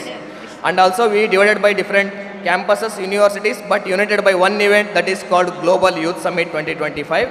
And this speciality of this event is organized by State NSSL, Ministry of Youth Affairs and Sports, Karnataka, in association with NSS Yenepoya University, guided by key officers, supported by dignitaries, and also made success be all by dear participants. I thank Honorable VC Dr. Vijay Kumar sir, Ashwini ma'am, Dr. Pratap Lingaya sir, and all the dignitaries for this wonderful event. And coming to about my experiences, ಇನ್ನು ಈ university ಬಗ್ಗೆ ಒಂದು ಎರಡೆರಡು ಮಾತುಗಳಲ್ಲಿ ಹೇಳಿ ಮುಗಿಸ್ಬೇಕಪ್ಪ ಅಂತಂದರೆ, from the first day onwards till ನಾವು ಈ ಒಂದು ಎರಡು ದಿನವನ್ನು 2 ನಿಮಿಷದಲ್ಲಿ ಹೇಳಿ ಮುಗಿಸೋಕ್ಕೆ ಇಷ್ಟಪಡ್ತೀನಿ ಸರ್. ಮೊದಲನೇದಾಗಿ, ಇನ್ ದ ಫಸ್ಟ್ ಡೇ ನಾವು KSRTC ಬಸ್ ಸ್ಟೆಪ್ ಡೌನ್ ಆಗೋಕ್ಕಿಂತ ಮುಂಚೆ Yenepoya ಬಸ್ ನಮಗೋಸ್ಕರ ವೇಟ್ ಮಾಡ್ತಾ ಇತ್ತು. We had not wait a single minute for the bus. Give a big round of applause for the transportation committee on behalf of all. And ಇನ್ನೊಂದೇನು ಹೇಳ್ಬೇಕಪ್ಪ ಅಂತಂದರೆ, ಯಾವುದೋ ಒಬ್ಬ ಮನುಷ್ಯ ತನ್ನ ಒಂದು ವಾಸ್ತವ್ಯವನ್ನು ಚೆನ್ನಾಗಿ ಅನ್ಭವಿಸ್ಬೇಕಂದ್ರೆ ಅವನಿಗೆ ಕೂಟ, ಊಟ, ನೋಟ ಮತ್ತು ಪಾಠ ಈ 4 ಕೂಡ ಚೆನ್ನಾಗಿರ್ಬೇಕಂತ ಹೇಳಕ್ಕೆ ಇಷ್ಟಪಡ್ತೀವಿ. ಮೊದಲನೇದಾಗಿ ಕೂಟ ಅಂದರೆ ನಾವು ಇರ್ತಕ್ಕಂಥ ಸ್ಟೇ ಯಾವ ಥರ ಇತ್ತಪ್ಪ ಅಂದರೆ, ಇರುವ ವ್ಯವಸ್ಥೆಯಲ್ಲೇ ನಮಗೆ ತಮ್ಮ ಸಾಮರ್ಥ್ಯಕ್ಕೂ ಮೀರಿದ ಅನುಕೂಲಗಳನ್ನ ಮಾಡಿಕೊಟ್ಟಿದ್ದಾರೆ. ಅದಕ್ಕೆ ನಾವೆಲ್ಲರೂ ಕೂಡ ಸ್ಟೇನ ಎಂಜಾಯ್ ಮಾಡೋಕ್ಕೆ ಕಾರಣ ಆಯಿತು. ಸೊ ಆ್ಯಂಡ್ ಆಲ್ಸೋ ಬರಲಿ ಜೋರಾದ ಚಪ್ಪಾಳೆ ನಮ್ಮ ಹಾಸ್ಟೆಲ್ ಅಕಾಮಿಡೇಷನ್ ಕಮಿಟಿಗೆ ಅಂತ ಹೇಳಕ್ಕೆ ಇಷ್ಟಪಡ್ತೀನಿ. ಮತ್ತು ಮೂರನೇದಾಗಿ ಊಟದ ಬಗ್ಗೆ ಹೇಳ್ಬೇಕಂತಂದರೆ, ಭಾರಿ ಭೋಜನ ಅಂತ ಹೇಳೋದಕ್ಕಿಂತ ಮೃಷ್ಟಾನ್ನ ಭೋಜನ ಅಂತಲೇ ಹೇಳ್ಬೋದು. ನನಗೆ ಗೊತ್ತು, ಇಲ್ಲಿ ತುಂಬ ಜನ ಉತ್ತರ ಕರ್ನಾಟಕದ ಮಂದಿ ಇದ್ರಿ. ಸಜ್ಜಿ ರೊಟ್ಟಿ, ಪುಂಡಿ ಪಲ್ಯ, ಬಿಳಿ ಜೋಳದ ರೊಟ್ಟಿ, ಅಗಸಿ ಹಿಂಡಿ ಇದನ್ನೆಲ್ಲ ಮಿಸ್ ಮಾಡ್ಕೊತ ಇರ್ತೀರಿ. ಬಟ್ ಏನಪ್ಪ ಅಂತಂದರೆ, ನಮ್ಮ ಕರ್ನಾಟಕದ ವೈವಿಧ್ಯತೆ ಯಾವ ಥರ ಇದೆ ಅಂತಂದರೆ, ಪ್ರತಿ 10 ರಿಂದ 12 ಕಿಲೋಮೀಟ್ರಿಗೆ ನಮಗೆ ಭೂಮಿ ಚೇಂಜ್ ಆಗುತ್ತೆ, ಉಡುಪು, ಊಟ ಎಲ್ಲವೂ ಚೇಂಜ್ ಆಗ್ತದೆ. ಹಾಗಾಗಿ ನಾವು ಈಗ ಏನಾರು ಹೋಗಿ ಕಲಬುರಗಿ ಬೀದರ್ನಾಗ ಹೋಗಿ ನೀರು ದೋಸೆ ಕೊಡು ಅಂತಂದರೆ ಮುಖದ ಮೇಲೆ ನೀರು ಹೊಡೆದು ಕಳಿಸ್ತಾರೆ ರೀ. ಹಾಗೆ ನಾವು ಮಂಗಳೂರಿಗೆ ಬಂದ ಮೇಲೆ ಇಲ್ಲಿ ನಾವು ಸಜ್ಜಿ ರೊಟ್ಟಿ, ಪುಂಡಿ ಪಲ್ಯ ಎಕ್ಸ್ಪೆಕ್ಟ್ ಮಾಡಬಾರ್ದು. ಇಲ್ಲಿರ್ತಕ್ಕಂಥ ಫುಡ್ಡು ಮತ್ತು ವೈವಿಧ್ಯತೆ ಏನೈತಿ ಅದಕ್ಕೆ ಅಡ್ಜಸ್ಟ್ ಆಗಿ ನಾವು ಅದನ್ನು ಹೊಂದ್ಕೊಂಡು ಹೋಗೋಕ್ಕೆ ನಮಗೆ ತುಂಬ ಅನುಕೂಲ ಆಗಿದೆ ಅಂತ ಹೇಳ್ಬೋದು. ನಾನು ನೆಕ್ಸ್ಟ್ ಮಂಗಳೂರಿಗೆ ಏನಾದ್ರು ಬರೋದಾದರೆ Yenepoya ಊಟನ ನಾವು ಯಾವತ್ತೂ ಮರೆಯೋಂಗಿಲ್ಲ. Give a big round of applause to the food committee and also serving committee. And ಮೂರನೇದಾಗಿ ನೋಟ ಅಂದರೆ, ಇಲ್ಲಿ ಇರ್ತಕ್ಕಂಥ ಸುಂದರ ನೋಟ, ಈ ಆಡಿಟೋರಿಯಂ ನೋಡಿದ್ರೆ, ಸ್ಟೇಜ್ ಎಲ್ಲ ನೋಡಿದ್ರೆ ನಮ್ಮ ಮೈಯೆಲ್ಲ ಜುಮ್ಮು ಅನ್ನತ್ತಂತಲೇ ಹೇಳ್ಬೋದು. ನಿನ್ನ ಆಗಿರ್ತಕ್ಕಂಥ ಕಲ್ಚರಲ್ಸ್ ಬಗ್ಗೆ ಅಂತೂ 2 ಮಾತು ಹೇಳಂಗಿಲ್ಲ. ನಿನ್ನೆ ನನ್ನ ಕನಸನ್ನೇ ಕೂಡ ಚಾಮುಂಡಿ ದೇವಿ ಬಂದಿದ್ಲು, ಆ ಲೆವೆಲ್ಗೆ ಪರ್ಫಾರ್ಮೆನ್ಸ್ ಇತ್ತು ನಿನ್ನೆ. Give a big round of applause for the all the stage committee also. ಇನ್ನು ಉಳಿದಿದ್ದು ಯಾವುದು? ಪಾಠ. ಈಗ 1 time reading is equal to 10 times reading equal to 1 time writing and 10 time writing to equal to 1 time discussion ಅಂತ ಹೇಳ್ತಾರೆ. So ಹಾಗಾಗಿ ಏನಪ್ಪ ಅಂದರೆ, ಇಲ್ಲಿ ನೋಡಿರ್ತಕ್ಕಂಥ ಎಲ್ಲ ಪ್ಯಾನಲ್ ಡಿಸ್ಕಷನ್ ಆಗಿರ್ಬೋದು, ಎಲ್ಲ ಆಗಿರ್ಬೋದು. ಆ ಟೈಮಲ್ಲಿ ನಾನು ತುಂಬ ಕ್ವಶನ್ಸ್ ಕೇಳ್ತಾ ಇದ್ದೆ. ನಾನು ಇದ್ದಿಂತಾಗ ಎಲ್ಲರೂ ನನ್ನ ಮಕ್ಕನೇ ನೋಡ್ತಾ ಇದ್ರು, ಇವನೇನಪ್ಪ ಇಷ್ಟು ಕ್ವಶನ್ ಕೇಳ್ತಾನೆ ಅಂತಂದು. ಬಟ್ ನಾನು what I thought was, while you are asking a question, you may be think as a fool, but if you not ask the question and keep it that question for yourself, you will be a fool forever ಅಂತ ಬುದ್ಧ ಹೇಳ್ತಾ ಹೋಗ್ತಾರೆ. So ಹಂಗಾಗಿ this questionnaire session was very mind blowing ಅಂತ ಹೇಳ್ಬೋದು. So and also big round of applause for all the panel committee and also all the spoke speakers ಅಂತ ಹೇಳ್ಬೋದು. ಕೊನೆಯದಾಗಿ ಇದರಿಂದ ತುಂಬ ಪಾಠಗಳನ್ನು ಕಲ್ತಿದ್ದೇನೆ. ಒಂದೇ ಒಂದು ಸಣ್ಣ ಒಂದು ಹಾಡಿನ ಮೂಲಕ ಈ ನನ್ನ ಭಾಷಣವನ್ನು ಎಂಡ್ ಮಾಡೋಕ್ಕೆ ಇಷ್ಟಪಡ್ತೀನಿ. ಒಂದೇನಪ್ಪ ಅಂದರೆ, ಚಿಕ್ಕಲ್ಲಿ ಇದೊಂದು ಸಣ್ಣದಾಗಿ ಕೇಳ್ತಾ ಇದ್ವಿ, ಬಹಳ ಒಳ್ಳೆಯವ್ರು ನಮ್ಮ ಮಿಸ್ಸು, ಏನು ಕೇಳಿದ್ರು ಎಸ್ ಅಂತ. ಅದೇ ರೀತಿ ನಾನು ಈಗ ಇದೊಂದಕ್ಕೆ ಒಂದು ಕಂಪೋಸ್ ಮಾಡಿದ್ದೀನಿ. ಬಹಳ ಒಳ್ಳೆಯವ್ರು ನಮ್ಮ ಕೀ ಆಫೀಸರ್ಸು, ಏನು ಕೇಳಿದ್ರು ಎಸ್ಸು. ನೀವು ರಿಪೀಟ್ ಮಾಡಿ. ಬಹಳ ಒಳ್ಳೆಯವ್ರು ನಮ್ಮ ಕೀ ಆಫೀಸರ್ಸು, ಏನು ಕೇಳಿದ್ರು ಎಸ್ಸು. ಬಹಳ ಒಳ್ಳೆಯವ್ರು ನಮ್ಮ ಗೆಸ್ಟ್ ಆ್ಯಂಡ್ ಡಿಗ್ನಿಟರೀಸು, ಕೇಳಿದ ಕ್ವಶನ್ಗೆಲ್ಲ ಹೇಳ್ತಾರೆ ಆನ್ಸರ್ಸು. ಬಹಳ ಒಳ್ಳೆಯವ್ರು ನಮ್ಮ ಅಶ್ವಿನಿ ಮ್ಯಾಮು ಮತ್ತು ವಿಜಯ್ ಸರು, ಕೇಳಿದ್ದೆಲ್ಲ ಮಾಡಿಕೊಟ್ರು ಫೆಸಿಲಿಟೀಸು. ಬಹಳ ಒಳ್ಳೆಯವ್ರು ನಮ್ಮ volunteers, always ready for service. ಬಹಳ ಒಳ್ಳೆಯವ್ರು ನಮ್ಮ participants, always cheerful and well wishers ಅಂತ ಹೇಳ್ತಾ, ಕೊನೆಯದಾಗಿ ಹಳೆಯ ಬೇರಳು ಹೊಸ ಚಿಗುರೊಡೆದು ಅರಳಿದ ಸೊಗಸಾದ ಸುಗಂಧ ಉಳ್ಳ ಮೊಗ್ಗನ್ನು ನೋಡಿ ವಾ ವಾ ವಾ ಅಂತ ಹೇಳ್ತಾ ಹೋಗಿ. ಹಳೆಯ ಬೇರಳು ಹೊಸ ಚಿಗುರೊಡೆದು ಅರಳಿದ ಸೊಗಸಾದ ಸುಗಂಧ ಉಳ್ಳ ಮೊಗ್ಗನ್ನು ನೋಡಿ, ಬೆಂಗಳೂರಿನ ಬರೀ ಟ್ರಾಫಿಕ್ಕು ಧೂಳು ಕಂಡು ಬೇಸರ ಬಂದಿದ್ದ ನನ್ನ ಕಣ್ಣಿಗೆ ಚೈತ್ರ ಮಾಸದ ವಸಂತ ಬಂದಾಯಿತು Yenepoya ಕ್ಯಾಂಪಸ್ ನೋಡಿ. ಬಾನಳು ರಕ್ಕೆ ಬಡಿದು ಬಣ್ಣ ಬಣ್ಣದ ಗರಿಗೆದರಿ ಕಂಗೊಳಿಸುತ್ತಿದೆ ಪ್ರಕೃತಿಯ ಸುಂದರ ಹಕ್ಕಿ. ಈ ಹಚ್ಚ ಹಸಿರಿನ ವನದಲ್ಲಿ ಪ್ರಕೃತಿ ಮಾತೆಯ ಮಡಿಲಲ್ಲಿ ಮಕ್ಕಳಾಗಿದ್ದೇವೆ ನಾವು Yenepoya ಆವರಣವನ್ನು ಹೊಕ್ಕಿ. ಕೂತಲ್ಲೇ ಕೂತು 4 ಗೋಡೆಗಳ ಮಧ್ಯೆ ನಿಂತ ನೀರಂತಾಗಿತ್ತು ನಮ್ಮ ಪರಿಸ್ಥಿತಿ. ಇಂದಿನ ಈ ಕಾರ್ಯದೊಳೊಂದಾಗಿ ಕಲಿತು ನಲಿತು ಅರಿತಿರುವೆ ನಮ್ಮಂಥ ಯುವಕರ ಪಾತ್ರ ಮತ್ತು ಮನಸ್ಥಿತಿ. ಹಚ್ಚಿದ ದೀಪ ಆರಲೇಬೇಕು, ಬೆಳಗಿದ ಸೂರ್ಯ ಮೊಳಗಲೇಬೇಕು, ನಾನು ಬಂದು ಸೇರಿರುವೆ ನನ್ನ ಭಾಷಣದ ಅಂತಿಮ ಅಂತ. ನಾನು ಕೃಷಿ ವಿಶ್ವವಿದ್ಯಾಲಯ ಬೆಂಗಳೂರು ಆಕಾಶ್ ಪರವಾಗಿ ಎಲ್ಲರಿಗೂ ಅವಕಾಶ ಮಾಡಿಕೊಟ್ಟಿದ್ದಕ್ಕೆ ಧನ್ಯವಾದಗಳು. ಅನಂತ ಅನಂತ ಅನಂತ. ರೈತ ದುಡಿಯದೇ ಇದ್ದರೆ ಮಣ್ಣು ತಿನ್ನಬೇಕಾಗ್ತದೆ, ಯೋಧ ದುಡಿಯದಿದ್ದರೆ ಮಣ್ಣು ಸೇರಬೇಕಾಗ್ತದೆ. ಜೈ ಜವಾನ್, ಜೈ ಜವಾನ್. How's the josh, all the josh. ಜೈ ಹಿಂದ್, ಜೈ ಕರ್ನಾಟಕ ಮಾತೆ.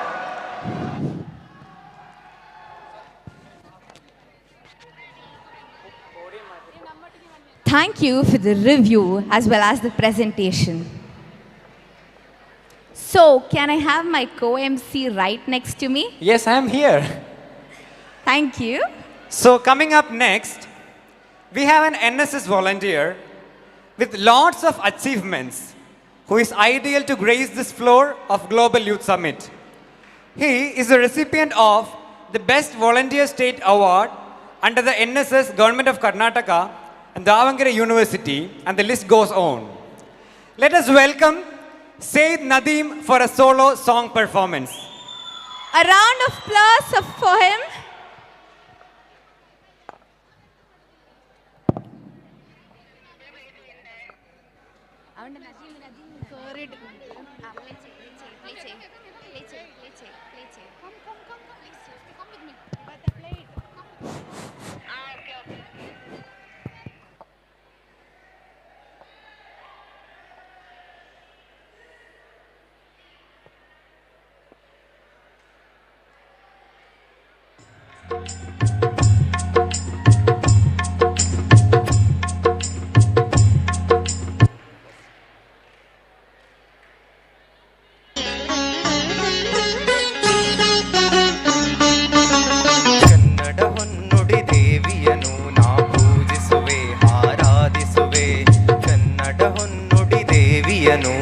ಪೂಜಿಸುವೆ ಆರಾಧಿಸುವೆ ಕನ್ನಡ ಡಿಂಡಿಮ ಭಾರಿಸುವೆ ಎಂದು ಬರೆಯುತ್ತ ಹಾಡುವೆ ಕನ್ನಡ ಡಿಂಡಿಮ ಭಾರಿಸುವೆ ಎಂದು ಬರೆಯುತ್ತ ಹಾಡುವೆ ಕನ್ನಡ ಹೊನ್ನುಡಿ ದೇವಿಯನು ನಾ ಪೂಜಿಸುವೆ ಆರಾಧಿಸುವೆ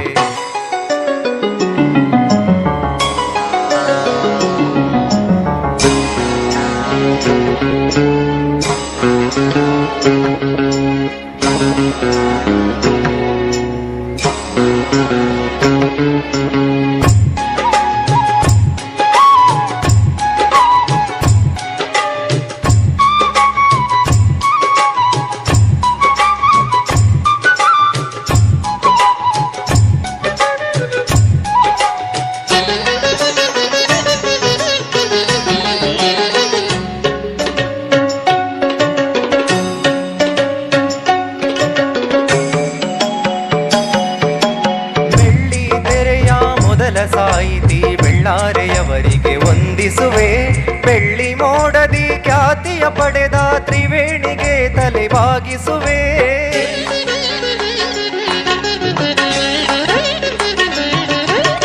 ಬಂಗಾರದ ಮನುಷ್ಯ ರಾಮರಾಯರ ಎಂದು ನಾನು ಧ್ಯಾನಿಸುವೆ ಉದಯನ ಪಾತ್ರವ ಸೃಷ್ಟಿಸಿದ ಕೋರೂರರನ್ನು ಗೌರವಿಸುವೆ ನಾನು ಅವರಂತೆ ಶಾಶ್ವತ ಹೆಸರನ್ನು ಪಡೆವ ಶಕ್ತಿಯ ನೀಡೆಂದು ಕನ್ನಡ ಹೊನ್ನುಡಿ ದೇವಿಯನು ನಾ ಪೂಜಿಸುವೆ ಆರಾಧಿಸುವೆ ಕನ್ನಡ ಹೊನ್ನುಡಿ ದೇವಿಯನು ನಾ ಪೂಜಿಸುವೆ ಆರಾಧಿಸುವೆ ಕನ್ನಡ ಡಿಂಡಿಮ ಭಾರಿಸುವೆ ಎಂದು ಬರೆಯುತ್ತ ಹಾಡುವೆ ಕನ್ನಡ ಡಿಂಡಿಮ ಭಾರಿಸುವೆ ಎಂದು ಬರೆಯುತ್ತ ಹಾಡುವೆ ಕನ್ನಡ ಡಿಂಡಿ ದೇವಿಯನು ನಾ ಪೂಜಿಸುವೆ ಆರಾಧಿಸುವೆ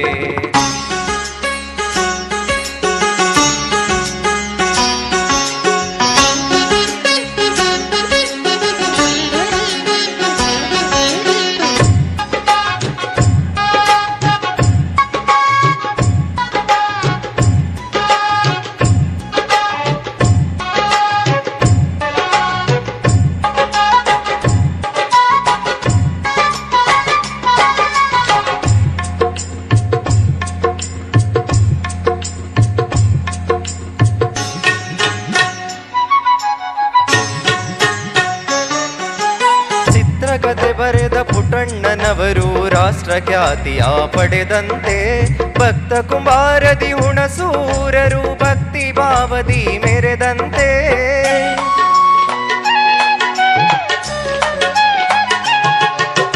ನಂಜುಂಡಿ ಕಲ್ಯಾಣದ ಉದಯ ಶಂಕರರು ನೂತನ ದಾಖಲೆ ಬರೆದಂತೆ ಪ್ರೇಮ ಲೋಕದ ಹಂಸಲೇಖರು ಯುವಜನ ಮನವನ್ನು ಸೆಳೆದಂತೆ ನಾನು ಅವರಂತೆ ಶಾಶ್ವತ ಹೆಸರನ್ನು ಪಡೆವ ಶಕ್ತಿಯ ನೀಡೆಂದು ಕನ್ನಡ ಹೊನ್ನುಡಿ ದೇವಿಯನು ನಾ ಪೂಜಿಸುವೆ ಆರಾಧಿಸುವೆ ಕನ್ನಡ ಹೊನ್ನುಡಿ ದೇವಿಯನು ನಾ ಪೂಜಿಸುವೆ ಆರಾಧಿಸುವೆ ಕನ್ನಡ ಡಿಂಡಿಮ ಭಾರಿಸುವೆ ಎಂದು ಬರೆಯುತ್ತ ಹಾಡುವೆ ಕನ್ನಡ ಡಿಂಡಿಮ ಭಾರಿಸುವೆ ಎಂದು ಬರೆಯುತ್ತ ಹಾಡುವೆ ಕನ್ನಡ ಹೊನ್ನುಡಿ ದೇವಿಯನು ನಾ ಪೂಜಿಸುವೆ ಹಾರಾಧಿಸುವೆ.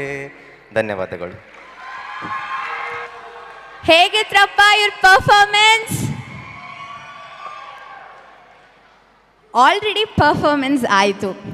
Now we are here with a filler. Can I have 2 volunteers of the same gender? Two of them. Any 2 volunteers on the stage?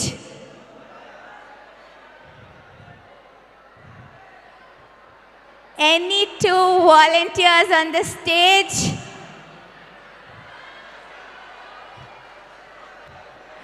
Oh, here we have 2 energetic volunteers who have volunteered themselves, but they don't know what it is. How excited are you? Are you guys nervous? I'm not scared of anything. Okay, he has a dare dashing mind. Okay, can you both introduce yourself to the audience? I'm Abhigyan Roy, representing the state of Goa. I'm Monesh Singh Kashyap, and I'm representing Chhattisgarh. Okay, the thing is like, we have a picture. Can I have the technical team to just display the picture? And these 2 people have to recreate the same scene with the same dialogue and the song in their own language. Are you guys excited? Okay, here we give the mic. Seems like the daring guy is bowing.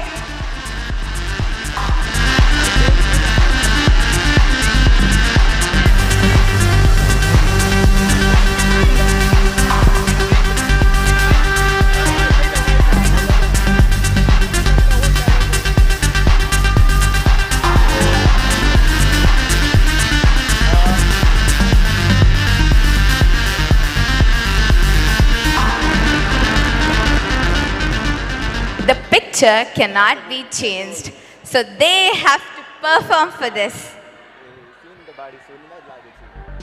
Can I have a music for 10 seconds until and unless they prepare? Technical team?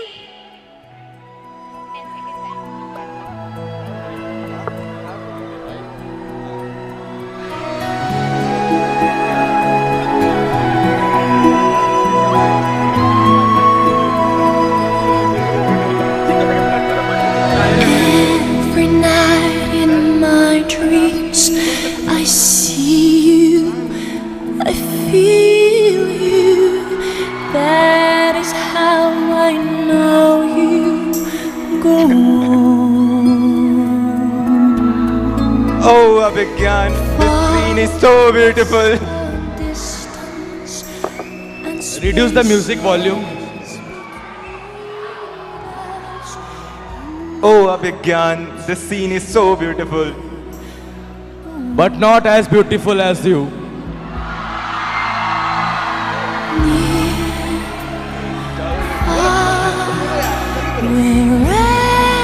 I love you, Abhigyan. I believe that the heart does go on. I would have loved you, but you are jobless.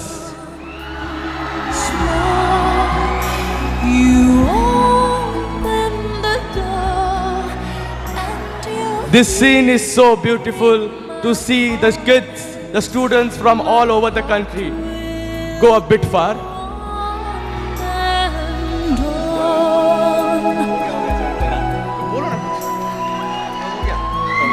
I think we need to leave the stage because the further things can't be done in front of the world.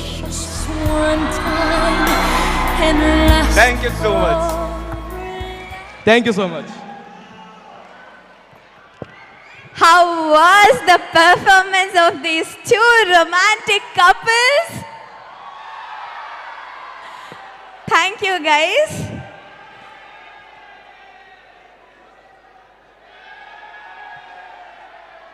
Seems like they have a lot of fan following going on there. Okay, on this special occasion, we have something to tell all of you guys. Are you guys ready for it? We have one of our dearest volunteer birthday. So we would like to dedicate the stage for cutting the cake for him. First and foremost, I request all of the dignitaries to come over the stage.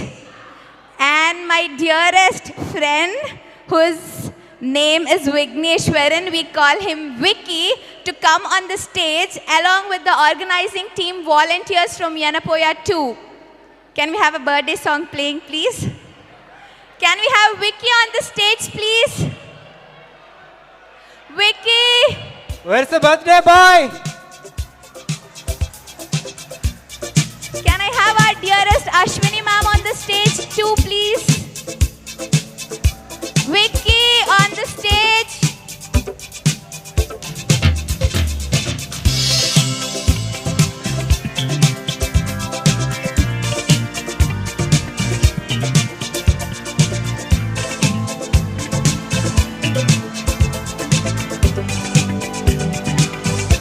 Now it doesn't make much sense.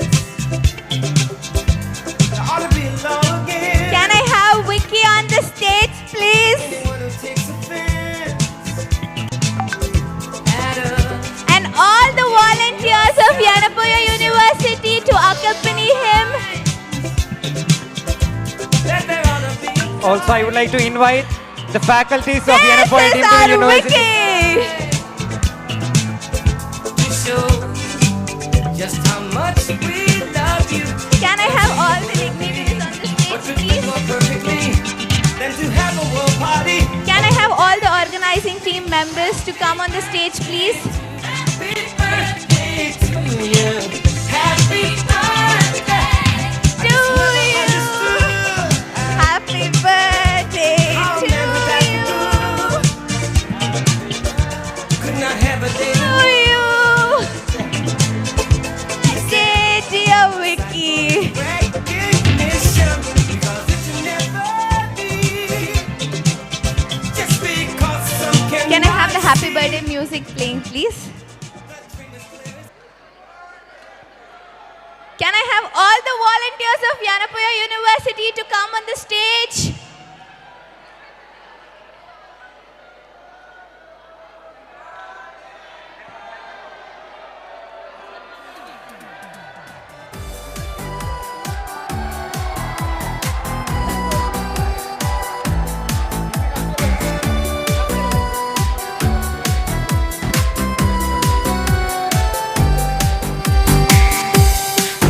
Happy birthday to you.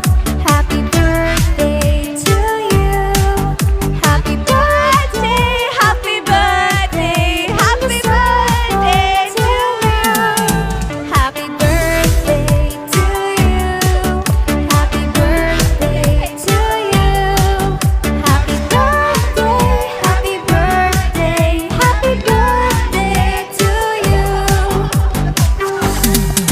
Happy birthday to you. Happy birthday to you. Happy birthday in the sun from tonight. Happy birthday to you. Happy birthday to you. Happy birthday, happy birthday, happy birthday to you.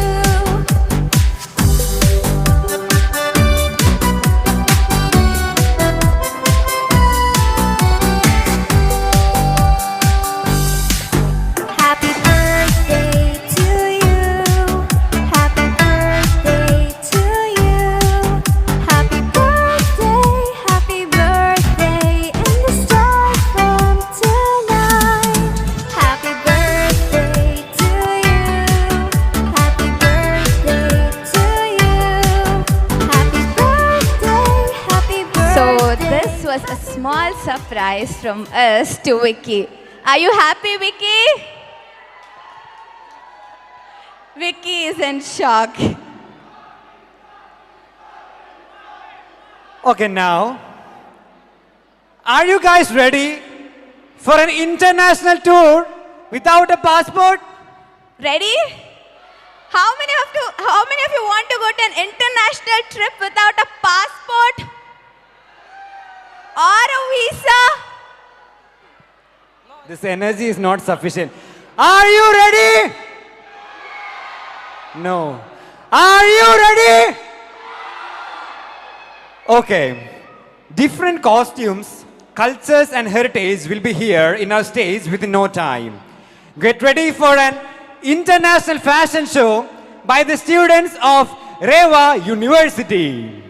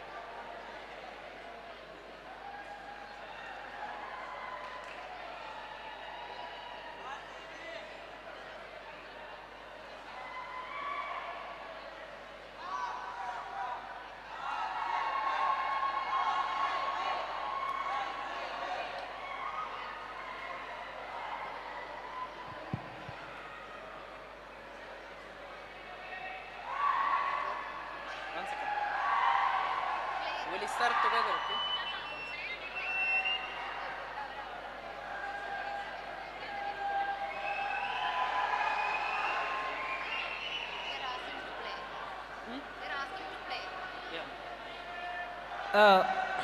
Shall I speak? We'll start with the youngest country of the world, which is South Sudan.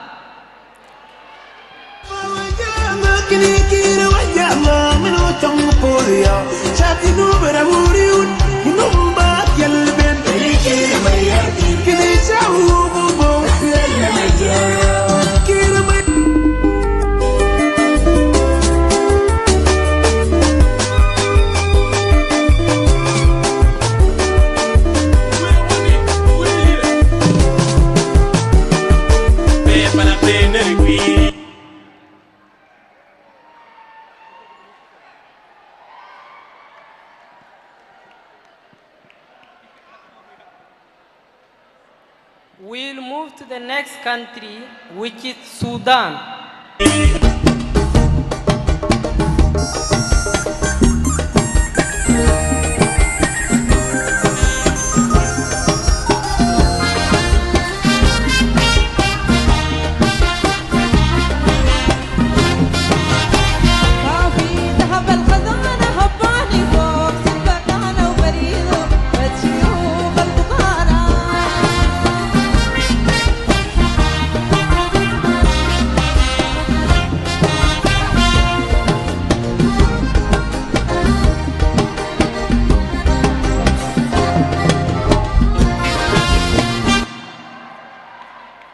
We'll move to one of the East African country, West African country, which is Benin.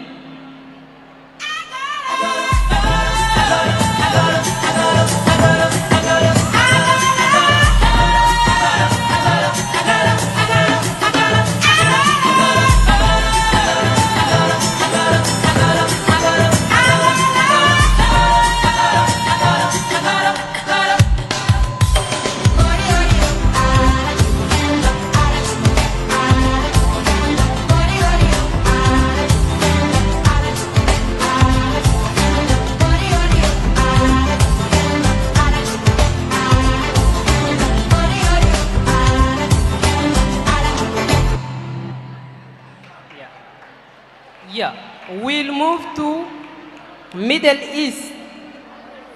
The father of Middle East, Yemen.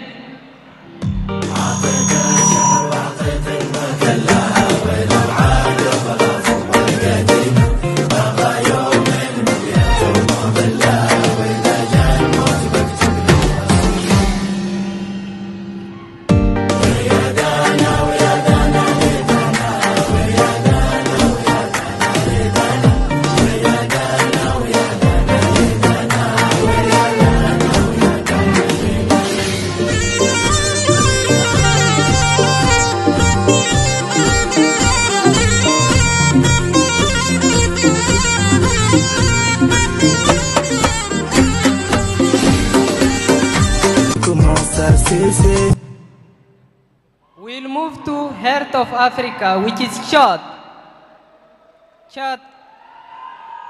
Honorant la terre de tous nos ancêtres, unité, travail, progrès, on en est tous fiers. On a connu de bons moments, calmez tous vos pleurs. Le lendemain est rempli de bonheur. On est tous unis pour la vie. Honorant la terre de tes ancêtres.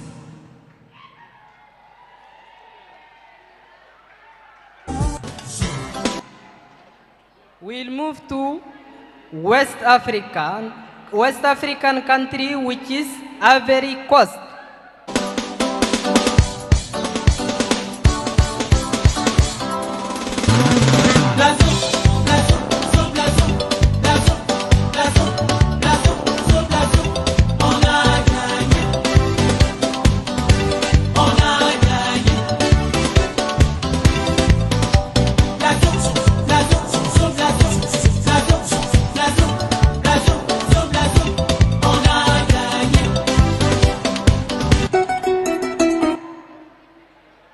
At the end, Liberia.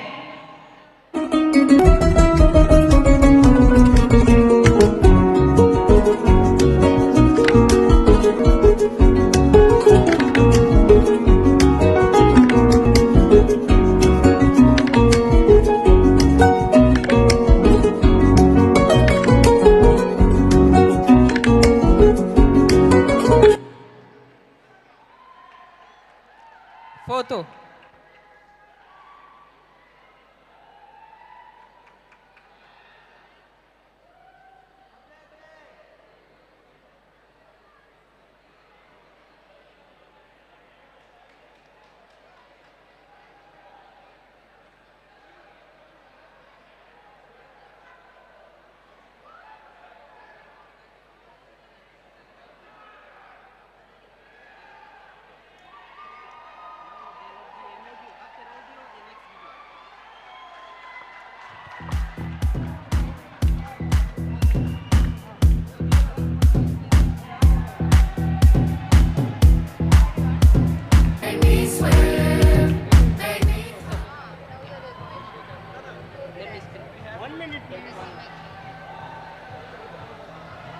Get ready for the Afrobeat dance.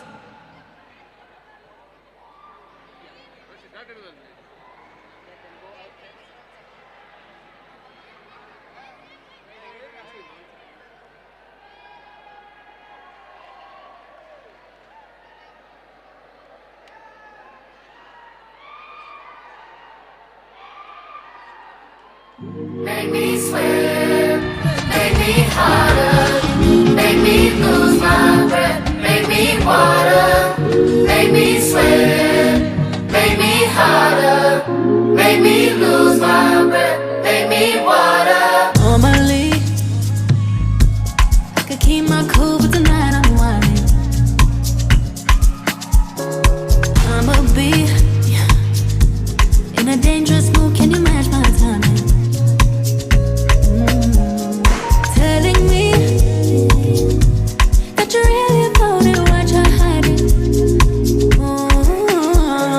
Talk is cheap, so show me that you understand I like it. Can you blow my mind? Set off my whole body. If I give you my time, can you snatch my soul from me? I don't wanna wait. Come take it, take me where I ain't been before.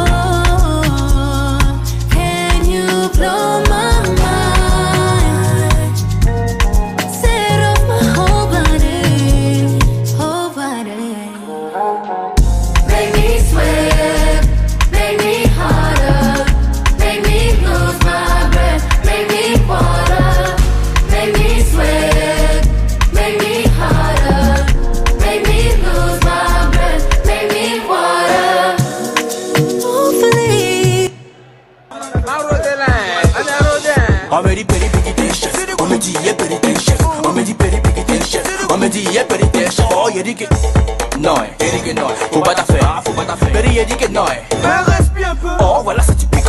C'est le boule, tu dis ça. C'est le boule. किया तो फिक्र बना मामी सच कतल तेरा touch कतल जीजा नाल करे वक्खो वक्ख कतल तेरे अगे आके असीं आप खड़ गए कर दे तू भावे बेशक कतल तेरी अख कतल घरे लक कतल जदों मुंह करे घरे लक कतल असला भी लोड़ करे टल जा छड़ अखां नाल करने तू बस कतल तेरी अख कतल घरे लक कतल जदों मुंह करे घरे लक कतल असला भी लोड़ करे टल जा छड़ अखां नाल करने तू बस कतल Pushing on my buttons with no hesitation. Gas me up, give me motivation. Tell me where we come, pick a destination. Gas me up, give me motivation. Now pushing on my buttons with no hesitation. Gas me up, give me motivation. Tell me where we. C'est quelque chose, ça pique à tout le monde. C'est ça, ça casse ça nous. Ça commence à rentrer dans quel vie. Bonne position, tous les gars.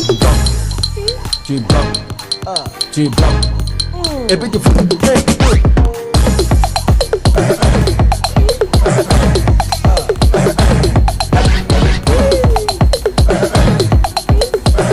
Tu vois comment c'est simple, hein? Tu dis pas.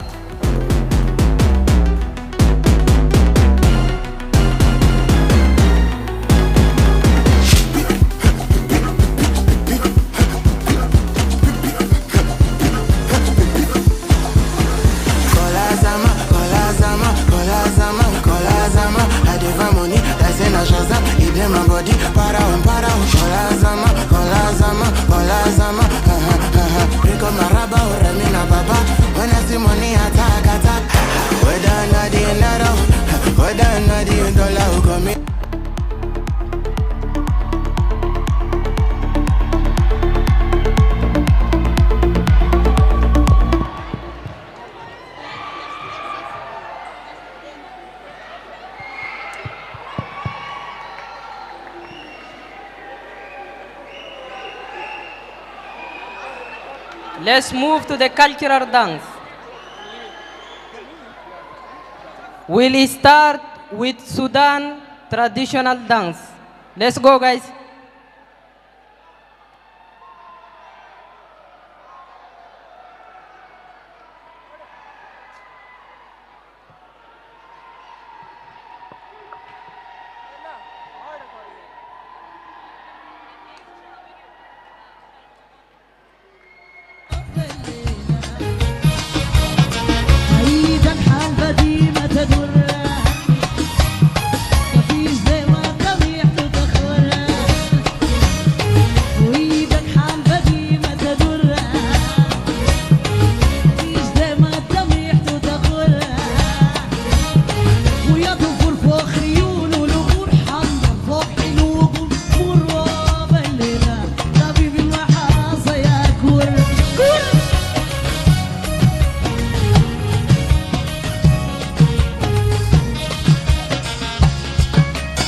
حصريا البروف ميوزك.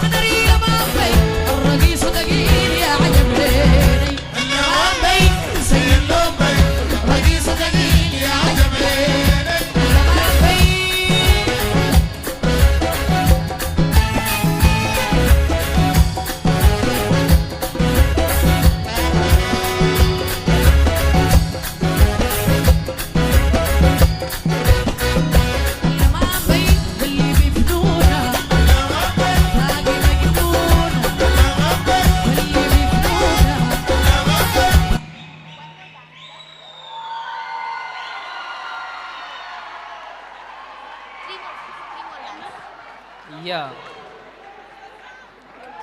Nice dance. Yo, let's move to the Yemen cultural dance.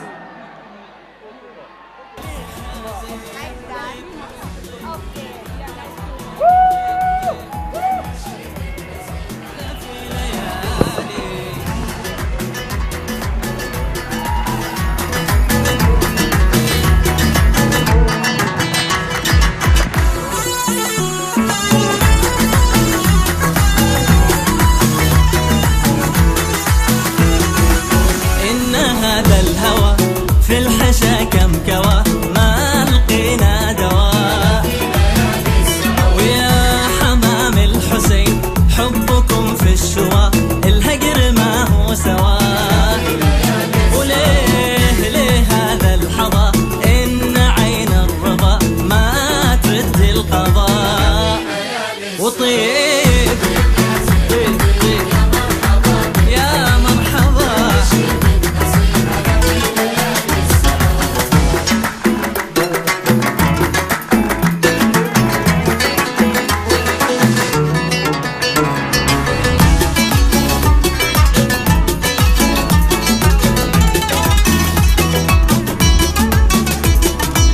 كحيل مخضب مخضب وزدت في أذنيك رطب ذهب ذهب تريد باتنهب لما الكبد الهب ما القلب غاب يا عبرة الطراب أنا بقول بك سكتة في الليل قب قب اشرب صهبة ترد الروح فيها حباب في البعد لا ترغب لا ترغب وانت السبب في الحب انت السبب سبب وقد كنت ما بحنب لولا ركوني يا ورش عالوعود اسمع طيب يا زين كل شي كل شي كل شي هلا فينا يا أهل السعود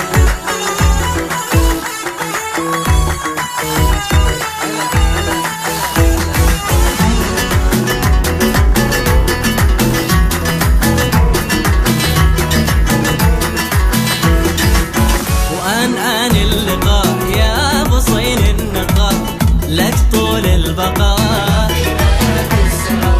أنت للغيد سيد كلهم لك عبيد من أحبك سعيد أنا بتركك قط قط يا حسين النقاط من رآك انبساط وبا معك في الهوى بتبعك شلني بنفعك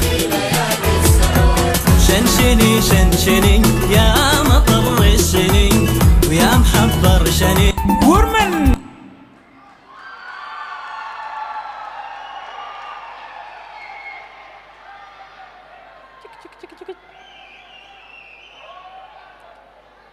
Let's move to South Sudan.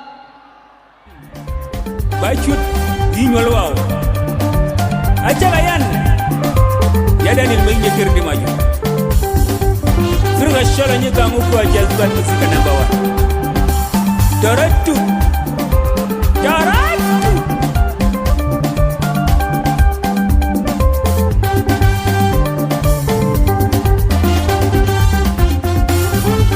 Moni akamiki yarumi kwende baju ipit bandira wala pide mau ikamila boy mai gibi benanyole wa kwenyeka manye nyole wala pide kura benya wa kwenyeka Moni akamiki yarumi kwende baju ipit bandira wala pide mau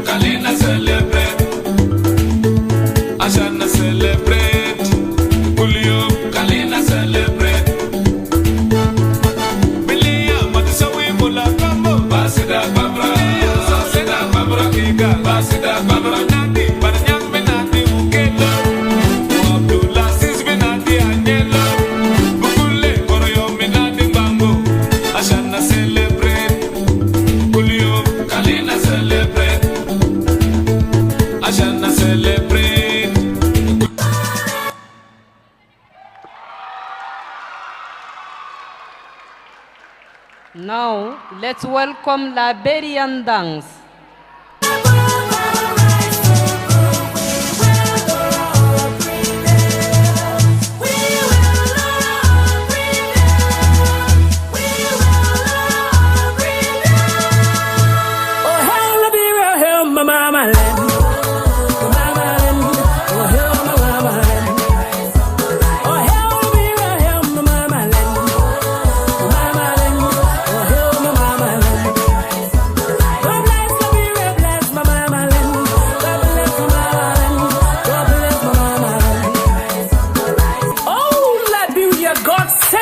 On the rise, if only we shall hearken to his command. It is then that we shall rise, we shall pursue, we shall overtake, and we shall conquer all of our adversaries, and we shall shout at last, the Lord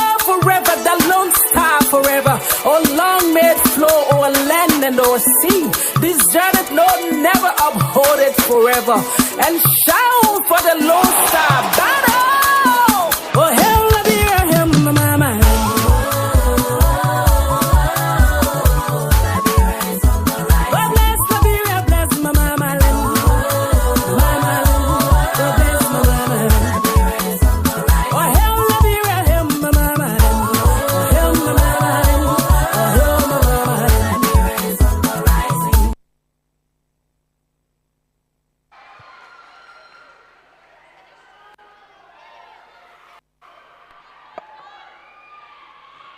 Oh, wow.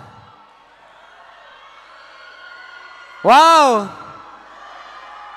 It seems like we had an international tour for free, right? We had no cost, right? Just give a big round of applause to the entire team of Rewa University. Yeah, thank you, guys. Okay, now, it is a time to immerse ourselves in the rich cultural heritage of Karnataka. Presenting to you a vibrant and enthralling performance of Yakshagana, a traditional theatre form that combines dance, music, dialogue, and colorful costumes in a truly dramatic style. This mesmerizing art form has been passed down for generations, and today we are proud to witness it being carried forward by the talented students of S&M Polytechnic College. Let us give a big round of applause and welcome the team S&M Polytechnic College.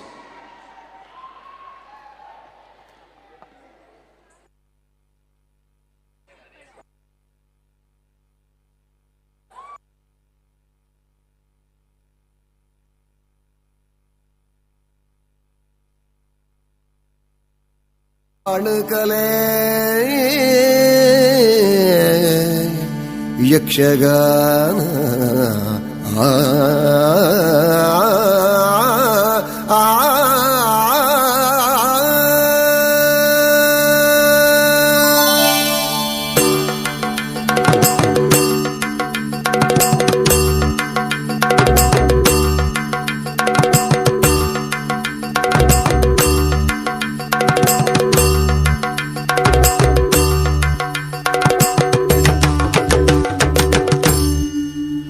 ತಾನಿ ತಂದಾನ ತಂದನಾನ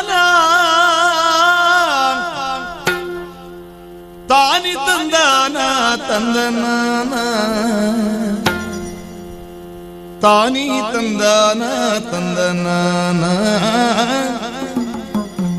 ತಾನಿ ತಂದಾನ ತಂದನಾನ ತಾನಿ ತಂದಾನ ತಂದನಾನ ತಾನಿ ತಂದಾನ ತಂದನಾನ ತಾನಿ ತಂದಾನ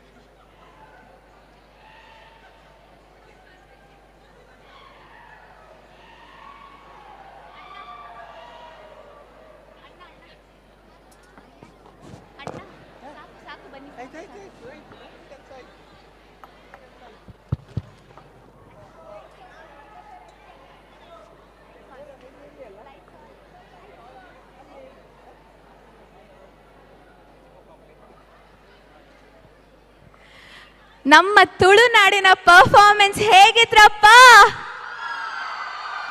Whoa, what an energy. Now we take you to the misty hills of Karnataka, the land of brave warriors. ಯಾವುದಂತ ಗೆಸ್ ಮಾಡ್ಬೋದಾ?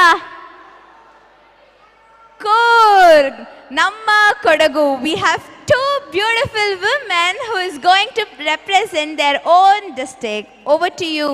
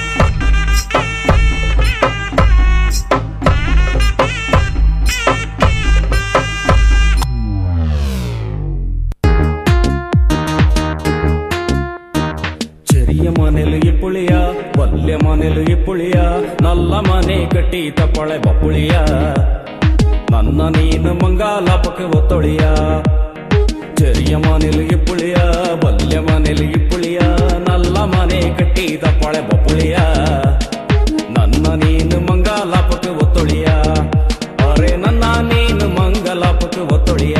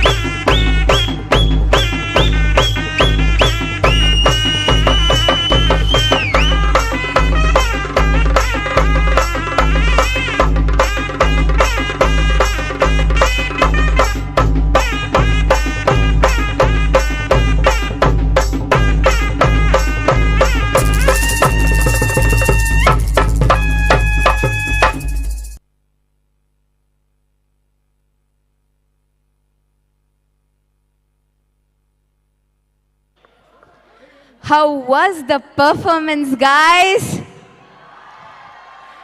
The energy was energizing, but now I don't see. How is the Josh? Okay, since we had two beautiful ladies performing, we have a special performance. Those group of boys that are very energetic in this entire 2-day summit. So, ladies and gentlemen, Today we invite you to witness not just a story but an epic tale. As old as the time, as deep as dharma, and as grand as destiny itself. Presenting you a dramatic retelling of Mahabharata from Bengaluru, Hudguru. Over to you.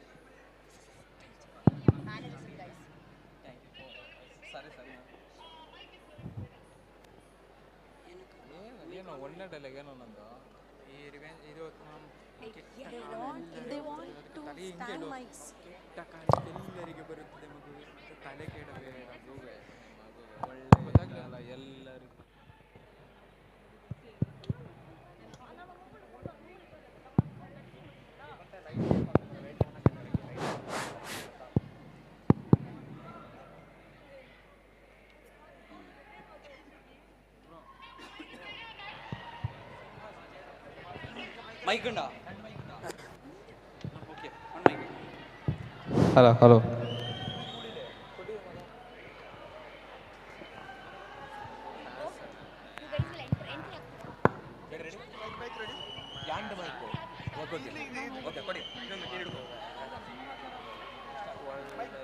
कृष्णाय वासुदेवाय हरये परमात्मने प्रणतः क्लेशनाशाय गोविन्दाय नमो नमः।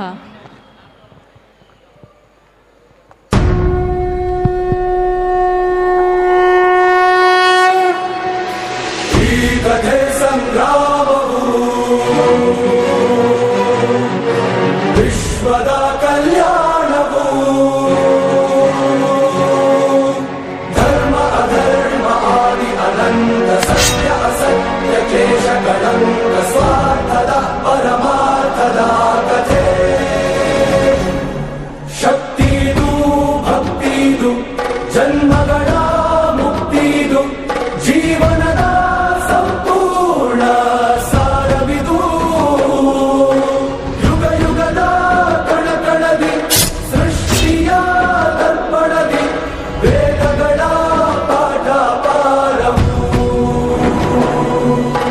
ಧರ್ಮದ ಚರಿತ್ರೆ ಇದು ದೇವರ ಭಾಷೆ ಇದು ಕಾಲಗಳ ಇತಿಹಾಸದ ಪ್ರಮಾಣವಿದು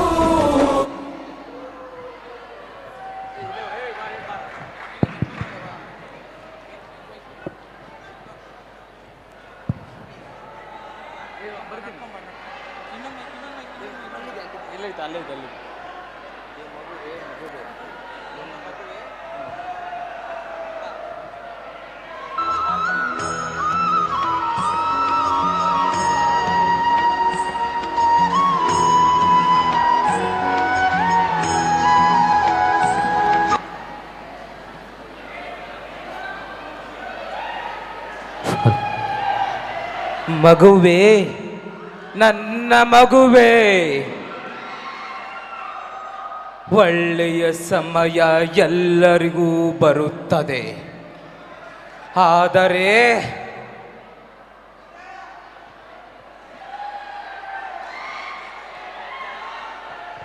ಒಳ್ಳೆಯ ಸಮಯ ಬಂದಾಗಲೇ ಅದನ್ನು ಉಪಯೋಗಿಸಿಕೊಳ್ಳುವವರೇ ಅವರಿಗೆ ಗೆಲುವು ಲಭಿಸುತ್ತದೆ.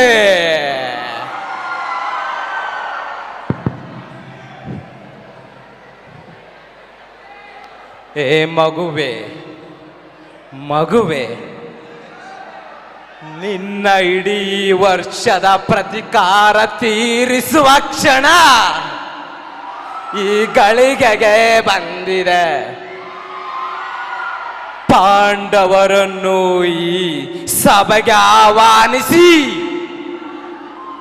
ನಂತರ ಅವರನ್ನು ಜೂಜು ಆಟದಲ್ಲಿ ಸೋಲಿಸಲು ಯಂತ್ರ ಮಡಕಿದ್ದೇನೆ. ಆ ಪಗಡೆಯ ಆಟದಲ್ಲಿ ಅವರನ್ನು ಸೋಲಿಸಲು ಸೂಚಿಸಿದ್ದೇನೆ.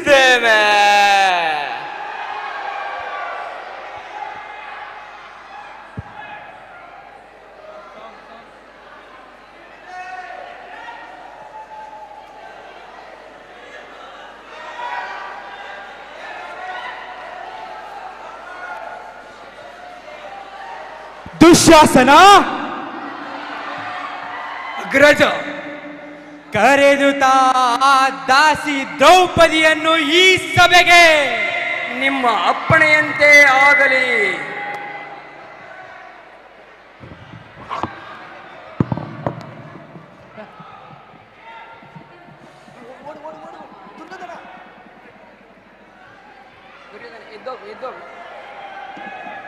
ಒಂದು ನಿಮಿಷ ನಾಸ್ನ ಹಾಕ್ಬೇಕು. ವೇಟ್ ಅಂತೇಳಿ ಒಂದು ನಿಮಿಷ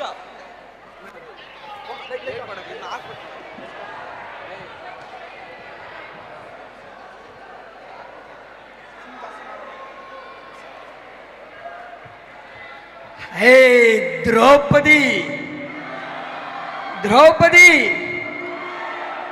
ಬಾ ನಡಿ, ನನ್ನ ಜೊತೆ ಬಾ. ನನ್ನ ಅಗ್ರಜನ ಆಜ್ಞೆಯಾಗಿದೆ, ನೀನು ಸಭೆಯತ್ತ ನಡಿ. ಬಾ, ಎದ್ದ ನಡಿ, ನಡಿ. ಹೇ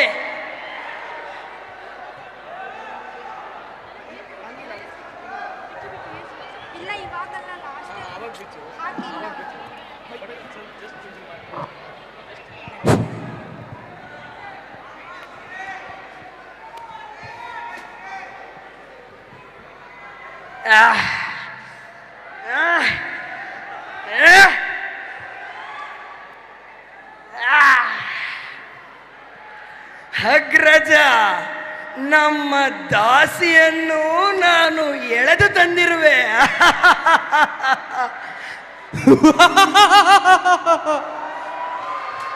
ಬಾ ದ್ರೌಪದಿ, ಬಾ. ನಿನ್ನ ಈ ಪತಿಯರು ನಿನ್ನನ್ನು ಈ ದ್ಯೂತದಲ್ಲಿ ಅಡವಿಟ್ಟು ನಿನ್ನನ್ನು ಸೋತು ಹೋದರು. ಈಗ ನೀನು ನಮ್ಮ ದಾಸಿ. ಬಾ ದ್ರೌಪದಿ, ನನ್ನ ಹಿತವನ್ನು ಅಲಂಕರಿಸು. ಬಾ. ಎಲ್ಲ ಹೋ ದುರ್ಯೋಧನ, ಹಸ್ತಿನಾಪುರದ ರಾಜನೆಂಬ ಮದದಿಂದ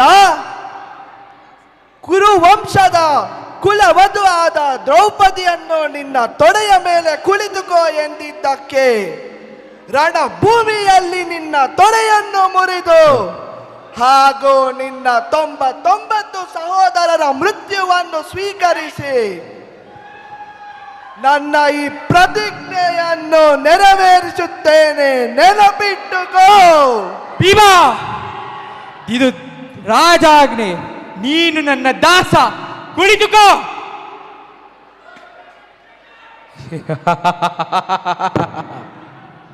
ಬಾ ದ್ರೌಪದಿ, ನಾನು ಕಾಯುತ್ತಿರುವೆ.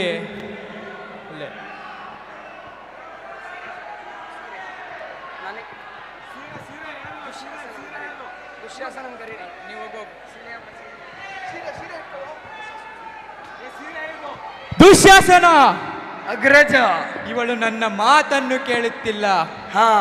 ಇವಳ ಸೀರೆಯನ್ನು, ಇವಳ ವಸ್ತ್ರವನ್ನು ಕಳೆ. ಬೇಡ ದುಶ್ಯಾಸನ, ಬೇಡ ದ್ರೌಪದಿ, ದುಶ್ಯಾಸನ, ದ್ರೌಪದಿ, ಲೋ ಪಾಂಚಾಲಿ, ಬೇಡ ದುಶ್ಯಾಸನ.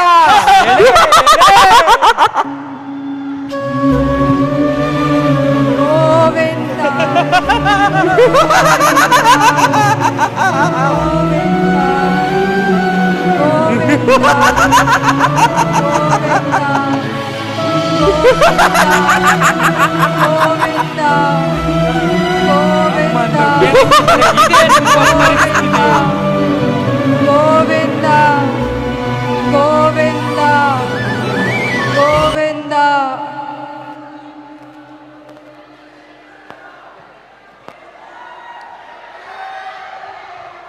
ಅಗ್ರಜ, ಕಪಟ ನಾಟಕ ಸೂತ್ರಧಾರಿ ಕೃಷ್ಣ.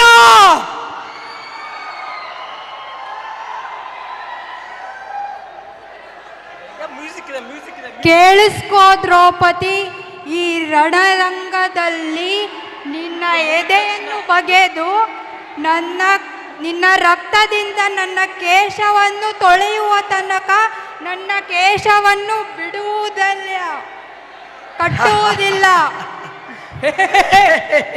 ಅಸಾಧ್ಯ. ನನ್ನನ್ನು ಸೋಲಿಸುವ ಗಂಡು ಯಾರೂ ಇಲ್ಲ.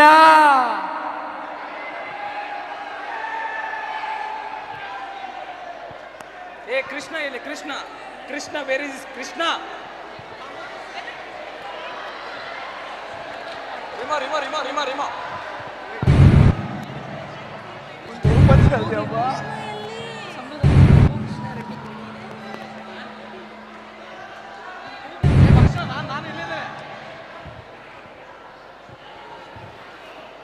कथा संग्राम की, विश्व के कल्याण की, धर्म अधर्म आदि अनंत, सत्य असत्य कलेश कलंक, स्वार्थ की कथा परमार्थ की.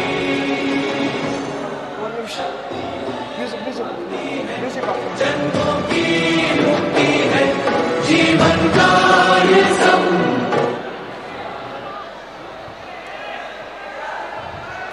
ಕೇಳಿಸಿಕೋ ಪುತ್ರ ದುರ್ಯೋಧನ, ನಾನು ಶೀಘ್ರವೇ ತೆರಳಿ ದ್ವಾರಕ್ಕೆ ಹೋಗಿ ಶ್ರೀಕೃಷ್ಣನ ನಾರಾಯಣ ಸೈನಿಕವನ್ನು ತರುತ್ತೇನೆ. ಕರೆತಾರೆ. ಸಮಾಧಾನ ಕುಂತಿ, ಸಮಾಧಾನ. ವಾಸುದೇವ ಕೃಷ್ಣ. ಸಾಂಗ್ ಸಾಂಗ್ ಹಾಕಂತ ಹೇಳಿ. Light off light off song ಅಂತ ಹೇಳಿ.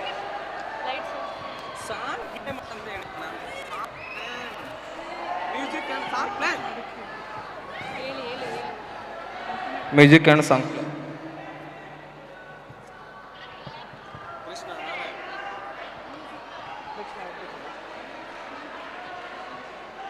ಕೃಷ್ಣ ಎಲ್ಲಿ? ಕೃಷ್ಣ ಕೃಷ್ಣ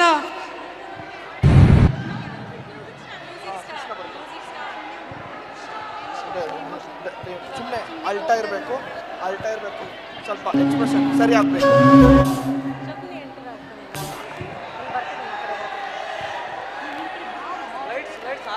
ಅಲ್ಟಾ ಅಲ್ಟಾ ಇರಬೇಕು. ಕೃಷ್ಣ ಬಂದಾಗ ಅಲ್ಟಾ ಇರಬೇಕು.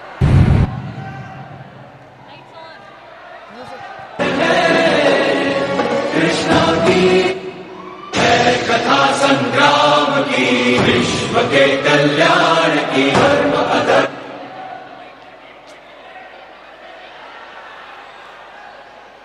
ವಾಸುದೇವ ಕೃಷ್ಣ,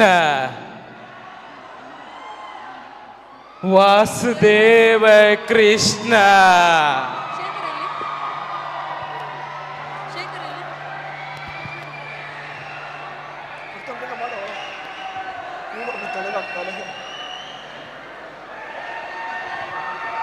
ಅರೆ ವಾಸುದೇವ ಕೃಷ್ಣ, ಅವನೆಂತ ಮಾಯಾವಿ ಎಂದರೆ ಇಡೀ ಜಗತ್ತಲ್ಲಿ ಎದರಿಸುವ ಅಂತ ಬಲಿಶಾಲಿಯಾದ ಸಾಮರ್ಥ್ಯವುಳ್ಳ ಇಡೀ ನಮ್ಮ ಹಂತದಲ್ಲೇ ಇಲ್ಲ.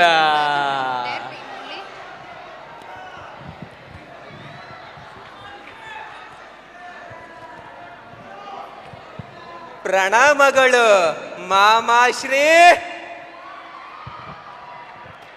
ಮಾಮಾಶ್ರೀ ನನಗೆ? ನೀವು ನನ್ನ ಪ್ರಿಯ ದುರ್ಯೋಧನನ ಮಾಮಾಶ್ರೀ ಅಲ್ಲವೇ? ನನಗೆ ಆ ರೀತಿ ಆದರೆ ಸ್ವಲ್ಪ ಭಯ ಆಗುತ್ತದೆ. ಯದಾ ಯದಾ ಹಿ ಧರ್ಮಸ್ಯ ಗ್ಲಾನಿರ್ಭವತಿ ಭಾರತ ಅಭ್ಯುತ್ಥಾನಮ್ಯ ಧರ್ಮಸ್ಯ ತದಾತಾನಂ ಸೃಜಾಮ್ಯಹಂ ಪರಿತ್ರಾಣಾಯ ಸಾಧುನಾ ವಿನಾಶಾಯ ಚ ದುಷ್ಕೃತ ಧರ್ಮ ಸಂಸ್ಥಾಪನಾಚಾರ್ಯ ಸಂಭವಾಮಿ ಯುಗೆ ಯುಗೆ.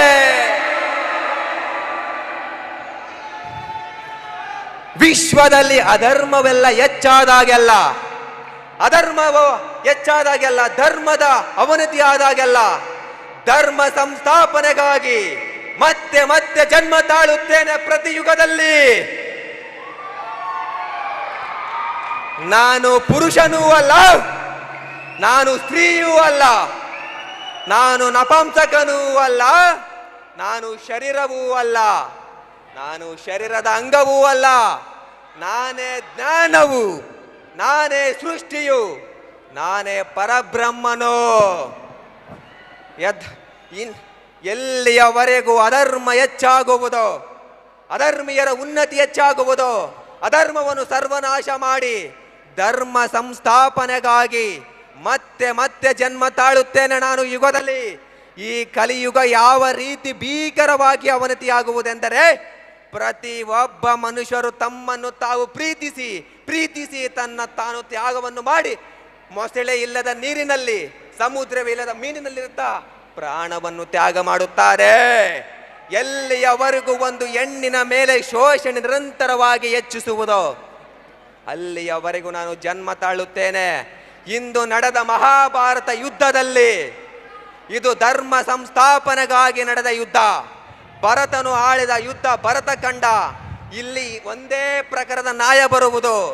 ಇದು ಭರತನ ಕಂಡ ರಾಜ್ಯ ಭರತ ಎನ್ನುವ ಹೆಸರಿನಿಂದ ಬೆಳಗುವುದು. ಇನ್ನು ಮುಂದೆ ಕೇವಲ ಒಂದೇ ನ್ಯಾಯ, ಒಂದೇ ಆಡಳಿತ ಬರುವುದು. ಹರೇ ಕೃಷ್ಣ ಹರೇ ಕೃಷ್ಣ, ಕೃಷ್ಣ ಒಂದೇ ಜಗದ್ಗುರು.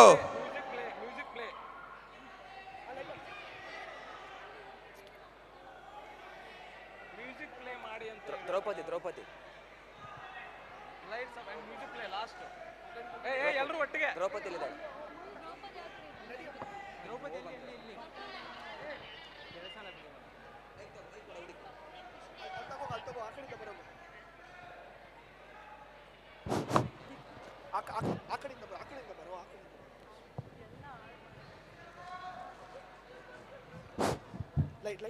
ಲೈಟ್ ಬಂದಿಲ್ಲಿರೋ, ಲೈಟ್ ಬಂದಿಲ್ಲಿರೋ ಅಕ್ಕ. Lights one 30 second. ಒಂದು ಲೈಟ್ಸ್ ಆನ್. ನಮಸ್ಕಾರ ಬಾವ. ನಾನು ಈಗ ನಿನ್ನ ನಮಸ್ಕಾರವನ್ನು ಸ್ವೀಕರಿಸಲು ನನಗೆ ಸಮಯವಿಲ್ಲ. ದ್ರೌಪದಿ ನಿಮ್ಮನ್ನು ಸಮಸ್ಯೆಗೆ ಪರಿಹಾರ ಸಿಗುವವರೆಗೂ ನಾನು ನಿಮ್ಮನ್ನು ಕ್ಷಮಿಸುವುದಿಲ್ಲ. ದ್ರೌಪದಿ ಸಖಿ, ಯಾವ ವ್ಯಕ್ತಿ ತನ್ನ ಸಮಾಜದ ನೋವುಗಳನ್ನು ತನ್ನ ನೋವುಗಳೆಂದು ಬದುಕುವನೋ ಅವನು ಬಲಶಾಲಿಯಾಗುವನೋ. ಯಾವ ವ್ಯಕ್ತಿ ತನ್ನ ನೋವುಗಳನ್ನು ಕೇವಲ ತನ್ನ ನೋವುಗಳೆಂದು ಬದುಕುವನೋ ಅವನು ದುರ್ಬಲನಾಗಿರುವನೋ. ದ್ರೌಪದಿ, ನಿನ್ನ ಸಮಸ್ಯೆಗೆ ಒಂದು ಪರಿಹಾರ ಸಿಗುವುದು. ನೀನು ಮಾಡಿರುವ ತ್ಯಾಗಕ್ಕೆ ಒಂದು ಬೃಹತ್ ಬದಲಾವಣೆ ಆಗುವುದು ಕಾರ್ಯವರ್ತದಲ್ಲಿ. Draupadi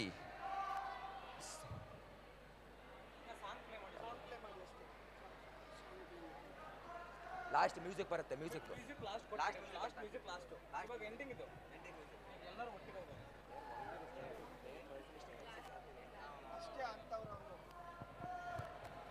last madam, last music ಮಾತಂತೇಳಿ ಈ ಕಥೆ ಸಂಗ್ರಾಮವು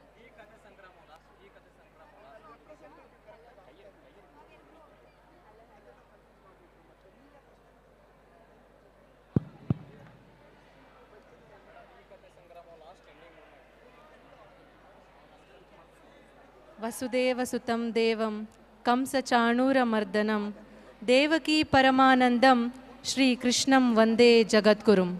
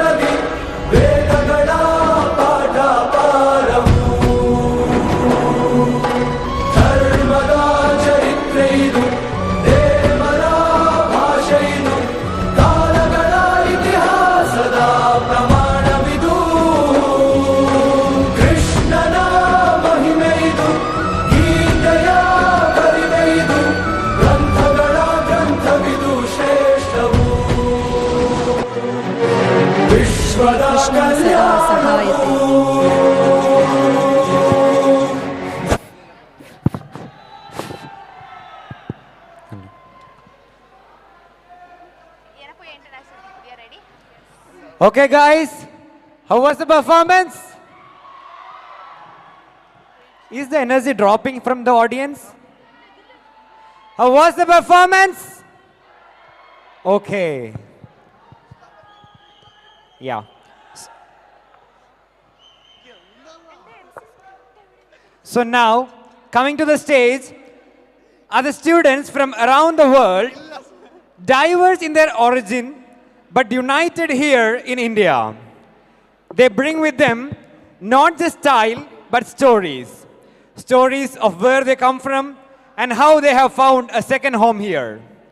So let the light shine, the music roll, and the runway come alive. Please put your hands together for the international students of Yenepoya, deemed to be university.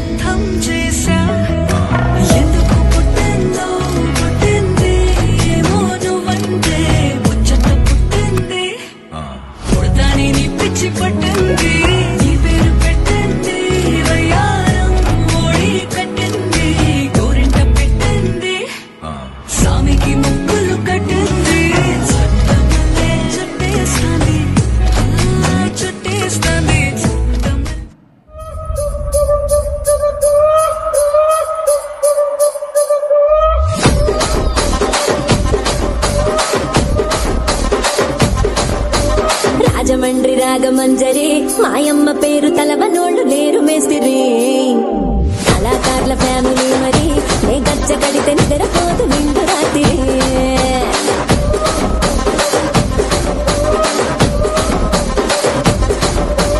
సోకులాడి స్వప్న సుందరి నీ మడప చూపు మా పటేల మల్లె పందిరి రచ్చరాజ పుండె ఊపిరి నీ వంక చూస్తే గుండెలోన నీరి విరిడిరి రసిక రాజువో మరి నా దాసు బాబా నీతో ఎప్పుడింత కిరికిరి ఏ రసిక రాజువో మరి నా దాసు బాబా నీతో ఎప్పుడింత కిరికిరి కుర్చీని మాట్లాడేసి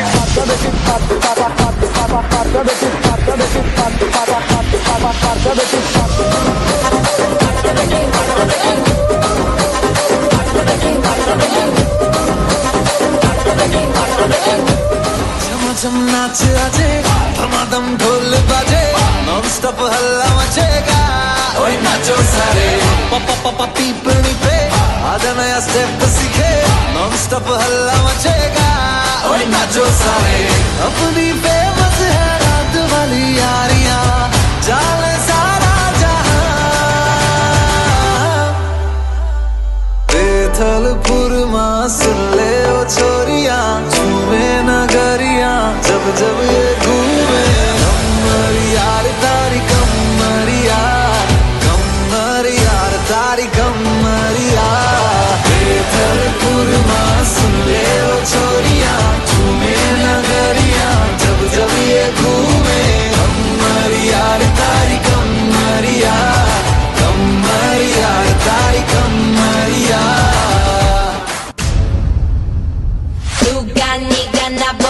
jalaga. No, no, no, no. Na, na, na, na. Bam, ratatata, tatatata. Nega che jalaga. Nega che jalaga. Nega che jalaga. Nega che jalaga. Che jalaga.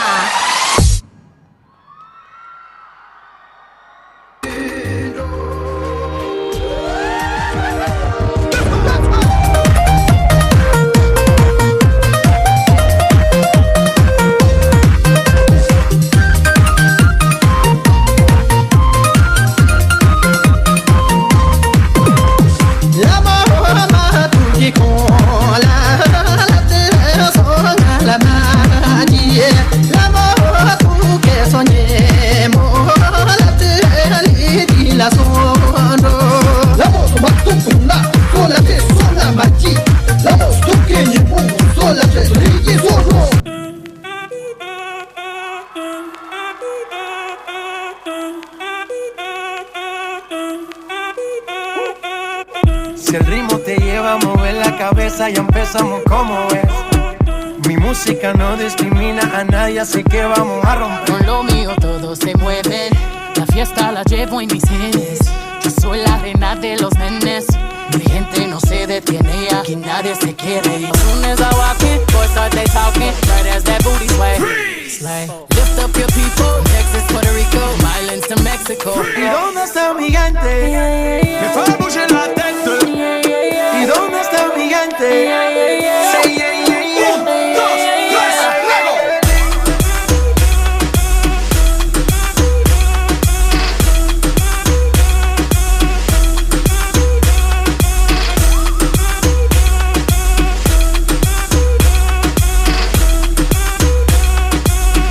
Don't bars, take it in the chorus. Ooh, wanna rock with Jenny? Keep your head down, nails done like Jenny.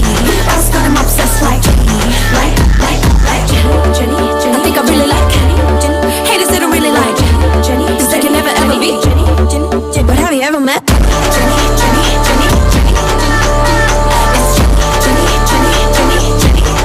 But have you ever met? But have you ever met?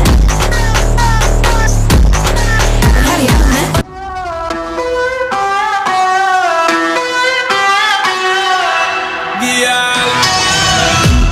With a body like that, when you Snapchat me girl, send me up a screenshot. So me call her scotch bonnet, so the girl hot. She a bubble like soup, that a real pepper pot.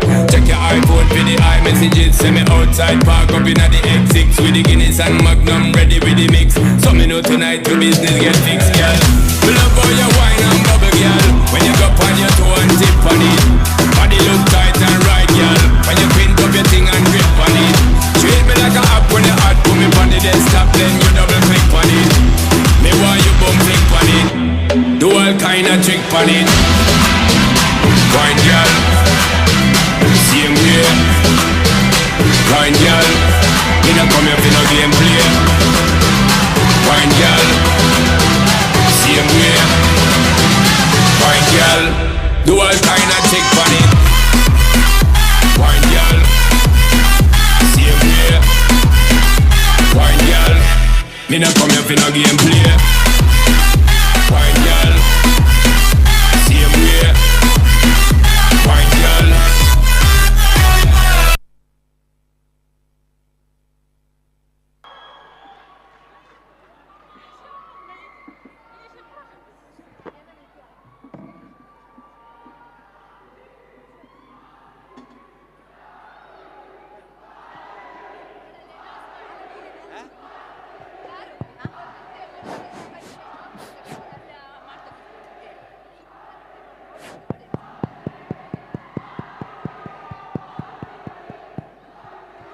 How was the moves, guys? I expect all the delegates to be seated in their respective places so that you could enjoy the rest of the show. I expect all the delegates to please come back and be seated onto your respective seats. And there is a gentle reminder, people who are leaving today, There is bus waiting outside. There are 3 stops. One is KSRTC, Lalbagh, and Railway Station Central and Junction. Please note that this is going to be the last bus, after which if you want to go, there is no transportation that is going to be provided. So please ensure people who are leaving, leave as early as possible. Okay? Okay guys, how is today so far? Energy. How is today so far? Yeah, that's it. So now, let us take a moment to embrace the elegance and expression of Indian tradition through the art of dance. Up next is a semi-classical dance performance that blends the grace of classical forms with the rhythm and spirit of contemporary movement. Ladies and gentlemen, please join me in welcoming Shelja from Delhi for the semi-classical dance performance.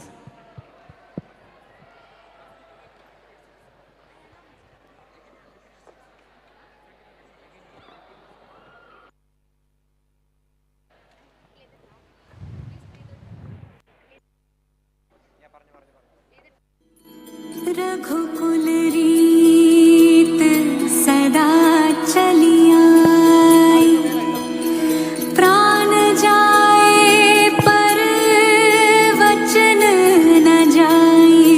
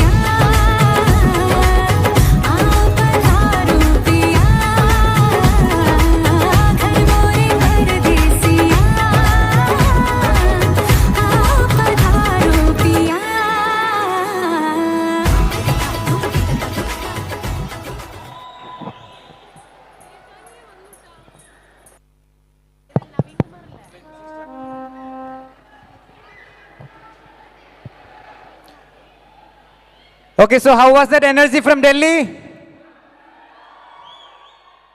Anybody is there from Delhi? Yes or no? Yeah, I can see some hands over there. Okay, so please give a big round of applause for Shelja from Delhi. Okay, so we are having a solo performance next. Please join me in welcoming Naveen Kumar from Raichur University for a solo contemporary performance.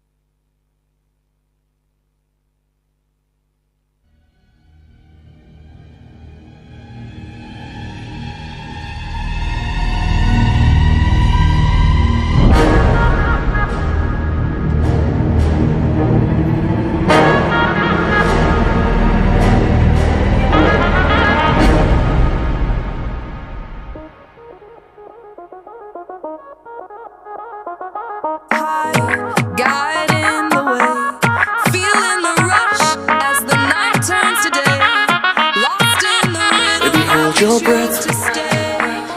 Every move I make me cause you like a chase you starstruck. Baby wait a sec. Nilo vandam adigina maikam, baby I'm a love drug. Let me tease you girl, ninu tarimena manasuni feel it. Nuveppudu chudani kalalatu, baby I can steal it. Now let's like a man crazy, another half from black girl. Baby I'm a bad boy, can you be my bad girl?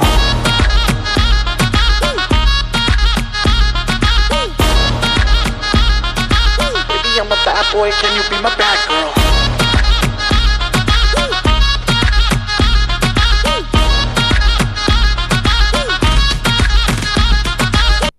స్టైల్గా ఉంది కదా, నాకు కూడా నచ్చింది.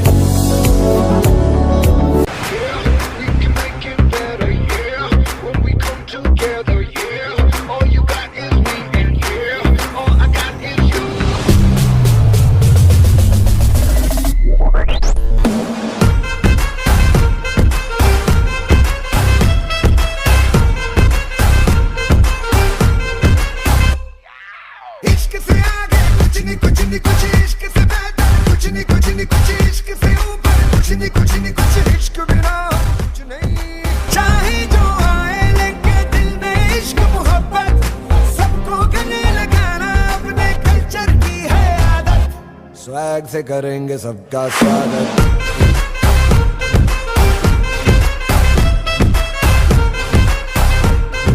Swag से करेंगे सबका स्वागत. Oh baby you are so beautiful, you're okay until let's just chill it. నీ కళ్ళల్లోనే ఉంది వంట కళ్ళే నీ ఒళ్ళగా ఈ వంపులో నా వెళ్ళే రావే నా అలీషా, చూపిస్తా తమాషా, ఉంటుంది నాలో నిషా హమేషా. నాలో నీ కళాకార్, నీలో నీ అలంకార్, మిక్స్ అయితే డిస్కో బార్ ఫుల్ హుషార్. एक बार डब्बे से स्टेप मार. एक बार तंजीरो डांस फ्लोर. एक बार डब्बे से स्टेप मार. पता है मैं कौन हूँ? शंकर, उस्ताद इस्मात शंकर.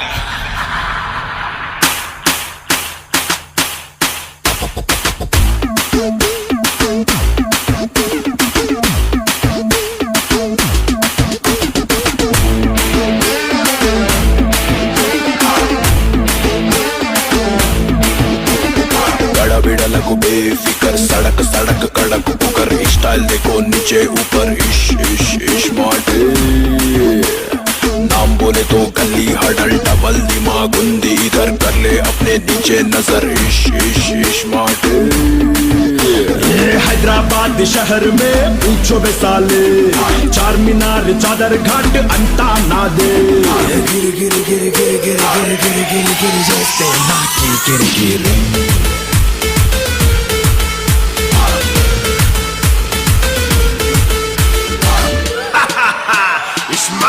शंकर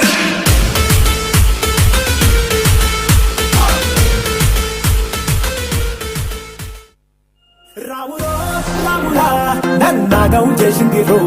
రాములో రాములా నా పానం తీసింది రో. రాములో రాములా నన్నాగం చేసింది రో. రాములో రాములా నా పానం తీసింది రో.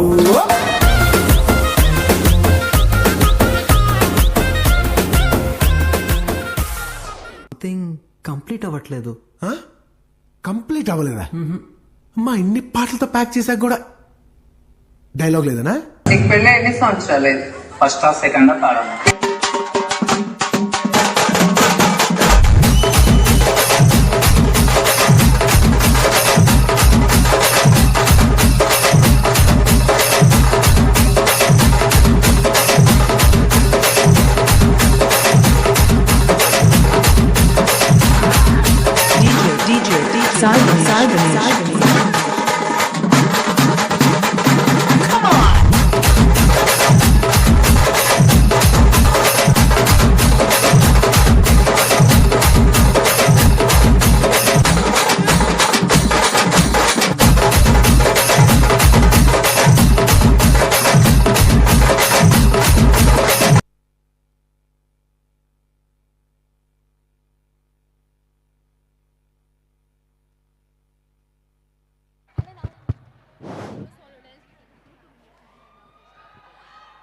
ಹೇಗಿತ್ರಪ್ಪ your performance?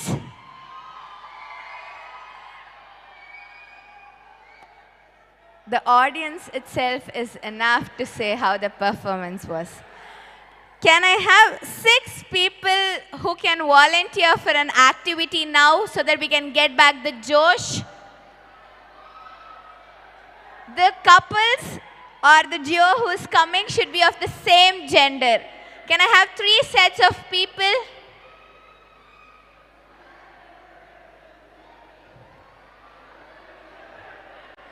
Three set of people.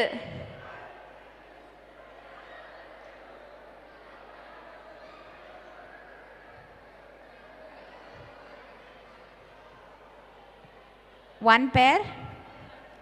The second pair. Okay, we want to give the opportunity for girls. So all 3 of you can step back. Step back. Okay. Can I have 2 girls on the stage? 2, any two of you. Okay. So what do you think the activity is going to be? Any idea? Okay. Can I have the newspapers here, Vansha? Each couple is going to get a piece of newspaper on which they are going to stand. And I want technical team people to play the music and stop. With each stop of the music, they have to fold the paper into half and again dance on that. Okay? Is that okay? Okay.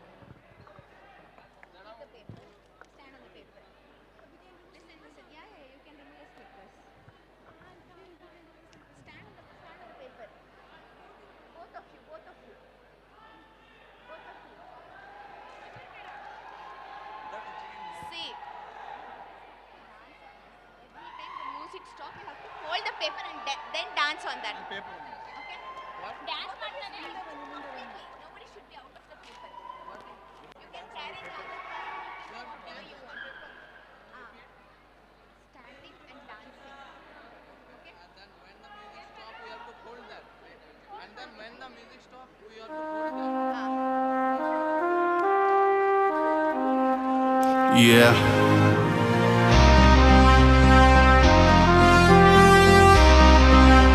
Okay, the music is started.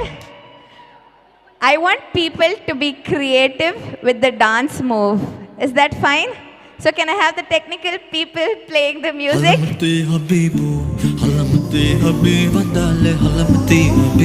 People who move out of your newspaper is going to be foul. No, you're not supposed to turn. You're standing outside of the newspaper, get in.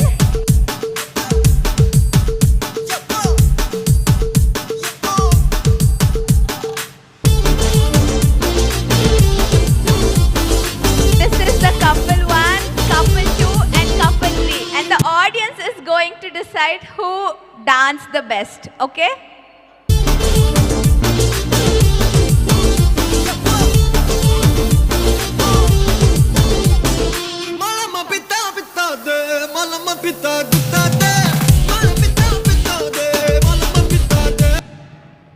Now I want you people to fold the paper into half.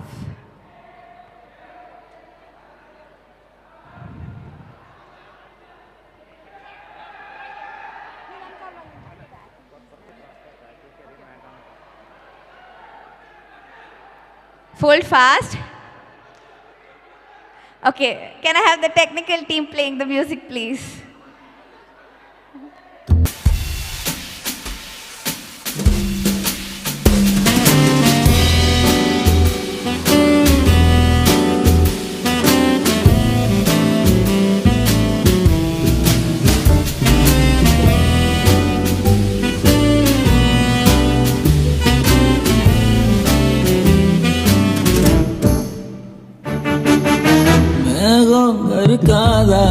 I want you to play with the moves.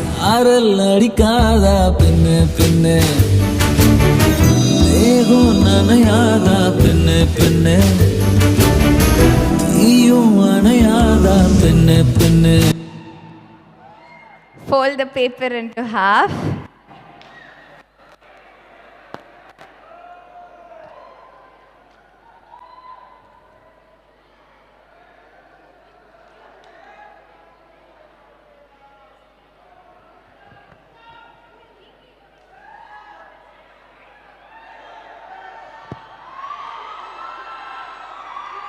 We have beautiful couples lifting up each other. So can I have the music played, please?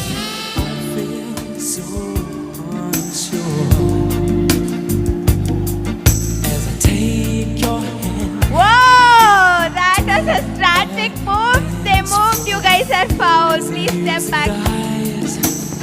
Something in your eyes calls to mind a silver screen.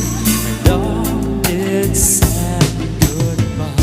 I'm never gonna dance. The competition is getting tougher. Though it's easy to pretend.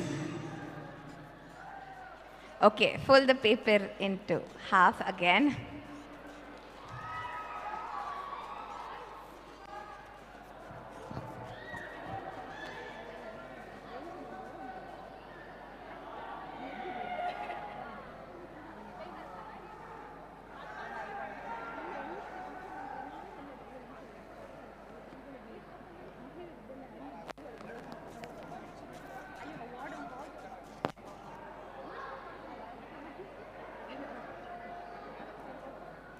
Okay, can I have the music be played?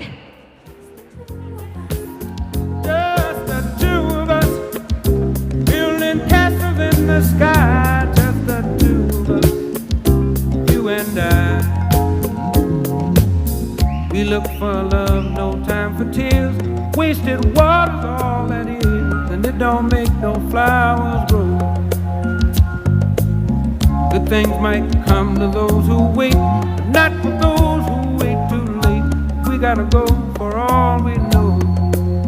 Just the two of us. We can make it if we try. Can I have you move your bodies, please, for the steps? Just the two of us, building them castles in the sky. Just the two of us, you and I.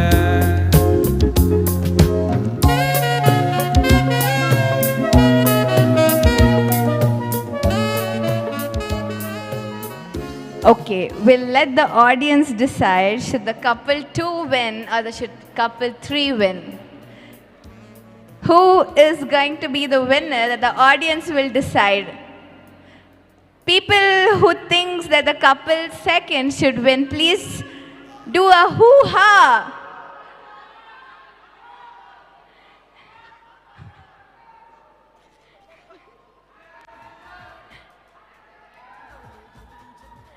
No, due to time constraint, we have to make sure that the event goes on.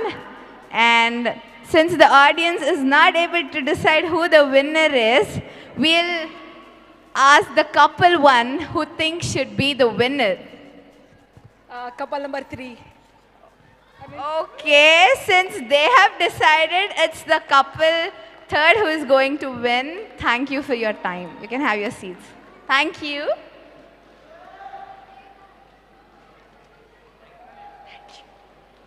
A big round of applause for these people. No energy. Give a big round of applause for these people. Yes.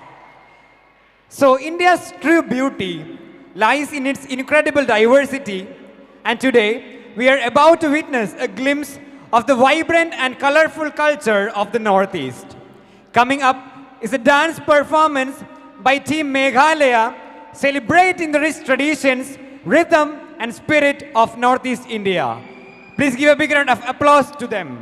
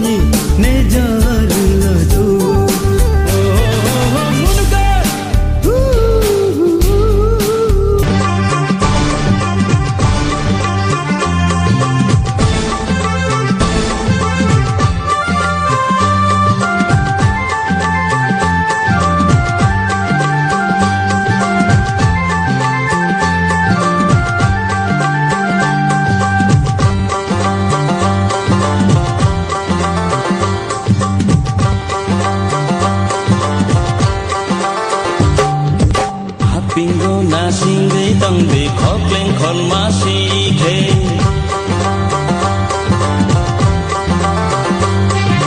Hapingo na singay tang de khoklen khon ma sikhe haya na salte na na hogo thang ma sikhe hipin khol ma sikhe Hapingo na singay tang de khoklen khon ma sikhe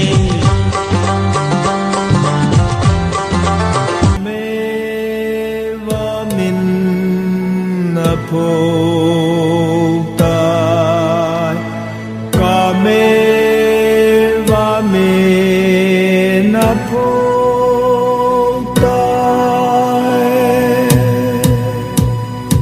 usa pasan hong ve vin na va tin chang hong ve vin du tin va tin hong ve vin ngang si a khong e usa pasan hong ve vin Vatin tao hong ve vin Yu tin vatin hong ve vin Ngang si a khong e Ngang si a khong e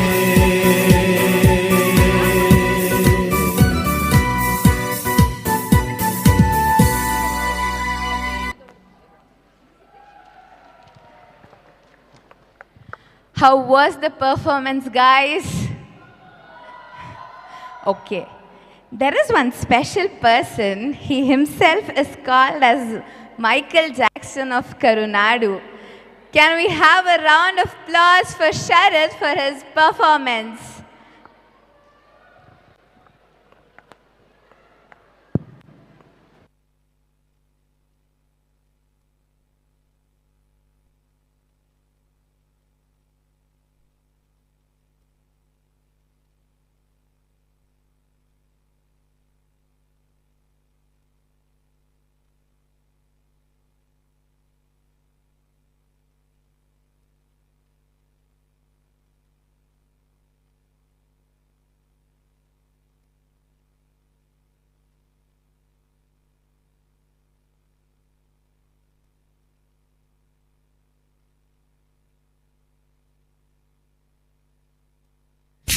There was something different about this girl. The way she moved, her hair, her face, her lines, divinity in motion. As she stalked the room, I could feel the aura of her presence. Every head turned, feeling passion and lust. The girl was persuasive, the girl I could not trust. The girl was bad, the girl was dangerous.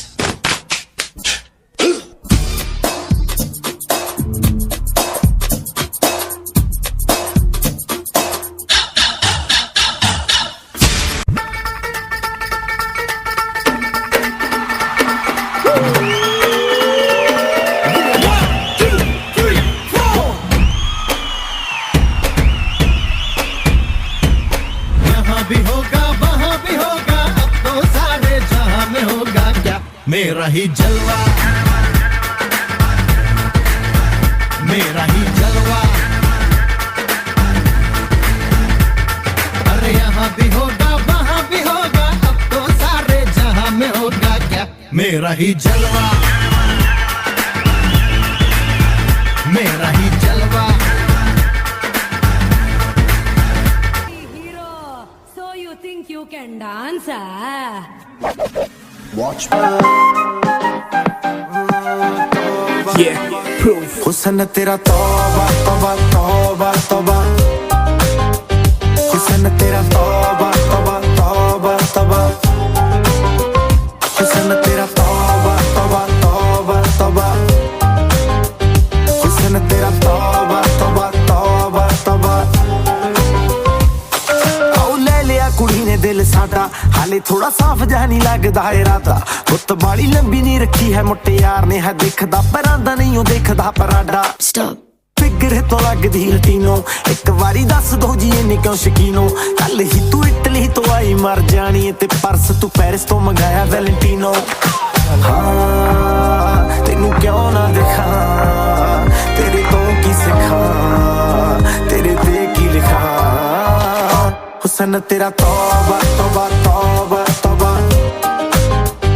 हुसन तेरा तौबा तौबा तौबा तौबा हुसन तेरा तौबा तौबा तौबा तौबा हुसन तेरा तौबा तौबा तौबा तौबा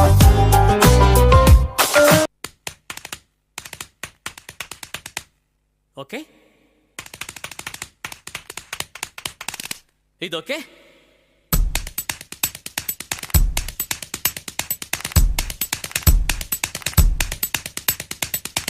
ಇದು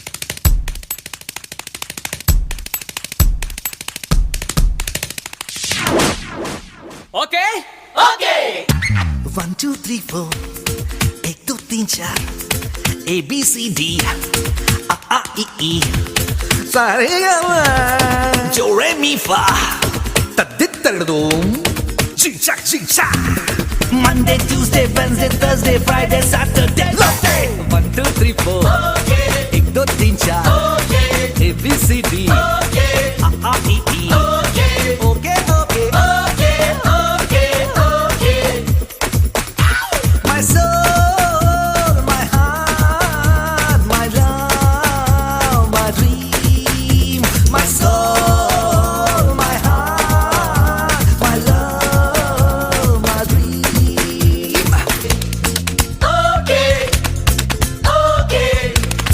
okay Don't angry me.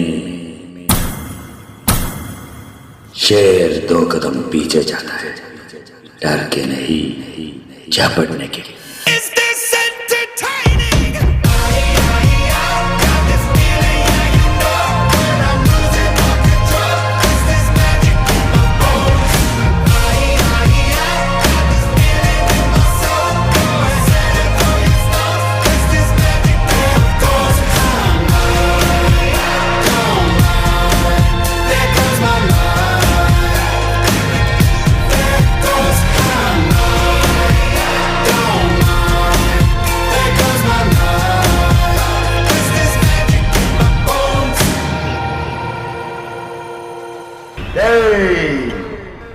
इलाका तेरा, धमाका मेरा।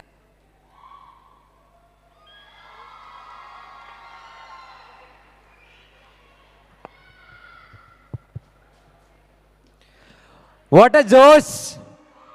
What moves, man! Make some noise for Sarath! Yeah, that was a really beautiful and a wonderful performance. Okay, so coming up next, a state rich in culture, tradition, and spirit. Known for its colorful festivals, energetic folk dances, and heartfelt hospitality, Haryana reflects the true essence of rural India. The hub of sports and the state with maximum number of sports medals. Get ready to experience its rhythm and heritage on this stage. So please put your hands together for Arjun Singh from Kurukshetra University.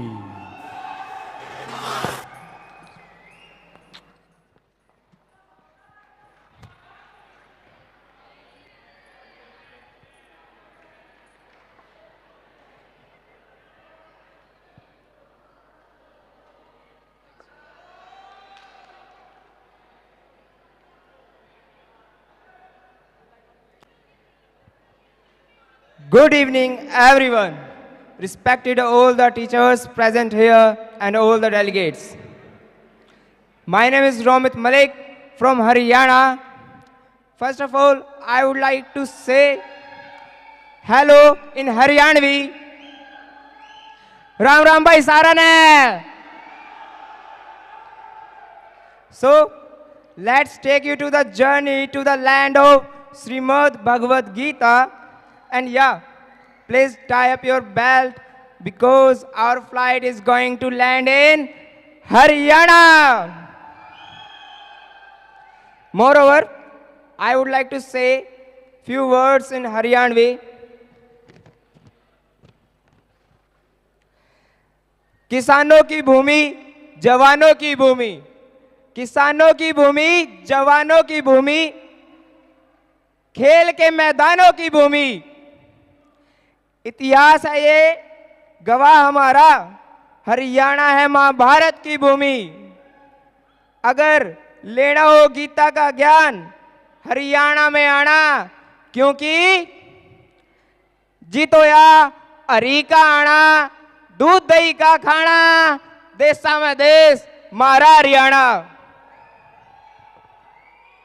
Thank you for everyone, thank you.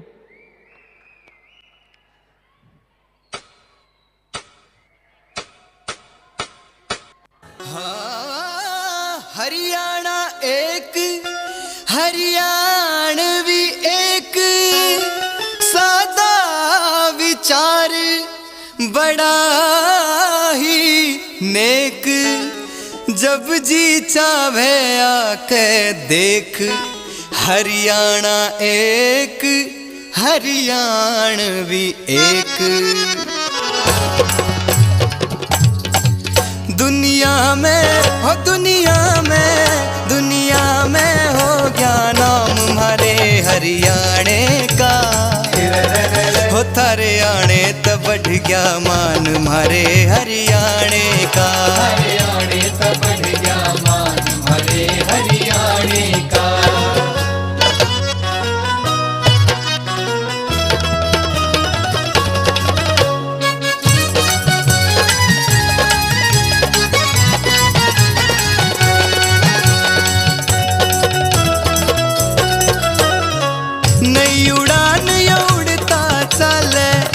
शिखर पे चढ़ता चाले, सारे जग में एक ठिकाना, बढ़ता जावे हमारा हरियाणा, वचन से सुबह हो शाम,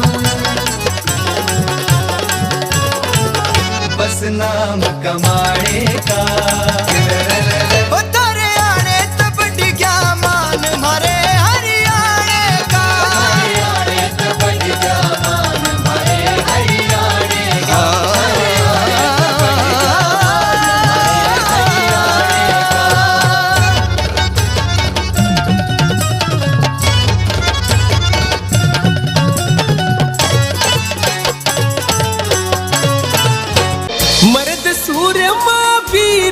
मेरी मर्द सूर्य माँ वीर कमेरी, रागणिया का गाना, देश धर्म जित जानत प्यारा, बालक हो या शाना, लंबे तगड़े छेल गाभरू, सीधा सादा बाणा, बाप की पगड़ी का छोरी जित जाने मान बढ़ाना, देशा में देसर भारत, भारत में हरियाणा, देशा में देसर भारत, भारत में हरियाणा।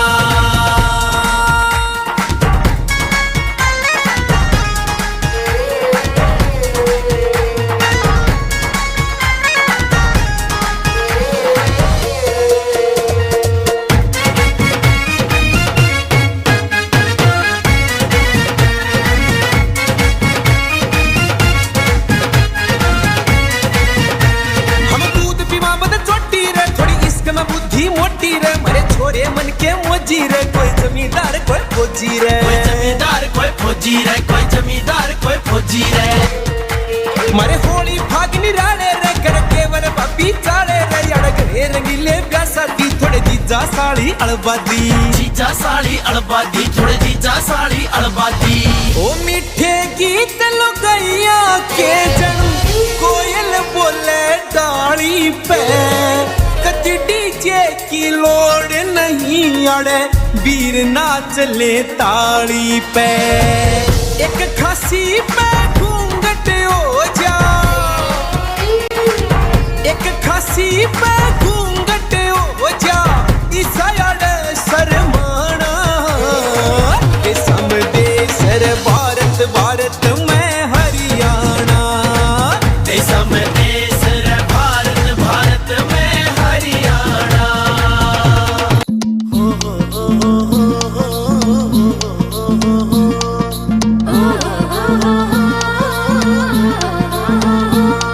हरि का प्यारा हरियाणा, पूरे दूध दही का खाना, मेरा नंबर 1 हरियाणा, पूरे दूध दही का खाना। या पावन धरती, या पावन धरती, या पावन धरती वेदों की जय जय मेरा हरियाणा। या पावन धरती वेदों की जय जय मेरा Haryana.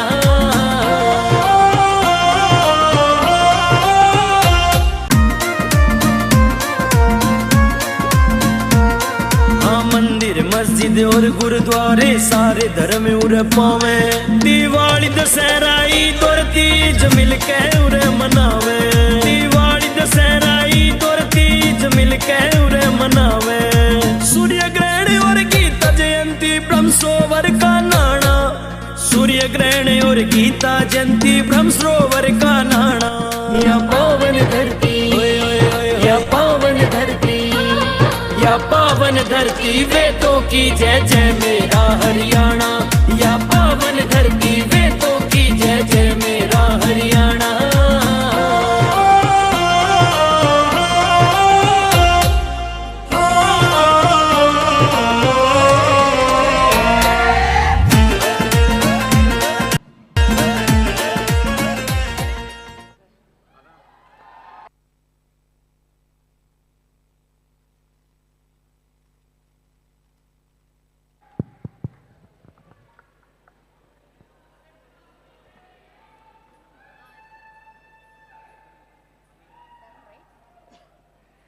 That was a fantastic performance.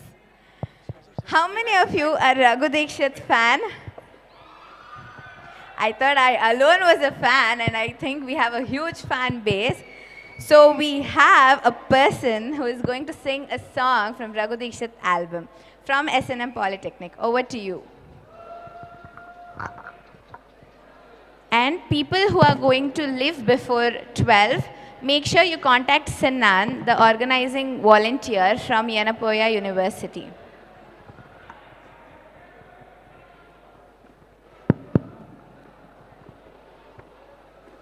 Hello, hello, mic check, check, check, hello, mic check, check. Saraswati ನಭಸ್ತುಭ್ಯಂ ವರದೆ Kamarupini ವಿದ್ಯಾರಂಭಂ ಕರಿಷ್ಯಾಮಿ ಸಿದ್ಧಿರ್ಭೂತಮೇ ಸದಾ. ಓಕೆ, ಇದೀಗ ನಿಮ್ಮೆಲ್ಲರ ಮುಂದೆ ಮುಂಜಾನೆ ಮಂಜಲಿ ಎಂಬ ಹಾಡು. Hello hello hello check check, hello check check check.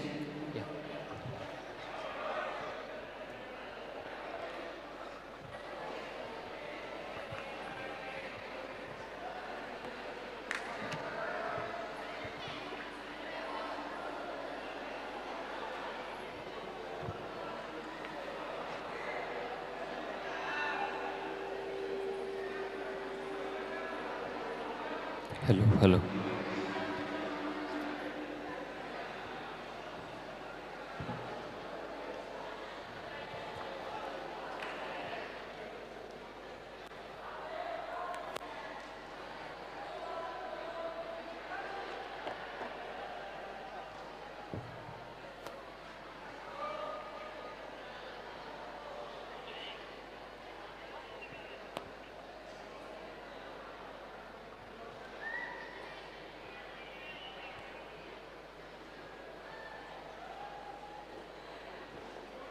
Hello hello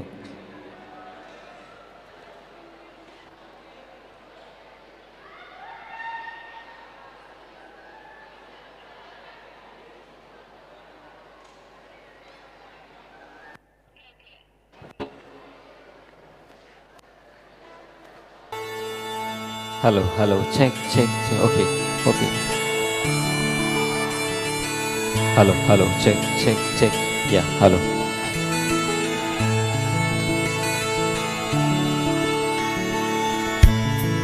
hello hello check check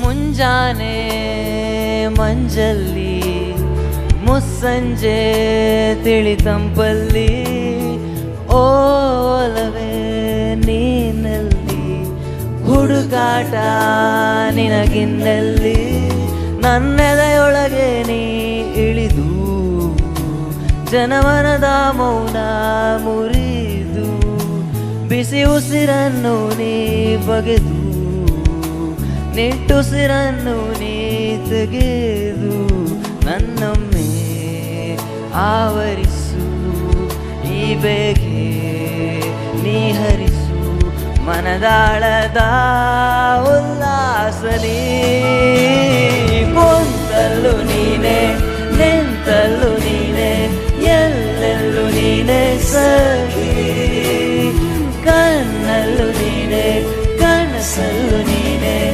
ಎಲ್ಲೆಲ್ಲೂ ನೀನೆ ಸಖಿ ನನ್ನ ನೆನ್ನೆಗಳು ನೀನೆ ನಾಳೆಗಳು ನೀನೆ ಎಂದೆಂದು ನೀನೆ ಸಖಿ ಆವರಿಸು ಮೈದುಂಬಿ ಮಾತಲ್ಲಿ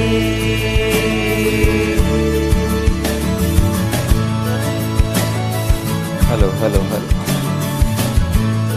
hello hello check check check check hello hello check check check check hello ನನ್ನೆಲ್ಲ ಕನಸನ್ನು ನಿನದೆಂದು ನೀ ತಿಳಿದಿದ್ದೆ ನೂರೆಂಟು ನೋವಲ್ಲು ನೀ ಬಂದು ಜೊತೆ ಇದ್ದೆ ಕಾರ್ಮೋಡ ಕವಿದ ಮನಕ್ಕೆ ಹೊಸ ಬೆಳಕು ತಂದು ಸುರಿದೆ ನಿನಗಾಗಿ ನಾನು ನನ್ನ ನಿಟ್ಟುಸಿರನ್ನು ಮುಡಿಪು ಎಂದೆ ಈಗೆಲ್ಲಿ ನೀ ಹೋದೆ ಕನಿಕರಿಸಿ ನೀ ಬಾರೆದಗೂಡಿನ ಉಸಿರು ನೀನೆ ಬಾನಲ್ಲು ನೀನೆ ಭುವಿಯಲ್ಲೂ ನೀನೆ ಎಲ್ಲೆಲ್ಲೂ ನೀನೆ ಸಖಿ ಕುಂತಲ್ಲು ನೀನೆ ನಿಂತಲ್ಲು ನೀನೆ ಎಲ್ಲೆಲ್ಲೂ ನೀನೆ ಸಖಿ ನನ್ನ ನೆನ್ನೆಗಳು ನೀನೆ ನಾಳೆಗಳು ನೀನೆ ಎಂದೆಂದು ನೀನೆ ಸಖಿ ಆವರಿಸು ಮೈದುಂಬಿ thank you thank you thank you thank you so much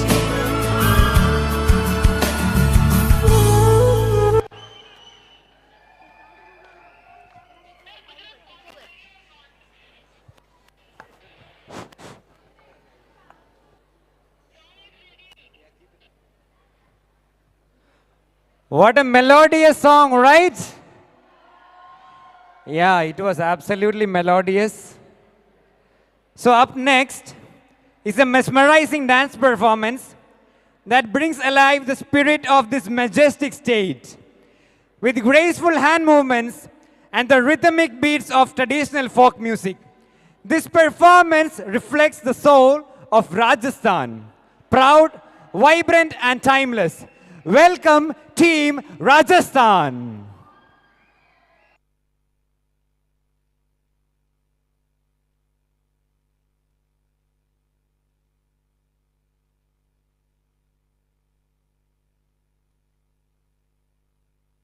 केसरिया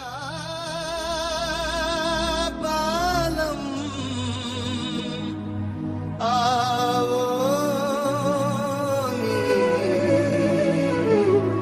पधारो नी मारे देश रे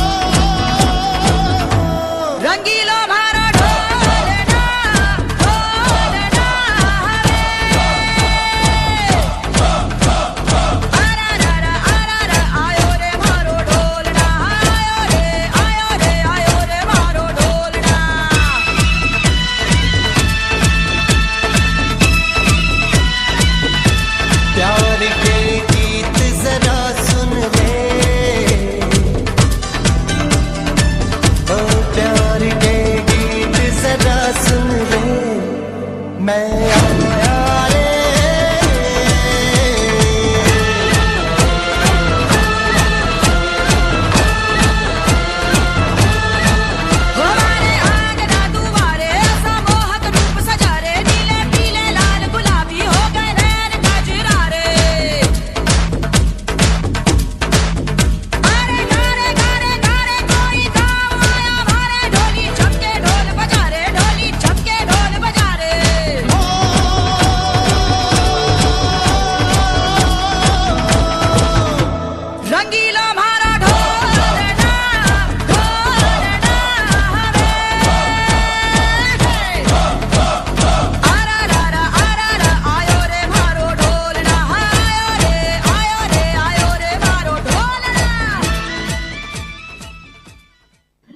जय श्री राम, आदाब, सत श्री अकाल, वालेकुम अस्सलाम। मैं Jai Kumar Sen, government arts college Kota Rajasthan, represent Rajasthan.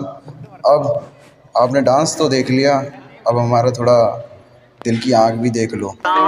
It's a song about a warrior. ले हाथ खड़क कंधे वाला, सीने में धधकती ले ज्वाला, चेतक संचल कूच पड़ा, बने शूरवीर वो टूट पड़ा। ओ माटी में वाडारी, सुन बावड़ रानारी, मस्तक तेरा टीका, शान मेरी नहीं जावड़ दूंगा आन तेरी।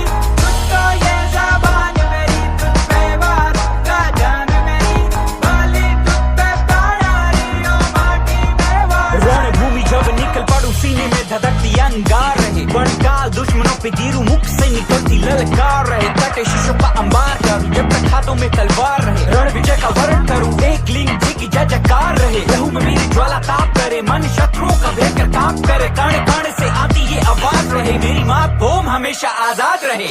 मारी जामड़ तू, मारी मावड़ तू, स्वाभिमान तेरो ना खोवड़ क्यों, कद शीश पड़े पर ये पागे नहीं, प्राधीन कदे ना होवड़ क्यों। ओ माटी में वाडारी, सुन मावड़ रानारी, मस्तक तेरा टीका, शान मेरी नहीं जावड़ दूंगा आन तेरी। तुझको ये ज़बान मेरी, तुझ पे वार का जान मेरी, बाली तुझ पे प्राणारी, ओ माटी में वाडारी। हाँ जी, ये गाना अपनी मातृभूमि के लिए सब कुछ बलिदान करने वाले उन वीरों के लिए। कैसे भूल जाए वो कुर्बानियां, रुला देती है ये कहानियां। रैपर ये बालम, representing Rajasthan, India.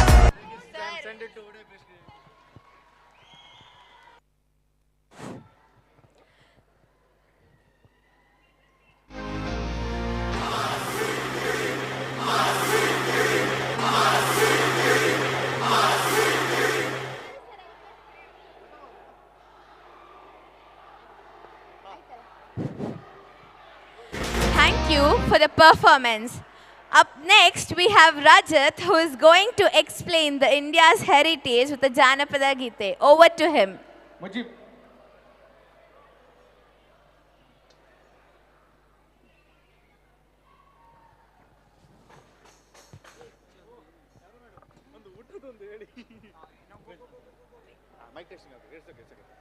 And there is one gentle reminder, please make sure before 10:15 p.m. you guys have the dinner, or else the dinner counter is going to be closed.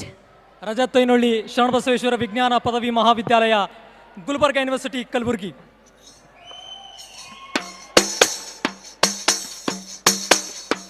ಜನ ಜನ ಜನ ಜನ ಕಾಂಚನದಲ್ಲಿ, ಅಮೆರಿಕಾದ ಲಾಂಛನದಲ್ಲಿ, ಅಮೆರಿಕಾದ ಲಾಂಛನದಲ್ಲಿ, ದೇವರ ದಿಂಡಿರ ಭಜನೆಯಲ್ಲಿ, ಮಂದಿರ ಮಸೀದಿ ಜಗಳಗಳಲ್ಲಿ, ಮಂದಿರ ಮಸೀದಿ ಜಗಳಗಳಲ್ಲಿ, ಎಲ್ಲ ಮಾಯ ಹೇ ಎಲ್ಲ ಮಾಯ, ನಾಳೆ ನಾವು ಮಾಯ, ಎಲ್ಲ ಮಾಯ, ನಾಳೆ ನಾವು ಮಾಯ. ಮಳೆಯೂ ಇಲ್ಲ, ಬೆಳೆಯೂ ಇಲ್ಲ, ಕೋಗಿಲೆ ಧ್ವನಿಯೂ ಕೇಳಲೇ ಇಲ್ಲ, ಕೋಗಿಲೆ ಧ್ವನಿಯೂ ಕೇಳಲೇ ಇಲ್ಲ, ಮರದ ಮ್ಯಾಲಿನ ಗಿಳಿಯೂ ಇಲ್ಲ, ಬಿಲದ ಒಳಗಿನ ಇಲಿಯೂ ಇಲ್ಲ, ಬಿಲದ ಒಳಗಿನ ಇಲಿಯೂ ಇಲ್ಲ. ನಿನ್ನೆವುಗಳು ಇಂದು ನಾವು, ಅಯ್ಯೋ ನಿನ್ನೆವುಗಳು ಇಂದು ನಾವು, ಎಲ್ಲ ಮಾಯ ಹೇ ಎಲ್ಲ ಮಾಯ, ನಾಳೆ ನಾವು ಮಾಯ, ಎಲ್ಲ ಮಾಯ, ನಾಳೆ ನಾವು ಮಾಯ.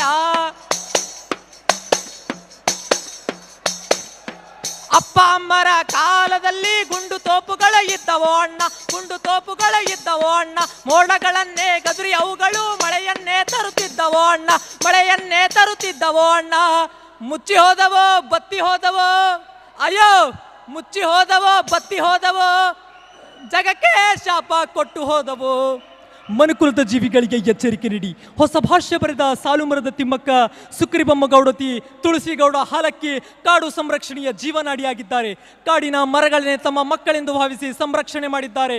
ಧರ್ಮೋ ರಕ್ಷತಿ ರಕ್ಷಿತಃ ಎನ್ನುವಾಗೆ ವೃಕ್ಷೋ ರಕ್ಷತಿ ರಕ್ಷಿತಃ. ಭಾರತೀಯ ಸಂಸ್ಕೃತಿಯಲ್ಲಿ ವೃಕ್ಷಗಳಿಗೆ ಪೂಜ್ಯನೀಯ ಸ್ಥಾನವಿದೆ. ಕಾಡಿದ್ದರೆ ನಾಡು, ನಾಡಿದ್ದರೆ ನಾವು ಎಂಬ ನಾಣ್ಣುಡಿ ಮನೆ ಮನೆಗಳಲ್ಲಿ ಮನಗಳಲ್ಲಿ ಝಂಕಾರ ಮಾಡಲಿ ಎಂದು ಹೇಳುತ್ತಾ,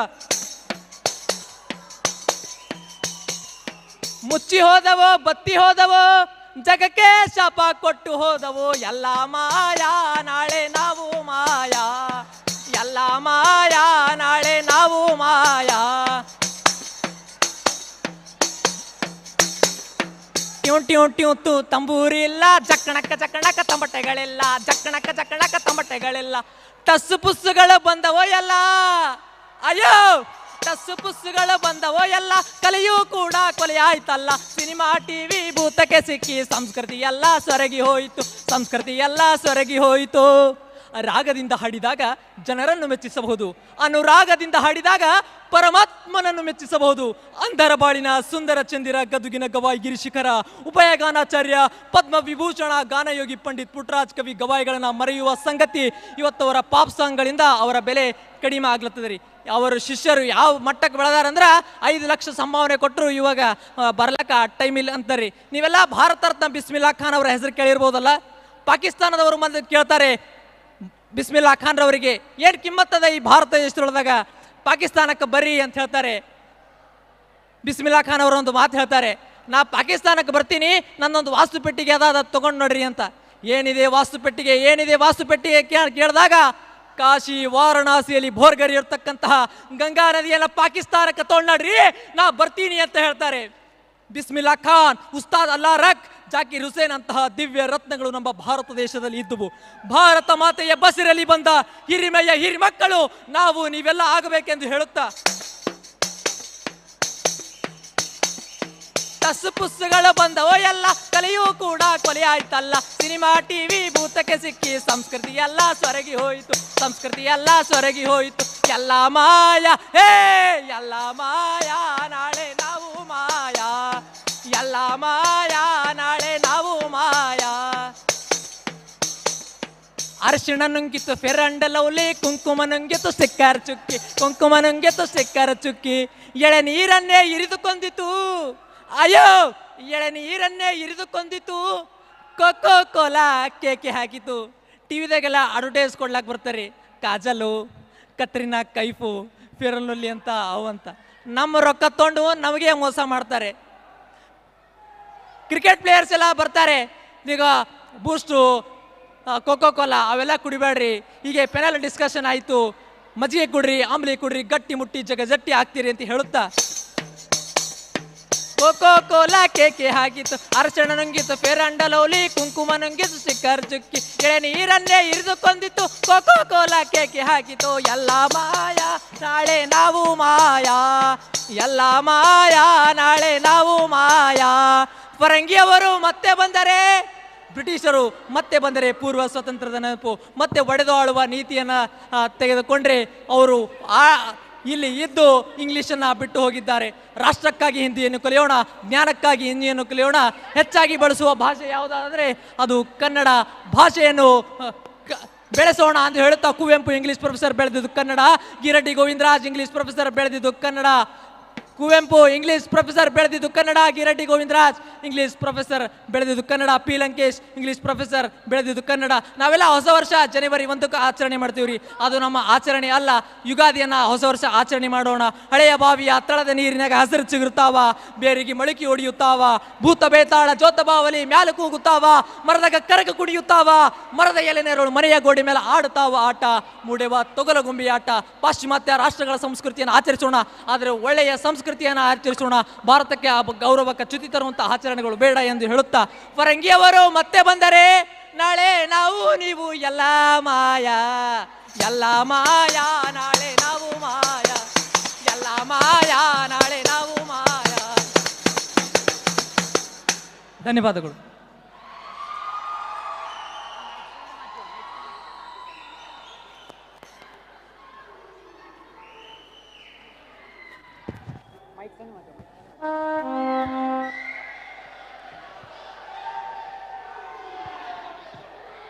So, how was that? Yeah. So, music has the power to bring people together, and that's exactly what our next performance is all about. Please put your hands together for Kurban and team from DBRAU University, Uttar Pradesh.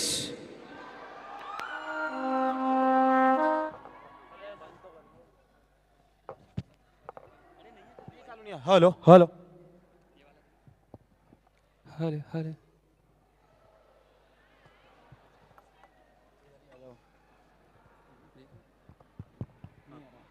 Hello, hello, hello. आ गया.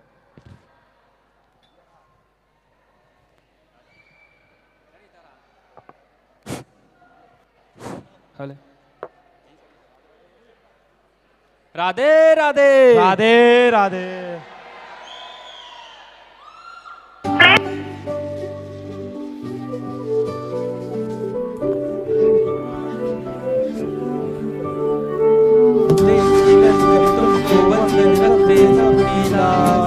सबके स्वामी अंतर्यामी पूरन कीजे काज. देव की नंदन तुमको वंदन रखते सबकी लाज.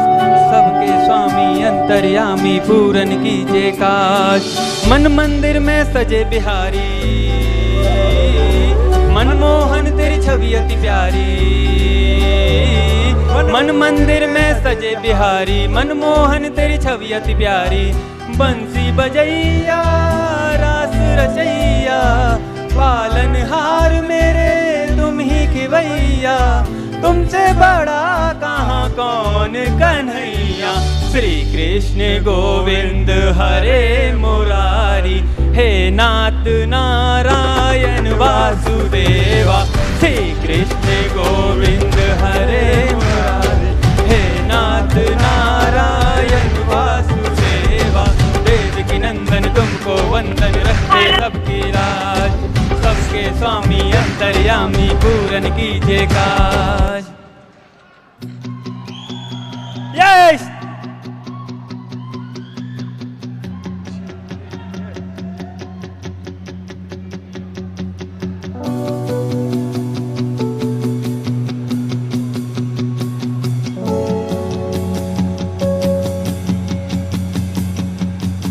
हंसता रहता हूँ तुझसे मिलकर क्यों आजकल.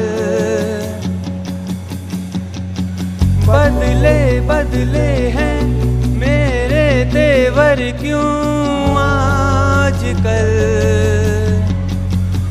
आंखें मेरी हर जगह ढूंढे तुझे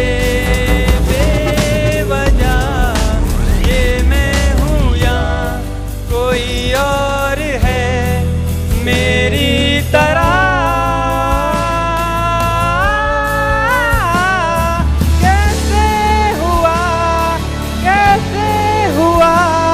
तू इतना जरूरी. कैसे हुआ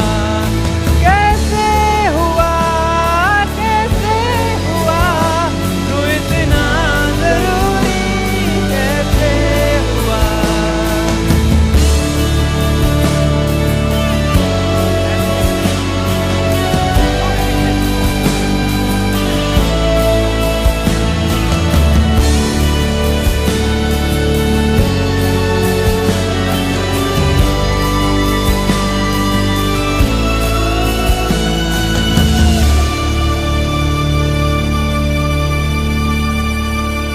बारिश की बोली समझता नहीं था.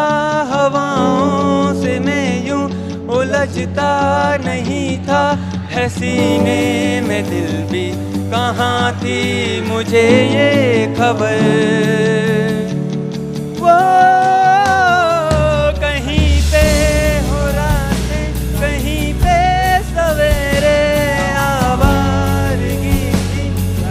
साथ में